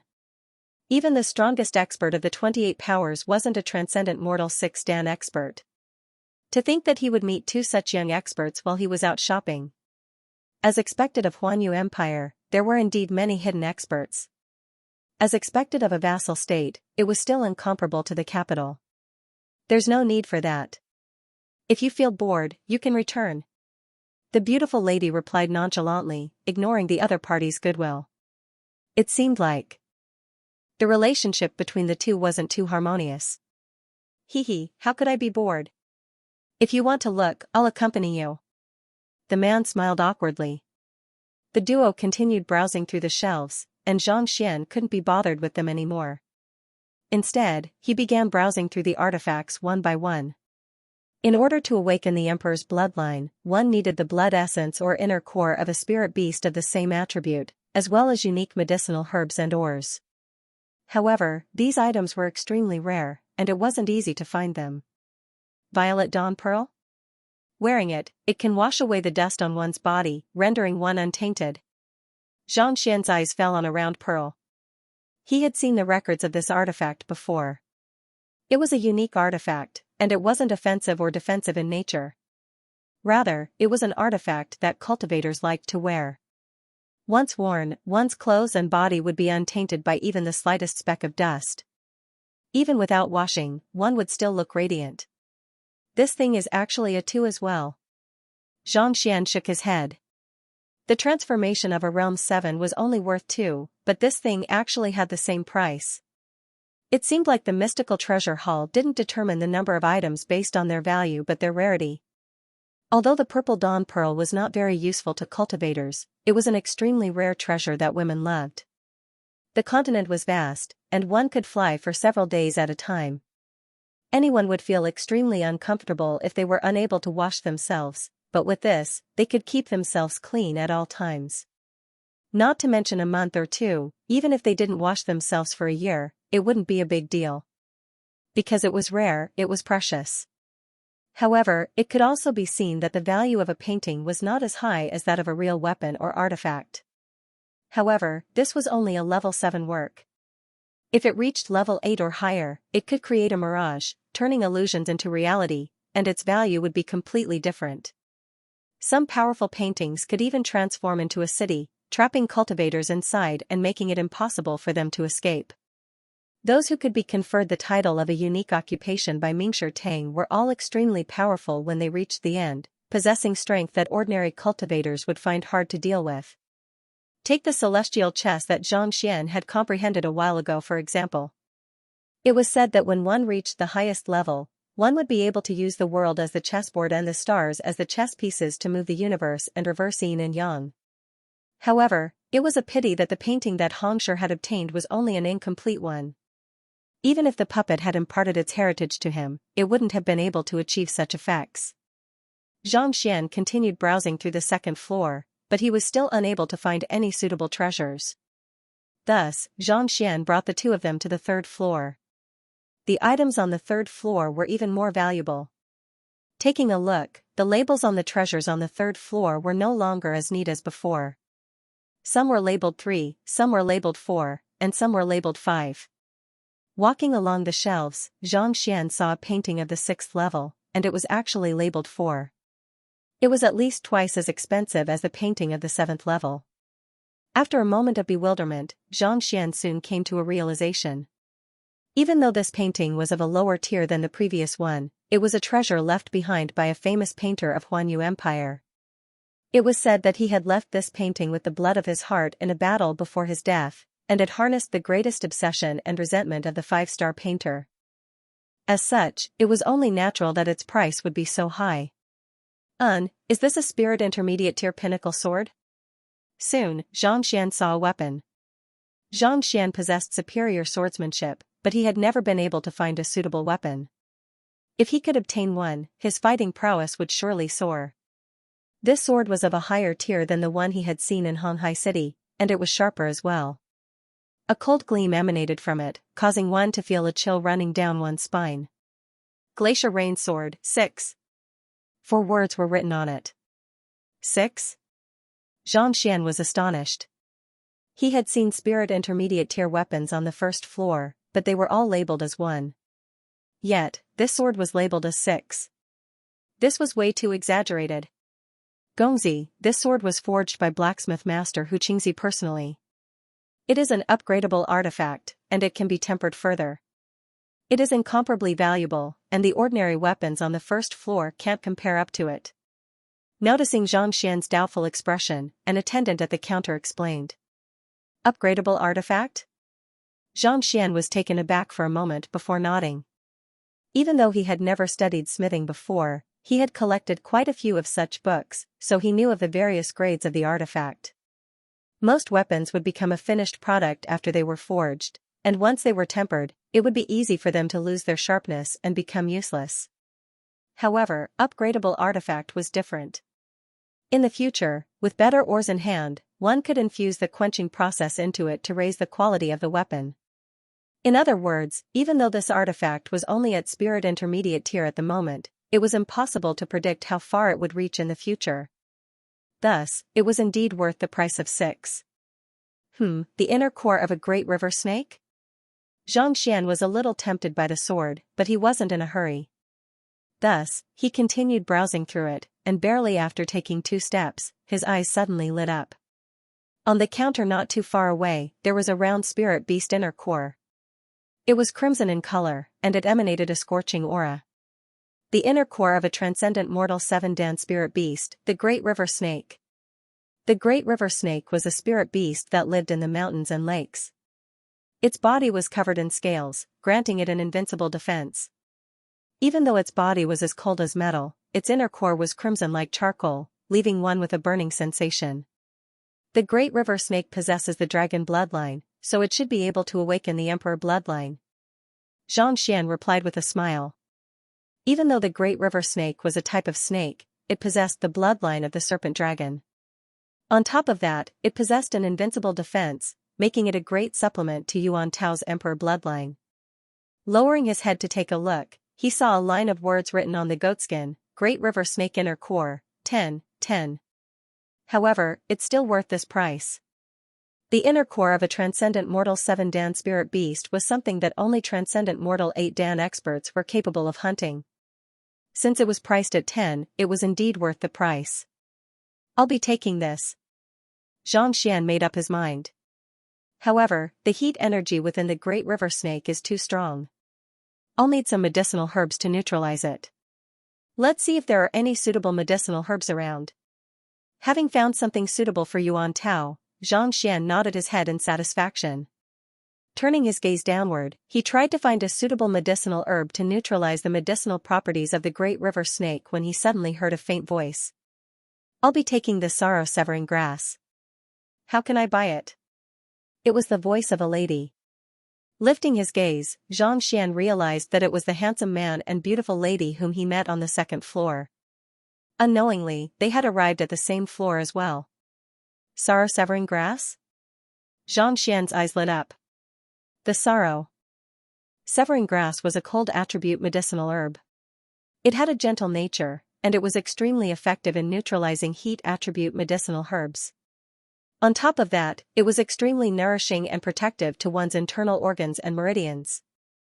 As such, it was the best medicinal herb to neutralize the inner core of a great river snake.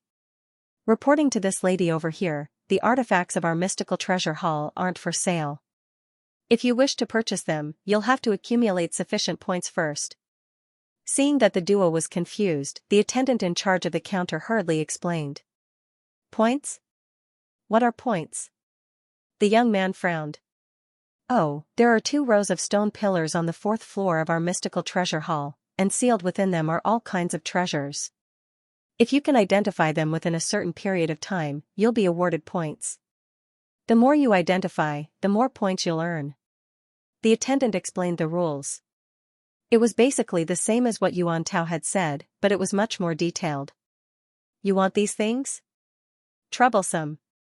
However, it's just identifying treasures, it's nothing much. Hearing that there was such a complicated rule, the young man frowned.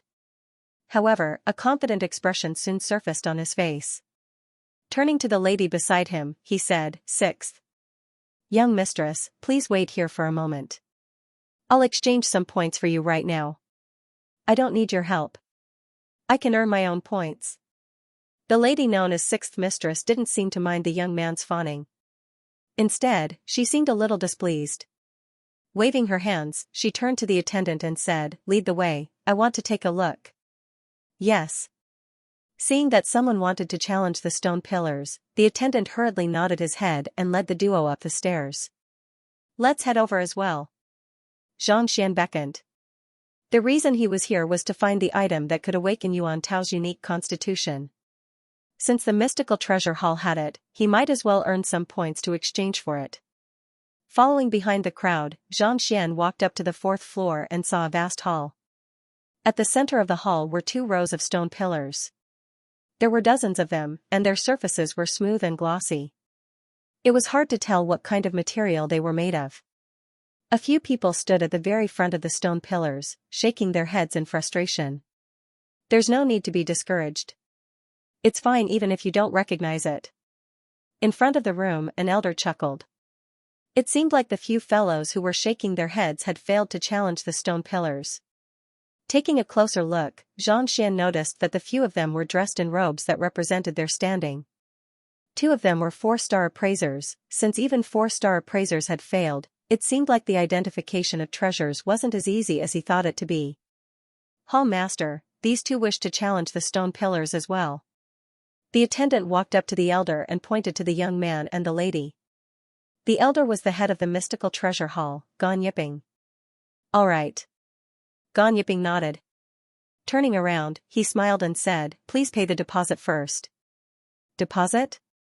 Right, I don't have money to pay the deposit yet. Not too far away, Zhang Xian was taken aback for a moment before awkwardness crept onto his face. Previously, a reader asked me how I can claim the Border Army emblem, and today is the perfect opportunity. Clicking on the mission interface and searching for, sweeping the world's edge, you'll be able to claim the Border Army emblem. However, you might have to tip 10 renminbi to do so. I suggest those who are well off to claim it, and those who aren't, the official account will support them. This way, Laowa would be delighted. If you were to claim 10 renminbi now, you might have to tip 50 renminbi to claim the emblem. Currently, our border army has more than 5,000 members. In the entire Qidin, we can be considered as one of the bigger fan clubs. He had been so focused on earning points that he had forgotten that other than a high-tier spirit stone, he didn't even have a single middle-tier spirit stone on him. Even though he had obtained close to 600 middle-tier spirit stones from the Fleeting Cloud sect and the other sects, he had exhausted them all before reaching Huanyu Empire. The current him could be said to be as poor as a pauper. How much is the deposit? The young man didn't know the rules. 10 middle-tier spirit stones. Gan Yiping replied. Here. The 2 of us will give it a try. Without asking any further, the young man flicked his wrist and took out 20 middle-tier spirit stones. 20 middle-tier spirit stones was a sum that others would find difficult to gather even if they were to sell their entire fortune. However, it seemed like it didn't matter to him at all. Grabbing the spirit stones, Gan Yiping chuckled. He pointed forward and explained the rules. There are 2 rows of stone pillars here, and each of them is sealed with an artifact. There are hints written on them, and based on your own judgment, you will be able to deduce what is inside. Each person only has an incense's time. As long as you can identify the artifact and state its name, the stone pillar will automatically crack open. The more cracks you open, the more points you will earn, and the more artifacts you will be able to exchange for. All right. The young man nodded with a fawning look on his face. 6th young mistress, wait here for a moment. I'll be right back. After which, he walked up to the stone pillar with widened strides. Zhang Xian and the others also turned their gazes over. They had understood the rules, but they wanted to know how the examination was going to be and how difficult it was. Standing before the stone pillar, the young man seemed to have seen the hints left on it. He circled around the first stone pillar, and his face, which was initially filled with confidence, suddenly turned perplexed. The stone pillar was smooth, and there was nothing unique about it. He couldn't see, touch, or even tell what was inside. It was as if he was trying to guess what was inside through a tool. The difficulty of the examination was far beyond his imagination. After circling around 2 more times, his face turned livid. He had just boasted to the 6th young mistress that he would be back soon with the intention of earning some points. Yet, it turned out that he couldn't identify anything at all. If he were to return like this, it would be too embarrassing. Scratching his head, the young man anxiously touched the stone pillar and tried to infuse his Xianxia into it. However, he realized that the stone pillar seemed to have the ability to isolate Xianxia, rendering it completely ineffective. It didn't take long for him to use all the means he could think of. Unable to hold himself back any longer, he turned to look at Gan Yiping. Hall Master, this doesn't have any special characteristics at all. How can I tell? This is a scam, right? This thing is just a stone pillar. What do you want me to see? Putting aside me, even 5-star appraisers and 6-star appraisers wouldn't be able to tell. Young master, don't be anxious. There are hints on the stone pillar. You can use them to analyze the situation. Gan Yiping smiled faintly, as if he knew that the other party would say that. Ponder? Looking at the words on the stone pillar once more, Zhang Xian was still unable to comprehend them. Seeing that an incense's time was about to pass, he could only grit his teeth and lie, "It's a sword, saber, medicinal herb, wooden stick." After saying a dozen or so things, there was still no response. "Time's up." Gan Yiping smiled bitterly and shook his head. With a single look, he could tell that the young man before him was extraordinary. He thought that he would be able to break the stalemate, but from the looks of it now, it seemed like he was overthinking things. "All right." With a reddened face, the young man walked back awkwardly. What in the world was this? He thought that with his capability, he would be able to easily deduce the type and name of the item and earn points to help the sixth young mistress buy what she wanted. Yet, who could have known that he would return empty-handed? Not only did he fail to shine, he even embarrassed himself. "Gongzi, there's no need to be discouraged. I found these stone pillars in an ancient domain. I have no idea who left them behind, but they are extremely mysterious. Even after 50 years of observation, I have only managed to decipher 3 of them." Seeing that the other party was in a bad mood, Gan Yiping consoled. 50 years? 3? The young man was taken aback. Indeed. Only by knowing what the item inside is and its effects can one open it. Over the years, I have tried all kinds of means, but I'm still unable to decipher it. That's why I opened this mystical treasure hall in hopes of finding someone to help me solve this problem. Gan Yiping shook his head.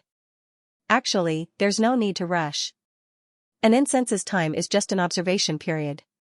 Since you have already paid the 10 spirit stones, you can make a copy of the words on the stone pillar back. Whenever you are able to decipher the stone pillar, you can come over to solve it. Make a copy? The young man shook his head. We are only passing by Huanyu Empire, and we won't be staying for long. Besides, we are only interested in a single medicinal herb. If not for the sixth young mistress insisting on coming over, given his identity and experience, he wouldn't have come to such an insignificant place. Even though there were many rare and valuable items in the mystical treasure hall, given his wealth, he was still able to take out quite a few items that were on par with them. All right then. Seeing that the other party wasn't interested in the stone pillar, a hint of disappointment flashed across Gan Yiping's eyes. Shaking his head, he said with a forlorn tone, "I have spent most of my life trying to decipher these stone pillars. It seems like I can only bring my regrets into my coffin." His lifespan. Hearing the other party's words, Xianxia couldn't help but shake his head. Even though the old man was powerful, there was an aura of decline emanating from his body. Clearly, he was nearing the end of his lifespan. Upon reaching transcendent mortal one Dan, the very essence of a cultivator's life would undergo a qualitative change. Their lifespan would rise significantly, reaching 200 years in an instant. As one's cultivation rose, one's lifespan would increase by a little as well, but the increase would be negligible. As such, as long as one didn't achieve a breakthrough to saint, one would only be able to live to 300 years of age. This old man's lifespan had already exceeded 250 years, and he was already nearing the end of his lifespan.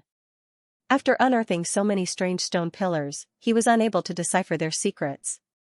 Thus, he could only open the mystical treasure hall and take out the treasures he had collected throughout his life to attract others to decipher them. As for the 10 mid-grade spirit stones, it was just a standard and requirement. Otherwise, anyone would come here to try their luck and not have to do anything else for the day. Unable to obtain any points, the young man turned to the young lady before him apologetically. "Sixth young mistress, I'm really sorry. Let me take a look." Knowing that it would be difficult to decipher the stone pillar, the sixth young mistress's competitive spirit was ignited. She walked up to the first stone pillar, and after taking a look at the words, a frown appeared on her forehead. An incense's time soon came to an end. She shook her head dejectedly. Clearly, even she was unable to do anything about it. What a pity. Seeing that the two of them were unable to decipher the stone pillar as well, Gan Yiping sighed. Regardless of whether it was their cultivation or disposition, they were extraordinary. Clearly, they were rare geniuses. Xianxia thought that they would be able to achieve a breakthrough, but to think that they would be unable to decipher even a single stone pillar. "Hall master, I am a master teacher." Seeing that the sixth young mistress had failed as well, the young man walked up to the old man, flicked his wrist, and an emblem appeared in his palm. 5-star, Gan Yiping's eyes narrowed. He could tell that the two of them were extraordinary, and he thought that they were the scions and mistresses of prestigious clans. To think that they were actually 5-star master teachers, even if a master teacher of this level were to enter the royal capital, he would have to be personally received by the emperor as an esteemed guest. Yes, I am just a guest in the Miryu Empire recently. The sorrow-severing grass below your building is of great use to me. Can you sell it to me? I am willing to pay double, triple, or even 5 times the price. Seeing that the other party was shocked by his identity, the young man nodded his head in satisfaction. No matter where a 5-star master teacher went, they would be respected and respected. You wish to buy that sorrow-severing grass? Gan Yipping asked hesitantly. Yes. The young man nodded. That thing is of great use to me, so I hope that you can fulfill my request. How about this? I won't accept double or triple the price. In fact, I don't even need your money. As long as you are willing to conduct a lecture for me, I don't mind giving this sorrow-severing grass to you. A moment later, Gan Yipping said. His lifespan was coming to an end. If he could achieve a breakthrough, he would be able to live for a few more years. Since the young man before him was a 5-star master teacher, he might be able to help him. Besides, the mystical treasure hall had been open for 20 years, but no one had been able to decipher the stone pillars. It would be futile if he were to continue waiting. Thus, he might as well help the other party befriend a 5-star master teacher. All right. The young man didn't bear much hope for the other party to agree to his request. Delighted, he hurriedly nodded his head. It was just a lecture, so it was nothing much. There's no need to stand on ceremony. Gan Yipping waved his hands and beckoned the attendant not too far away. Go down and bring me the sorrow-severing grass on the 3rd floor and wrap it up for this gongzi. Yes, the attendant nodded. Just as he was about to leave, a voice suddenly sounded, wait a moment. Following which, a plump man walked up. Sun Chong, the young master was looking for an item to awaken Yuan Tao's unique constitution. Even though he didn't say what it was, his eyes had been glued to the sorrow-severing grass for a very long time. Clearly, it was of great use to him. If the other party were to take it away, it would be difficult for him to find another one. Naturally, he wouldn't allow the other party to take it away. What's wrong? Seeing the plump man speaking up to stop him, the young man frowned. It's nothing much, I just feel that it's unfair.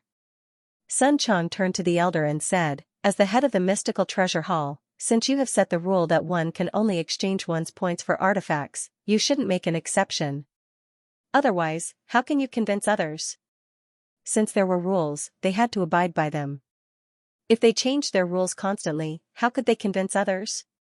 I do have to abide by the rules, but my lifespan is coming to an end. It seems like there's no hope of deciphering the stone pillars anymore. So, forget it. From today onward, the mystical treasure hall will be closed. Since it's already closed, what rules can there be? Sighing, Gan Yipping shook his head. His lifespan was coming to an end, and for the past few days, he had been feeling powerless. Even after so many years, he still hadn't found the answer. If he were to continue waiting, it would be impossible for him to decipher the stone pillars. Even though he was indignant, he knew that it was better for him to just give up. There's no hope of deciphering the stone pillars? That's because our young master hasn't made a move yet. As long as he makes a move, he'll be able to decipher everything here. Sun Chong harumphed. Decipher everything? How arrogant. With a darkened face, the 6th young mistress harumphed coldly. The second watch has ended, 21 p.m. There's still a third watch to go. The 6th young mistress had just walked over from the other side of the stone pillar, so she wasn't aware of the conversation between the young man and Gan Yipping. She had just taken a look at the stone pillars, and she realized that she was completely helpless against them. Even a knowledgeable genius like her was unable to do anything about it, and yet, this fellow actually dared to boast that he could decipher all of them. Displeased, she immediately retorted. Who do you think you are? Did I say anything to you? Sun Chong glanced at the 6th young mistress haughtily. You. The 6th young mistress was taken aback. What do you mean by you and me? Sun Chong flung his sleeves and raised his head proudly. I'm in the midst of a discussion with the hall master. Someone like you who can't even decipher a single stone pillar has no right to interrupt us. What did you say? Only then did the sixth young mistress realize what was going on, and she nearly fainted on the spot. A 5-star master teacher, a transcendent mortal 6-dan expert, was actually looked down upon by a transcendent mortal 2-dan fellow. She was so furious that her chest was heaving up and down. Audacious! Hearing his goddess being reprimanded, the young man's face darkened in displeasure. Audacious? You still have the cheek to talk about me? Even if I don't talk about you, you still have the cheek to talk about you? You haven't deciphered a single stone pillar, and you haven't even earned a single point. Yet, you dare to break the rules so shamelessly. Do you think that you are a big shot just because you have some money? Sun Chang harumphed in disdain.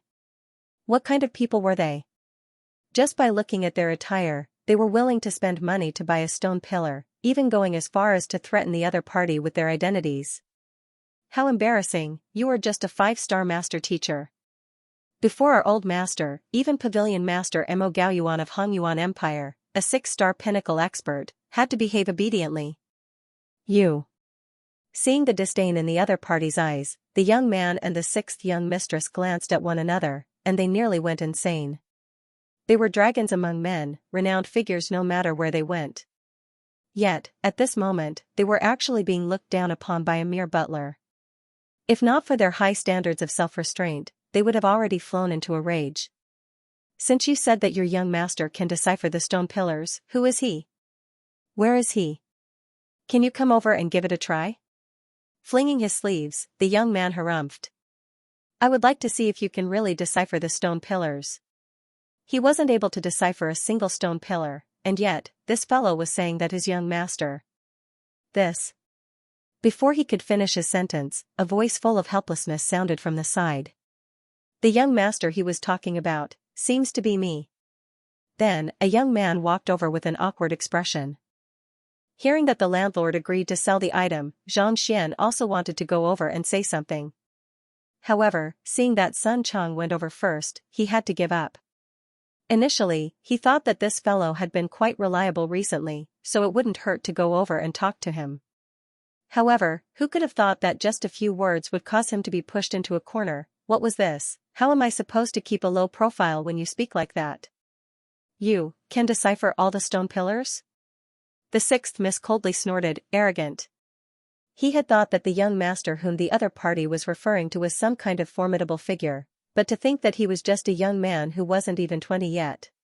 He couldn't help but feel a little disgusted. As a princess and a beauty, no matter where she went, she would have to face a bunch of suitors. She had seen too many of such conceited fellows. Despite knowing nothing at all, they still wanted to put on airs. They really didn't know the immensity of the heavens. This?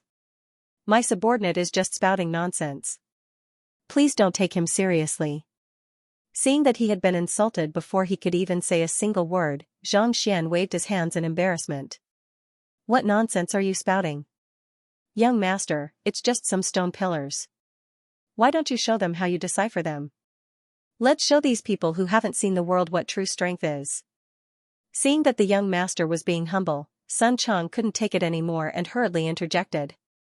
All right, stop spouting nonsense. Xianxian's face darkened. He waved his hands and said, didn't you hear the other party's words? The landlord has already said that it's difficult to decipher these stone pillars. Even he has only deciphered 3 in 50 years. How can it be that easy? Young master, enough.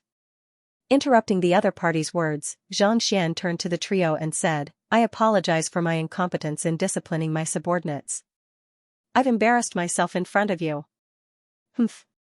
Seeing that Xianxia had admitted his mistake, the complexion of the young man and the 6th miss improved slightly. It's nothing much for a subordinate to respect his master. Gan Yiping nodded. It was normal for a subordinate to respect his master and think that his master was invincible. Thank you for your understanding. Seeing that the awkwardness had been alleviated, Xianxia heaved a sigh of relief. Turning to Gan Yiping, he asked, this. Landlord, I want the inner core of the Great River Serpent, Sorrow-Severing Grass, and Glacier Rain Sword. How many stone pillars do you think I should decipher? The young man and the 6th miss staggered. It was just a moment ago that Xianxia reprimanded his subordinate for spouting nonsense, and yet, he was asking how many stone pillars he should decipher. Judging from his tone, it was as if he could decipher as many as he wanted. Do you have to be so pretentious? Do you think that these stone pillars belong to you? Do you think that you can decipher as many as you want? Decipher how many stone pillars are appropriate? Gan Yiping's eyebrows shot up. Even though he was displeased, he still explained, the inner core of the great river serpent is worth 10 points, the sorrow-severing grass is worth 7 points, and the glacier rain sword is worth 6 points. The criteria for deciphering a stone pillar is 1 point for the first, 2 points for the second, 3 points for the third, and so on and so forth. Only by deciphering 7 stone pillars will the points be sufficient. 7 stone pillars? Hearing the other party's explanation, Xianxia heaved a sigh of relief. Scratching his head, he asked, then, can I give it a try? Of course. Gan Yiping nodded. There's one more thing that I'm a little embarrassed about. Seeing the other party agree to it so readily, Xianxia felt even more embarrassed. I heard that as long as one decipher a stone pillar, they'll return the 10 spirit stones they paid. In other words, as long as one can decipher a stone pillar, it's free of charge. Since I don't have any money, can I try to decipher one first? At most, I'll just decipher a few more later on as compensation. Gan Yiping, the 6th miss, and the young man glanced at one another, and they nearly spurted blood. It was just a moment ago that they heard the other party reprimanding the fatty righteously, and they thought that even though the other party was young, he was a humble and well-mannered person. Who could have thought that in the blink of an eye, he would say such words? At most, they'll just have to decipher a few more later on as compensation. The heck? Do you think that deciphering these stone pillars is a joke? Do you think that you can decipher them as you please? They thought that the fatty was arrogant enough, but to think that this fellow was even more arrogant, you sure know how to boast. The 6th miss was infuriated. Judging from your tone, you think that you'll be able to decipher as many as you want? I'm just trying my best. Not expecting that his casual words would infuriate the other party so much, Xianxia shook his head. Since you're so confident, why don't we make a bet? Seeing how this fellow was still acting so cowardly despite being so direct, the 6th miss gritted her teeth. A bet? Xianxia blinked his eyes in disbelief. What did challenging the stone pillars have to do with her? What kind of bet was this? That's right. I'll fork out the 10 spirit stones for you. As long as you can decipher a single stone pillar, I'll give you 100 middle-tier spirit stones. If you fail, I won't ask you to compensate me. All you have to do is kneel down and apologize to me. Do you dare? The 6th miss harumphed. To spout such nonsense without knowing anything at all, you are really too arrogant. If I don't take you down a notch, I'm afraid that I won't even know who I am anymore. You'll give me 100 middle-tier spirit stones for deciphering a single stone pillar? Turning to look at the 100 stone pillars in front of him, Xianxia's breathing hastened. Are you certain? 100 middle-tier spirit stones for a single stone pillar. If he could decipher all of them, wouldn't that be more than 10,000 middle-tier spirit stones? If he could obtain that many middle-tier spirit stones, he wouldn't have to worry about his future cultivation anymore.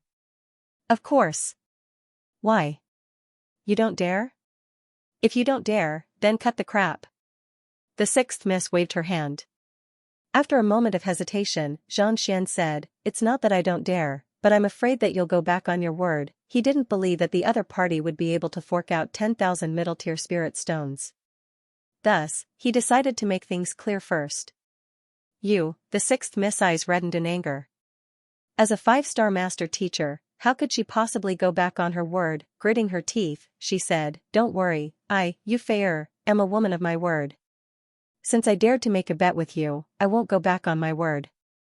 On the other hand, I hope that you won't hesitate when you kneel down later on. It's good that you won't go back on your word. Heaving a sigh of relief, Xianxia turned his gaze to the stone pillar and clasped his fist toward Gan Yiping. As long as you can identify the treasure within the stone pillar, it will explode, right? Yes. Gan Yiping nodded. That's good. Xianxia nodded as he walked over to the stone pillar. Only upon approaching the stone pillar did he realize why the complexion of the young man and the 6th miss had turned so awful. The words on the stone pillar weren't hints at all. Instead, they were written in an unknown language. It was as if there were unique patterns on the stone pillar, making it hard for one to understand. Naturally, one wouldn't be able to decipher the meaning and content of the words. Under such circumstances, it would be impossible for one to guess what was inside the stone pillar. What an arrogant and ignorant fellow! Seeing that this fellow actually dared to make a bet with the sixth miss, the young man sneered coldly. He had personally experienced the difficulty of deciphering the stone pillar, and he knew how fearsome it was. Even six-star appraisers were unable to decipher it, so how could a 20-year-old lad possibly decipher it? Without a doubt, kneeling before the sixth miss was already a foregone conclusion. What a pretentious prick. Just because you have some capability at such a young age, you think that you can be so arrogant? You really don't know how high the heavens are. The sixth miss harumphed as she glared at the young man before her. She was just about to continue speaking when the young man before her suddenly turned to look at her with a smile on his face. Can we begin now? Of course. Lighting an incense stick, Gonyiping nodded. All right then, taking a deep breath, Xianxia tapped on the first stone pillar and said, "This is the 7-aperture golden heart shuttle." Gotcha. Right after those words were spoken, cracks appeared on the stone pillar before it disintegrated into dust. Following which, a golden shuttle-shaped weapon appeared before everyone's eyes. This is the Violet Dawn Meteor Hammer. This is the Steelbone Fist. This is the Heartbeat Bowl. Advancing forward, Xianxia tapped on the stone pillars. Every single time he tapped on one, the stone pillar would explode, sending debris flying everywhere. How is this possible? The sixth young mistress and the young man glanced at one another, and their bodies trembled in fear. They had tried all kinds of means to identify the contents of the stone pillars, but they were unable to identify anything at all. They had even tried to guess the names of the stone pillars, but it was futile. They thought that this fellow would be the same as well, but who could have thought that? The other party wouldn't even bother looking at the stone pillars. Then, the stone pillars exploded. Are you for real? Are you using hacks? This. Gonyiping's eyes were about to pop out from their sockets. Even though he hadn't spoken much previously, he shared the same thoughts as the sixth young mistress and the young man. He didn't think that the other party would be so boastful, to be able to name the contents of the stone pillars with just a tap of his finger. His speed was truly astounding. Just how in the world did he do it? He had studied the stone pillars for 50 years, but he had only deciphered 3 of them. In less than 20 breaths, the other party had already spent 30. No, 40, 50 spirit stones. This speed was even faster than seeing the treasure directly. When the butler said that their young master would be able to decipher all of the stone pillars, he didn't believe him. However, at this moment, he realized that not only was the other party not exaggerating, he was even being humble. How was this deciphering the stone pillars? This was a complete sweep. This. Young mistress, it seems like you have lost a bet. Gonyiping gulped down a mouthful of saliva and asked. Recalling the bet, the sixth young mistress's body swayed weakly, and her vision darkened. Even though her standing wasn't low, and she had quite a few spirit stones in her possession, she only had a few hundred at most. It would be difficult for her to even take out 1,000 spirit stones. If each stone pillar had 100 spirit stones, that meant that she had already spent 40 to 50 spirit stones on it. If only she knew that the other party was so formidable, she wouldn't have made the bet. Wasn't this just asking for trouble? With a bitter look on her face, the sixth young mistress was on the verge of tears. Gritting her teeth, she said, "Stop for a moment, I have something to tell you." "Tell me?" Xianxia suddenly stopped. "Yes, I already know your capabilities, so there's no need for me to continue deciphering them," the sixth young mistress said with a reddened face. It was just a moment ago that she had made the bet with the other party gleefully, but now, she had to resort to trickery. She felt extremely embarrassed. "You know my capabilities? You don't know yet. Don't worry, it will be over soon." With a faint smile, Xianxia stretched out his palms. One of his hands touched the stone pillar closest to him, while the other touched the other row. As he ran forward, he spoke. "This is the rain spike, this is the loose young wood, this is the 100-root red, this is the 3-leaf golden scale immortal." Bang bang bang bang, the 2 rows of stone pillars exploded one after another, revealing treasures that were exactly the same as what he had said. 5 breaths later, he stopped. Clapping his hands, Xianxia smiled. All right, I've deciphered everything. Walala, more than 100 stone pillars in front and behind him had shattered. The treasures hidden within them were dazzling. These treasures weren't of a high grade, but they were still considered decent items. If they were to be sold, they would fetch a hefty price. Not even a minute. Looking at the incense stick not far away, it had only just started burning. Less than a minute had passed, and this guy had already broken through so many stone pillars. Everyone was silent, their teeth chattering. They had seen ferocious people, but they had never seen someone as ferocious as this. Hall Master, after deciphering so many stone pillars, can I take the 3 treasures that I mentioned just now? Walking up to the elder, Xianxia asked. Gan Yiping's mouth twitched, and he hurriedly turned to the attendant not too far away. Gritting his teeth, he said, hurry up and pack up all of the treasures in the mystical treasure hall for this young master. From today onward, he will be the hall master of the mystical treasure hall. Yes. The attendant hurriedly ran away. Hall master? Xianxia was taken aback. Yes. The number of stone pillars you decipher increases by the number of stone pillars you have. After deciphering more than 100 stone pillars, you should be able to accumulate more than 6,000 points. Gan Yiping nodded. 1 plus 2 plus 3 plus 4 plus 110 is equal to 6,105. To be honest, even if he were to add up all of the treasures in the mystical treasure hall, it still wouldn't be enough to compensate for the loss. Others might not even be able to decipher the stone pillars one by one, but this fellow actually deciphered more than 100 of them in a single breath. Seeing it with his own eyes, he couldn't help but feel frenzied. However, after the frenzy, he was also filled with excitement. Even though he had lost so many treasures and even his belongings, the doubts that had been weighing on his heart for decades had finally been resolved. He felt as though he could die without regrets. Thank you. Clasping his fist, Gan Yiping bowed deeply. 50 years, an entire 50 years, ever since he obtained the stone pillars, he had been studying them, expending his blood essence to decipher them.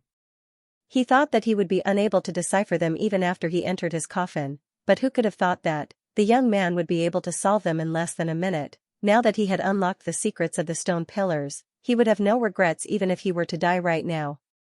Young master, has become the hall master of the mystical treasure hall? You took away all of the treasures, and you still have the cheek to thank me? Sun Chang and Yuan Tao stared at one another in shock.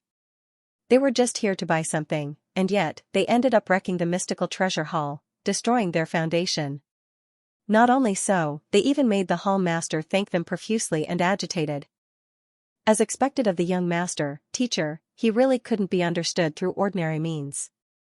Didn't you say that you would give me 100 middle-tier spirit stones for every single stone pillar I deciphered? Since I have deciphered more than 100 of them, I'll give you a discount. That's 10,000 middle-tier spirit stones.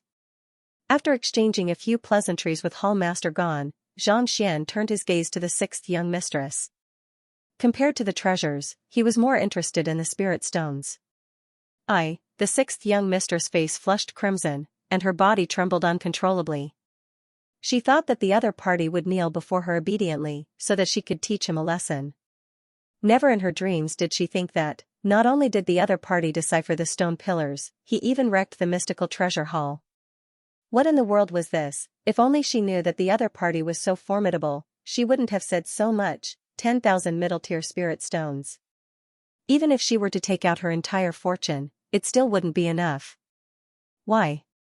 Are you trying to deny it? Seeing the other party's face turn red and pale, and her silence, Xianxia frowned. If not for the other party acting all high and mighty before him, he wouldn't have bothered with her at all. Since she dared to make such a bold claim and demanded him to kneel, she had to bear the consequences of losing the bet. Since the 6th young mistress has lost, I'll pay it back for him. Seeing that the 6th young mistress was rendered speechless by Xianxia's words, the young man gritted his teeth and stepped forward. Even he didn't have the means to fork out 10,000 middle-tier spirit stones. However, there was nothing he could do now. If he could help her in her moment of crisis and win her heart, it would be worth it no matter how great the price was. It wasn't that he didn't think of denying it, but the terms of the bet had been made clear. As a 5-star master teacher, if he were to go back on his words, how would he be able to face others in the future? If he were to report this matter to the headquarters, he wouldn't even be able to become a master teacher anymore. If he were to go back on his words, who would dare to hand his students over to him? I don't need your help. Before the young man could finish his words, the 6th young mistress gritted her teeth and said, I'll pay it back myself. After which, she turned to Xianxia and said, I can pay you back 10,000 middle-tier spirit stones, but I don't have that much on me at the moment. I'll have to wait for a few months. She couldn't even fork out 1,000 middle-tier spirit stones at the moment, needless to say 10,000. However, even though 10,000 middle-tier spirit stones was a huge sum, given the wealth of her clan, it wasn't impossible for her to fork it out. A few months? Xianxia shook his head. If it's just a few months, I can easily fork out 10,000 middle-tier spirit stones. There's no point in me asking for your help. Huanyu Empire was just a stop on his way to Hongyuan Master Teacher Academy. He wouldn't even be able to stay there for half a month, needless to say, a few months. Besides, it had only been half a year since he started cultivating. Who knew what realm he would reach in a few months? Perhaps, middle-tier spirit stones would be useless to him by then. As his cultivation rose, his heaven's path Xianxia became purer and purer, and his demand for spiritual energy also increased. Even though he had only reached transcendent mortal 4-dan pinnacle, he could already feel the effects of middle-tier spirit stones gradually weakening. If his cultivation continued to rise, just like low-tier spirit stones, it would eventually become ineffective. A few months later, it would be useless to him. What would be the point of bringing more middle-tier spirit stones over?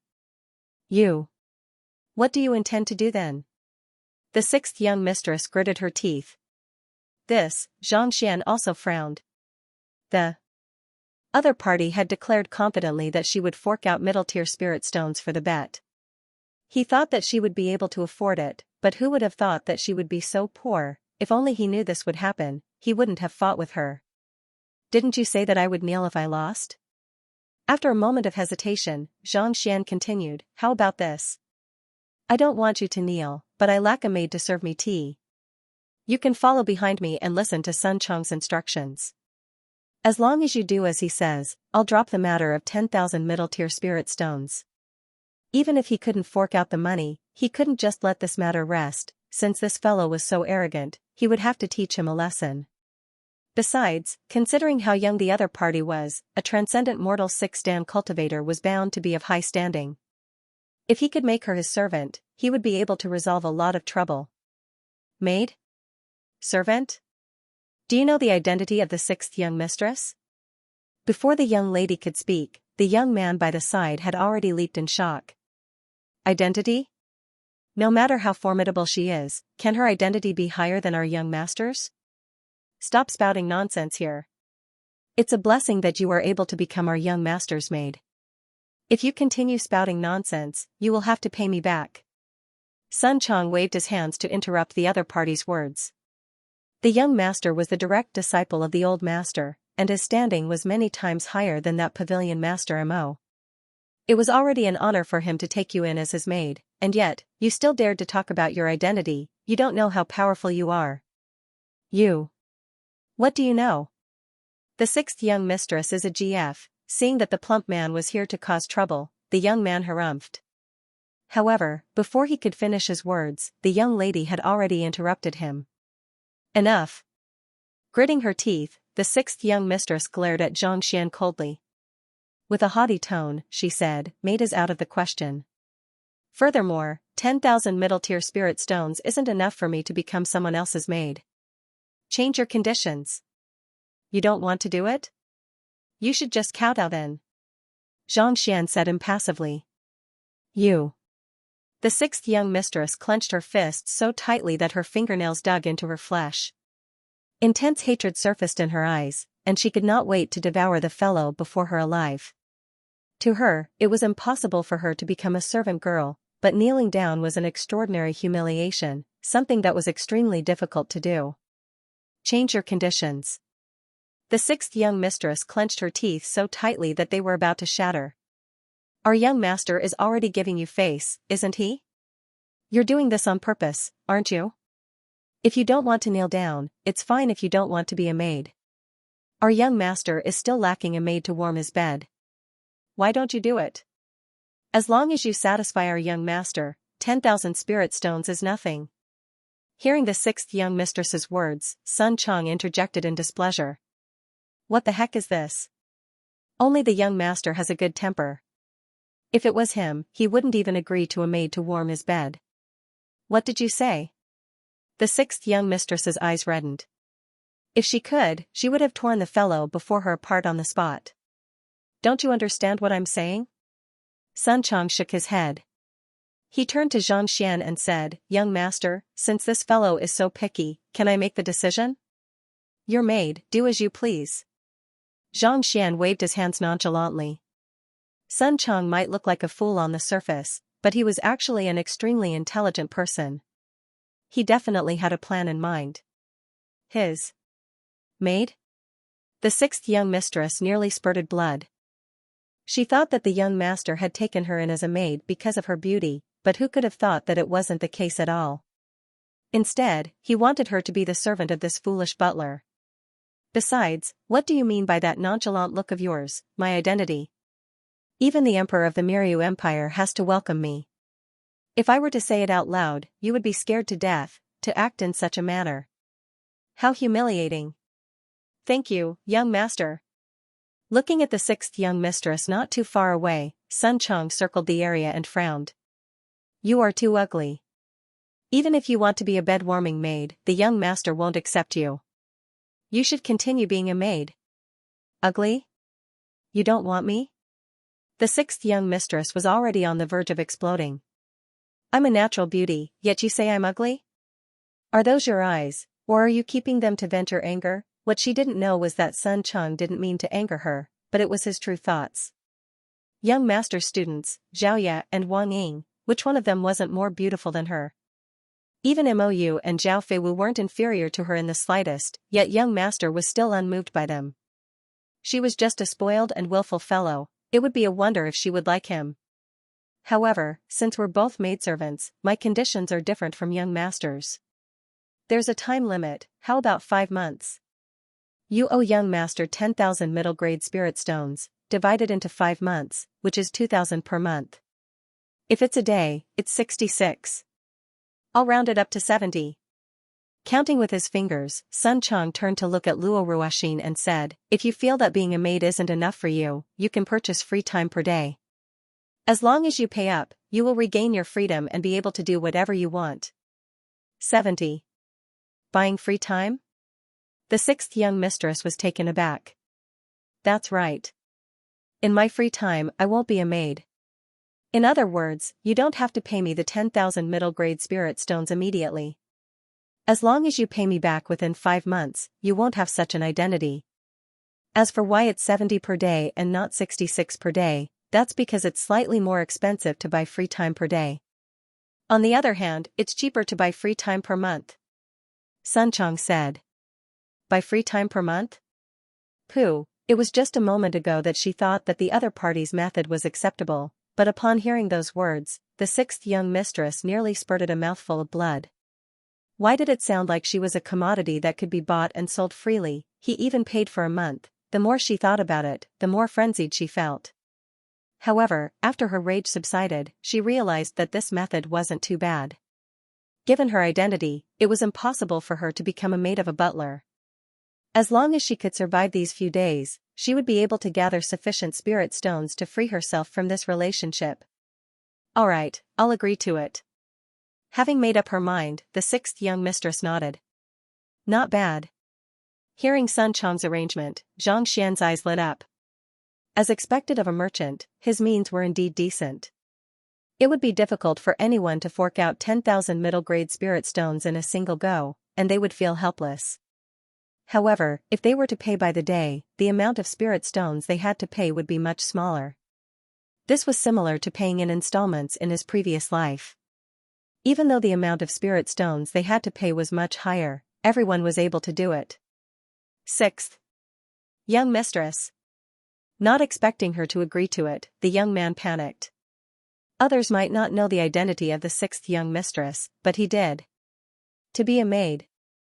You must be joking. If news of this were to spread, the entire royal family of the Miryu Empire would probably go insane.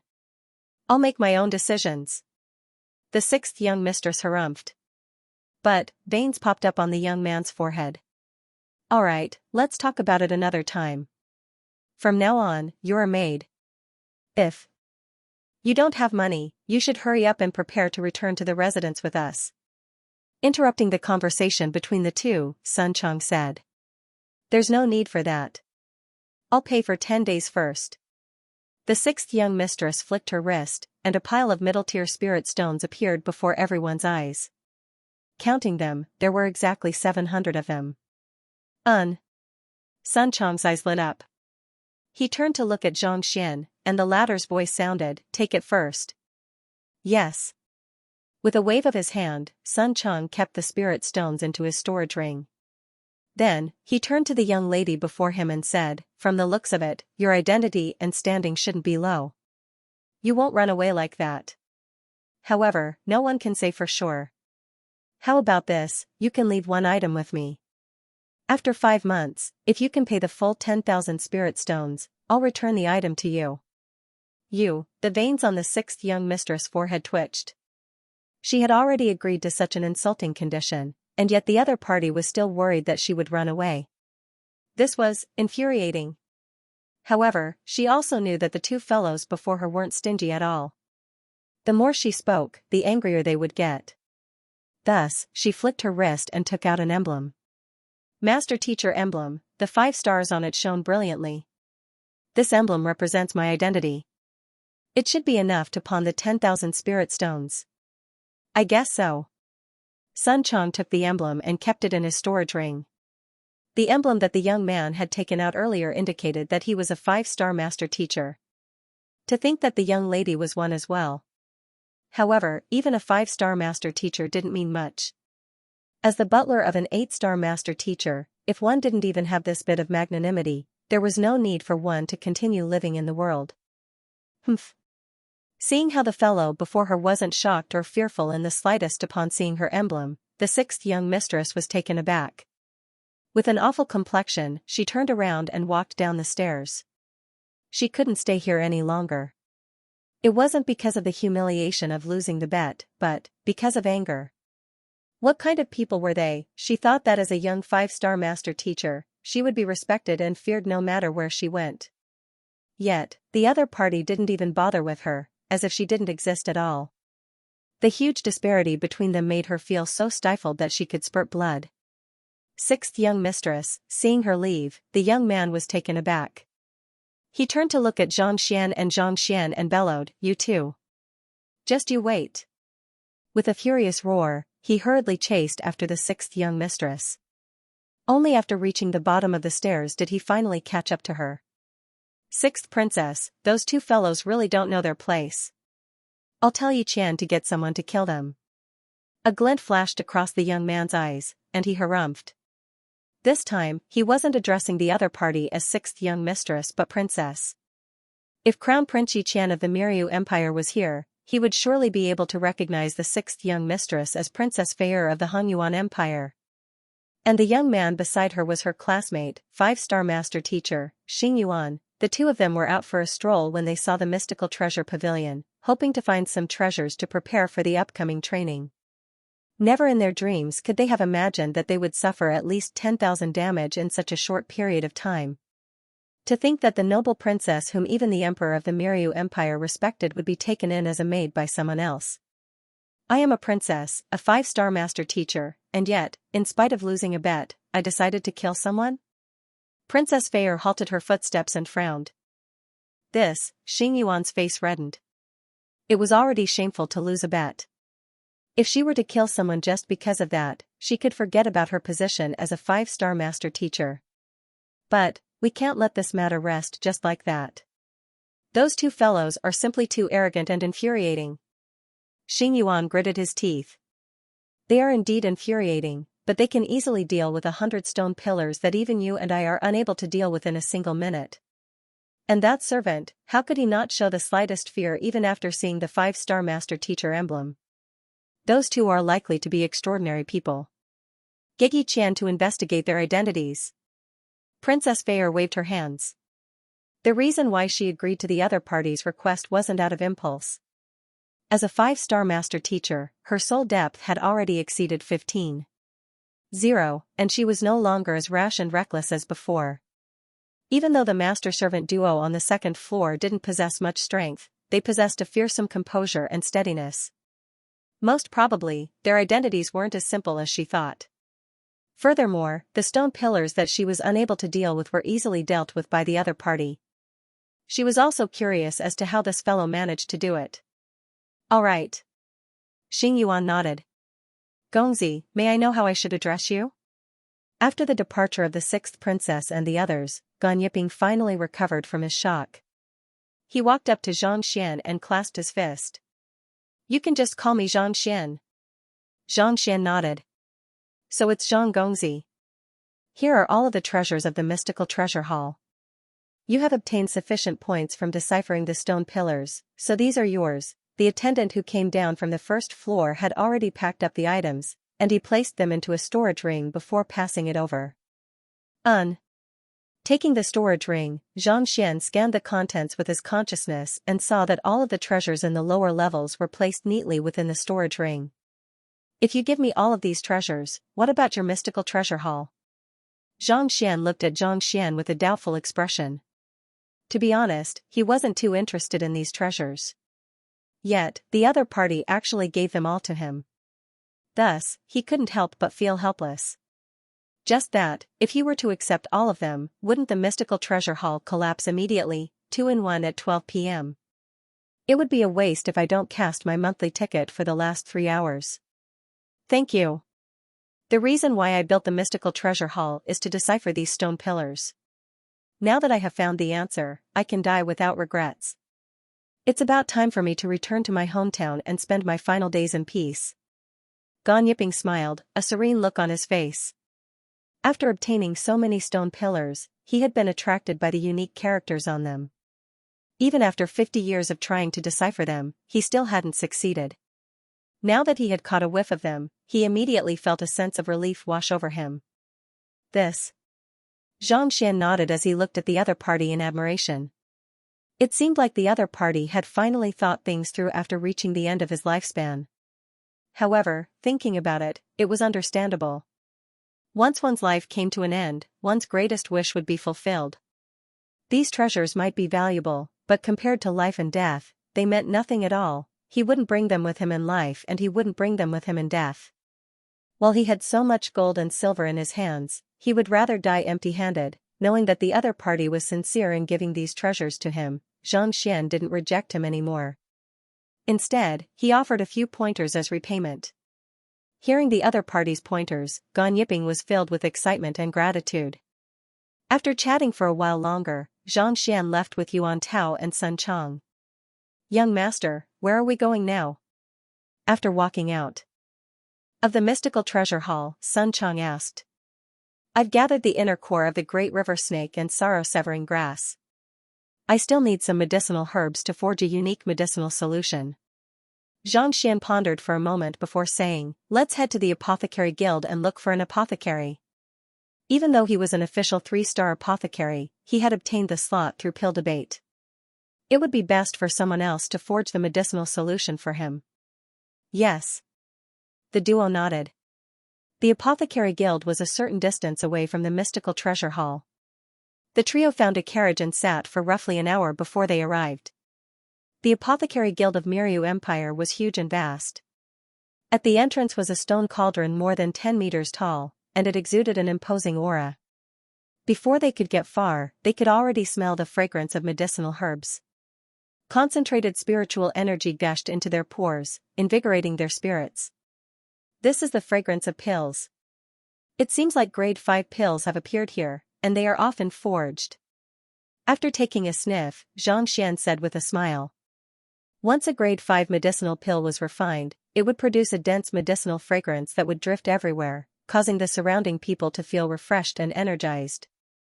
There should be medicines of this level being successfully refined here, which was why there was such a strong smell. There's a 5-star apothecary here, so grade 5 pills aren't a problem at all. Sun Chang nodded. The strongest person in the Miryu Empire's Alchemist Guild had already reached the peak of the 5-star Alchemist Guild, which was far superior to the other low-level Alchemist Guilds. We are looking for a 5-star apothecary. Let's go to the reception to take a look. Xianxia nodded. The great river snake's inner core and sorrow-severing grass were extremely precious, and there was only one of them. Thus, there couldn't be any mistakes. Even if it was just the concoction of the medicinal solution, only a 5-star alchemist would be able to do it. If the grade of the alchemist was too low, it was easy for an accident to occur and the medicinal solution to go to waste. Sir, what do you need? The receptionist was an 18 to 19-year-old young lady. She looked at Zhang Xian with a bright smile. I wish to concoct a unique medicinal solution. May I know how much the 5-star apothecary here is willing to charge for it? Zhang Xian asked. Mingshi Tang could be purchased from the Apothecary Guild, and the Alchemist Guild could also provide the medicinal solution themselves. The price of such a concoction was much lower than purchasing the pill directly. All one had to do was to spend some effort to gather some medicinal herbs. A 5-star apothecary? The young lady was taken aback. Why? You don't have it? Seeing the look on the young lady's face, Zhang Xian frowned. If that was the case, it would be troublesome. The great river snake that gave birth to the inner core was a transcendent mortal 7-dan cultivator in its previous life. Possessing immense vitality, it would be difficult for even a 4-star apothecary to suppress it. Even the weakest 5-star apothecary was at transcendent mortal 6-dan cosmos bridge realm, so it would be much easier for them to control it. We do have it, but an incredible 5-star apothecary came to the headquarters today, and he's currently conducting a lecture. All of the 5-star apothecaries in the guild have gone over to listen to his lecture, and even the 3-star and 4-star apothecaries have gone over to listen to his lecture. If you really wish to concoct the pill, can you come back tomorrow? After a moment of hesitation, the young lady said. Tomorrow? Zhang Xian frowned. The slots for the cleansing lake would be decided tonight, and it wouldn't be long before they entered the cleansing lake. If he were to delay for another day, he might not have that much time left. I can't wait until tomorrow. When will the lecture end? Can you help me arrange an appointment with a 5-star apothecary? Zhang Xian hesitated for a moment before asking. Arrange an appointment? A troubled look appeared on the young lady's face. I am only a receptionist. A 5-star apothecary is simply too difficult to arrange an appointment with. She was only an apprentice receptionist at the front desk. Putting aside a 5-star apothecary, she wasn't even qualified to come into contact with a 3-star or 4-star apothecary. Furthermore, after the lecture, there will definitely be an exchange and learning session. At this moment, everyone is busy, so there shouldn't be anyone who can concoct the pill for them. No matter how much money you offer, I'm afraid that it will be difficult to hire one. With such an opportunity to exchange pointers, who would be willing to neglect their studies just to earn some money? After all, even though the apothecaries from the headquarters might not be of a higher tier, their pill forging techniques and control over cauldrons were likely to be much more advanced. They were worth studying and learning from. This, Zhang Xian's eyebrows shot up. No one would be willing to miss out on such a good opportunity. However, it was impossible for him to concoct the pill himself. Putting aside the fact that it was still too late for him to learn pill forging, his cultivation was only at clarifying turbidity realm pinnacle. If something were to happen to the great river snake's inner core, there was no way he would be able to suppress it. If he couldn't do it, and there weren't any apothecaries willing to take on the job. What should he do? After pondering for a moment, Zhang Xian asked, why don't we do it this way? Where is the lecture hall? Can you bring me there? It was impossible for him to wait for a 5-star apothecary to come out and forge the pill for him today. If it came down to it, he would just have to find one of them for help. Since they were both apothecaries, it should be easier for them to communicate with one another. Bring you there? The young lady frowned. That's a place where only apothecaries can go. Oh, I'm an apothecary. It's just that I haven't taken the examination recently. With a flick of his wrist, Zhang Xian took out his emblem. His apothecary rank was only 3-star, which he had obtained back in Tianwu Kingdom. However, even so, it was already sufficient. Grabbing the emblem, the young lady took a look at it and hurriedly bowed. "Oh, it's an apothecary. This way please." Even though a 3-star apothecary was inconspicuous in the Miryu Empire, his standing wasn't something that a mere attendant like her could compare to. Xianxia nodded. Bringing Sun Chang and Xian along, he followed behind the young lady. The apothecary guild was massive. After walking for quite a while, they finally arrived at a vast hall. "Lord, only apothecaries are allowed in to listen to the lecture. I'm not qualified to enter." Stopping, the young lady said apologetically. "It's fine." With a smile, Xian took the emblem and pinned it on his chest. Then, he instructed Sun Chang and Yuan Tao, "Wait here for a moment, I'll head over to take a look." After which, he walked into the hall. The two of them weren't apothecaries, so naturally, they weren't allowed to enter as well. Upon seeing the emblem pinned on Xian's chest, the guards behind the door didn't stop him. The hall was several hundred square meters in size, and it was hard to tell how many people were seated in it. They were all dressed in apothecary robes, and just like back in the Myriad Kingdom City, when Xian participated in the selection with Ruohuan Gongzi and the others. Lifting his gaze, Xian saw a person standing before a cauldron on a circular platform, explaining the forging process while forging pills. Flames shot out in all directions. A pure white hand placed the herbs into the blazing furnace one by one. It was calm and steady. "It's a young lady?" Xian was astonished. He thought that the person who came from the headquarters would be an old man in his 70s or 80s, but to think that it would be a young lady in her 20s. Female apothecaries had always been rare, and to be able to conduct a lecture for so many people, her rank must be high. Xian couldn't help but turn his gaze over. Dressed in a light purple robe, her long black hair was coiled around her head, and her eyes shone with wisdom. However, her face was as cold as snow, and there wasn't the slightest hint of emotion on it. Her appearance wasn't beneath that of the 6th young mistress.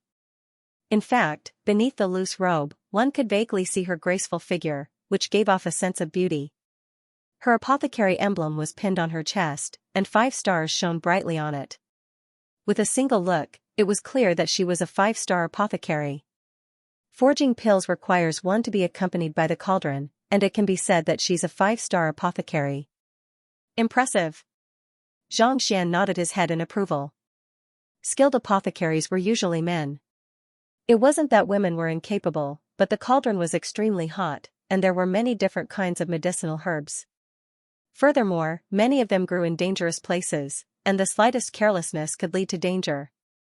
As such, there were many women who were unwilling to learn this occupation. Despite her young age, the young lady before him was already a 5-star apothecary. Her skills were profound, and her movements were smooth as flowing water. From this, it could be seen that not only was she talented, she must have put in a lot of effort as well. Otherwise, it was impossible for her to reach such heights. Talent was only a part of any occupation. What was more important was hard work. Standing not too far away from the young lady was a white-bearded elder. Stroking his beard, he looked at Xian with a look of praise. He should be the guild leader of this guild. Taking a look, Xian deduced. This elder had a majestic aura, and his cultivation was deep. With a single look, it was clear that his standing wasn't low.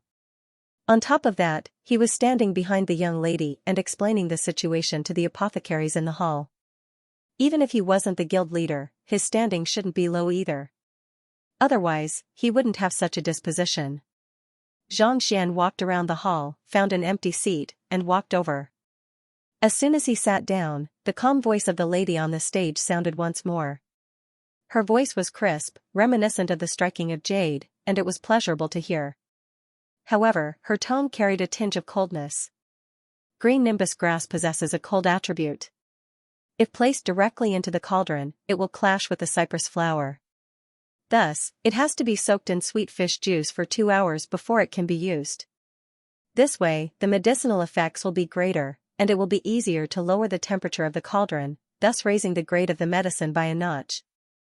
As for the wood altar flower, it has to be paired with zing water and placed under the blazing sun for 5 days in order to achieve the best effect. Otherwise, it will be placed at the very center of the pill forging process, where the cauldron is at its hottest and the flames are the most poisonous. The slightest carelessness will result in it being reduced to ashes. Occasionally, she would even introduce the forging technique and the basis of pill forging. Her words were logical, and the crowd was intoxicated by her words, nodding their heads in agreement. Impartation of heaven's will? Could she be a master teacher? Seeing the expressions on the faces of the crowd and the unique charm in her voice, Xianxia couldn't help but shake his head with a smile. Even though the lady before him was lecturing according to the teachings of an apothecary, her voice was infused with impartation of heaven's will, allowing others to better understand and learn from her. Only a master teacher was capable of such a feat. From the looks of it, the lady before him wasn't just an ordinary apothecary. Most likely, she was a 5-star master teacher as well. It was just a moment ago that he met two 20-year-old 5-star master teachers, and now, he was meeting another one. As expected of the Miryu Empire, it was filled with geniuses. If these people were from the 28 powers as well, putting aside becoming the champion, he would only be ranked 4th at the very most. It wasn't that his knowledge was beneath that of a 5-star master teacher, but his fighting prowess was far beneath that of a 5-star master teacher. There was no way he could defeat them in a battle of strength. Since she's a master teacher, it'll be easier for me to communicate with her. Later on, I can get her to help me forge the medicinal solution. He was still wondering where he could find a 5-star apothecary to forge the solution for him, but since she was a master teacher, things would be much easier. This medicinal solution was made from the inner core of a transcendent mortal 7-dan great river snake. If he wanted to maximize its effects, he would have to guide the other party along the right path. How could an ordinary 5-star apothecary listen to a 3-star apothecary like him? Since they were both master teachers, as long as she didn't know his rank, it would be much easier for him to convince her. Thank you, everyone. This is my understanding of the grade 5 spirit cleansing pill. Just as Xianxia was thinking about how he should approach the other party to forge the medicinal solution for him, Jia. The cauldron in front of him opened, and a concentrated medicinal aroma burst forth, filling the entire room. Lifting his head, he saw a round and translucent pill appearing in the cauldron, and a pleasant fragrance drifted into the surroundings. A perfect grade 5 pill? The spirit cleansing pill is a grade 5 pinnacle pill, and it has always been difficult to forge. Even the guild leader would only be able to forge 2 out of 10 cauldrons perfectly. Yet, she succeeded on her first try. As expected of an apothecary from the headquarters. Furthermore, you might not know this, but on top of being an apothecary, she's a master teacher as well. Her pill forging techniques are meticulous, and her explanations are clear and organized. If you follow her instructions, your pill forging skills will surely soar. Indeed. I have really benefited greatly from today's lesson. As expected of someone from Hunyuan Empire. Be it in terms of foundation or understanding of pill forging, he is far superior to us, and his explanations are also far more accurate. Of course. The Apothecary School of Hunyuan Master Teacher Academy has a complete heritage on pill forging, much more so than our branch. Seeing the pill rolling out, a huge commotion broke out beneath the stage. In terms of grades, there were differences in strength between pills of the same tier, namely, formation, fullness, perfection, and inscribed pill. Formation of a pill under formation of pill forging would allow one to clear the apothecary examination, and fullness would be the cream of the crop. At perfection, one might not even succeed once in 10 tries. Yet, this young lady before them, who seemed to only be in her 20s, was actually able to successfully forge a pill while explaining it to the apothecary. Her capability was truly incredible. Everyone, you can discuss it now. If you have any different suggestions, feel free to voice them. I will be able to learn from them. After placing down the pill that she had refined, the lady on the stage surveyed the surroundings with an indifferent expression. Apothecary Luo, I happen to have a question. The spirit cleansing pill is beneficial to one's soul as well. During the forging process, one has to infuse one's soul energy into it. I have tried several times, but I was burned by the flames each time. May I know if you have any good suggestions? A 5-star apothecary at the very front row asked. Since it was a discussion, naturally, everyone spoke their mind freely. The cauldron is extremely hot, and soul energy is gentle. If one were to enter it recklessly, one would surely be burned. Since that's the case, why should we infuse our soul energy into it? In the spirit cleansing pill formula, there is a stalk of sweetheart grass. This is a spirit creation medicinal herb, and it possesses its own spirit. Apothecary Luo nodded her head and explained, as long as we control the spirit of this herb well before entering the cauldron, it will be able to neutralize the medicinal properties of the pill, thus achieving a calming effect. I see. Coming to a realization, the 5-star apothecary nodded his head in gratitude. I have a question as well. Following which, another 5-star apothecary stood up. Soon, 6 to 7 5-star apothecaries voiced their doubts. Apothecary Luo, who seemed to be in her early 20s, answered all of their questions without the slightest hint of panic. Not only so, she even made use of various sources to illustrate her doubts, leaving everyone in awe. Other than your questions, do you have any other suggestions?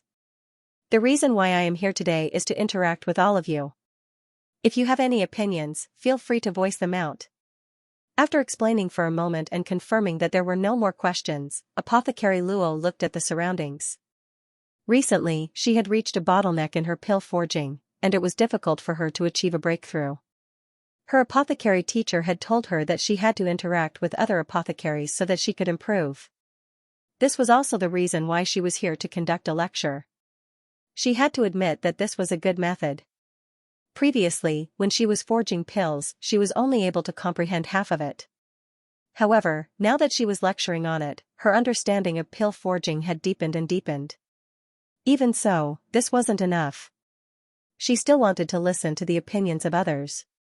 Only through careful consideration would she be able to improve. Apothecary Luo, you must be jesting. You are so skilled in pill forging that we can't offer any opinions at all. Indeed, your movements are flawless, and you managed to forge a perfect spirit cleansing pill. Even if we wanted to, we wouldn't be able to offer any opinions. Your understanding of pill forging is far deeper than any of us. If not for your low cultivation, you would have been a 6-star apothecary by now. We dare not offer any opinions at all. Everyone shook their heads. The person before them was from Hongyuan Empire. Not only was she a 5-star apothecary, she was also a master teacher. She didn't even have the time to guide them, let alone offer any opinions. Even if she did, they wouldn't be able to tell. Sigh. Seeing that everyone was shaking their heads, Apothecary Luo shook her head. In Hongyuan Empire, everyone was wary of her identity and standing. Even if there was a problem, no one dared to voice it out. She thought that she would be able to gather some opinions here without anyone knowing, but to her surprise, she still ended up empty-handed. Do you really want to hear my opinions? Just as Apothecary Luo was feeling a little disappointed, a calm voice sounded from the crowd. Yes. Apothecary Luo hurriedly nodded. All right then. I only have one thing to say. After tossing and turning for so long, I'm so tired that I'm gasping for breath. You call this alchemy? 2 in 1. Seeking monthly votes at the start of the month. What? Apothecary Luo isn't forging pills? Isn't this too much? Apothecary Luo is a 5-star apothecary from the headquarters. We have all seen her pill forging technique and movements, and they are flawless. Yet, you say that she isn't forging pills? Who dares to be so disrespectful? Trying to please the crowd. A commotion broke out in the hall. Everyone turned to the source of the voice furiously. Following which, they saw a young man in his 20s dressed in casual clothes. On his chest was an apothecary emblem with 3 shining stars. A mere 3-star apothecary dares to spout such nonsense? Ignorant. Upon seeing the other party's appearance, many people sneered coldly and bellowed. Apothecary Luo might look young, but her understanding of pills and ability to forge pills far surpassed 99% of the people present. The process of alchemy was like a spring breeze and rain, without any unnecessary steps, without a single second of error. Looking at it, it was simply a beautiful enjoyment. Such alchemy ability, if it was not called alchemy, what was it called? Besides, even if someone were to criticize the other party, it should be a 5-star master teacher. A mere 3-star apothecary like you dares to spout such arrogant words despite not knowing what you were doing, Apothecary Luo frowned. She wanted to hear the other party's opinion, not doubt. This apothecary over here, may I know what is wrong with my pill forging for you to say such words? You wish to know? The young man raised his eyebrows. Of course. Apothecary Luo's eyebrows shot up. You made a total of 127 mistakes in your pill forging. I fear that if I were to speak of them, your confidence would crumble, and you would be unable to forge pills ever again, the young man said calmly. 127 mistakes? Harumphing coldly, Apothecary Luo flung her sleeves. If you can really speak of so many mistakes, I won't be able to take it. If my confidence crumbles, I will only be humiliating myself. She was still doubtful that the other party had seen through something, but upon hearing those words, she immediately denied the possibility. Her pill forging skills were the culmination of countless predecessors in the Hongyuan Master Teacher Academy, and she had learned everything from them. It was still acceptable for the other party to notice 1 or 2 mistakes, but to say that there were more than 100. You must be joking. With so many mistakes, not only would he fail to refine the pill, he might even explode before the fire could be lit. There must be a limit to pleasing the crowd with claptrap. Such a bottomless act was shameless to the extreme. Are you sure you want to hear it? The young man chuckled. That's right. Apothecary Luo nodded. Sigh. Since you want to know, if I don't tell you, I'll think that I'm purposely making trouble for you. Shaking his head, the young man stood up and walked up to the round platform.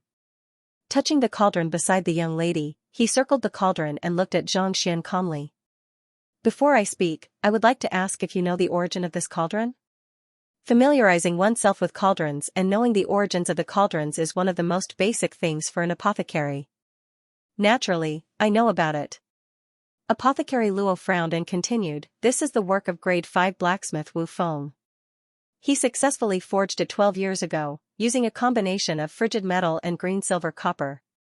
It is resistant to high temperatures and cold, and it is a spirit intermediate tier pinnacle artifact. Good explanation. But do you know that this furnace has exploded once before? After hearing Apothecary Luo's explanation, the young man continued. Naturally, the young man was none other than Xianxia. If he wanted the other party to willingly help him forge the medicinal solution, he would first have to convince the other party wholeheartedly. Just as he was fretting over how he could do so, he heard that the other party wanted to hear his opinion. Since that was the case, there was no need for him to stand on ceremony. Even though his current mastery of pill forging hadn't reached 5-star yet, he possessed the Library of Heaven's Path, so he was still able to see through the flaws in the other party's pill forging. I do. It did explode once, but it was only the burning of the medicinal herbs. The cauldron itself isn't damaged, and it won't affect the pill forging process. Apothecary Luo replied. This cauldron was bestowed to her by the elders of her clan, and she had been using it for 3 years now. It had indeed exploded once, but it was one thing for her to know about it, but how did the other party know about it? The cauldron isn't damaged. Xianxia touched the surface of the cauldron with his finger. There aren't any cracks either, but the opening of the cauldron is slightly grayish, carrying a smoky hue. If I'm not mistaken, the previous cauldron explosion was during the forging of the 5-star, searing flame pill, right? That's right.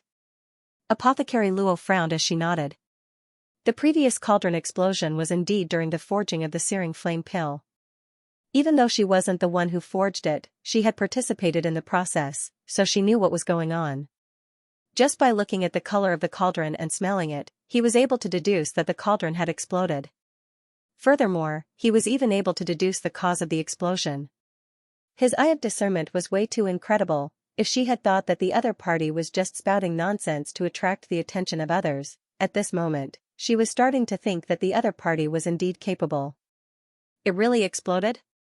Even a 5-star apothecary wouldn't be able to deduce all of that with just a glance. Indeed, that fellow might really be able to say something. Upon hearing Apothecary Luo admit to it, the crowd beneath the stage was astonished. Examining a cauldron to understand its origin and condition was something that every apothecary should do.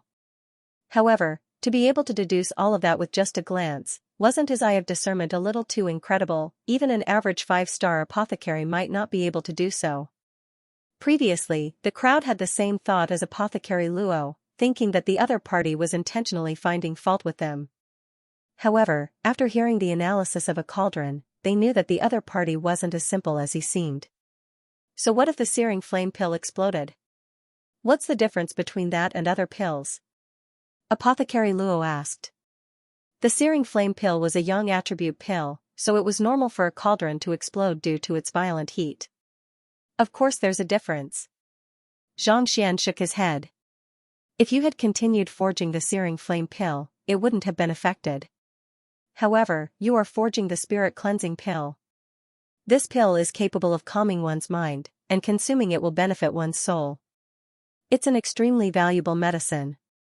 The greatest taboo for this pill is to temper one's mind. Yet, you used a cauldron that had exploded before. Do you think that it wouldn't affect the pill? This? Apothecary Luo hesitated. Some pills that were effective on one's soul did have high requirements, but, even if there was an effect on one's soul, it should be negligible. Do you think that even if there is an effect, it should be negligible? Seemingly seeing through her thoughts, Xianxia's lips curled up. It's true that it wouldn't affect one's soul much if it were forged normally. However, your forging process isn't right, and the effects are obvious. I heard you say that the green jadeite grass would clash with the cypress flower if placed in the cauldron, so it has to be soaked in sweet carp juice. Is that true? That's right. Apothecary Luo nodded. She had indeed said those words previously, and she had done so as well. The green jadeite grass has a violent nature whereas the cypress flower has a mild nature. Placing it directly in the cauldron would indeed result in a clash. Soaking it in sweet carp juice is the correct method, but, have you ever thought that the sweet carp juice would react violently with the main ingredient of the searing flame pill, the green root wood? Xianxia. There will indeed be a reaction, but the searing flame pill has been forged for several years now, and other medicinal herbs have been forged as well. Even if there is some residue, it shouldn't be a problem, right? Apothecary Luo said. It was true that the green root would react with the sweet carp juice, and it was difficult for it to coexist with fire and water. Just that was several years ago, so what could possibly happen? Nothing much? Xianxian shook his head. Then, he turned to the elder whom he suspected to be the guild leader and asked, "This apothecary over here, may I trouble you with something?" "Feel free to speak." The elder walked forward. "I'll have to trouble you to scrape a little of the grayish-green substance off the mouth of the cauldron." Xianxian. "All right." Even though the elder didn't understand the other party's intentions, he still whipped out his weapon and scraped the grayish-green substance into a jade bowl. "I'll have to trouble you to add some sweet carp juice into it." Without touching the jade bowl, Xianxian continued.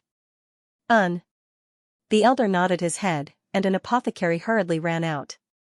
Not too long later, he returned with a gourd and poured the light blue medicinal fluid into it. Tzzzzzzzzzz. As soon as the medicinal fluid came into contact with the grayish-green substance in the jade bowl, countless bubbles immediately appeared, as though it was on the verge of boiling. A commotion broke out among the crowd. Even the dumbest of them could tell that the medicinal fluid was reacting violently. If such a reaction were to occur in the cauldron, it could easily cause an explosion, destroying all of the medicinal fluid. How could this be? Apothecary Luo was also shocked, and her face paled. Clearly, she couldn't believe what she was seeing either. It's indeed nothing much for the searing flame pill to explode, but don't forget that its main ingredient, green root wood, is extremely corrosive. Once it explodes, it will stick to the walls of the cauldron, making it difficult to clean. Thus, it won't be of much use when forging other pills. Xianxian.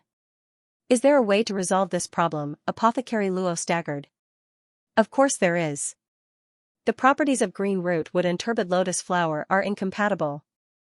Before forging the spirit cleansing pill, if you were to place the turbid lotus flower into the cauldron, you would be able to expel the remaining medicinal properties of the green root wood easily, thus lowering the temperature of the cauldron. This way, the wood and fragrant flower in the cauldron won't have to be placed under the blazing sun for 5 days together with the zing water, thus eliminating the most troublesome step.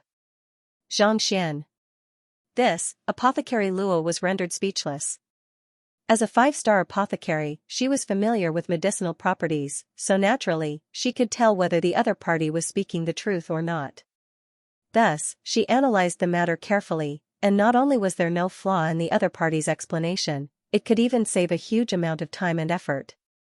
Even though there are steps and methods to forging a pill, it isn't the same. It's just like driving a car. Even if one's driving skills are the same, it can't be the same. As such, not only must there be steps, one must also make use of the cauldron's flaws to make appropriate modifications. Otherwise, if one were to follow the prescribed steps, it would only make the forging more and more troublesome. With his hands behind his back, Xianxia gazed at Apothecary Luo with an impassive expression, reminiscent of a respected high-tier apothecary. This is the first flaw that I wanted to tell you about. Arriving at the 3rd chapter, please continue requesting for monthly votes. This. Apothecary Luo was at a loss for words. She didn't know how to continue the conversation. The other party's words were so logical that she couldn't refute them at all. She wasn't the only one who had such an expression. The entire room was silent as well.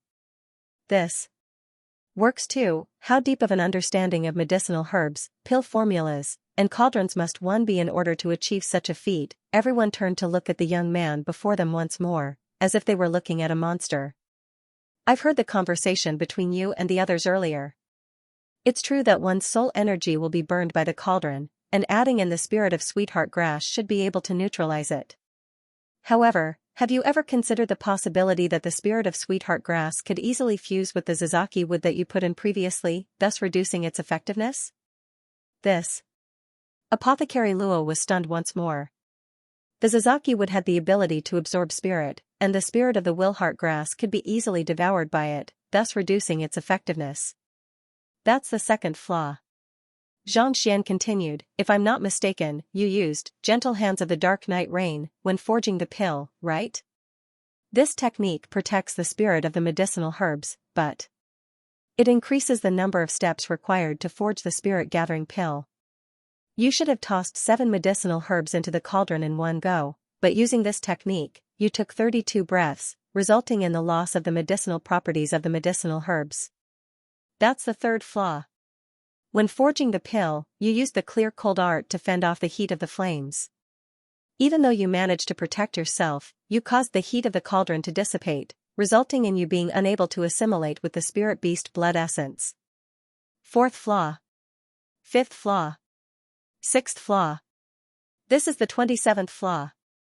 To forge a mere grade 5 pill, you are unfamiliar with the cauldron, the medicinal herbs, the forging method, the cultivation technique, the lecture, the analysis, the focus, and the will.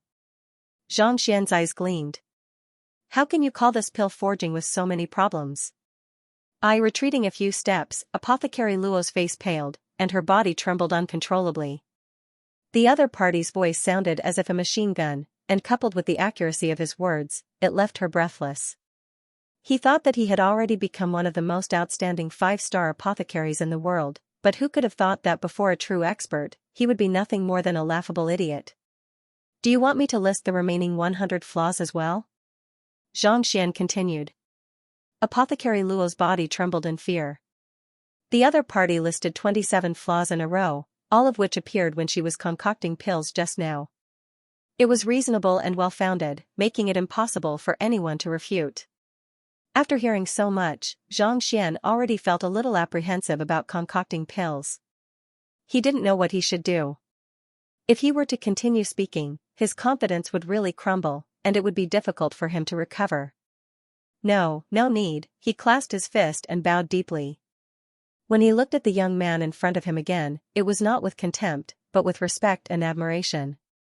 To be able to see through so many flaws in the pill forging process with a single glance, just what level of understanding did the young man before him possess toward pills? Perhaps even her alchemy teacher would find it difficult to compare to him. Alright, there's no need to feel pressured. Pill refinement isn't like painting. If you follow the rules strictly, you'll be able to create an exquisite piece of reality depiction. Who knows how long you'll have to temper yourself and comprehend the properties of medicinal herbs before you can succeed. Seeing the pale face of the lady before him, Xianxia knew that she had suffered a huge blow. Thus, he consoled, "It's already not bad for you to be able to forge a pill of this tier at your age. There's no need for you to feel pressured. How about this? Just follow my instructions and try forging the spirit revitalization pill again. I guarantee that you'll reap a different result." Zhang Xian's voice was infused with the impartation of heaven's will, thus winning her trust. Even though the lady before him was a 5-star master teacher, she was only at primary stage, and her soul depth was only at 15. 0. On the other hand, Zhang Xian's soul depth had already reached 16. 0. It was easy for him to win her trust through the impartation of heaven's will. As expected, upon hearing those words, Apothecary Luo's shaken confidence reignited. She closed her eyes and recalled the flaws that the young man before her had said. Gritting her teeth, she nodded, "All right." She walked up to the cauldron. Usually, pill forging required 3 sets of medicinal herbs. She had only used a single set previously, so there were still 2 sets left on the table. Thus, she didn't have to worry about the medicinal herbs. Driving her Xianxia, she lit the fire, heated the cauldron, and extracted the medicinal essence in a single breath. All kinds of medicinal herbs fell into the cauldron like raindrops, and spiritual energy burst into the air.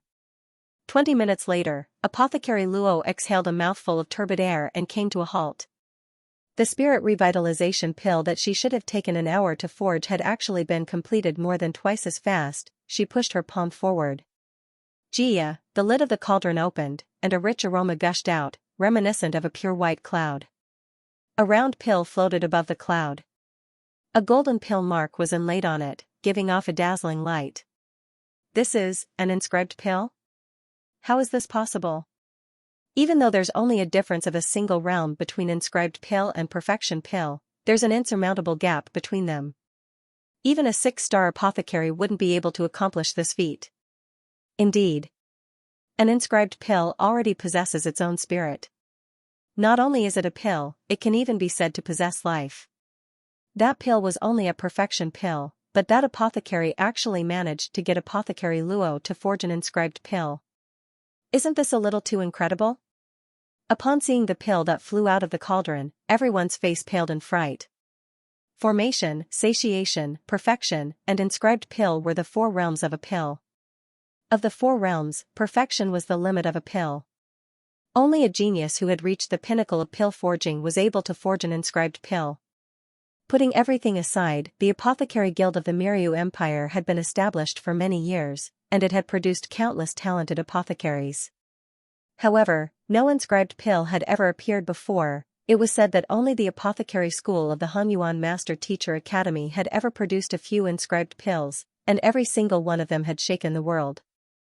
They had thought that inscribed pill was something that only existed in legends, and no one had ever seen it with their own eyes. Who could have thought that Apothecary Luo would actually forge one herself? Fearsome, Apothecary Luo was incredible, but wouldn't the young man who had guided her be even more unfathomable? In an instant, everyone turned their gazes toward the young man on the stage, and deep respect could be seen in their eyes. This was the respect they had for experts. Even though his strength might be beneath some of them, his comprehension of pill forging was probably above even that of the guild leader. While the crowd was shocked, Apothecary Luo also woke up from her trance. Looking at the golden pill before her, her body trembled in agitation. She stepped forward and kowtowed. "Lord, I wish to acknowledge you as my teacher. Please accept me as your student and guide me on pill forging." She could clearly sense that the bottleneck that had been holding her back had been broken. In other words, she had gained a new insight into pill forging. As long as her cultivation reached a certain level, it wouldn't be too difficult for her to become a 6-star apothecary. And all of this was bestowed upon her by this young man who looked even younger than her. Under the other party's guidance, she had broken through her bottleneck, and she could already be considered half a teacher to him. If she could acknowledge him as her teacher and listen to his guidance, her accomplishments in pill forging would surely soar. "Acknowledge you as my teacher?" Xianxia was taken aback. His goal was to win the other party's trust so that it would be easier for him to forge the medicinal solution. He didn't expect this lady to ask him to be her teacher directly. This made him feel a little embarrassed. "Teacher, please accept my request. Apothecary Luo hurriedly said. Alright, I can be your pill forging teacher. However, I don't have much time to guide you. After a moment of hesitation, Xianxia said, how about this? I have a unique medicinal solution here that can test your foundation and temperament, as well as your sincerity in acknowledging me as your teacher. Let me tell you in advance, as long as you follow my instructions strictly, you'll be able to successfully forge the medicinal solution. If you succeed, I'll accept you as my student. If you fail, it means that we aren't fated to be together. I'll definitely succeed. Apothecary Luo hurriedly nodded in agitation. Seeing that the other party was convinced, Xianxia heaved a sigh of relief. Flicking his wrist, he took out the great river snake's inner core and sorrow-severing grass. These two are the main medicinal herbs. You'll need 2 tails of dragon beard flower, 1 tail of stardust, 3 chan of wood bark. Xianxia casually listed more than a dozen medicinal herbs, and they were all required for the concoction of the medicinal solution. Guild leader, can I trouble you to bring a set of these medicinal herbs over? Noting down the medicinal herbs and quantities required, Apothecary Luo turned to the elder beside her. That's easy. I'll have someone prepare it right away. The elder chuckled.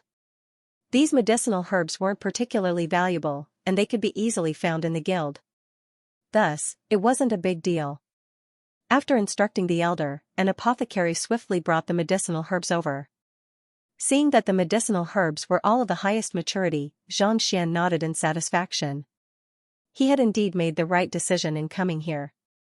Otherwise, with so many aged medicinal herbs in the guild, it was unlikely that he would be able to buy them with money. Teacher, how do I forge the medicinal solution? After checking the medicinal herbs, Apothecary Luo was also satisfied. She turned to the young man beside her once more. Forge the medicinal solution according to my instructions. You mustn't make any mistakes. Xianxia nodded. Frowning, he began instructing, heat the cauldron for 45 breaths. Add in the stardust after that. 7 breaths later, add in the dragon dawn flower. After that, use your Xianxia to drive the flames for 3 breaths. The medicinal solution to awaken Yuan Tao's unique constitution was something that Xianxia had spent a long time designing. He had also had the Library of Heaven's Path examine it, so he knew the exact forging process. Due to Xianxia's detailed instructions, it became much easier for Apothecary Luo to forge the medicinal solution. The flames blazed furiously, and heat filled the entire cauldron. As more and more medicinal herbs were added into the cauldron, the spiritual energy in the surroundings grew denser and denser. At the same time, the energy within the cauldron grew more and more violent, as if it would explode at any moment. It's the inner core of the great river snake, that is the essence of a transcendent mortal 7-dan spirit beast. Coupled with the ferment in the cauldron, even a transcendent mortal 8-dan expert would find it difficult to control it. For Apothecary Luo to forge it, isn't this too much of a burden on her? Upon seeing this sight, the guild leader and the 5-star master teachers frowned. The inner core of a great river snake was the essence of a transcendent mortal 7-dan pinnacle spirit beast. Harnessing the cultivation of a perfect harmonization realm expert, even the guild leader would find it hard to suppress such a violent thing. Would a transcendent mortal 6-dan Apothecary Luo really be able to succeed? Dong dong dong. In front of everyone's puzzled gazes, a thunderous sound came from within the pill furnace. It was like the beating of a great drum, but it also sounded like muffled thunder in the dark clouds. The lid of the furnace rose and fell, and a wild strength wantonly surged out.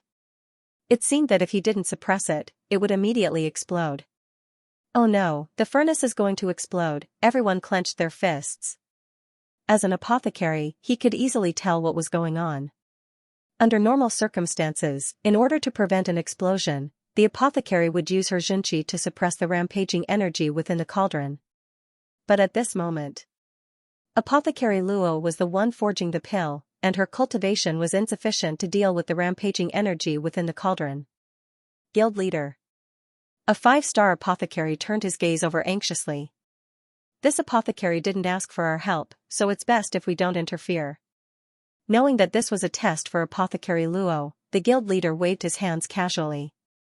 Even though he could suppress the explosion of the cauldron with his strength, charging over without the other party asking for it was a great disrespect.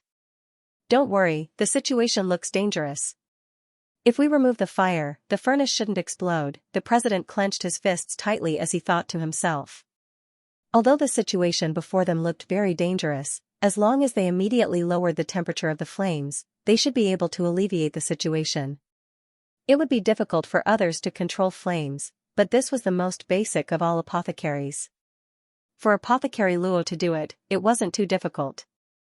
Just as Xianxia was wondering what method the other party should use to lower the temperature, he suddenly heard the young man say, "Increase the intensity of the flames and infuse your Xianxia into it." Increase the flames? The guild leader was taken aback. His face paled, and he couldn't help but exclaim, "That will cause an explosion, rumble." Before Apothecary Luo could finish her words, the cauldron seemed to have come to a boil. A violent aura emanated from it, shaking the ground so much that cracks appeared on it. Waves of heat swept across the area, causing Apothecary Luo's hair and clothes to flutter wildly. "Run, it's going to explode soon."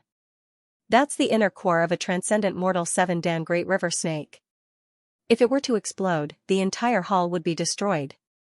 Lunatic, he's really a lunatic. How can he concoct pills like this? All the alchemists present were so scared that their legs turned to jelly. Some of them even turned around and fled. If a transcendent mortal 7-dan pinnacle inner core were to explode, its might would be comparable to the attack of a transcendent mortal 7-dan pinnacle expert. Even though the hall was vast and spacious, it wouldn't be able to withstand such a violent explosion. It would be reduced to dust in an instant. Powerful apothecaries might still be able to withstand such a calamity, but 1-star, 2-star, 3-star, and 4-star apothecaries might not even know how. They died if they were to remain here. It would be a wonder if they didn't flee. Creak. Creak, amidst the chaotic sounds, the pill furnace had reached its limit and could explode at any moment. Cold sweat broke out on Alchemist Luo's forehead. Even though he knew that the other party was an incredible apothecary and that he should be able to control it, he still couldn't help but feel a chill running down his spine. "Don't worry." Just as she was feeling a little flustered, a faint voice rang out behind her. Turning his head over, he saw a young man standing not too far away with a nonchalant look on his face, as if he didn't care that the cauldron would explode at all. Seeing the other party's reaction and hearing his magnetic voice, Apothecary Luo's heart calmed down a little. Her trembling body also calmed down. Use the falling flower technique to place the equal blossom grass in. Following which, she heard the other party's words. Without any hesitation, Apothecary Luo hurriedly threw the equal blossom grass into the cauldron. Hung long long, as soon as the medicinal herbs were thrown into the cauldron, it was as if a fuse had been lit, and the shaking of the cauldron grew even more intense. Place in the cotton of the eye, emerald leaf grass, the voice continued. Knowing that there was no way out, Apothecary Luo continued throwing medicinal herb after medicinal herb into the cauldron. As the number of medicinal herbs increased, the shaking of the cauldron grew even more intense. However, to her bewilderment, no matter how much it shook, it just wouldn't explode. It looked like it was on the verge of collapse, but for some reason, the cauldron was still hovering at that critical point, unable to break through no matter what. Everyone also noticed the bizarre phenomenon, and they stared at one another in bewilderment. Suddenly, the guild leader seemed to have recalled something, and his face flushed in agitation. "I understand. How is this possible?" "Guild leader, what have you recalled?" A 5-star apothecary turned to look at the guild leader. The other apothecaries also turned their gazes over, curious to hear the guild leader's explanation. "If I'm not mistaken, it's the long-lost technique. Revolving pill forging technique." The guild leader clenched his fists tightly. Due to his agitation, his voice was a little hoarse. Revolving pill forging technique? Everyone was perplexed. They had never heard of this name before, needless to say, heard of it. It said that this pill forging technique was created by an apothecary fanatic. However, due to the extreme danger involved in forging the pill, countless people died from the explosion, and eventually, no one dared to experiment with it anymore. Eventually, it disappeared into the annals of history. I only happened to read about it in an ancient book, and I thought that it was just a legend. To think that it would actually be real. The guild leader's teeth clattered. The more incredible the guild leader was, the more curious the others became. Seeing the expressions on everyone's faces, the guild leader knew what they were thinking, so he decided to reveal the truth. As you can see, this cauldron is on the verge of exploding, but it didn't. The crowd nodded. If they were the ones forging the pill, the cauldron would have exploded by now. However, for some reason, the cauldron just wouldn't explode. It was incomprehensible to them. Regardless of whether it's a cauldron or anything else, there is a critical point for it to explode. Even if I don't say it out loud, I'm sure everyone knows this. The guild leader said. That's right. The crowd nodded in agreement. Regardless of whether it was an explosion or something else, it was a quantitative change that would result in a qualitative change. Only when the cauldron reached an unbearable limit would it truly explode. It was just like how water would only freeze when it reached 0 degrees Celsius, and it would only boil when it reached 100 degrees Celsius. If it couldn't reach that point, no matter how cold or hot it was, it would all be futile. The same was true for cauldrons as well. Without reaching that critical point, no matter how violently the cauldron trembled, it was impossible for it to explode. You mean to say that the apothecary knows where the critical point for the cauldron to explode is, and he intentionally controlled it below that point so that it wouldn't explode even if he wanted to? An apothecary suddenly thought of something, and his eyes narrowed in disbelief. The crowd also burst into an uproar. Every cauldron has a different critical point, and the medicinal herbs being forged are different as well. How can he be so sure when the critical point is? How dare he do such a thing? Theoretically speaking, as long as the cauldron was controlled below the critical point, it wouldn't explode.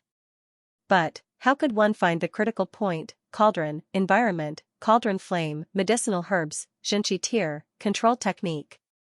Every single one of these factors would result in a different critical point. How could that fellow be so sure that the cauldron wouldn't explode at that critical point? It was as if one was walking on the edge of a cliff. The slightest mistake could cause one to fall down, and no one was confident in their ability to do so. Yet, judging from the other party's tone and appearance, it was clear that he was extremely confident in himself. Just where did his confidence come from? I have no idea how he knew the critical point, but he managed to do it. Every time the cauldron was about to explode, he would place in a medicinal herb. The medicinal herb harnesses spiritual energy, and it has the ability to reduce the violent nature of the cauldron.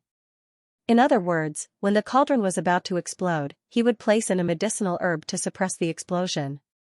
As the medicinal energy within the cauldron was depleted, the cauldron would once again reach its limit, and he would place in another medicinal herb. Thus, the name of the forging technique came from this cycle. The guild leader explained slowly. Revolving forging technique. I see. But what are the benefits of this forging technique? One of the apothecaries asked. Since there was such a method, there was bound to be an advantage to it. Otherwise, no one would be willing to take such a huge risk. Of course there are benefits to it. The guild leader swallowed a mouthful of saliva. Everyone should know that inner cores are the most difficult to forge. Without several hours of intense heat, it would be nigh impossible to melt it. More importantly, during these several hours, one has to guard the cauldron at all times. Otherwise, the cauldron could very easily explode. The crowd nodded. The inner core was the most precious possession of a spirit beast, and it was also the most violent one. Just like steel, it was not easy to forge it. Every time the forging process took place, many apothecaries would shrink back in fear. If the cauldron is about to explode, it means that the inner core is about to explode as well, and the energy emanating from it is the most intense, the guild leader said.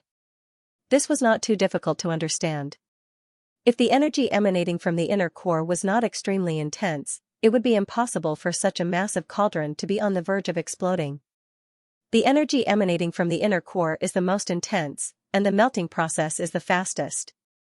If one were to maintain such a state, the inner core that would take several hours to melt would probably dissipate completely in less than 10 minutes. The guild leader said. Everyone was taken aback. To use such a dangerous forging technique just to melt the inner core in the shortest amount of time possible, wasn't this too much of a gamble? Cultivators had long lifespans. Sometimes, a single seclusion could take up to a month or two. To them, time was nothing. Yet, to use such a dangerous forging technique just to shorten a few hours. What in the world was the other party thinking? It's not just shortening the time. Seeing the expressions on everyone's faces, the guild leader shook his head. When the inner core is in its most violent state, it is easier for it to fuse with the other medicinal herbs, and the effects of the fusion will be better as well. If it is used for pill forging, not only will it shorten the time required, the quality of the pill will also be raised to a whole new level. Only then did everyone come to a realization. Look, the medicinal herbs are all in, and the forging is about to succeed. While they were discussing, the guild leader's face suddenly froze. Everyone immediately turned their gazes over. Apothecary Luo flicked her wrist and threw in the final medicinal herb. The cauldron shook intensely, and the lid of the cauldron suddenly flashed open. Following which, a faint golden medicinal fluid gushed out like a fountain. In an instant, a rich fragrance drifted into the air, and spiritual energy descended from the heavens. Spirit enticement aroma. This is a grade 6 medicinal herb? The guild leader narrowed his eyes. It's time. Continue requesting monthly votes. Legend had it that the aroma of a grade 6 pill was similar to that of a master teacher's impartation of heaven's will. It could gather spiritual energy to raise its quality to a level comparable to spirit stones. The guild leader had long reached 5-star apothecary pinnacle, and he had been attempting to forge higher-tier pills. However, due to his insufficient cultivation and the lack of a formidable teacher to guide him, he had never succeeded. He thought that as long as one's cultivation was insufficient, it would be impossible for one to forge a grade 6 pill. However, upon seeing this sight, he realized that this wasn't the case. Apothecary Luo's cultivation was 2 cultivation realms lower than his. Even though she came from Hanyuan Empire and possessed vast experience, she was still too young. In terms of who could forge a grade 6 pill first, he would think that he was superior. But reality was shattered just like that. The rich aroma of the spirit liquid that the other party forged had gathered spiritual energy to raise its quality to grade 6. It's him.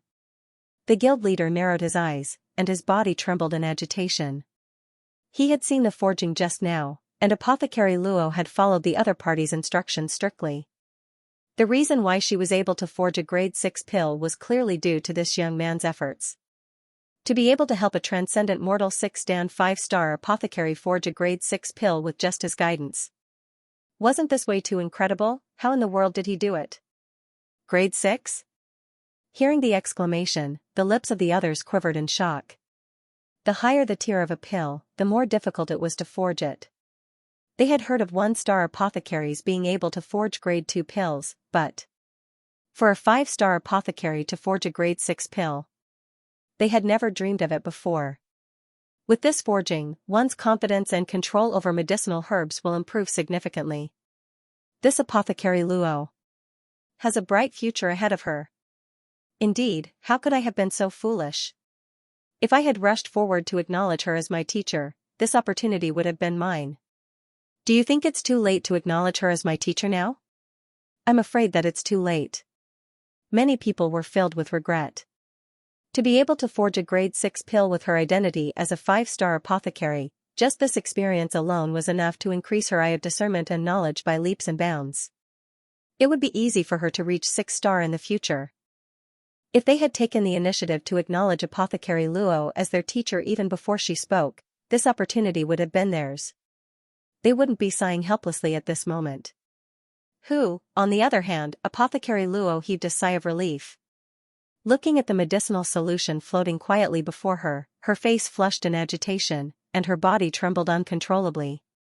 Just as the others had said, after this experience, her mastery of alchemy had once again increased to another level. It was foreseeable that alchemy would become the most glorious of her auxiliary professions. When he returned to the Hanyuan Empire, countless people would be amazed by him. Amazing. He looked at the young man not too far away with even more admiration. To be able to forge such a high-tier pill just by providing him with pointers, even the head of the apothecary school, who was known as the #1 apothecary in Hanyuan, would not be able to match up to him. Teacher. After placing the jade bottle into it, he walked up to the young man respectfully and passed it over. Receiving the jade bottle, Xianxia's eyes were also filled with excitement. Initially, he thought that it would be good enough if he could concoct a 5th-grade medicinal liquid. Who would have thought that the medicinal herbs he had neutralized would be of sufficient age and that there would be no mistakes in his concoction? If Yuan Tao were to consume an object of this level, his emperor's bloodline would surely be awakened significantly, and his cultivation would rise by leaps and bounds. The fact that you were able to successfully forge it means that you are talented and determined to acknowledge me as your teacher. Alright, from today onward, you will be my apothecary tutor. Suppressing his excitement, Xianxia's face returned to its usual tranquil state, as though forging a grade 6 medicine was as easy as drinking and eating for him. The cauldron could explode at any moment, but the other party was still able to trust him and place the medicinal herbs into the cauldron step by step without the slightest hint of panic. Just from this trust alone, it was clear that the other party was sincere in acknowledging him as his teacher. Teacher, thank you for granting me my wish. Hearing the expert before her agree to it, Apothecary Luo clenched her fists in excitement and hurriedly kowtowed. What's your name? Knowing that the other party was sincere in acknowledging him as her teacher, Xianxia looked at her in satisfaction. I am Luo Qiqi. Teacher, you can call me Qiqi. Apothecary Luo hurriedly said. Qiqi? I'll call you Little Qi from now on. Xianxia nodded. Yes. Luo Qiqi was delighted. Alright, I still have other matters to attend to, so I'll be taking my leave first. The Mystical Treasure Hall Stone Pillar Challenge and the Apothecary Guild's forging of the medicinal solution had been going on for around 10 hours now. The Crown Prince's banquet was about to begin as well, and since the slots for the cleansing lake were at stake, it couldn't be delayed any longer. Yes, seeing that the other party was about to leave, Luo Qiqi was filled with reluctance. Seeing through her thoughts, Xianxia said, pill forging isn't something that can be learned in a day. As long as you slowly comprehend what I'm going to teach you today, you'll be able to improve by leaps and bounds. Luo Qiqi nodded. Without any hesitation, Xianxia took out dozens of middle-tier spirit stones and passed them to the guild leader. This is the money for the medicinal herbs. If not for the guild leader bringing over those precious medicinal herbs, it would have been impossible for the spirit essence to reach grade 6 in one go. Xianxia didn't want to take advantage of others, so he paid according to the normal price. On the way to the Apothecary Guild, Sun Chang had already passed the 700 middle-tier spirit stones that the 6th young mistress had paid to him. It's my honor to be able to witness a medicinal herb of such caliber being forged in my lifetime. How can I accept your money? The guild leader hurriedly waved his hands. Accept it. Xianxia casually tossed the spirit stones to the other party. If the other party refused to accept it, it would mean that he owed the other party a favor.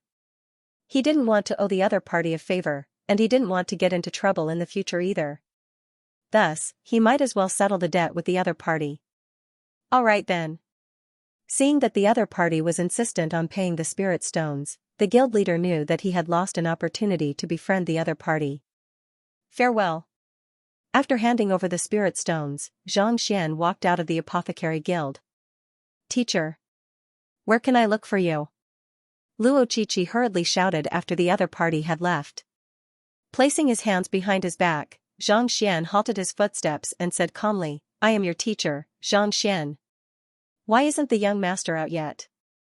The Crown Prince's banquet should be starting soon. Outside the hall, Sun Chang was anxious. Indeed.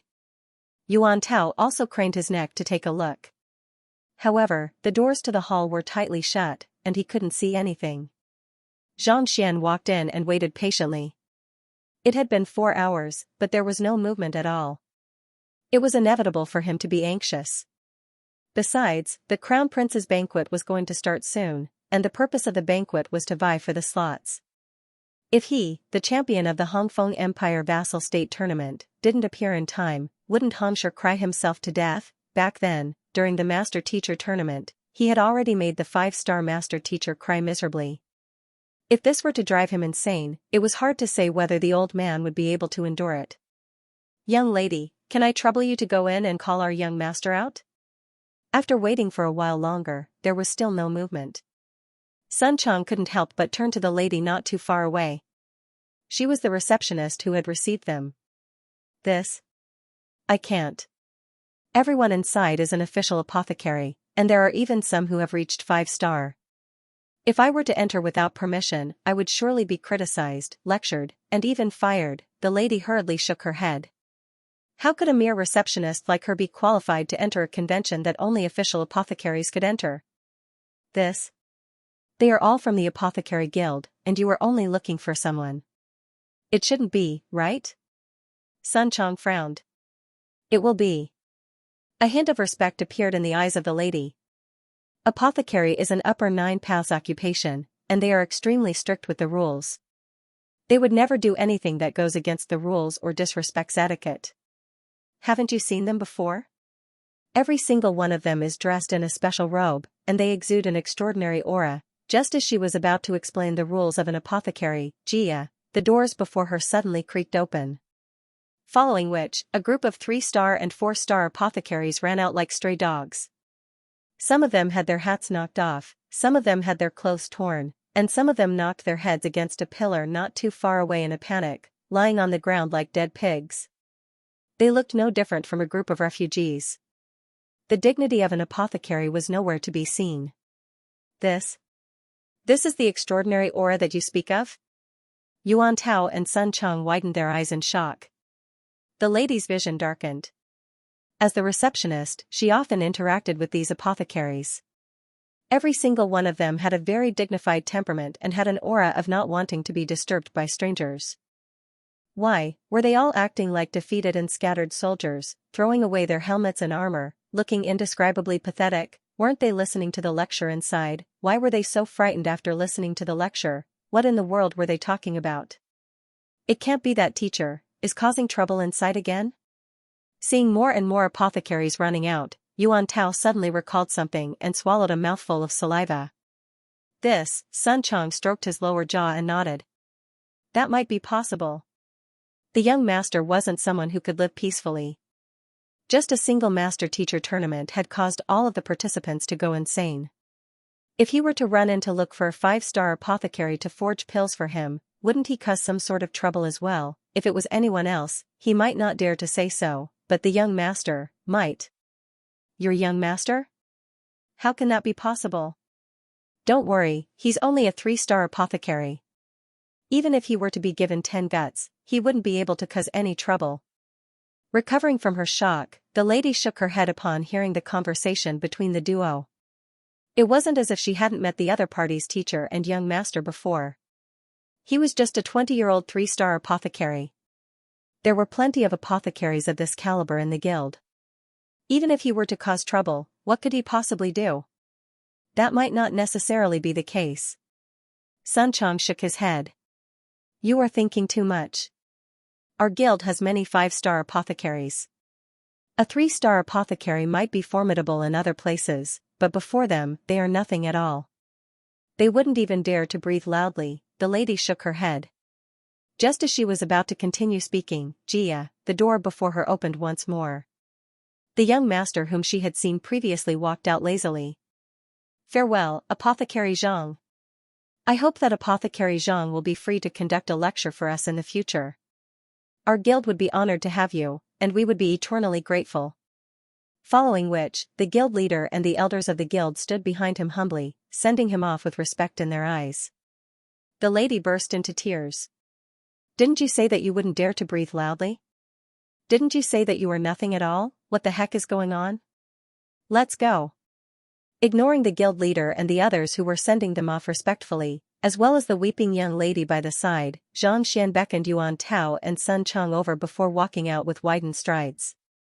If he had the time, he would surely browse through all of the books in the guild.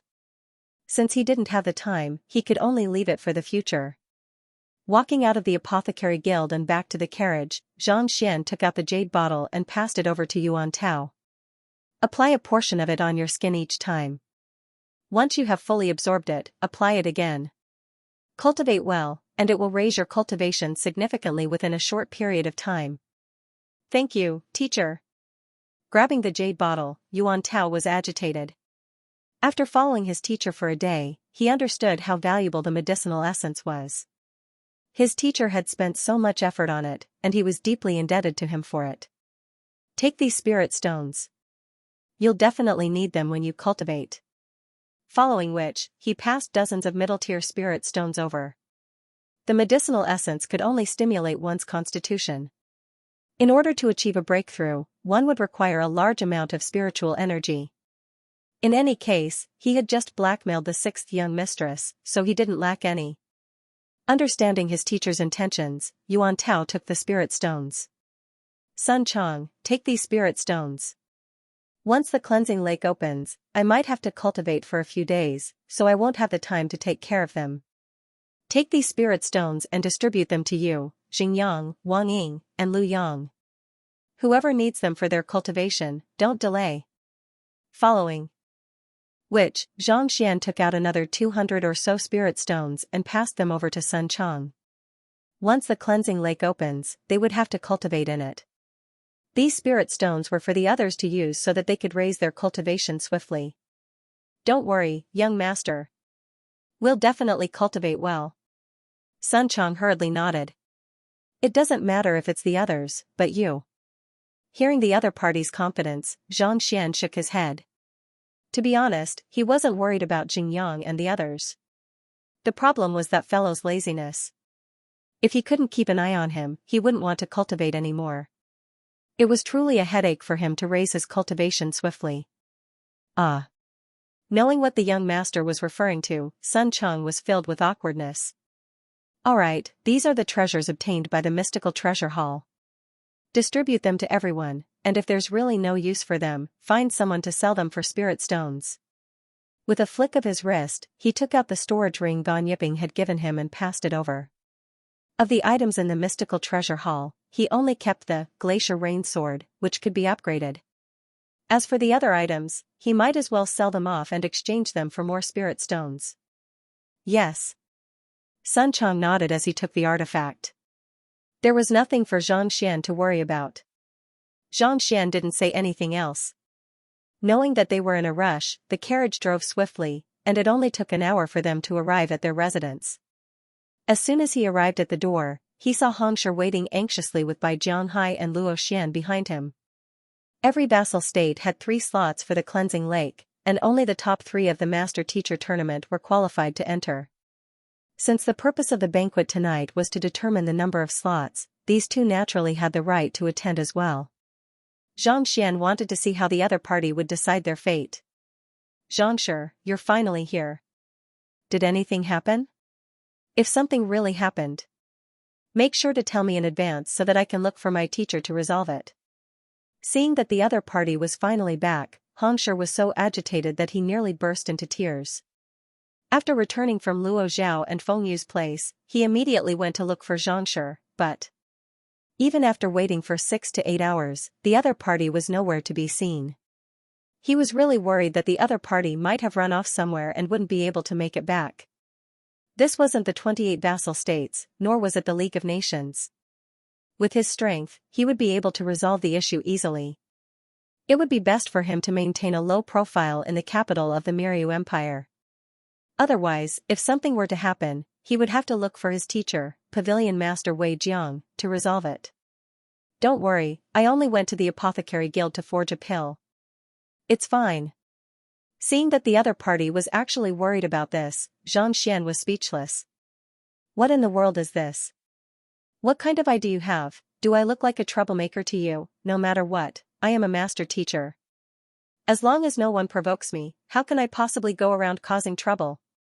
Look at your words, it's as though I'm the king of destruction, causing me to feel uneasy no matter where I go.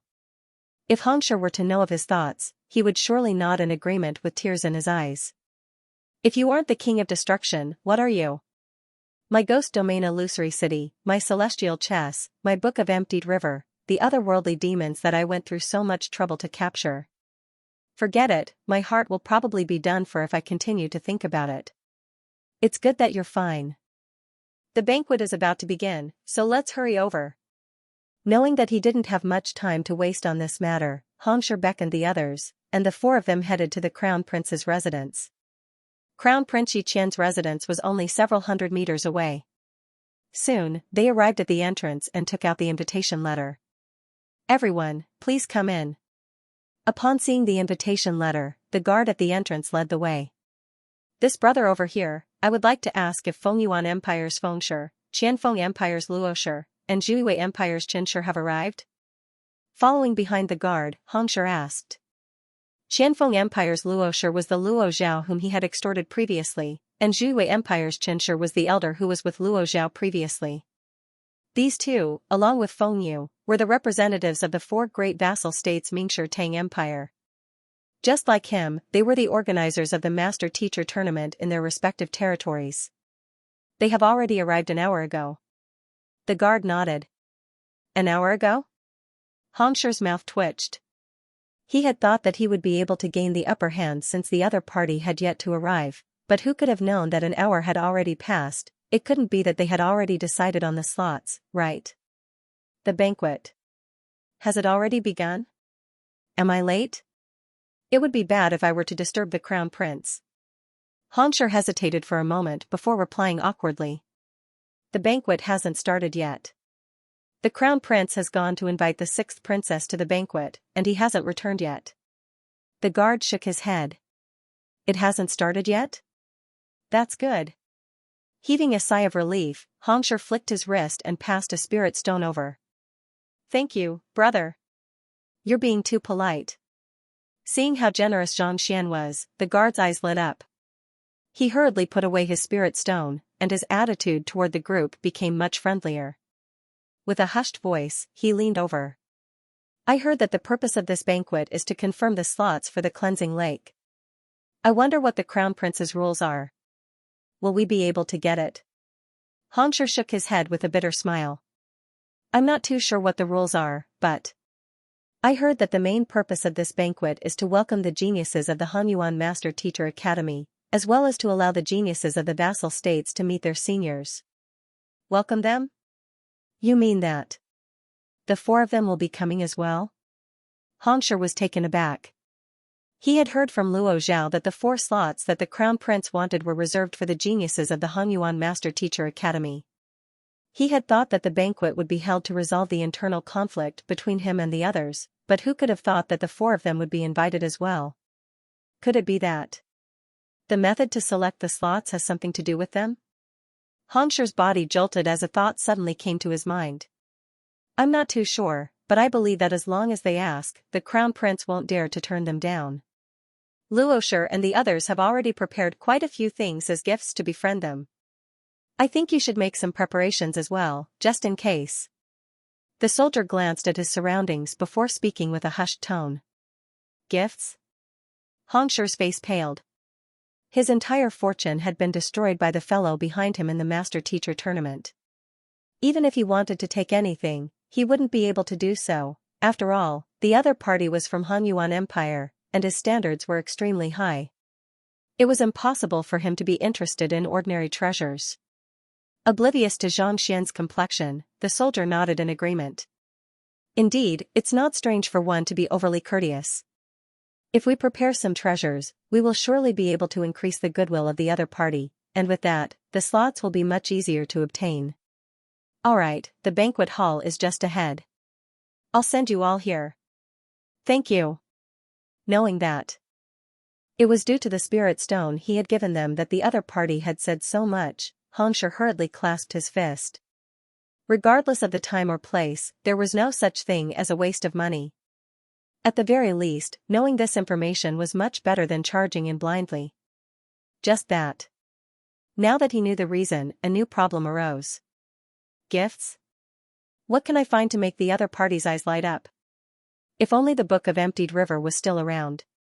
Otherworldly demons would be fine as well. Rubbing his glabella, Hongshi's face turned bitter. If the treasures he had obtained previously hadn't been destroyed, even if the other party was from Hanyuan Empire, he would still have been able to make the other party's eyes light up. But now. Hongshi, what's wrong? Seeing the other party's awful complexion, Xianxia walked up to him. It's nothing. Xianxia hurriedly shook his head. Since the items had already been destroyed, there was no point thinking about it anymore. What he needed to do now was to forge a good relationship with the 4 seniors. Are you worried about the gifts? Luo Xian asked. Indeed. Hongshi nodded his head. Gifts? If only I knew, I wouldn't have given that to Sun Chang. Seeing that the other party was worried about this matter, Xianxia shook his head. He had just swept through the entire mystical treasure hall, so he didn't lack any gifts. Just that. He had already given the gift to Sun Chang, and it would be too late for him to ask for it now.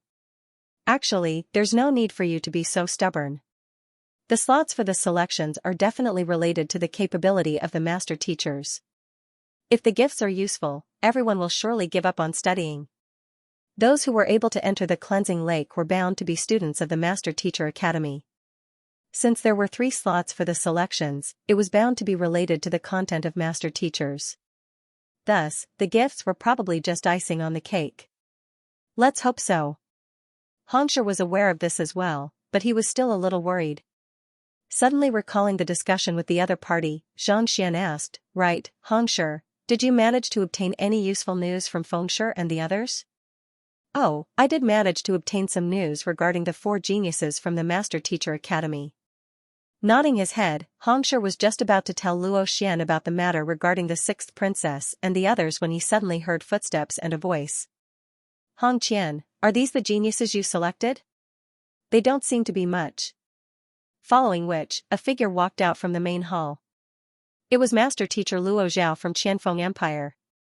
Author's note: today, I have released a character portrait of Princess Feier on my WeChat account. Everyone can search for HSTYSDS or Sweeping the World's Edge on my WeChat account and send Princess Feier or 6th Young Mistress directly to view it. Also, it's time to cast your monthly vote. At this moment, Luo Zhao was dressed in a crimson master teacher robe. Under the illumination of the lanterns, he held a cup of wine in his hands and looked at Zhang Xian with a smile. From the looks of it, he didn't seem to be angry at Hongshi for provoking him earlier in the afternoon. "Luo Zhao, what do you mean by that?" "It's nothing much. I just feel that Hongfeng Empire has fallen too far. To think that a transcendent mortal 4-Dan pinnacle cultivator would be able to get into the top 3. TSK, each generation is truly getting worse." Luo Zhao shook his head. The top 3 of the Master Teacher Tournament, by Jiang Hai and Luo Xian, had already reached Consonant Spirit Realm. Only Zhang Xian was still at Transcendent Mortal 4-Dan Pinnacle. Zhang Xian didn't conceal his cultivation in order to attend the banquet, so the other party was able to see through it with a single glance. Even though the 4 great vassal states weren't as powerful as the Miryu Empire, they had vast territories and countless geniuses. Those who were able to get into the top 3 were mostly at Consonant Spirit Realm. Only a monster like Zhang Xian was able to make others feel dizzy even though his cultivation was lower than theirs. So what if he's at Transcendent Mortal 4-Dan? This is a Master Teacher Tournament, it's not about whose cultivation is higher. Seeing how this fellow actually dared to mock Zhang Xian for his low cultivation, Hongshi clicked his tongue. You haven't seen how fearsome he is. It seems like Fengshi didn't tell you how he ended up in such a state. If he knew, he wouldn't have wasted so much time talking. Even though Luo Zhao was his old friend and knew his strength well, Hongshi had a feeling that if he were to be locked in the same cage as Zhangshi, the one to walk out in the end would definitely be the latter. "Oh? You seem to be very confident." Luo Zhao's lips curled up. "I wonder if you'll still have the same confidence after seeing me in the top 3. After which, he turned around and saw 3 young men walking over. Their auras weren't weak at all. Consonant Spirit Realm Intermediate Stage? Hongshi frowned. You used a Consonant Spirit Pill? Consonant Spirit Pill was a grade 5 pill. Upon consumption, it could raise a Consonant Spirit Realm expert's cultivation by a small realm without any side effects. Only a 5-star apothecary would be able to forge such a pill. Furthermore, it was extremely rare, and it was only sold in Huanyu Empire. These 3 people's bodies were filled with medicinal energy that helped them break through ferociously. It was clear that they had taken medicinal energy to break through. Moreover, they had just broken through not long ago and had yet to fully control their strength. Indeed, the cleansing lake is beneficial to one's soul, and a Consonant Spirit Realm cultivator is the most suitable and effective one. To think that one of your top 3 candidates hasn't even reached Consonant Spirit Realm yet. Do you think that the Crown Prince will give you the slot later on? Luo Zhao chuckled. The three vassal states had arrived at the capital in advance and spent a huge sum of money to purchase consonant spirit pills. It was fortunate that they managed to gather all of the pills before today, allowing the top three to achieve a breakthrough. Even though there was only a small step between consonant spirit realm and clarifying turbidity realm pinnacle, the difference between one's soul and one's physical body lay in stark contrast. Without reaching the consonant spirit realm, one's soul would be unable to cultivate independently. Even if one were to enter the cleansing lake, the effects would be greatly reduced. This? Xianxia frowned. The master-teacher tournament was held at the same time as the other three vassal states. However, the venue of the tournament was the League of Nations, and it was simply too far away from here. The other party had arrived at Huanyu Empire long ago and had made preparations beforehand. The Crown Prince hasn't decided on the rules for determining the slots yet. Besides, so what if one is a consonant spirit realm intermediate stage cultivator? It's hard to say who will be the one laughing in the end. Even though Xianxia had a worried look on his face, he couldn't afford to lose in terms of momentum. Thus, he gritted his teeth and said, "Since you are so confident, let's wait and see." Luo Zhao chuckled. Holding onto his wine cup, he led the trio into the main hall. Humph. Xianxia flung his arm. Even though he knew that the other party was here to flaunt his strength, he still couldn't help but get angry. "Xianxia, I hope that you don't mind me." Harumphing coldly, Zhang Xian turned to look at the young man beside him. "Me? I'm fine." Not expecting that he would be looked down upon due to his low cultivation, Zhang Xian chuckled. "Right, did you challenge him to a master-teacher duel when you went to settle the score with him?" "He did challenge him, but didn't you say that you wouldn't accept it for the time being?" Xianxia glanced at Zhang Xian. Xianxia had discussed the situation with him when he went to pick a fight with Luo Zhao. Zhang Xian was the one who had taught him those words, such as his vitality will be severely depleted and he won't be able to challenge him for the time being. Otherwise, how could an upright person like him possibly come up with such shameless words? Both of you are at Transcendent Mortal 6-Dan primary stage, so it's hard to say who will emerge victorious in the duel. However, the situation is different now. Zhang Xian chuckled. Different? Xianxia was taken aback. What difference was there? It had only been a few hours, but his cultivation hadn't grown at all, and Luo Zhao hadn't weakened in the slightest either. With me around, feel free to challenge them. I guarantee that you'll win. Zhang Xian said indifferently with arrogance and confidence between his brows. You mean to say that you'll guide me in a duel with him? Xianxia was taken aback for a moment before his eyes lit up. The edges of Zhang Xian's lips curled up. You dare to mock me for my low cultivation? Very well, I'll let Xianxia pummel you so badly that even your father won't be able to recognize you. Consonant Spirit Realm Intermediate Stage, I wonder if your teacher will still be as gleeful as before after he becomes a pighead? Alright. Xianxia nodded his head. Even though the other party's master teacher rank was lower than his, the other party's teacher was an 8-star master teacher. In terms of guidance, he had witnessed it with his own eyes. If he were to receive the other party's guidance, he might really stand a chance against Luo Zhao. Let's go in. After discussing for a moment, the four of them walked into the banquet hall. As expected of the Crown Prince's residence, the decorations were extremely luxurious. Innumerable gigantic night illumination pearls hung from the ceiling, illuminating the entire room as if it was daytime. Brightly colored carpets, all kinds of beautiful murals, and countless lush green plants. The hall in front of him was magnificent, giving off an unusual sense of beauty. The Crown Prince is extremely talented. In his 20s, he became the #1 expert of the younger generation in the Miryu Empire and became a 4-star master teacher. As such, teacher took him in as his student and sent him to the Master Teacher Academy. Xianxia sent a telepathic message over. Even though this is the East Palace, it isn't inferior to the Royal Palace at all. In fact, it might even be more charming. Zhang Xian nodded his head. While he hadn't been to the Royal Palace, he had been to quite a few royal palaces. However, compared to the one before him, they were indeed lacking.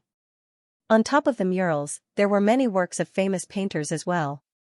Spiritual energy flowed through the room, and upon entering the room, Zhang Xian immediately felt a comfortable sensation.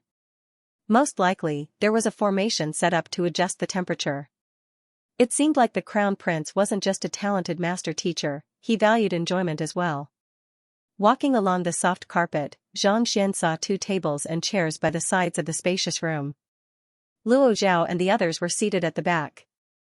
Fengshe, who was on the verge of death from the fall, was also present. However, his injuries were even more severe than before. His face was swollen, and he looked extremely haggard. Most likely, it was Fengshe who had taught him a lesson. The fact that he was still able to remain seated meant that he had consumed some kind of formidable recovery pill. Even so, he was still lethargic, completely different from the gleeful look he had in the morning. This is Fengshe? Luo Xian and Bai Jianhai glanced at one another before rolling their eyes. In the morning, when they met this person, he was standing on the back of an aerial spirit beast, exuding an imposing aura that forced Fengshe to a halt. Yet, with a single roar from Xianxia, he fell from the sky, and ended up in such a state. Thinking back to what he had just said, it seemed like no matter who he could offend, he couldn't afford to offend Xianxia. Paying no heed to Fengshe, Zhang Xian turned his gaze to the others. Just as Luo Zhao had said, the top 3 from Fengyuan Empire, Qianfeng Empire, and Zhuwei Empire had all reached Consonant Spirit Realm, and one of them had even reached Consonant Spirit Realm Advanced Stage. In terms of Cultivation Realm, he was indeed the weakest. Other than those from the 4 great vassal states, there was also a young man seated at the center of the main seat, drinking wine by himself. He was dressed in a long robe, and the 5 stars on his chest reflected the light of the Master Teacher emblem. 5-star Master Teacher? Zhang Xian was taken aback. He turned to Fengshe and asked, "Is he the Crown Prince?" "He isn't the Crown Prince. The Crown Prince is only a half 5-star Master Teacher. He should be a senior from the Master Teacher Academy. Either Xingyuan or Wu Zhen." Fengshe sent a telepathic message over. From Luo Zhao, Zhang Xian had learned the names of the 4 people. Naturally, the man before him wasn't the 6th princess or Luo Qiqi. Most likely, he was either Xingyuan or Wu Zhen. Otherwise, he wouldn't have been able to sit on the same level as the Crown Prince. Xingyuan and Wu Zhen? Zhang Xian turned to look at Luo Zhao.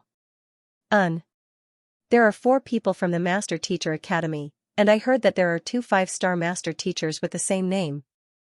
Fengshe explained. After which, he beckoned the others over. The Crown Prince isn't back yet, so let's take a seat first. Just a moment ago, he had heard from the guards that the Crown Prince had gone to invite the 6th princess and the others over. However, it seemed like only one of the 4 geniuses from the Master Teacher Academy had arrived. Fengshe, we won't say anything about your late arrival due to the distance, but you should have arrived at the capital this afternoon, right? To make Wuxia wait for you here so late. Aren't you doing this on purpose? Just as everyone was seated, a calm voice sounded. It was an elder sitting opposite them. The 5-star Master Teacher who had led the group from the Zhuwei Empire, Qin Yu. Hearing those words, Fengshe frowned. His voice wasn't loud, but everyone in the room had heard it. Wuxia, who was still drinking, had heard it as well. If he were to admit that he was late, he would leave a bad impression on the other party. Even the geniuses from the Master Teacher Academy had arrived. If he were to deny the fact that he was late despite being late, his impression of the other party wouldn't be any better either. It could be said that the other party had pushed him into a corner with just a single sentence.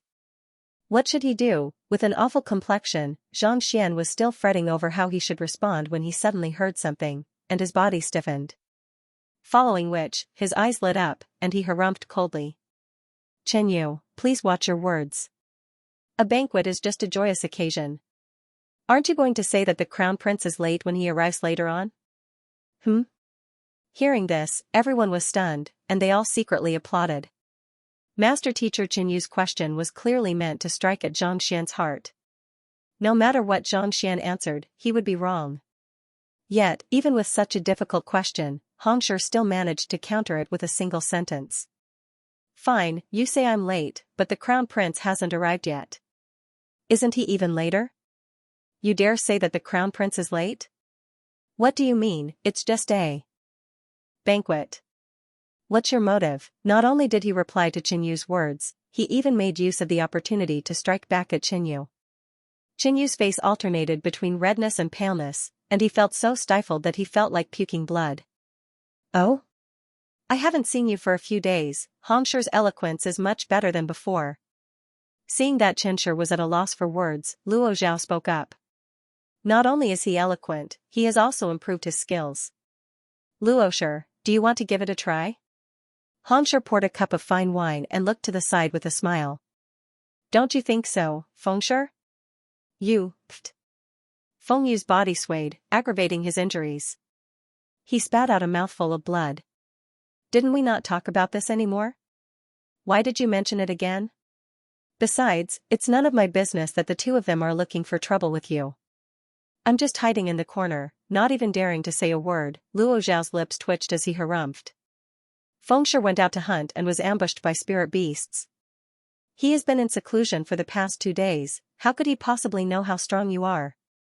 By saying that Fengshi was injured by a spirit beast, he was indirectly saying that Hongshi was a spirit beast and that he was heartless. So it was a spiritual beast that injured you. What a pity. Despite hearing the insults in the other party's words, Hongshi paid no heed to it at all. He raised his head calmly and said, "The wound on his face doesn't have any obvious lacerations. It's bruised, reddened, and blackened. This is the result of Xianxia being infused into it. His nose is slightly caved in, forming a straight line with his forehead. Clearly, he was kicked. His ears are red and swollen, and his lips are purple. These are the marks left behind by a palm strike. It's obvious that the wounds were inflicted by a human, yet you claim that it was inflicted by a spirit beast." At this point, Hongshi lifted his eyelids, and with a piercing gaze, he asked, "Teacher Luo, are you blind? Or have you learned to lie through your teeth?" "You." Luo Zhao's face reddened, and he nearly fainted on the spot. Master teachers possessed a sharp eye of discernment. There was a huge difference between an injury inflicted by a human and an injury inflicted by a spirit beast. The reason why he had said those words was to change the topic and avoid the awkwardness. Who knew that? The other party would point it out directly, and it would seem like he was lying through his teeth. Luo Zhao was so angry that his whole body was trembling, but he couldn't say a word. If they said that this guy was the one who did it, the fact that they were surrounded would definitely be leaked. Damn it, wasn't he always clumsy with words? When did he become so sharp-tongued? The others also looked at each other. Hongshi was too powerful. Xianxia and Luoshi had worked together to launch a pincer attack on Zhang Xian, trying to lure him into taking the bait. Yet, not only did the other party succeed in his counterattack, he even managed to render the other party speechless. How did he do it? What happened to me? Could it be that he was wrong? Or could it be that Luoshi is the spirit beast that you spoke of, and you are the one who injured Fengshi, and now that I have pointed it out, you feel embarrassed? Hongshi asked impassively. Humph. Luo Zhao clenched his fists tightly. He wanted to refute Zhang Xian, but he didn't know what to say. Seeing that his old friend was on the verge of exploding, Xianxia could only try to mediate the situation. Alright, as you have said, this is a banquet for everyone to gather together. What's the point of making things so tense? Indeed, it's just a banquet. There's no need for such a thing. After gulping down the wine in his cup, Hongshi fell silent. Damn it, Luoshi and Qianxi's complexion turned awful, as though they were suffering from constipation. They were infuriated by this fellow's actions, and they were intending to teach the other party a lesson before the start of the banquet. Yet, who could have thought that before they could even extend their legs, they would be trampled on by the other party, not to mention, they were even trampled on the other party's face. The more they thought about it, the more stifled they felt. They discreetly lifted their heads to see if they had left a bad impression on the other party, but the other party was still drinking his wine calmly, as though he hadn't heard the quarrel at all. That's good. Seeing that the other party wasn't offended, the duo glanced at one another and heaved a sigh of relief. I have no idea what's wrong with that fellow, but his tongue has gotten much sharper than before. There's no benefit in arguing with him. Let's wait for the crown prince to arrive first. Knowing that there was no benefit in arguing any further, Luo Zhao, Qianxia, and Fengyu communicated telepathically with one another. In an instant, the entire room fell silent. None of them were willing to admit defeat, and each of them had their own thoughts. In one of the courtyards of the Crown Prince's residence, a luxuriously dressed young man was waiting for someone, and it was hard to tell how long he had been waiting for. Even so, there wasn't the slightest hint of impatience on his face. Instead, there was a faint smile on his face. If Xianxia were here, he would surely be able to recognize the other party as the Crown Prince of the Miryu Empire, Yiqian. Damn it, damn it. It's all that fellow's fault. If not for him snatching my root grass, I wouldn't be unable to buy it now. Xingyuan, have you found out who that person is? With a roar, a pretty figure walked in from outside the yard. This? I'll get Yiqian to look into it later on, following which, an apologetic voice sounded. A young man followed closely behind her. It was the sixth princess and Xingyuan whom Xianxia had met at the mystical treasure hall. After leaving the mystical treasure hall, the sixth princess had been searching all over the place to see if she could find the root grass. However, even after searching through many places, she was still unable to find it. The more she thought about it, the more furious she became. Sixth princess, Senior Xingyuan. Crown Prince Yiqian stepped forward, clasped his fist, and bowed. Oh? It's good that you're here. I have something that I need your help with. Xingyuan looked at him calmly. Senior, feel free to speak of your request. Yiqian hurriedly said. Earlier in the day, the sixth princess and I met a young man in his 20s at the mystical treasure hall. He had a plump butler with him. Help me look into his identity and report back to me as soon as possible. Xingyuan waved his hands. All right. Yiqian nodded. Even though the other party's description was vague, this was Huanyu Empire. With his influence as the crown prince, it wasn't too difficult for him to look into a person's identity. Sixth princess and Senior Xingyuan, I'll have someone take care of this matter right now. I prepared a banquet for you tonight, and I'd like to invite you over. At the same time, you can get to know the freshmen that our Miryu Empire is sending to the Master Teacher Academy. I'm not interested.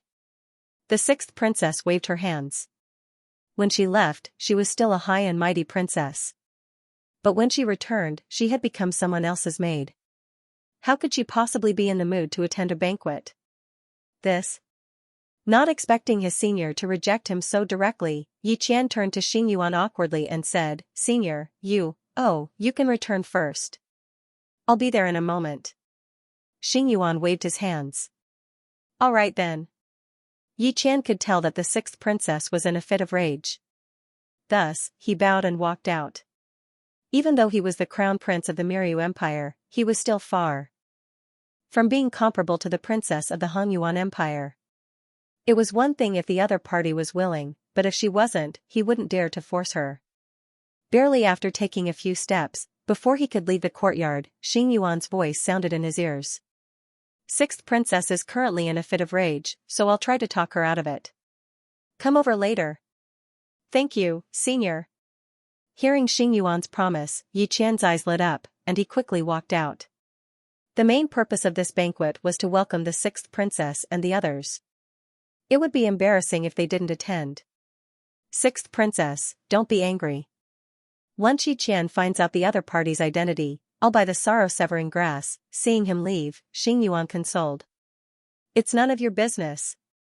The sixth princess sat down angrily. Xingyuan stood awkwardly on the spot. He didn't know whether he should leave or stay. This sixth princess had an eccentric temper, and it was hard for him to chase after her. She was still fine a moment ago, but her sudden change left him bewildered. To tell the truth, you were the one who agreed to take that lad in as his maid. I tried to persuade you against it, but you just wouldn't listen. In fact, I even wanted to kill him, but you still wouldn't agree, yet, you came here to vent your anger at me and Yiqian. The more he thought about it, the more stifled he felt. You fair, what's wrong? Just as Xianxia was at a loss as to what to do, he suddenly heard the sound of footsteps. A lady walked over excitedly with a smile on her face. Miss Qiqi, you. Upon seeing the other party's reaction, Xingyuan was stunned. Luo Qiqi had always been as cold as snow, and whenever she spoke, she would always be rejected. Why was she smiling today? If the people of the academy were to find out that the icy beauty could actually smile, would they go crazy on the spot?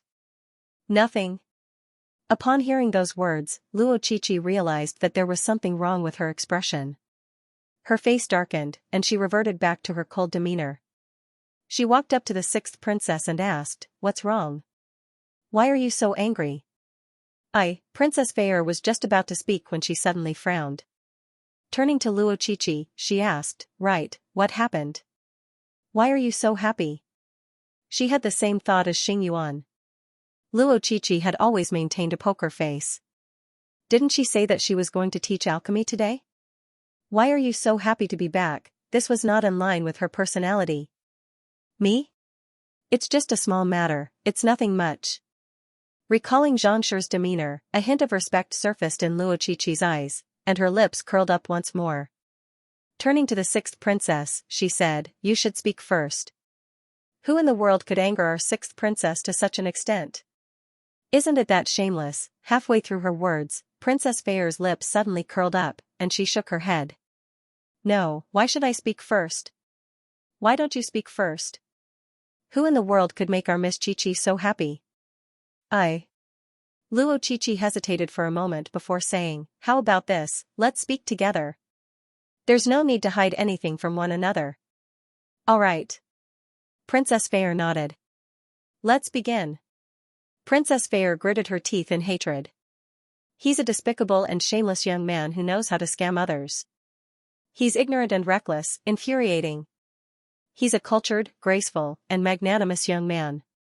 His knowledge is profound, and he's worthy of respect," Luo Qiqi said with admiration. Hearing the conversation between the duo, Xingyuan felt a little lightheaded. The fellow whom Princess Fair met was indeed despicable and shameless, but who in the world was the person whom Luo Qiqi met for her to revere so much? In fact, this was no longer worship, but infatuation. Despicable and shameless? What did he do for you to behave in such a manner? Luo Qiqi asked. He is truly shameless. The more Princess Fair thought about it, the angrier she felt. Thus, she began to explain the matter. He wants you to become his maid? Hearing the other party's words, Luo Qiqi widened her mouth in disbelief. Who was the person before her, the sixth princess of Hongyuan Empire, the precious gem of the emperor, and this Xingyuan, whom she pursued day in and day out, not daring to utter a single word? Yet, there was actually someone who dared to make her his maid. That was way too gutsy. Besides, even if she were to become his maid, would he be able to order her around? Chuckling softly, Luo Qiqi shook her head and said, "Actually, I think that person is rather formidable. To be able to anger our unruly Princess Fair to such an extent without daring to utter a single word, he must be extremely capable." "You." Princess Fair puffed up her cheeks. "Are you gloating over my misfortune?" "Right, what's the matter with that person you spoke of?" "Oh, I went to the apothecary guild today." Luo Qiqi didn't hide anything from her. Thus, she began recounting everything that happened today. "Just by looking at your pill forging, he was able to point out more than 100 flaws? To offer you pointers on pill forging and successfully forge a grade 6 pill. This. More importantly, he's only in his 20s. Isn't that a little too dashing?" Hearing her friend's words, Princess Fair widened her eyes in shock. Luo Qiqi was her close friend, as well as a renowned master apothecary in the Master Teacher Academy. She was always ranked in the top few in the Apothecary Guild's tournament. Yet, someone actually pointed out more than 100 flaws in such a figure. Just how formidable was that person? Putting her aside, even she couldn't help but feel an urge to acknowledge the other party as her teacher. Indeed. Ever since I started cultivating, I, Luo Qiqi, have never worshipped anyone. However, Miss Zhang is the person whom I admire the most. Recalling the confident and dashing disposition of the young man, Luo Qiqi's lips couldn't help but curl up. "And, after hearing you say that, I'm also starting to worship her. When you see this Miss Zhang again, you must introduce her to me. I also want to learn alchemy from her," Princess Fair said. "Alright, when you meet that fellow next time, bring me along to meet him as well.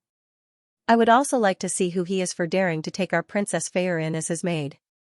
If he doesn't have the capability to do so, I'll beat him up for you." Yes. The two of them smiled knowingly. Their sisterly love was deep. Cough cough, the two of you, Crown Prince Xianxia has specially prepared a banquet for us. He even invited us to meet the geniuses of the Miryu Empire. We've already agreed. Do you want to go and take a look? Seeing that the two ladies were getting more and more joyful, Xingyuan couldn't help but speak up. Oh, right, there's still the banquet. Only then did Luochichi remember. We definitely have to go, but we need to pack up and change our clothes first. Alright, since you're going, I'll go as well. Seeing that her good friend was intending to go, Princess Fair nodded in agreement. After chatting with her for a long time, his mood improved a lot. He was not as depressed as before. Attending a banquet was not a big deal. Hearing that the two ladies were going to pack up and change their clothes, Xingyuan slapped his forehead and felt as if there was nothing left to live for. Changing clothes was definitely one of the most troublesome matters for a lady. It seemed like he wouldn't be able to attend this banquet anymore. The crown prince has arrived. While Xingyuan was feeling helpless, the crown prince, Yi Qian, walked into the banquet hall. Your Highness. Upon seeing him, Hongshi and the others immediately stood up and clasped their fists. There's no need to stand on ceremony. Yi Qian walked up to the main seat, glanced at the young man seated by the side, and smiled. Senior Wu Zhen. Wu Zhen nodded. Where are Xingyuan and the others? They'll be here shortly. Yi Qian replied. Oh. Wu Zhen nodded and said no more. Seeing that Wu Zhen wasn't going to say anything, Yi Qian knew that he was just going along with the arrangements of the host. Thus, he scanned the surroundings and said, I believe that all of you should know the reason why I invited you here today. Yes. We understand. Luo Zhao, Chen Yu, and the others nodded. It's good that you understand. Allow me to introduce you to him. This is Senior Wu Zhen, a grade 2 student of Hongyuan Master Teacher Academy, a 5-star low-tier master teacher. Yi Qian introduced. Wu Zhen didn't get up and nodded at the crowd. As a top student of the Hongyuan Master Teacher Academy, he did possess such pride. 5-star low-tier master teacher? Hearing the introduction, Xianxia turned to Hongshi in bewilderment. Weren't master teachers divided into primary, intermediate, advanced, and pinnacle? What did low-tier mean? Once a master teacher reaches 5-star, it will become increasingly difficult for you to advance your cultivation. Hongshi sent a telepathic message. Xianxia nodded. Becoming a 5-star master teacher was equivalent to stepping into the upper echelons of the continent. Not only would it become increasingly difficult to cultivate, it would also become increasingly difficult to raise one's cultivation. Thus, in order to better differentiate the ranks of master teachers, starting from 5-star, they will be divided into low-tier, high-tier, and pinnacle. Hongshi said. This way, it'll be easier for them to differentiate their cultivation. For example, I'm currently at Transcendent Mortal 6 Dan, so I'll be known as 5-star low-tier master teacher. When I reach 7 Dan, I'll be known as high-tier master teacher, and 8 Dan pinnacle master teacher. Of course, as one's cultivation rises, one's eye of discernment will have to grow as well. Otherwise, one won't be able to match up to the various ranks. Xianxia came to a realization. Upon reaching Transcendent Mortal Realm, a single Master Teacher rank would correspond to the 3 sub-ranks of Transcendent Mortal.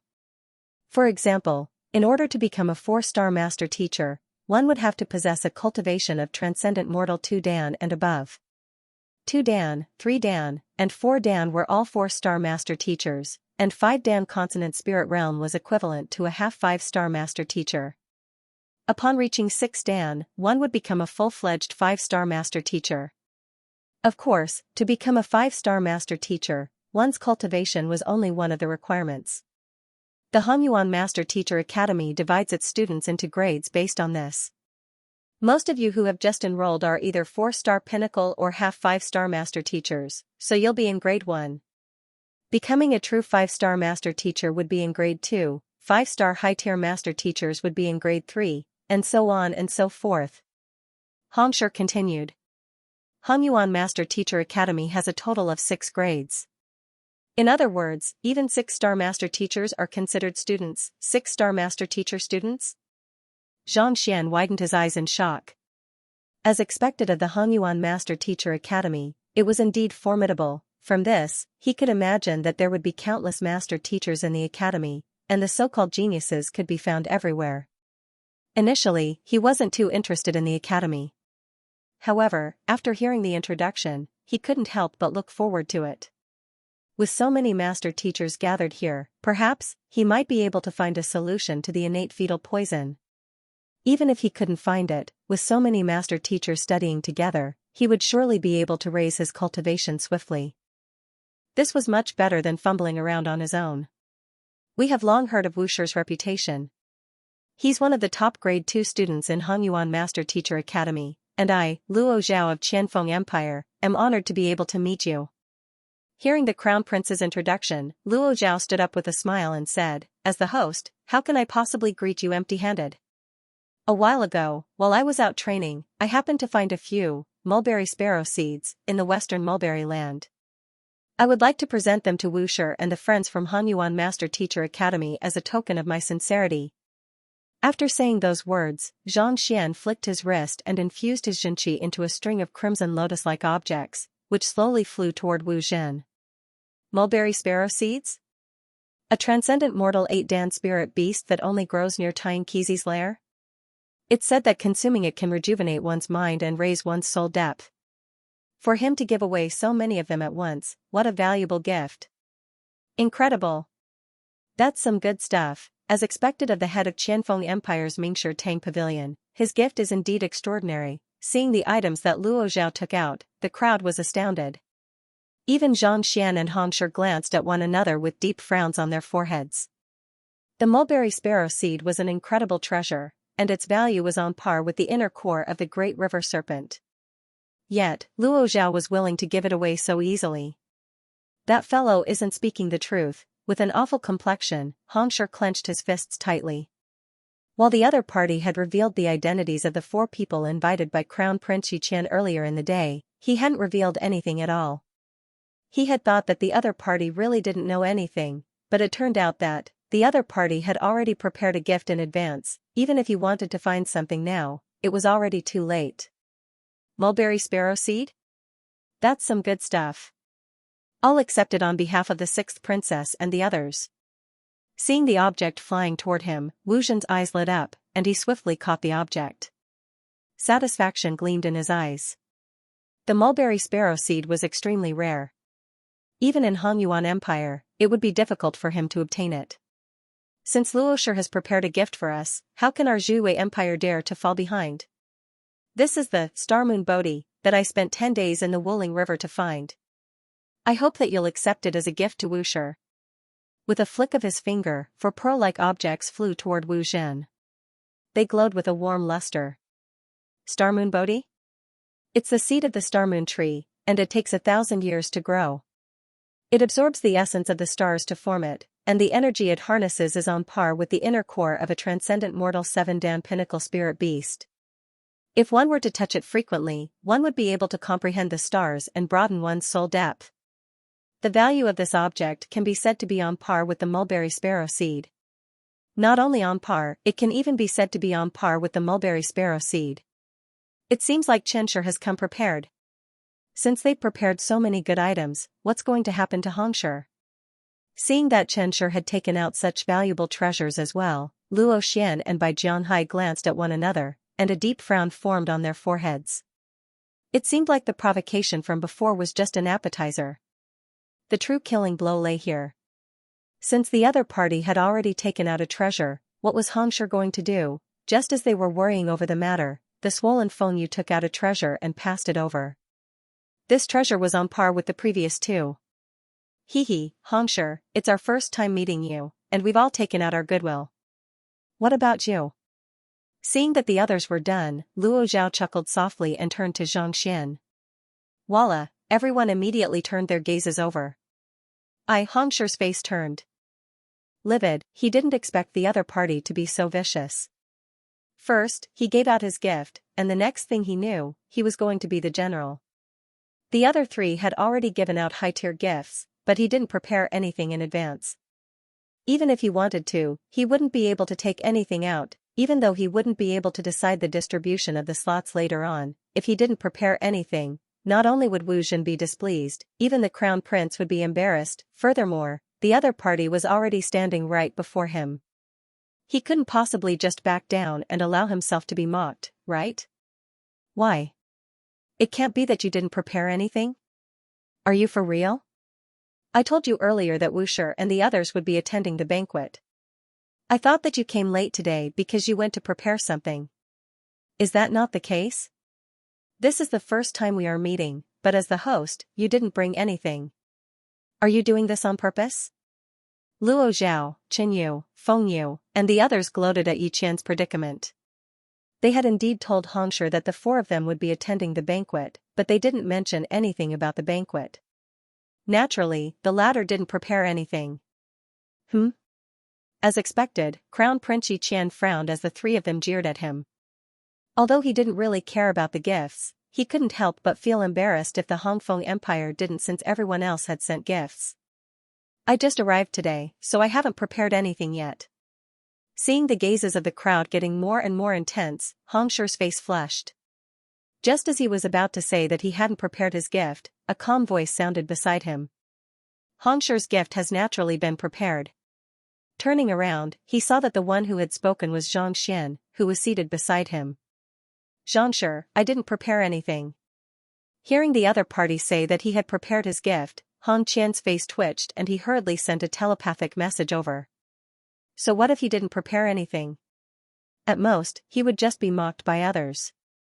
Admitting that he had brought something, but not being able to take it out would only be more embarrassing. Besides, I do have a huge pile of ordinary treasures, but if they aren't as valuable as the other parties, wouldn't it be more embarrassing for me to take them out? Oh? Since you've prepared it, just take it out. Seeing that the fellow with the lowest cultivation actually spoke up, Luo Zhao harumphed and waved his hand. Take it out? Xianxia shook his head. I'm afraid I can't take it out now, right? Can't take it out? What do you mean? Are you trying to toy with the crown prince and Wu Shi because you don't have anything with you? Luo Zhao sneered coldly. By the side, Hongshi's body also swayed. His vision went dark, and he almost fainted. He said that he had a gift, but he said that he couldn't take it out. Big brother, how should we end this? If he really couldn't produce the required amount, not only would he be blamed by Wu Shi, but he would also be offended by the crown prince. No matter how stupid he was, he would know what the outcome would be. The crown prince and Wu Shi looked at each other and frowned. They were already very puzzled that a 20-year-old kid could become one of the top three. Now, he actually said that he had something that he couldn't take out. They immediately felt that it was strange. They didn't know what he was up to. Even Bai Jianghai and Luo Xian were confused. They had been together with Hongshi this afternoon, so they knew very well whether the other party had found the treasure or not. If he really couldn't take it out, wouldn't that be disastrous? I'm just a 4-star master teacher from a small place like the League of Nations. Even if I were to be given 10 guts, I wouldn't dare to toy with the crown prince and Wu Shi.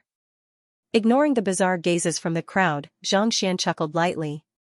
Lifting his eyelids, he turned to Luo Zhao and said, on the other hand, Luo Shi, you've seen and taken the treasure that Hongshi went through so much trouble to prepare.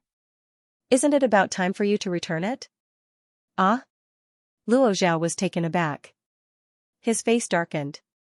What did you say? What do you mean by not seeing it? When did I take Hongshi's possession? Sigh, I knew that you wouldn't admit to it. Sighing, Xianxia shook his head. Clasping his fist toward the crown prince and Wu Shi, he stood up and said, since the crown prince and Wu Shi are here, I would like to request for the two of you to uphold justice for our Hongshi. Uphold justice? Sure, as long as it's justice, we are willing to do so. Before the crown prince could say anything, Wu Shi chuckled and said. Thank you. Xianxia nodded his head. Turning to Luo Zhao, he said, Wu Shi has already agreed to uphold justice. Then. Luo Shi, do you dare to confront me? Confront? Why wouldn't I dare? Seeing how confident this fellow was, Luo Zhao was dumbfounded. His head was filled with confusion. Even though he knew Hongshi, they had never interacted much with one another, not to mention taking the other's possession. Why was this fellow so confident and even had the crown prince, Wuxia, testify for him? Honestly speaking, he wasn't the only one. Hongshi felt frenzied as well. When did Luo Zhao take away my possession? How did you know when I didn't even know about it? It's good that you dare to do so. Xianxia chuckled. Lifting his head, he asked, did Hongshi look for you at your residence today? That's right. Luo Zhao nodded. Hongshi had openly gone to look for them. This matter would be known as long as they inquired about it. Even if they wanted to hide it, they wouldn't be able to. There was no need to hide it. Moreover, they were only looking for him. It didn't involve any treasures, right? The two of you once intended to challenge one another to a master-teacher challenge. Is there such a matter? Just as Zhang Xian was perplexed, the other party's question sounded once more. This? Yes. After hesitating for a moment, Luo Zhao nodded his head. When he saw Hongshi pummeling Fengshi, he felt indignant and challenged the latter to a master-teacher challenge. In the master-teacher challenge, one had to use one's blood to activate the emblem. It wouldn't be difficult for the headquarters to look into the matter, so there was no need for the headquarters to hide the matter. It's good that you admit it. That saves me the trouble of explaining further. Zhang Xian nodded his head. Turning to the crown prince and Wu Zhen, he clasped his fists and said, the two of you should have seen it for yourself. He has already admitted to it, so there's no need for me to continue explaining the matter. Don't say what? Tell me clearly. Luo Zhao scratched his head. What the hell was this guy doing? He had only asked half of the question, but he had also said half of what he had said. He was deliberately mystifying things. What do you mean by I admit it? You don't have to say any more? What is it? What did I admit to? Hongshi was even more bewildered. Wasn't Zhangshi's brain way too complicated? Why couldn't he understand what he was saying? You'd better make yourself clear. Yi Qian and Wu Zhen glanced at one another and coughed. Alright, since the two of you want me to speak clearly, I won't go against my superior. As a 4-star master teacher, I have offended a 5-star master teacher. At this point, Zhang Xian's eyes were filled with fury and indignation. Actually, Hongshi didn't allow me to speak of this matter. It was out of indignation that I spoke of it. Hongshi widened his eyes in shock. I didn't allow you to speak of it? What did I not allow you to speak of? Hongshi is a kind-hearted person, but he isn't good with words. In order to protect the reputation of the Miryu Empire, he didn't want to speak of it. However, as a junior of his, I couldn't stand it anymore. Zhang Xian's voice sounded once more. Hearing those words, Yi Qian and Wu Zhen's faces twitched. We don't know whether Hongshi is a kind-hearted person or not, but he isn't good with words. Aren't you lying through your teeth? It's not like we didn't see how Luo Zhao, Qin Yu, and the others nearly fainted from anger. Don't talk nonsense here. What's the matter? Speak.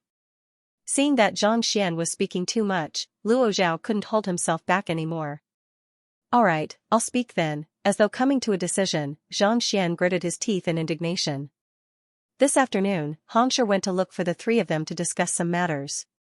However, not only did the three of them gang up on Hongshi, they even snatched away the treasure that he had prepared beforehand. The heck? What did you say? Beat up Hongshi? Luo Zhao staggered and nearly spurted blood. Beat your head. It was Hongshi who refused to fight with me, alright? Besides, when did we gang up on him? Snatch the treasure? Snatch your head. Even if we're lying through our teeth, we should at least make it sound more believable. This is way too unreliable. 3 master teachers beating up another master teacher in the courtyard. Why does it sound like a hoodlum? Since you won't admit to it, let me continue asking you then. This afternoon, you weren't the only one who challenged Hongshi to a master-teacher challenge. Did Fengshi challenge him as well? Before Luo Zhao could explain, Zhang Xian continued asking. This? Luo Zhao was taken aback. I did challenge him, but Fengshi did challenge Hongshi to a master-teacher challenge, but that was just him getting pummeled, alright? But what? It's good that he challenged him. Zhang Xian was indescribably furious. Xianxia and Fengxia are both 5-star primary master teachers and Transcendent Mortal 6-dan primary stage experts. I believe there shouldn't be any objections to this point, right? The crowd nodded. They were all master teachers, and they were of the same rank. Naturally, there wasn't much of a difference in their fighting prowess. Even Fengxia ended up in such a state in a master teacher challenge. Do you think that Xianxia would fare any better? Xianxia continued. The Crown Prince and Wu Zhen were taken aback. Luoshi, let me ask you again. After the duel between Xianxia and Fengxia ended, did you immediately apply for a master teacher challenge? Also, did Xianxia say that he would be unable to battle for 10 years due to his severe injuries? Zhang Xian asked once more. He did say that. Luo Zhao froze once more. Just as he was about to explain, he was interrupted once more. As a 5-star master teacher and a Transcendent Mortal 6-dan expert, how severe must his injuries be for him to be unable to battle for 10 years? The more Zhang Xian spoke, the more agitated he became. Even so, Luoshi still insisted on challenging him to a duel. Think about it, how could Xianxia possibly be a match for him? Naturally, the treasure that he had prepared beforehand was snatched away by him. At this point, Luo Zhao found it hard to contain his rage. If he were to continue speaking, tears might even flow from his eyes. The heck? When did I beat him and snatch his treasure? You better make yourself clear. Luo Zhao's body swayed, and he nearly burst into tears on the spot. It was clearly Xianxia who ran over to pummel Fengxia.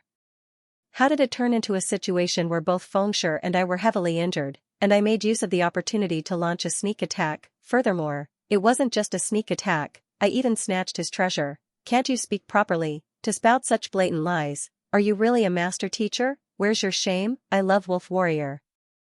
I suddenly remembered that when Lao was young, he was given the nickname Wu Jing due to his resemblance to Wu Jing. After seeing my classmate for the past few days, he excitedly patted my shoulder. Wu, my face beaming with joy, don't you still have the demeanor you used to have? You resemble Wu Jing a lot, classmate. Mengde, me, your head, woo-woo, I've been crying for an entire day. I hope for monthly votes and recommendation votes to console you. End of chapter 627. Don't forget to subscribe, like, and share the video to support the channel.